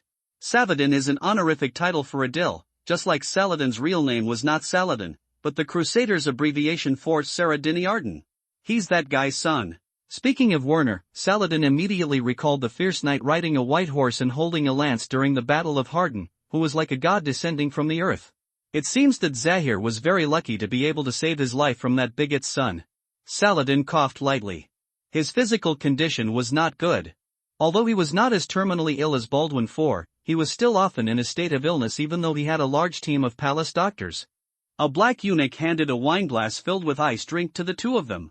Saladin drank it all in one gulp and threw the glass onto the tray in the hands of the black eunuch. There was anger in his tone. Zahir, I once advised him to stay away from killing and not to indulge in it and develop a chronic disease. Because blood can only lead to more killings. But he didn't take my words to heart. I gave him my most trusted chamberlain, and I failed to persuade him to return to the right path. He really disappointed me. Adil whispered, my king, do you want me to lead the army into the enemy's territory and rescue Zahir? Saladin shook his head and said, no, just paying the ransom is enough. Although Werner is a paranoid lunatic, he is a man of credibility, and his son must be the same. As long as the money is paid, Zahir will be released coming back. Even if I can't get him back, I just want to avenge him. He was silent for a moment and then asked, how is Athel doing in the north? Did he go against the plan we made and advance rashly? No, the eldest prince is secretly presiding over the military affairs of the north in my capacity. My old rival, Earl Raymond, certainly wouldn't have imagined that the person he was fighting against was not me at all. A look of approval appeared on Adil's face. With this, the eldest prince has taken advantage of a lot. If it weren't for your orders, he might have conquered Tripoli. Oh, don't brag nonsense. Tripoli is not so easy to win. Saladin nodded. Is Takadin still the same in Egypt? Takadin was the nephew of Saladin, who was named the governor of Egypt and was also a talented general, of course. The word once should probably be added before this title. Yes, he searched for prostitutes all over Cairo for pleasure. When I last met him, his eye sockets were sunken and his belly was full of fat. I doubt whether he could still lift a sword. Adil's eyes showed a trace of helplessness. I reprimanded him and beat him, but after I left, he immediately went his own way. Adil, after this battle, you can go back and be the governor of Egypt. Let Takadin come to my tent to obey orders. He is indeed too shameful. For Saladin, although Damascus was his most important base camp, the wealthy Egypt was also an inseparable territory under his control. In Montreal, all public bathhouses were overcrowded today. Lothar the Generous paid a large sum of money for his soldiers, so that all knights, sergeants and support staff could enjoy a full day of bathing, food and wine service here. While people were grateful for the Grand Leader's generosity, they also secretly regretted that they had wine, meat and baths, but the most crucial thing was missing. That was what they, the soldiers after the battle on the battlefield, needed most. Lothar himself, with his confidants, enjoyed the private bathroom in the innermost room. Misty steam rose from the bath. Lothar soaked her body in the hot water, narrowed her eyes slightly, and enjoyed this rare leisure. Hans soaked in the water and said with some emotion, "Hey, this Lord Humphrey is really realistic. Hearing that we have to repair in Montreal and can't go out to fight against Saladin immediately, he used all kinds of excuses to excuse us, are not willing to set aside a block for us to renovate at all. Don't he know that the Saracen cavalry we defeated was plundering his territory? If these Saracens are allowed to plunder everywhere, I don't know how many villages will suffer. I know, but I don't necessarily care. If you care, Lord Humphrey should take his knights out of the city to meet Prince Zahir's army. Model on the side snorted coldly, Lord Hans, not everyone values their subjects as much as the Lord does. Lothar frowned and said, forget it, after all, he is still willing to provide us with supplies for free. This is considered to have fulfilled his obligation. Lothar suddenly thought of something and reminded, by the way, there is no need to tell Humphrey that we have captured Prince Zahir. If he knows about it, there may be complications. Lothar didn't know how deeply Lord Humphrey was influenced by his stepfather, but he didn't dare to bet. After all, the ransom offered by Prince Zahir was a full 2,000 Surides gold coins. Moreover, Lothar did not want to form a deadly feud with Saladin. In this way, one day, even if he is defeated on the battlefield, there is a high probability that he can redeem his life and that of some of his subordinates by paying a ransom. In the bath on the other side. The fog is hazy. Prajna's long dark hair was draped over her back as white jade. Days of running around and fighting on the battlefield did not leave many stains on her body. She just soaked quietly in the water, and the water temperature in the pool began to drop rapidly. Flynn folded her legs and sat naked on the marble tiles.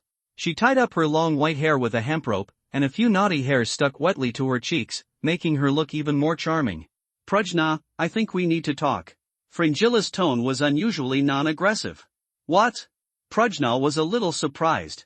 This was the first time that Fringilla called her name. Fringilla sniffed and said a little aggrievely, I feel that we have fallen out of favor. The adults haven't told us stories for a long time. He often doesn't come back until a long time at night. When he comes back, he falls on the bed and doesn't even say anything to us. It's all gone. Prajna said in a calm tone, my lord is a general, a lord, and a future king. How can I delay everything on such a small daily thing as accompanying you? Oh, accompanying me also includes accompanying. Fringilla mocked, don't pretend you don't care anymore, just keep pretending like this. The more you do this, the less adults will care about you and forget you far away. If there is a new person in the future, they will be even less interested. I take you seriously. After all, what can you do? Apart from protecting the safety of adults, following behind like a shadow? You used to be a general, but you can neither command the army for my lord, nor can you handle everything in an orderly manner like Hans. These days, your excellency spends more time with Hans than with us. Hans was just a 1-star before. Prajna was silent for a moment and whispered, if you need me, I will follow you. If you don't need me, I will stay far away. All I can do is not cause trouble to you. Fuline raised her voice and said, I can't do it. I want to cause trouble for you, I want you to accompany me and tell me bedtime stories, I want you to think of me in everything, and I want you to do it for me as soon as I get rich. I have regained my strength. Later, even if there is a new charming little bitch, I will always be at the top of my heart. Prajna opened his mouth but said nothing. Flynn put her fingers into the water, and the water there was already cold. The fog in the bathroom also gradually dissipated. Fuline said with some pride, look, you are not as generous as you say. Prajna stood up and revealed his graceful figure in front of Fuline. The tall body of 1.8 meters and the majestic chest hung like a shadow in front of Fuline. Fuline's tone became weaker. What do you want to do? You are so angry that you want to hit me? Prajna shook her head. She hesitated for a moment, and then asked, does it look good? My body? Fuline immediately showed a dismissive expression. Yeah, that's it? Prajna emphasized his tone. Seriously, since we want to deepen our relationship with you, we should take further steps. As you said, we can't always wait for you to come to us. Ah? Do you want to? A blush suddenly appeared on Fuline's pale face, and she stammered, No, this is too fast, it can't be like this. You are too cunning. The corners of Prajna's mouth raised slightly. She reached out her hand and gently touched Fuline's chin. So, you are just talking, right? She ignored Fringilla, put on her bathrobe, and walked out. Wait a minute. Fringilla said hurriedly, no, you must not do that shameless thing. This is too much. This is a foul, you know. What was left to her was Prajna's graceful back without looking back. Of course she didn't mean to do that, but her heartstrings were plucked by Fuline's words, and she felt a rare desire to win. If I want to fight, none of you will have a share. Neither do latecomers. Prajna's indifferent eyes were full of confidence. On the streets of Montreal. The patrolling soldiers looked at the noisy public bath with envy, as expected of a generous man. This is the first time I have seen a regimental leader asking his subordinates to take a bath. How can those high-ranking nobles someone who treats us as human beings? Scott, did you see that at noon, the waiter of the Oak and Hazelnut Tavern brought in a carload of ale and barbecue? They can probably eat and drink until the evening. The companion wearing a white turban sighed with emotion. Yes, working under a noble like Baron Lothar is much more comfortable than being in the sun and eating sand all day long under Lord Humphrey. It is said that the members of this royal knights just defeated the Saracen slave cavalry that plundered Tafila. What a boost! Real or fake? The guard said in surprise. Before, when the group of slave cavalry were showing off their power around the city of Montreal, Lord Humphrey and those normally arrogant knights did not even dare to fart. As a result, they were killed like this. An army was defeated? Can we still have a holiday? Don't you know that I, John the Honest, never lie? The man began to vividly describe the scene he had peeped. I saw with my own eyes that the carriages in their team were loaded with Saracen scales and broken swords, and they were stained with blood. If they hadn't been defeated, Saracens, where did these trophies come from? The companion said thoughtfully, that's right. When the people under Baron Lothar entered the city, they were all murderous. There were dried bloodstains on their robes. They had obviously just experienced a big battle. This Baron Lothar is really a powerful person, but why have I never heard of his name before? In order to show that he was well informed, the man boasted to his companions, hey, to tell you the truth, the husband of my uncle's neighbor's sister is working as a flag-bearer under this master. What do you want me to say? This Baron Lothar is by no means the same thing as those idle nobles. Do you know that desert bandit group that used to be so unscrupulous that even Sir Leonard could not do anything about it? It was Baron Lothar who led the people to annihilate it. The cavalrymen with feathers on their backs under his command are all experienced warriors, and they are more powerful than those knights. As he spoke, he was beaming with joy and spitting. Suddenly someone shouted, come quickly, guards, come quickly. Another person is dead. Someone died again? The two guards looked at each other. Otis John, who had been bragging about it before, immediately lowered his voice and said, wait, don't go there yet. Many people have died mysteriously in the city recently. If you ask me, it must be the evil man in the dry well. It's cool, let's wait until the old man leaves, and then we can go over and pretend. Scott looked hesitant. How can this be done? John spread his hands. Why can't you do it? Catching evil spirits is the job of the priests. What does it have to do with us big-headed soldiers? Heavenly Father will forgive us. The overcrowded public bathhouse was now filled with refreshed sergeants who had just taken a bath. They gathered around the long tables, changing cups and drinking wine from hotels and taverns. Barbecue bought here. The knights gathered in the innermost rooms of the bathhouse and drank specially provided ice-cold wine soaked in the well. And the sergeants only had ale. Have you heard that Master Lothar is going to confer a group of knights this time? I killed 2 Saracen cavalry this time. Do you think Master Lothar will promote me? What the hell are you thinking about? I killed 3 people and I didn't even dare to have such a dream. You bitch, how can you kill 2 of them? When I was charging ahead with the axe guard, you were sticking your butt out and using a knife to pry the gold teeth out of people's mouths. A group of people laughed and cursed, bragging about their experiences on the battlefield. If the records they claimed were added up, the number would probably reach an astonishing number of 1,000, and the total number of cavalry under Zahir's command was only just over 300. At this time, the sergeants sitting in the inner room became quiet. Silence, as if it were contagious, quickly enveloped most of the bathhouse. Someone asked in confusion, what's wrong with you? You're not talking anymore? My lord, have you finished washing and come out? Gudong. The companion next to him swallowed his saliva and murmured to himself, Father, where did this beautiful woman come from? I saw Prajna and Fringilla walking out of the room one after the other. Prajna rarely wore a veil. She wore a white armor and held the black shield in her hand. Her tall figure completely covered Fringilla who was following behind. She is so tall. She is the tallest woman I have ever seen. It's so beautiful. I'm so beautiful that I feel a little flustered. This is simply the devil of hell. Sure enough, I still prefer the devil. Father in heaven, please forgive my sins. In this era, the images of devils are often extremely beautiful because they need to seduce mortals.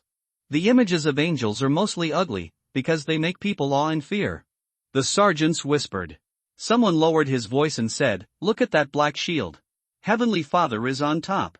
When I charged with my master, I clearly remember that she knocked down a fully armored slave cavalry with just one hand on the battlefield. She is the Iron Knight next to you? I thought her armor was a bit weird at first, but I didn't expect it to be a woman. It's impossible. How can such a powerful woman exist in this world? A winged cavalryman said solemnly, "Watch your eyes. This is the personal witch who follows the grand leader. He has incredible terrifying power. You should all know how miserable the consequences of offending a witch will be." The hussars also showed great authority on the battlefield this time. There were people who pointed fingers at them before. After the first battle, even those proud knights had to admit that the performance of the hussars on the battlefield was better than much more than them. Someone suddenly realized, no wonder when I charged with the master on the battlefield, I felt exhausted at first, but then I gained new strength. I thought it was God's blessing. The place fell silent, and people hurriedly lowered their heads, not daring to look any further. Someone whispered, "No wonder the chief has not found a wife at this age. If the devil looks like this, I will choose the devil."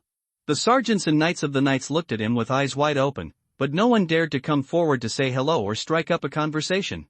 In the battle with the Saracen cavalry, Prajna alone killed nearly 20 well-trained Mamluk cavalry, and his record was second only to Hans. The nickname Iron Knight is already known to everyone in the knights. If her profession was not that of a heavily armored iron guard, most of the attribute points for each upgrade would be automatically added to endurance and physical strength, and would also be subject to the restrictions of the mount. Given enough time, it would be easy for her to kill through the enemy formation alone. If she were an Easterner, one comment would definitely come to her mind: the courage of an overlord. Although Hans is also a defensive retinue, his professional positioning is that of a heavy armed warrior, which makes his attributes more versatile and more effective when clearing out miscellaneous items. But if two people fight, the winner can only be Prajna. Prajna didn't pay attention to the eyes of others. She stopped under the eaves outside the public bathhouse. Fuline, who had a hard time chasing because of her short legs, almost didn't stop the car and bumped into Prajna's back. She said angrily, "What's wrong with you, you stupid guy?" Prajna stared into the distance and said softly, "Didn't you notice? There is a special aura." Fringilla frowned and twitched her nose. "It smells so bad, what is it?" "I don't know. It looks like an evil ghost, but it also exudes a strong aura of fire. Maybe it's some kind of spirit body that's unique to this world. Go and get rid of it." Fringilla was a little stunned. "Why should I go?" Prajna said naturally, "Because I want to protect you, sir. Hans, a little werewolf, is not good at dealing with this kind of spirit. Who else can he do besides you?" Fuline hummed, "I won't go." "If you want to go, you can go by yourself." Prajna said expressionlessly, "Do you think people are more attracted to a lazy guy who always doesn't want to do anything, or a close sister who can share the worries of adults?" Fringilla's face suddenly showed an expression of excitement. "What you said seems to be not unreasonable." Looking at Fringilla's back flying away, Prajna had a smile on her face. There were more smiles on her face today than she had in the past month. Lothar's footsteps sounded behind Prajna. "Where's Flynn?" "I'm going out to play, don't worry about her." Lothar replied absent-mindedly. He was still considering promoting the list of knights. In this battle, Ryan and Model made great contributions and must be promoted. In addition, Ulma and Andreas, two outstanding wing cavalrymen, can also be considered for promotion to knights. However, the knights also had several servants who fought bravely, and the knights they were loyal to had died in the battle. Lothar was considering whether to recruit them into his ranks and become his true own. What this means is that when there is an opportunity, they will be converted into wing cavalry. "Let's go find her." She pointed to the streets not far away. The war did not seem to have much impact on this city. There were Greeks with short beards, Orientalized Latins, and Germans. People are walking inside in an endless stream. There is a faint smell of spices and cooked food. Some sergeants of the Royal Knights wearing red and white robes were already attracted, and they quickly negotiated the price with the wanderers who came by boat from Europe. Alcohol and women are important magic weapons for extinguishing the wounds of war. Due to lack of face, Lothar lacked the latter link. Naturally, these Crusader sergeants who had just made a war fortune and had bulging wallets would make up for it themselves. But the direction Prajna pointed in was completely opposite to the direction Fuline left. With a faint smile on her lips, she said, "Take this opportunity, let's go shopping. I have served you for so long, and you haven't given me a gift yet." Lothar looked at Prajna in surprise. Her eyes were clear and bright, and she met his gaze and asked without any guilt, "What, can't you do it?" Of course, I'm just a little surprised. This is the first time you've made such a request since we met. Lothar naturally agreed. It's just that you have to put on the veil first, otherwise I'm afraid it will cause chaos. Good. The two of them walked side by side, very close to each other, in the streets. Montreal was once a material transit hub for the Crusades, and later transformed into an important trade node for trade between the Kingdom of Jerusalem and the Eastern chiefdoms. It is not small in size, with nearly 10,000 permanent residents, a considerable third of whom are pagans. This number may not sound like a lot, but how many people are there in Paris and London today? 20,000? Or 30,000? That's the number at most. Throughout Western Europe, cities with a population of up to 50,000 are all city-states in the North Apennines. Even the Papal City, where the Pope is located, only has a population of over 30,000. Although the barbarians who conquered the Western Empire were full of martial virtue, they seemed not to be good at governing the country. The prosperous city of Seven Hills in the past was far behind its sister city, Constantinople. In this era, Sasanian Ctesiphon and Ayyubid Cairo each had a population of 500,000. Constantinople in the Eastern Empire had the largest population, with a population of 600,000. The city of Kaifeng further to the east is said to have a population of over 1 million. As for Jerusalem, although the city has only 30,000 permanent residents, the constant flow of pilgrims often more than doubles the city's population. Before the Crusaders left, the population even approached 100,000. As a result, Jerusalem is often overcrowded and the entire street is filled with people. Lothar and Prajna stopped in front of a shrine. This religious building also incorporates Oriental styles and looks like a stage set. On Palm Sunday, clergy will hold crosses and palm branches respectively, circle the city for a week, then gather here and pray to Heavenly Father. It must be admitted that the various customs of the Church in Jerusalem are significantly different from those of the Catholic churches in Western Europe. Western European civilization is blending with Eastern civilization at an extremely fast speed. Lothar felt a little emotional. In this era, many Crusaders had begun to speak Arabic, and many of them even stopped eating pork. Intermarriage between multiple ethnic groups is no longer uncommon. Although this was highly resisted and disdained by the newly arrived pilgrims, called ponies by the old pilgrims, Lothar thought it was a good thing.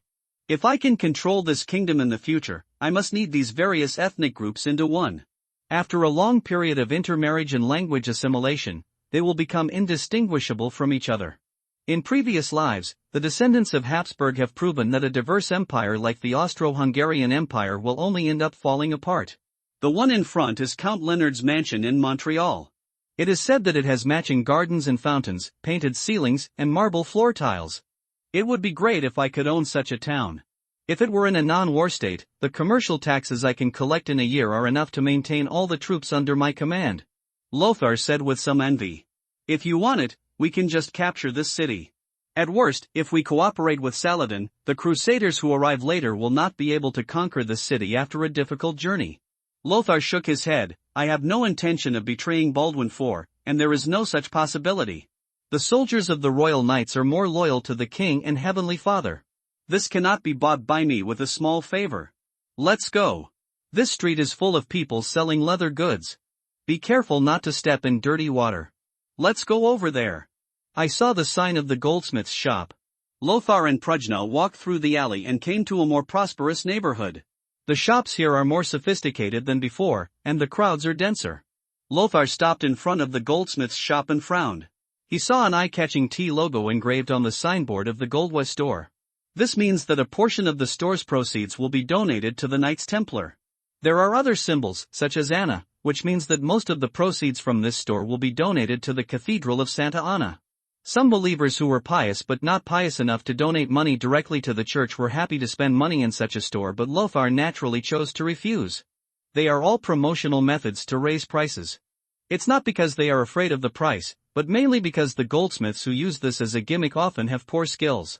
We'd better find a shop opened by a Greek. Maybe we can buy Byzantium-style jewelry.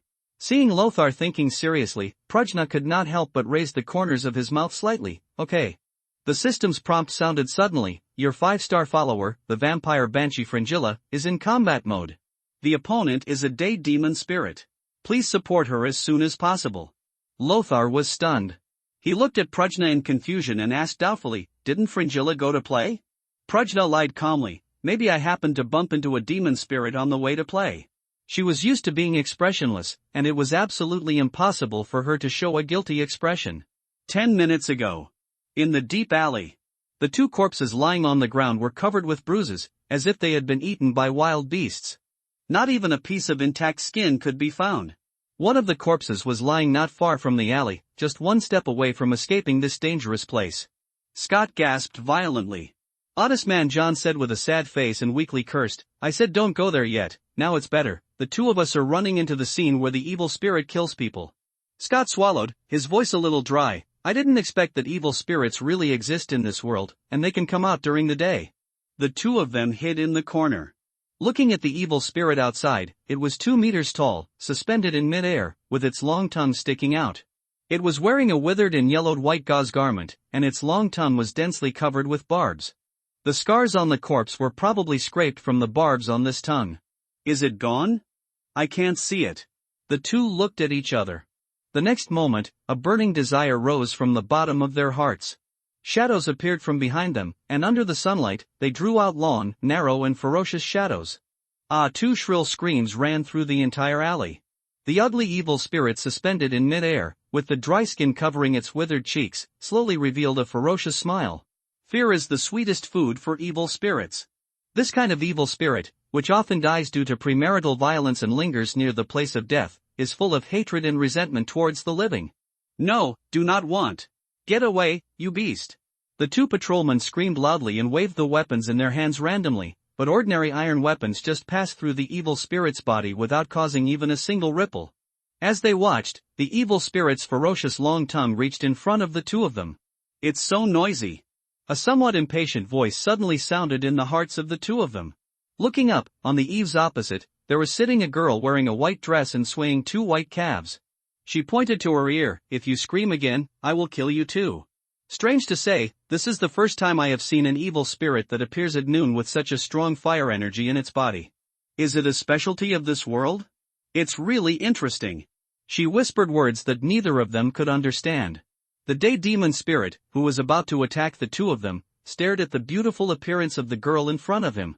On its face, jealousy and resentment intertwined to form an increasingly ferocious face. "If I had been so beautiful, wouldn't I have ended up like this? It was even possible for me to become a maid in a noble family, to be pampered by my master instead of being toyed with by a villain." Black liquid spurted out from its eye sockets. It almost immediately gave up the food that had been brought to its mouth and rushed towards the girl. Scott shouted, "Miss, run, this is an evil spirit." John yelled, "Idiot, leave her alone and run." He got up from the ground, moved his legs that were numb from fear, and ran out as hard as he could. The girl crossed her legs and swayed. "Oh, you are quite kind-hearted. In the past, I might have allowed you to become a blood slave serving the royal court, but that is not possible now." A pillar of fire erupted from the mouth of the day demon spirit. If you look carefully, you can see that it is the long tongue in the mouth of the day demon spirit. The sharp barbs are lingering with dark flames. "That's disgusting." The smile on Fringilla's face stopped abruptly. The flames exuded a stench like rotten flesh. There was an expression of disgust on her face. "It smells really disgusting. Don't dirty my new clothes. The adults bought these for me." Boom! Long tongues pierced walls and eaves. The girl's figure has long since disappeared. The day demon spirit is a little puzzled. It has never been exposed to any extraordinary power before it was alive. How could it know that a person who clearly looks like an ordinary girl could have such a special ability? "I'm behind you, idiot." The day demon suddenly turned around and looked behind him. Different from when she was watching from Lothar's side, Fringilla's eyes were filled with blood in her fighting state, and at the corners of her mouth, 2 delicate fangs pierced her somewhat pale lips. A pair of winding red magic horns stretched out, and a thin layer of blood mist filled the alley. "We have to deal with you quickly and go back to find the adults." She was suspended in mid-air, opened her hand, and a bone spur with a blood streak in the middle penetrated her palm, like a sharp sword. The bone spurs and flesh squirmed, making a weird and numb sound. The day demon spirit let out a scream full of fear and anger, and suddenly pounced on Fuline. But she didn't dodge, she just waved the bone spur away gently. The next moment, bloody light filled the alley. Wait until the light fades away. During the day, the demon spirit's body solidified inch by inch, turning into gray-white like a stone statue. Then it suddenly collapsed into countless pieces. Platform on top of the castle. From here, you can overlook the entire city of Montreal, the narrow and winding alleys, Count Leonard's favorite residence, churches and street shrines, brothels and bathhouses, gardens and fountains. There is also the cracked, yellowish earth, and the tributary of the Jordan River whose flow has plummeted due to the dry season. Sir Humphrey, wearing a mule-purple cloak, pressed his hands on the rough rocks at the edge of the platform. Behind him, the white-haired elderly servant asked with some confusion, "Sir Humphrey, is it inappropriate for us to neglect Baron Lothar so much?" Humphrey sneered and said, "It is most appropriate to treat him with this attitude. They have lost their combat effectiveness in a short period of time after fighting with the Saracen cavalry. He has outlived his usefulness to us." The servant hesitated and said, "Also, during this time in the city, people are dying every day. It is said to be haunted. Don't you need to remind Baron Lothar? No, it's best if he dies. According to convention, after his death, I should temporarily command the army under his command. It is indeed an elite army and should not be left in the hands of such a nouveau riche like little Baron." Sir Humphrey stood facing the sun, his eyes slightly squinted by the dazzling light. The sun was so bright that even his hair was clearly visible, but there was an obvious layer of gloom. "Kaleborg, why hasn't it been conquered yet? Saladin, you really disappoint me." The servant behind him immediately lowered his head and reminded, "Sir, how can you say such words?" Humphrey smiled and said, "That's it. Anyway, there are only two of you and me here. My stupid and reckless stepfather has filled my mother with some ecstasy soup, and he is still unwilling to give me a fiefdom. What if God gives me another younger brother and sister, what's wrong with me hoping for his death?" The servant was silent for a moment, then said, "After all, the lady is also there. Okay, please step back and keep an eye on Baron Lothar and the knights under his command. Don't let them cause trouble. By the way, remember to collect an extra Saladin tax. This is to prepare for the reception. Prepared by the Crusaders coming down. Flynn?" Lothar came in a hurry. Fringilla turned back, and the scarlet in her eyes quickly faded, turning into clear. The winding red magic horn disappeared, and she quickly grabbed her long, messy white hair, and then called out in a tearful voice, "Sir, I'm here." Seeing that Fringilla was unharmed, Lothar let out a sigh of relief. "It's fine. Why did you come here?" "I just want to share your worries." Fringilla threw herself into Lothar's arms, rubbed the non-existent tears on Lothar's shoulder, peeked out her head furtively, looked at Prajna behind Lothar, and made a face. Lothar was a little surprised. He patted Foulin on the back. "Thanks to you this time. The milestone of a demon hunter requires hunting monsters. Unfortunately, this kind of daytime demon spirit does not seem to be included in it. Sir, I just went through a big war, and you don't even care about me?" Lothar touched her head perfunctorily. "I care, of course I care, but isn't it nothing?" After the previous battle, he upgraded Foulin and Prajna to level 30. Compared with before, their strength has been greatly improved. Lothar did not think that a single evil spirit could pose much of a threat to Foulin. "The reason why I came in a hurry was just in case."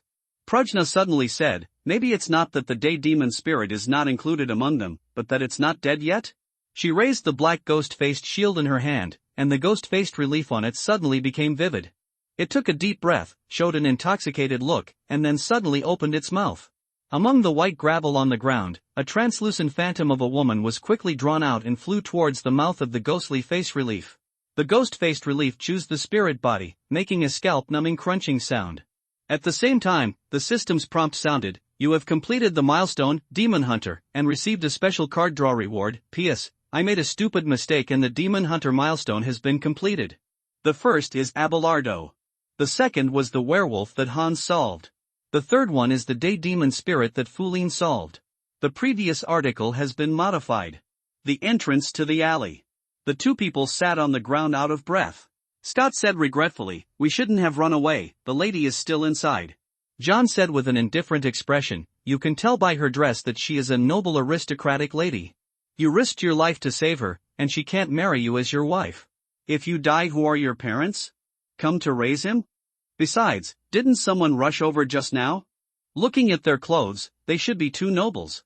If they can deal with the evil spirits, they don't need us too.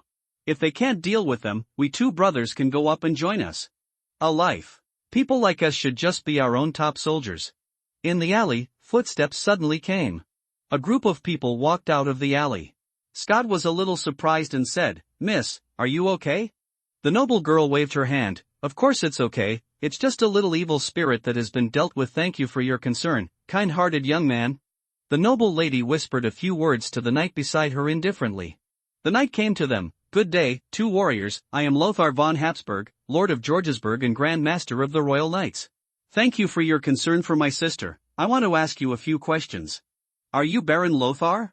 John said with some excitement. You can ask. If we know anything, we will definitely tell you. Do you know anything about this evil spirit? I think I know something. Like? John nodded and said, yes, I'm not sure. At the end of last year, Lyash, the captain of the city guard, raped a Jewish girl and later killed their whole family. The people in this alley, the house was the home of the little Jewish girl. Nothing happened originally, but not long ago, the new owner of this house was found dead next to the wellhead. After that, someone died near the alley every 2 days. If you look at it, that little girl was so resentful that she came back from the dead to take revenge. Lothar nodded thoughtfully.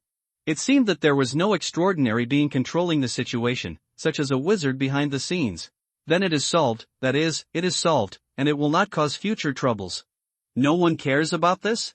John said helplessly, hey, there are less than 10 people dead in total. How can such a trivial matter alarm the nobles?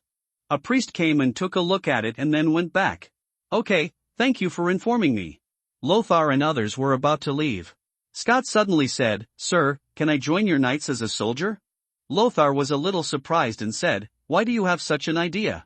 If you fight with the knights, the probability of losing your life is not small. On the contrary, if you stay in Montreal, there is a high probability that your life will not be in danger. Scott blushed, Sir, I don't want to be just a city guard forever.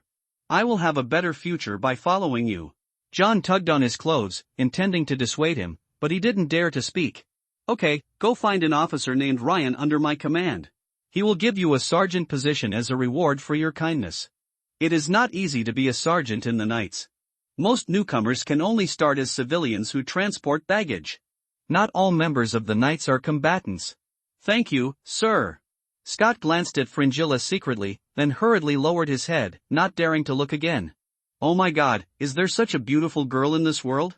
Lothar did not open the reward for completing the Demon Hunter milestone rashly. He first rented many hotels in the city to accommodate his soldiers. Although you can camp outside the city, the simple tents and camp beds are not that comfortable. Lothar was willing to let his soldiers rest for a while. The long march is like a taut bowstring. Soldiers need a good rest to restore their combat effectiveness. In the Battle of Hattin in the previous life, it was not Saladin's army that defeated the Crusaders, but drought and hunger. Let's go shopping. The gift I promised you hasn't been given yet. Lothar said this to the expressionless Prujna. Kaelborg. The brutal siege had lasted for 3 full days. Count Leonard held his sword and looked around. Corpses with different forms of death were scattered on the city wall. The scorching hot weather had caused these corpses to rot and grow maggots. He knew that if this continued, even if Kali Castle was not breached, the people inside would die from the plague. Not far away, Saracen craftsmen assembled large siege equipment outside the city like pieces of furniture. Iron-covered siege towers, battering rams, and giant 3-meter-tall trebuchets. These powerful siege tools put tremendous pressure on the solid city defenses of Kaelborg. Outside the city, densely packed Saracen soldiers were worshipping the sun collectively.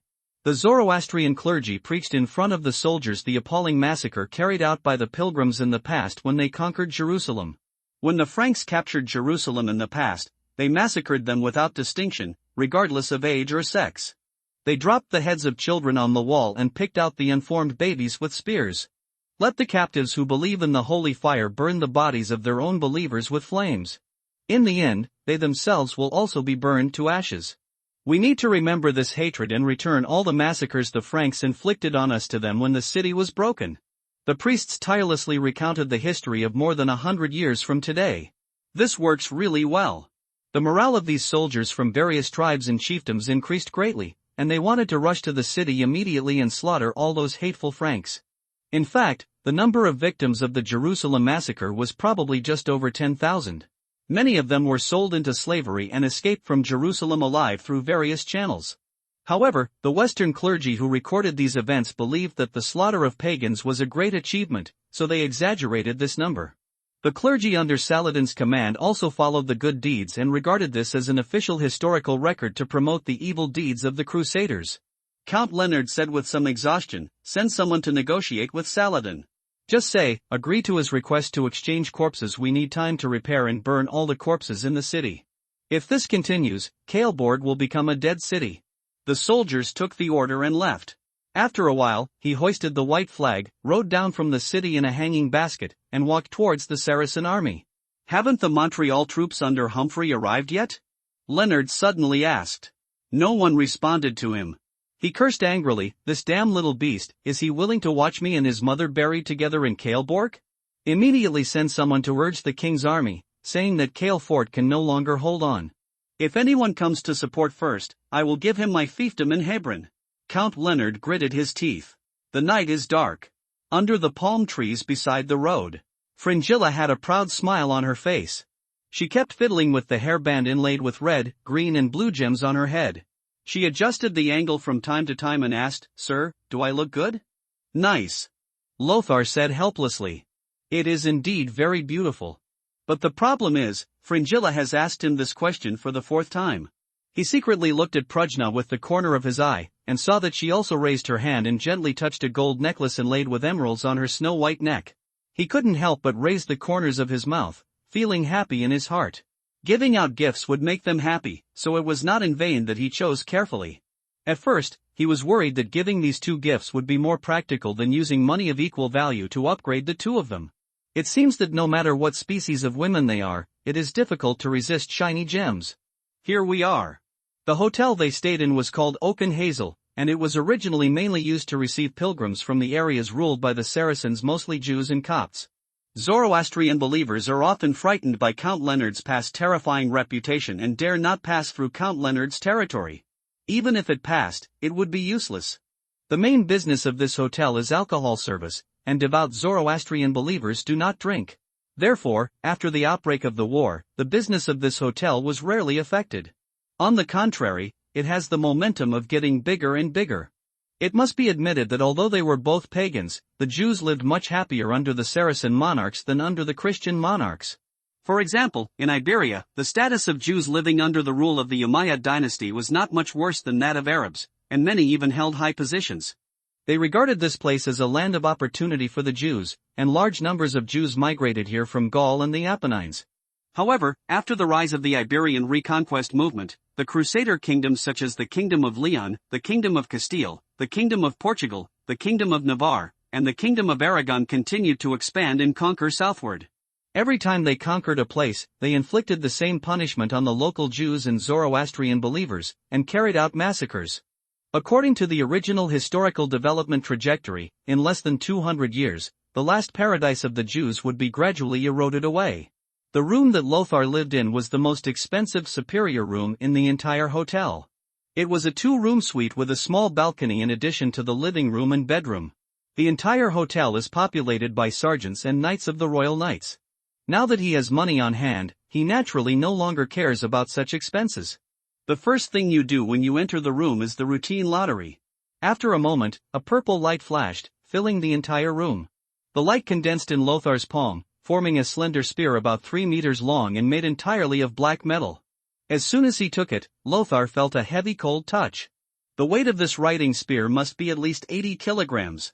If it weren't for the fact that most of the writing spears are used in an upright posture instead of wielding them like the spears used by the generals of the 3 kingdoms, he felt that there would be no such thing in this world at all.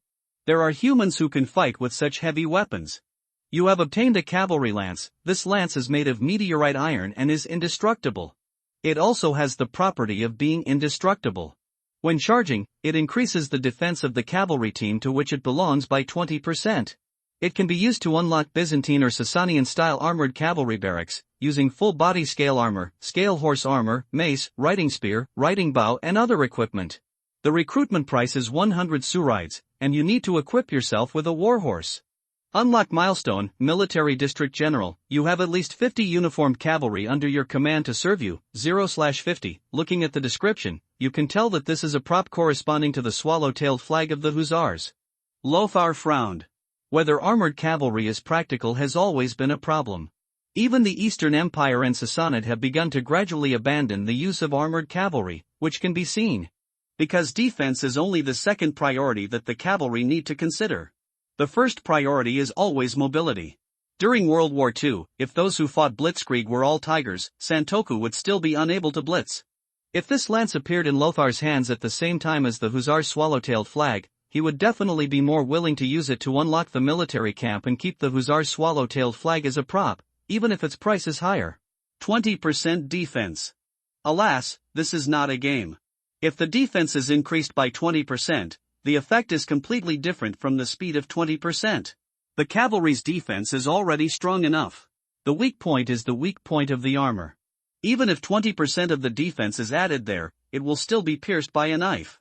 Human skin cannot be as soft and tough as Prajna, yet slippery to the touch. All I can say is that it is better than nothing. After thinking for a moment, he decided to put the matter behind him for the time being. Anyway, he wouldn't be able to return to Yogurtsburg for a while. This spear seemed to be quite useful, so it would be good to keep it in his hand as a weapon. Hans is undoubtedly more suitable for this equipment, because he has the skill of being a master of both guns and swords. Lothar has noticed that this skill has improved Hans's swordsmanship. If Hans could be equipped with such an artifact, his combat effectiveness would definitely increase dramatically. But the problem is that such a riding spear is also a huge test for the mount's endurance. Outside the window, there was a sudden noise. Lothar hurried downstairs, looking a little confused. What's going on? Someone said angrily, Knight Pepin wanted to duel with a Montreal knight because he questioned our honor, but we clearly captured the prince of the Saracens. Lothar frowned. Sure enough, I knew that as soon as this group of top soldiers drank, they would forget his order not to reveal to outsiders that I captured Prince Zahir. This Pepin is of course not the famous Frankish dwarf Pepin, but a brave knight of the Royal Knights. On the battlefield, he was unscathed and killed 2 elite Mamluk cavalry. He was considered a rare warrior. Lothar did not stop him, but said loudly, then let's duel.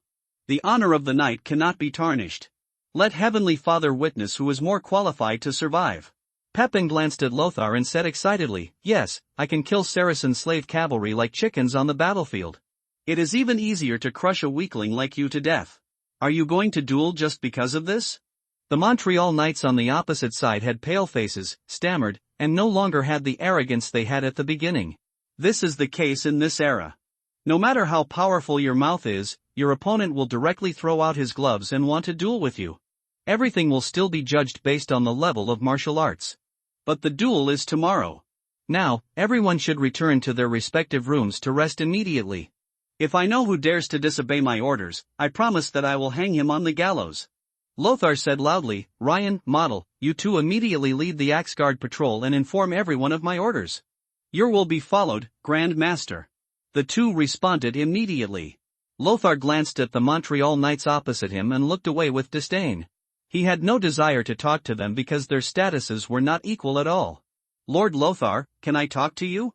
Someone came from behind Lothar and whispered. He deliberately exposed the seal in his hand so that Lothar could see it. Lothar snorted coldly, Are you a member of Count Leonard's staff? Yes, my lord. Lothar was silent for a moment, nodded and said, Follow me. They came to a secret room in the hotel, and the room next door was where Prince Zahir was. Hans led the hussars to guard the prince at all times, and those who took turns would rest in this room. After all, this was equivalent to a huge wealth of 2,000 sulads. Moreover, if something unexpected happened, it would also mean that he and Saladin would be in a fight to the death. Hans, come here too. In the secret room. Lothar, Hans, Prajna, and Fulin took their seats one after another. This world is not simple. It is full of witchcraft, evil gods, evil spirits, curses and all kinds of evil things. He does not dare to be alone in the same room with strangers. Such a big battle? The man swallowed and said cautiously, Sir, I am the personal servant of Count Leonard. On behalf of my masters, Count Leonard and Lady Stephanie, I beg you to send reinforcements immediately for rescue. Kaelborg. After speaking, he quickly added, Don't refuse in a hurry. I know that you have some misunderstandings with my master, but now that the kingdom is in crisis, how can these small misunderstandings affect the great cause of the crusade? My master has already said that as long as you can set out immediately, and he is willing to support Lord Balian in marrying Princess Sibylla. I believe you. Lothar showed a kind smile, Count Leonard and I have a very good relationship. Where is the misunderstanding? It's just rumors spread by others. No matter what others say, he will never admit that he has any quarrel with Count Leonard, lest he be accused of abolishing public affairs for personal reasons one day. It's just that you should go find someone else. I am the first Crusaders to arrive in Montreal. You should know that I have no intention of delaying. But the army under my command has been severely damaged and it is difficult to continue fighting, and the desert the march is difficult. If the sergeants are to set off immediately and rush to Fort Kali, I am afraid that my position as the commander of the regiment will not be secure. The man whispered, but you should also know that Kale Fort is the gateway to the kingdom. Once it is lost, Saladin's army will march straight in, and your territory will no longer exist. Lothar said in a deep voice, 2 armies of pagans have invaded, and the kingdom's situation is in danger. How can we think about the survival of our territory at this time? Seeing that Lothar was a good guy and couldn't listen, the messenger whispered, Lord Leonard has already said that he will give the fiefdom of Hebron to the commander of the first reinforcements to enter Kaleborg, and he will also 10 dinars for each sergeant and 100 dinars for each knight will be given as a reward. Lothar frowned, thought for a moment, and said, wouldn't you have said so earlier? In this case, we will set off tomorrow to Kaleborg. Lothar paused slightly and said, Messenger, you should continue heading west and inform the other Crusader lords about this, right? That's right, my lord. The situation is urgent, you should be on your way now. Lothar waved his hand and signaled him to leave. Thank you for your help. I hope you can arrive at Kaleborg as soon as possible and obtain the distinguished title of Earl of Hebron. My master will definitely treat you as a close friend in the future. The messenger was not confused. In his opinion, this was the most correct choice. No matter how many soldiers under his command died, it was still not as good as a wealthy fiefdom. What is an armed force without a fiefdom? At most it's a mercenary army. Not to mention that this armed force is not Lothar's personal armed force. Its ownership is in the hands of His Majesty the King. Even if the entire army is wiped out, it will not be a loss at all in exchange for a wealthy fiefdom like Hebron. Wait until the messenger leaves.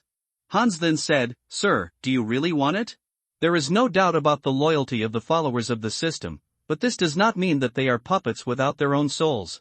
Lothar waved his hand and sneered, there's no rush. Let's collect the luggage first and rest for a few days. Count Leonard is playing a word game. Castle Kali is now surrounded by 30,000 troops under Saladin's command. Who can break through the siege and be the first to enter the city? The fiefdom of Hebron, oh, it does sound tempting, but it's a poisonous fruit. Besides, Count Leonard's reputation as a promise breaker is well known among the pagans. I don't believe he can honestly hand over Hebron. Hebron, like Jerusalem, is also a holy place for the 3 religions.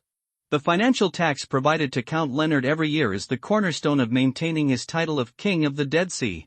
Lordship of Hebron meant a title of Count, which did not depend on the size of a city, but on the meaning of a city. The first custodian of the Holy Sepulchre in Jerusalem, Godfrey of Bouillon, was the uncrowned king of Jerusalem.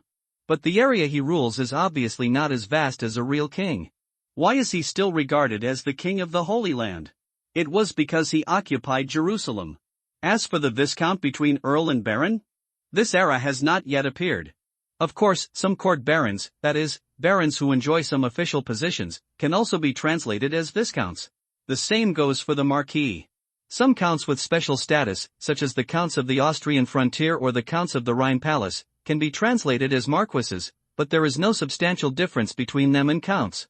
It will be released in the early hours of tomorrow morning, and 2 chapters will be updated for free before then.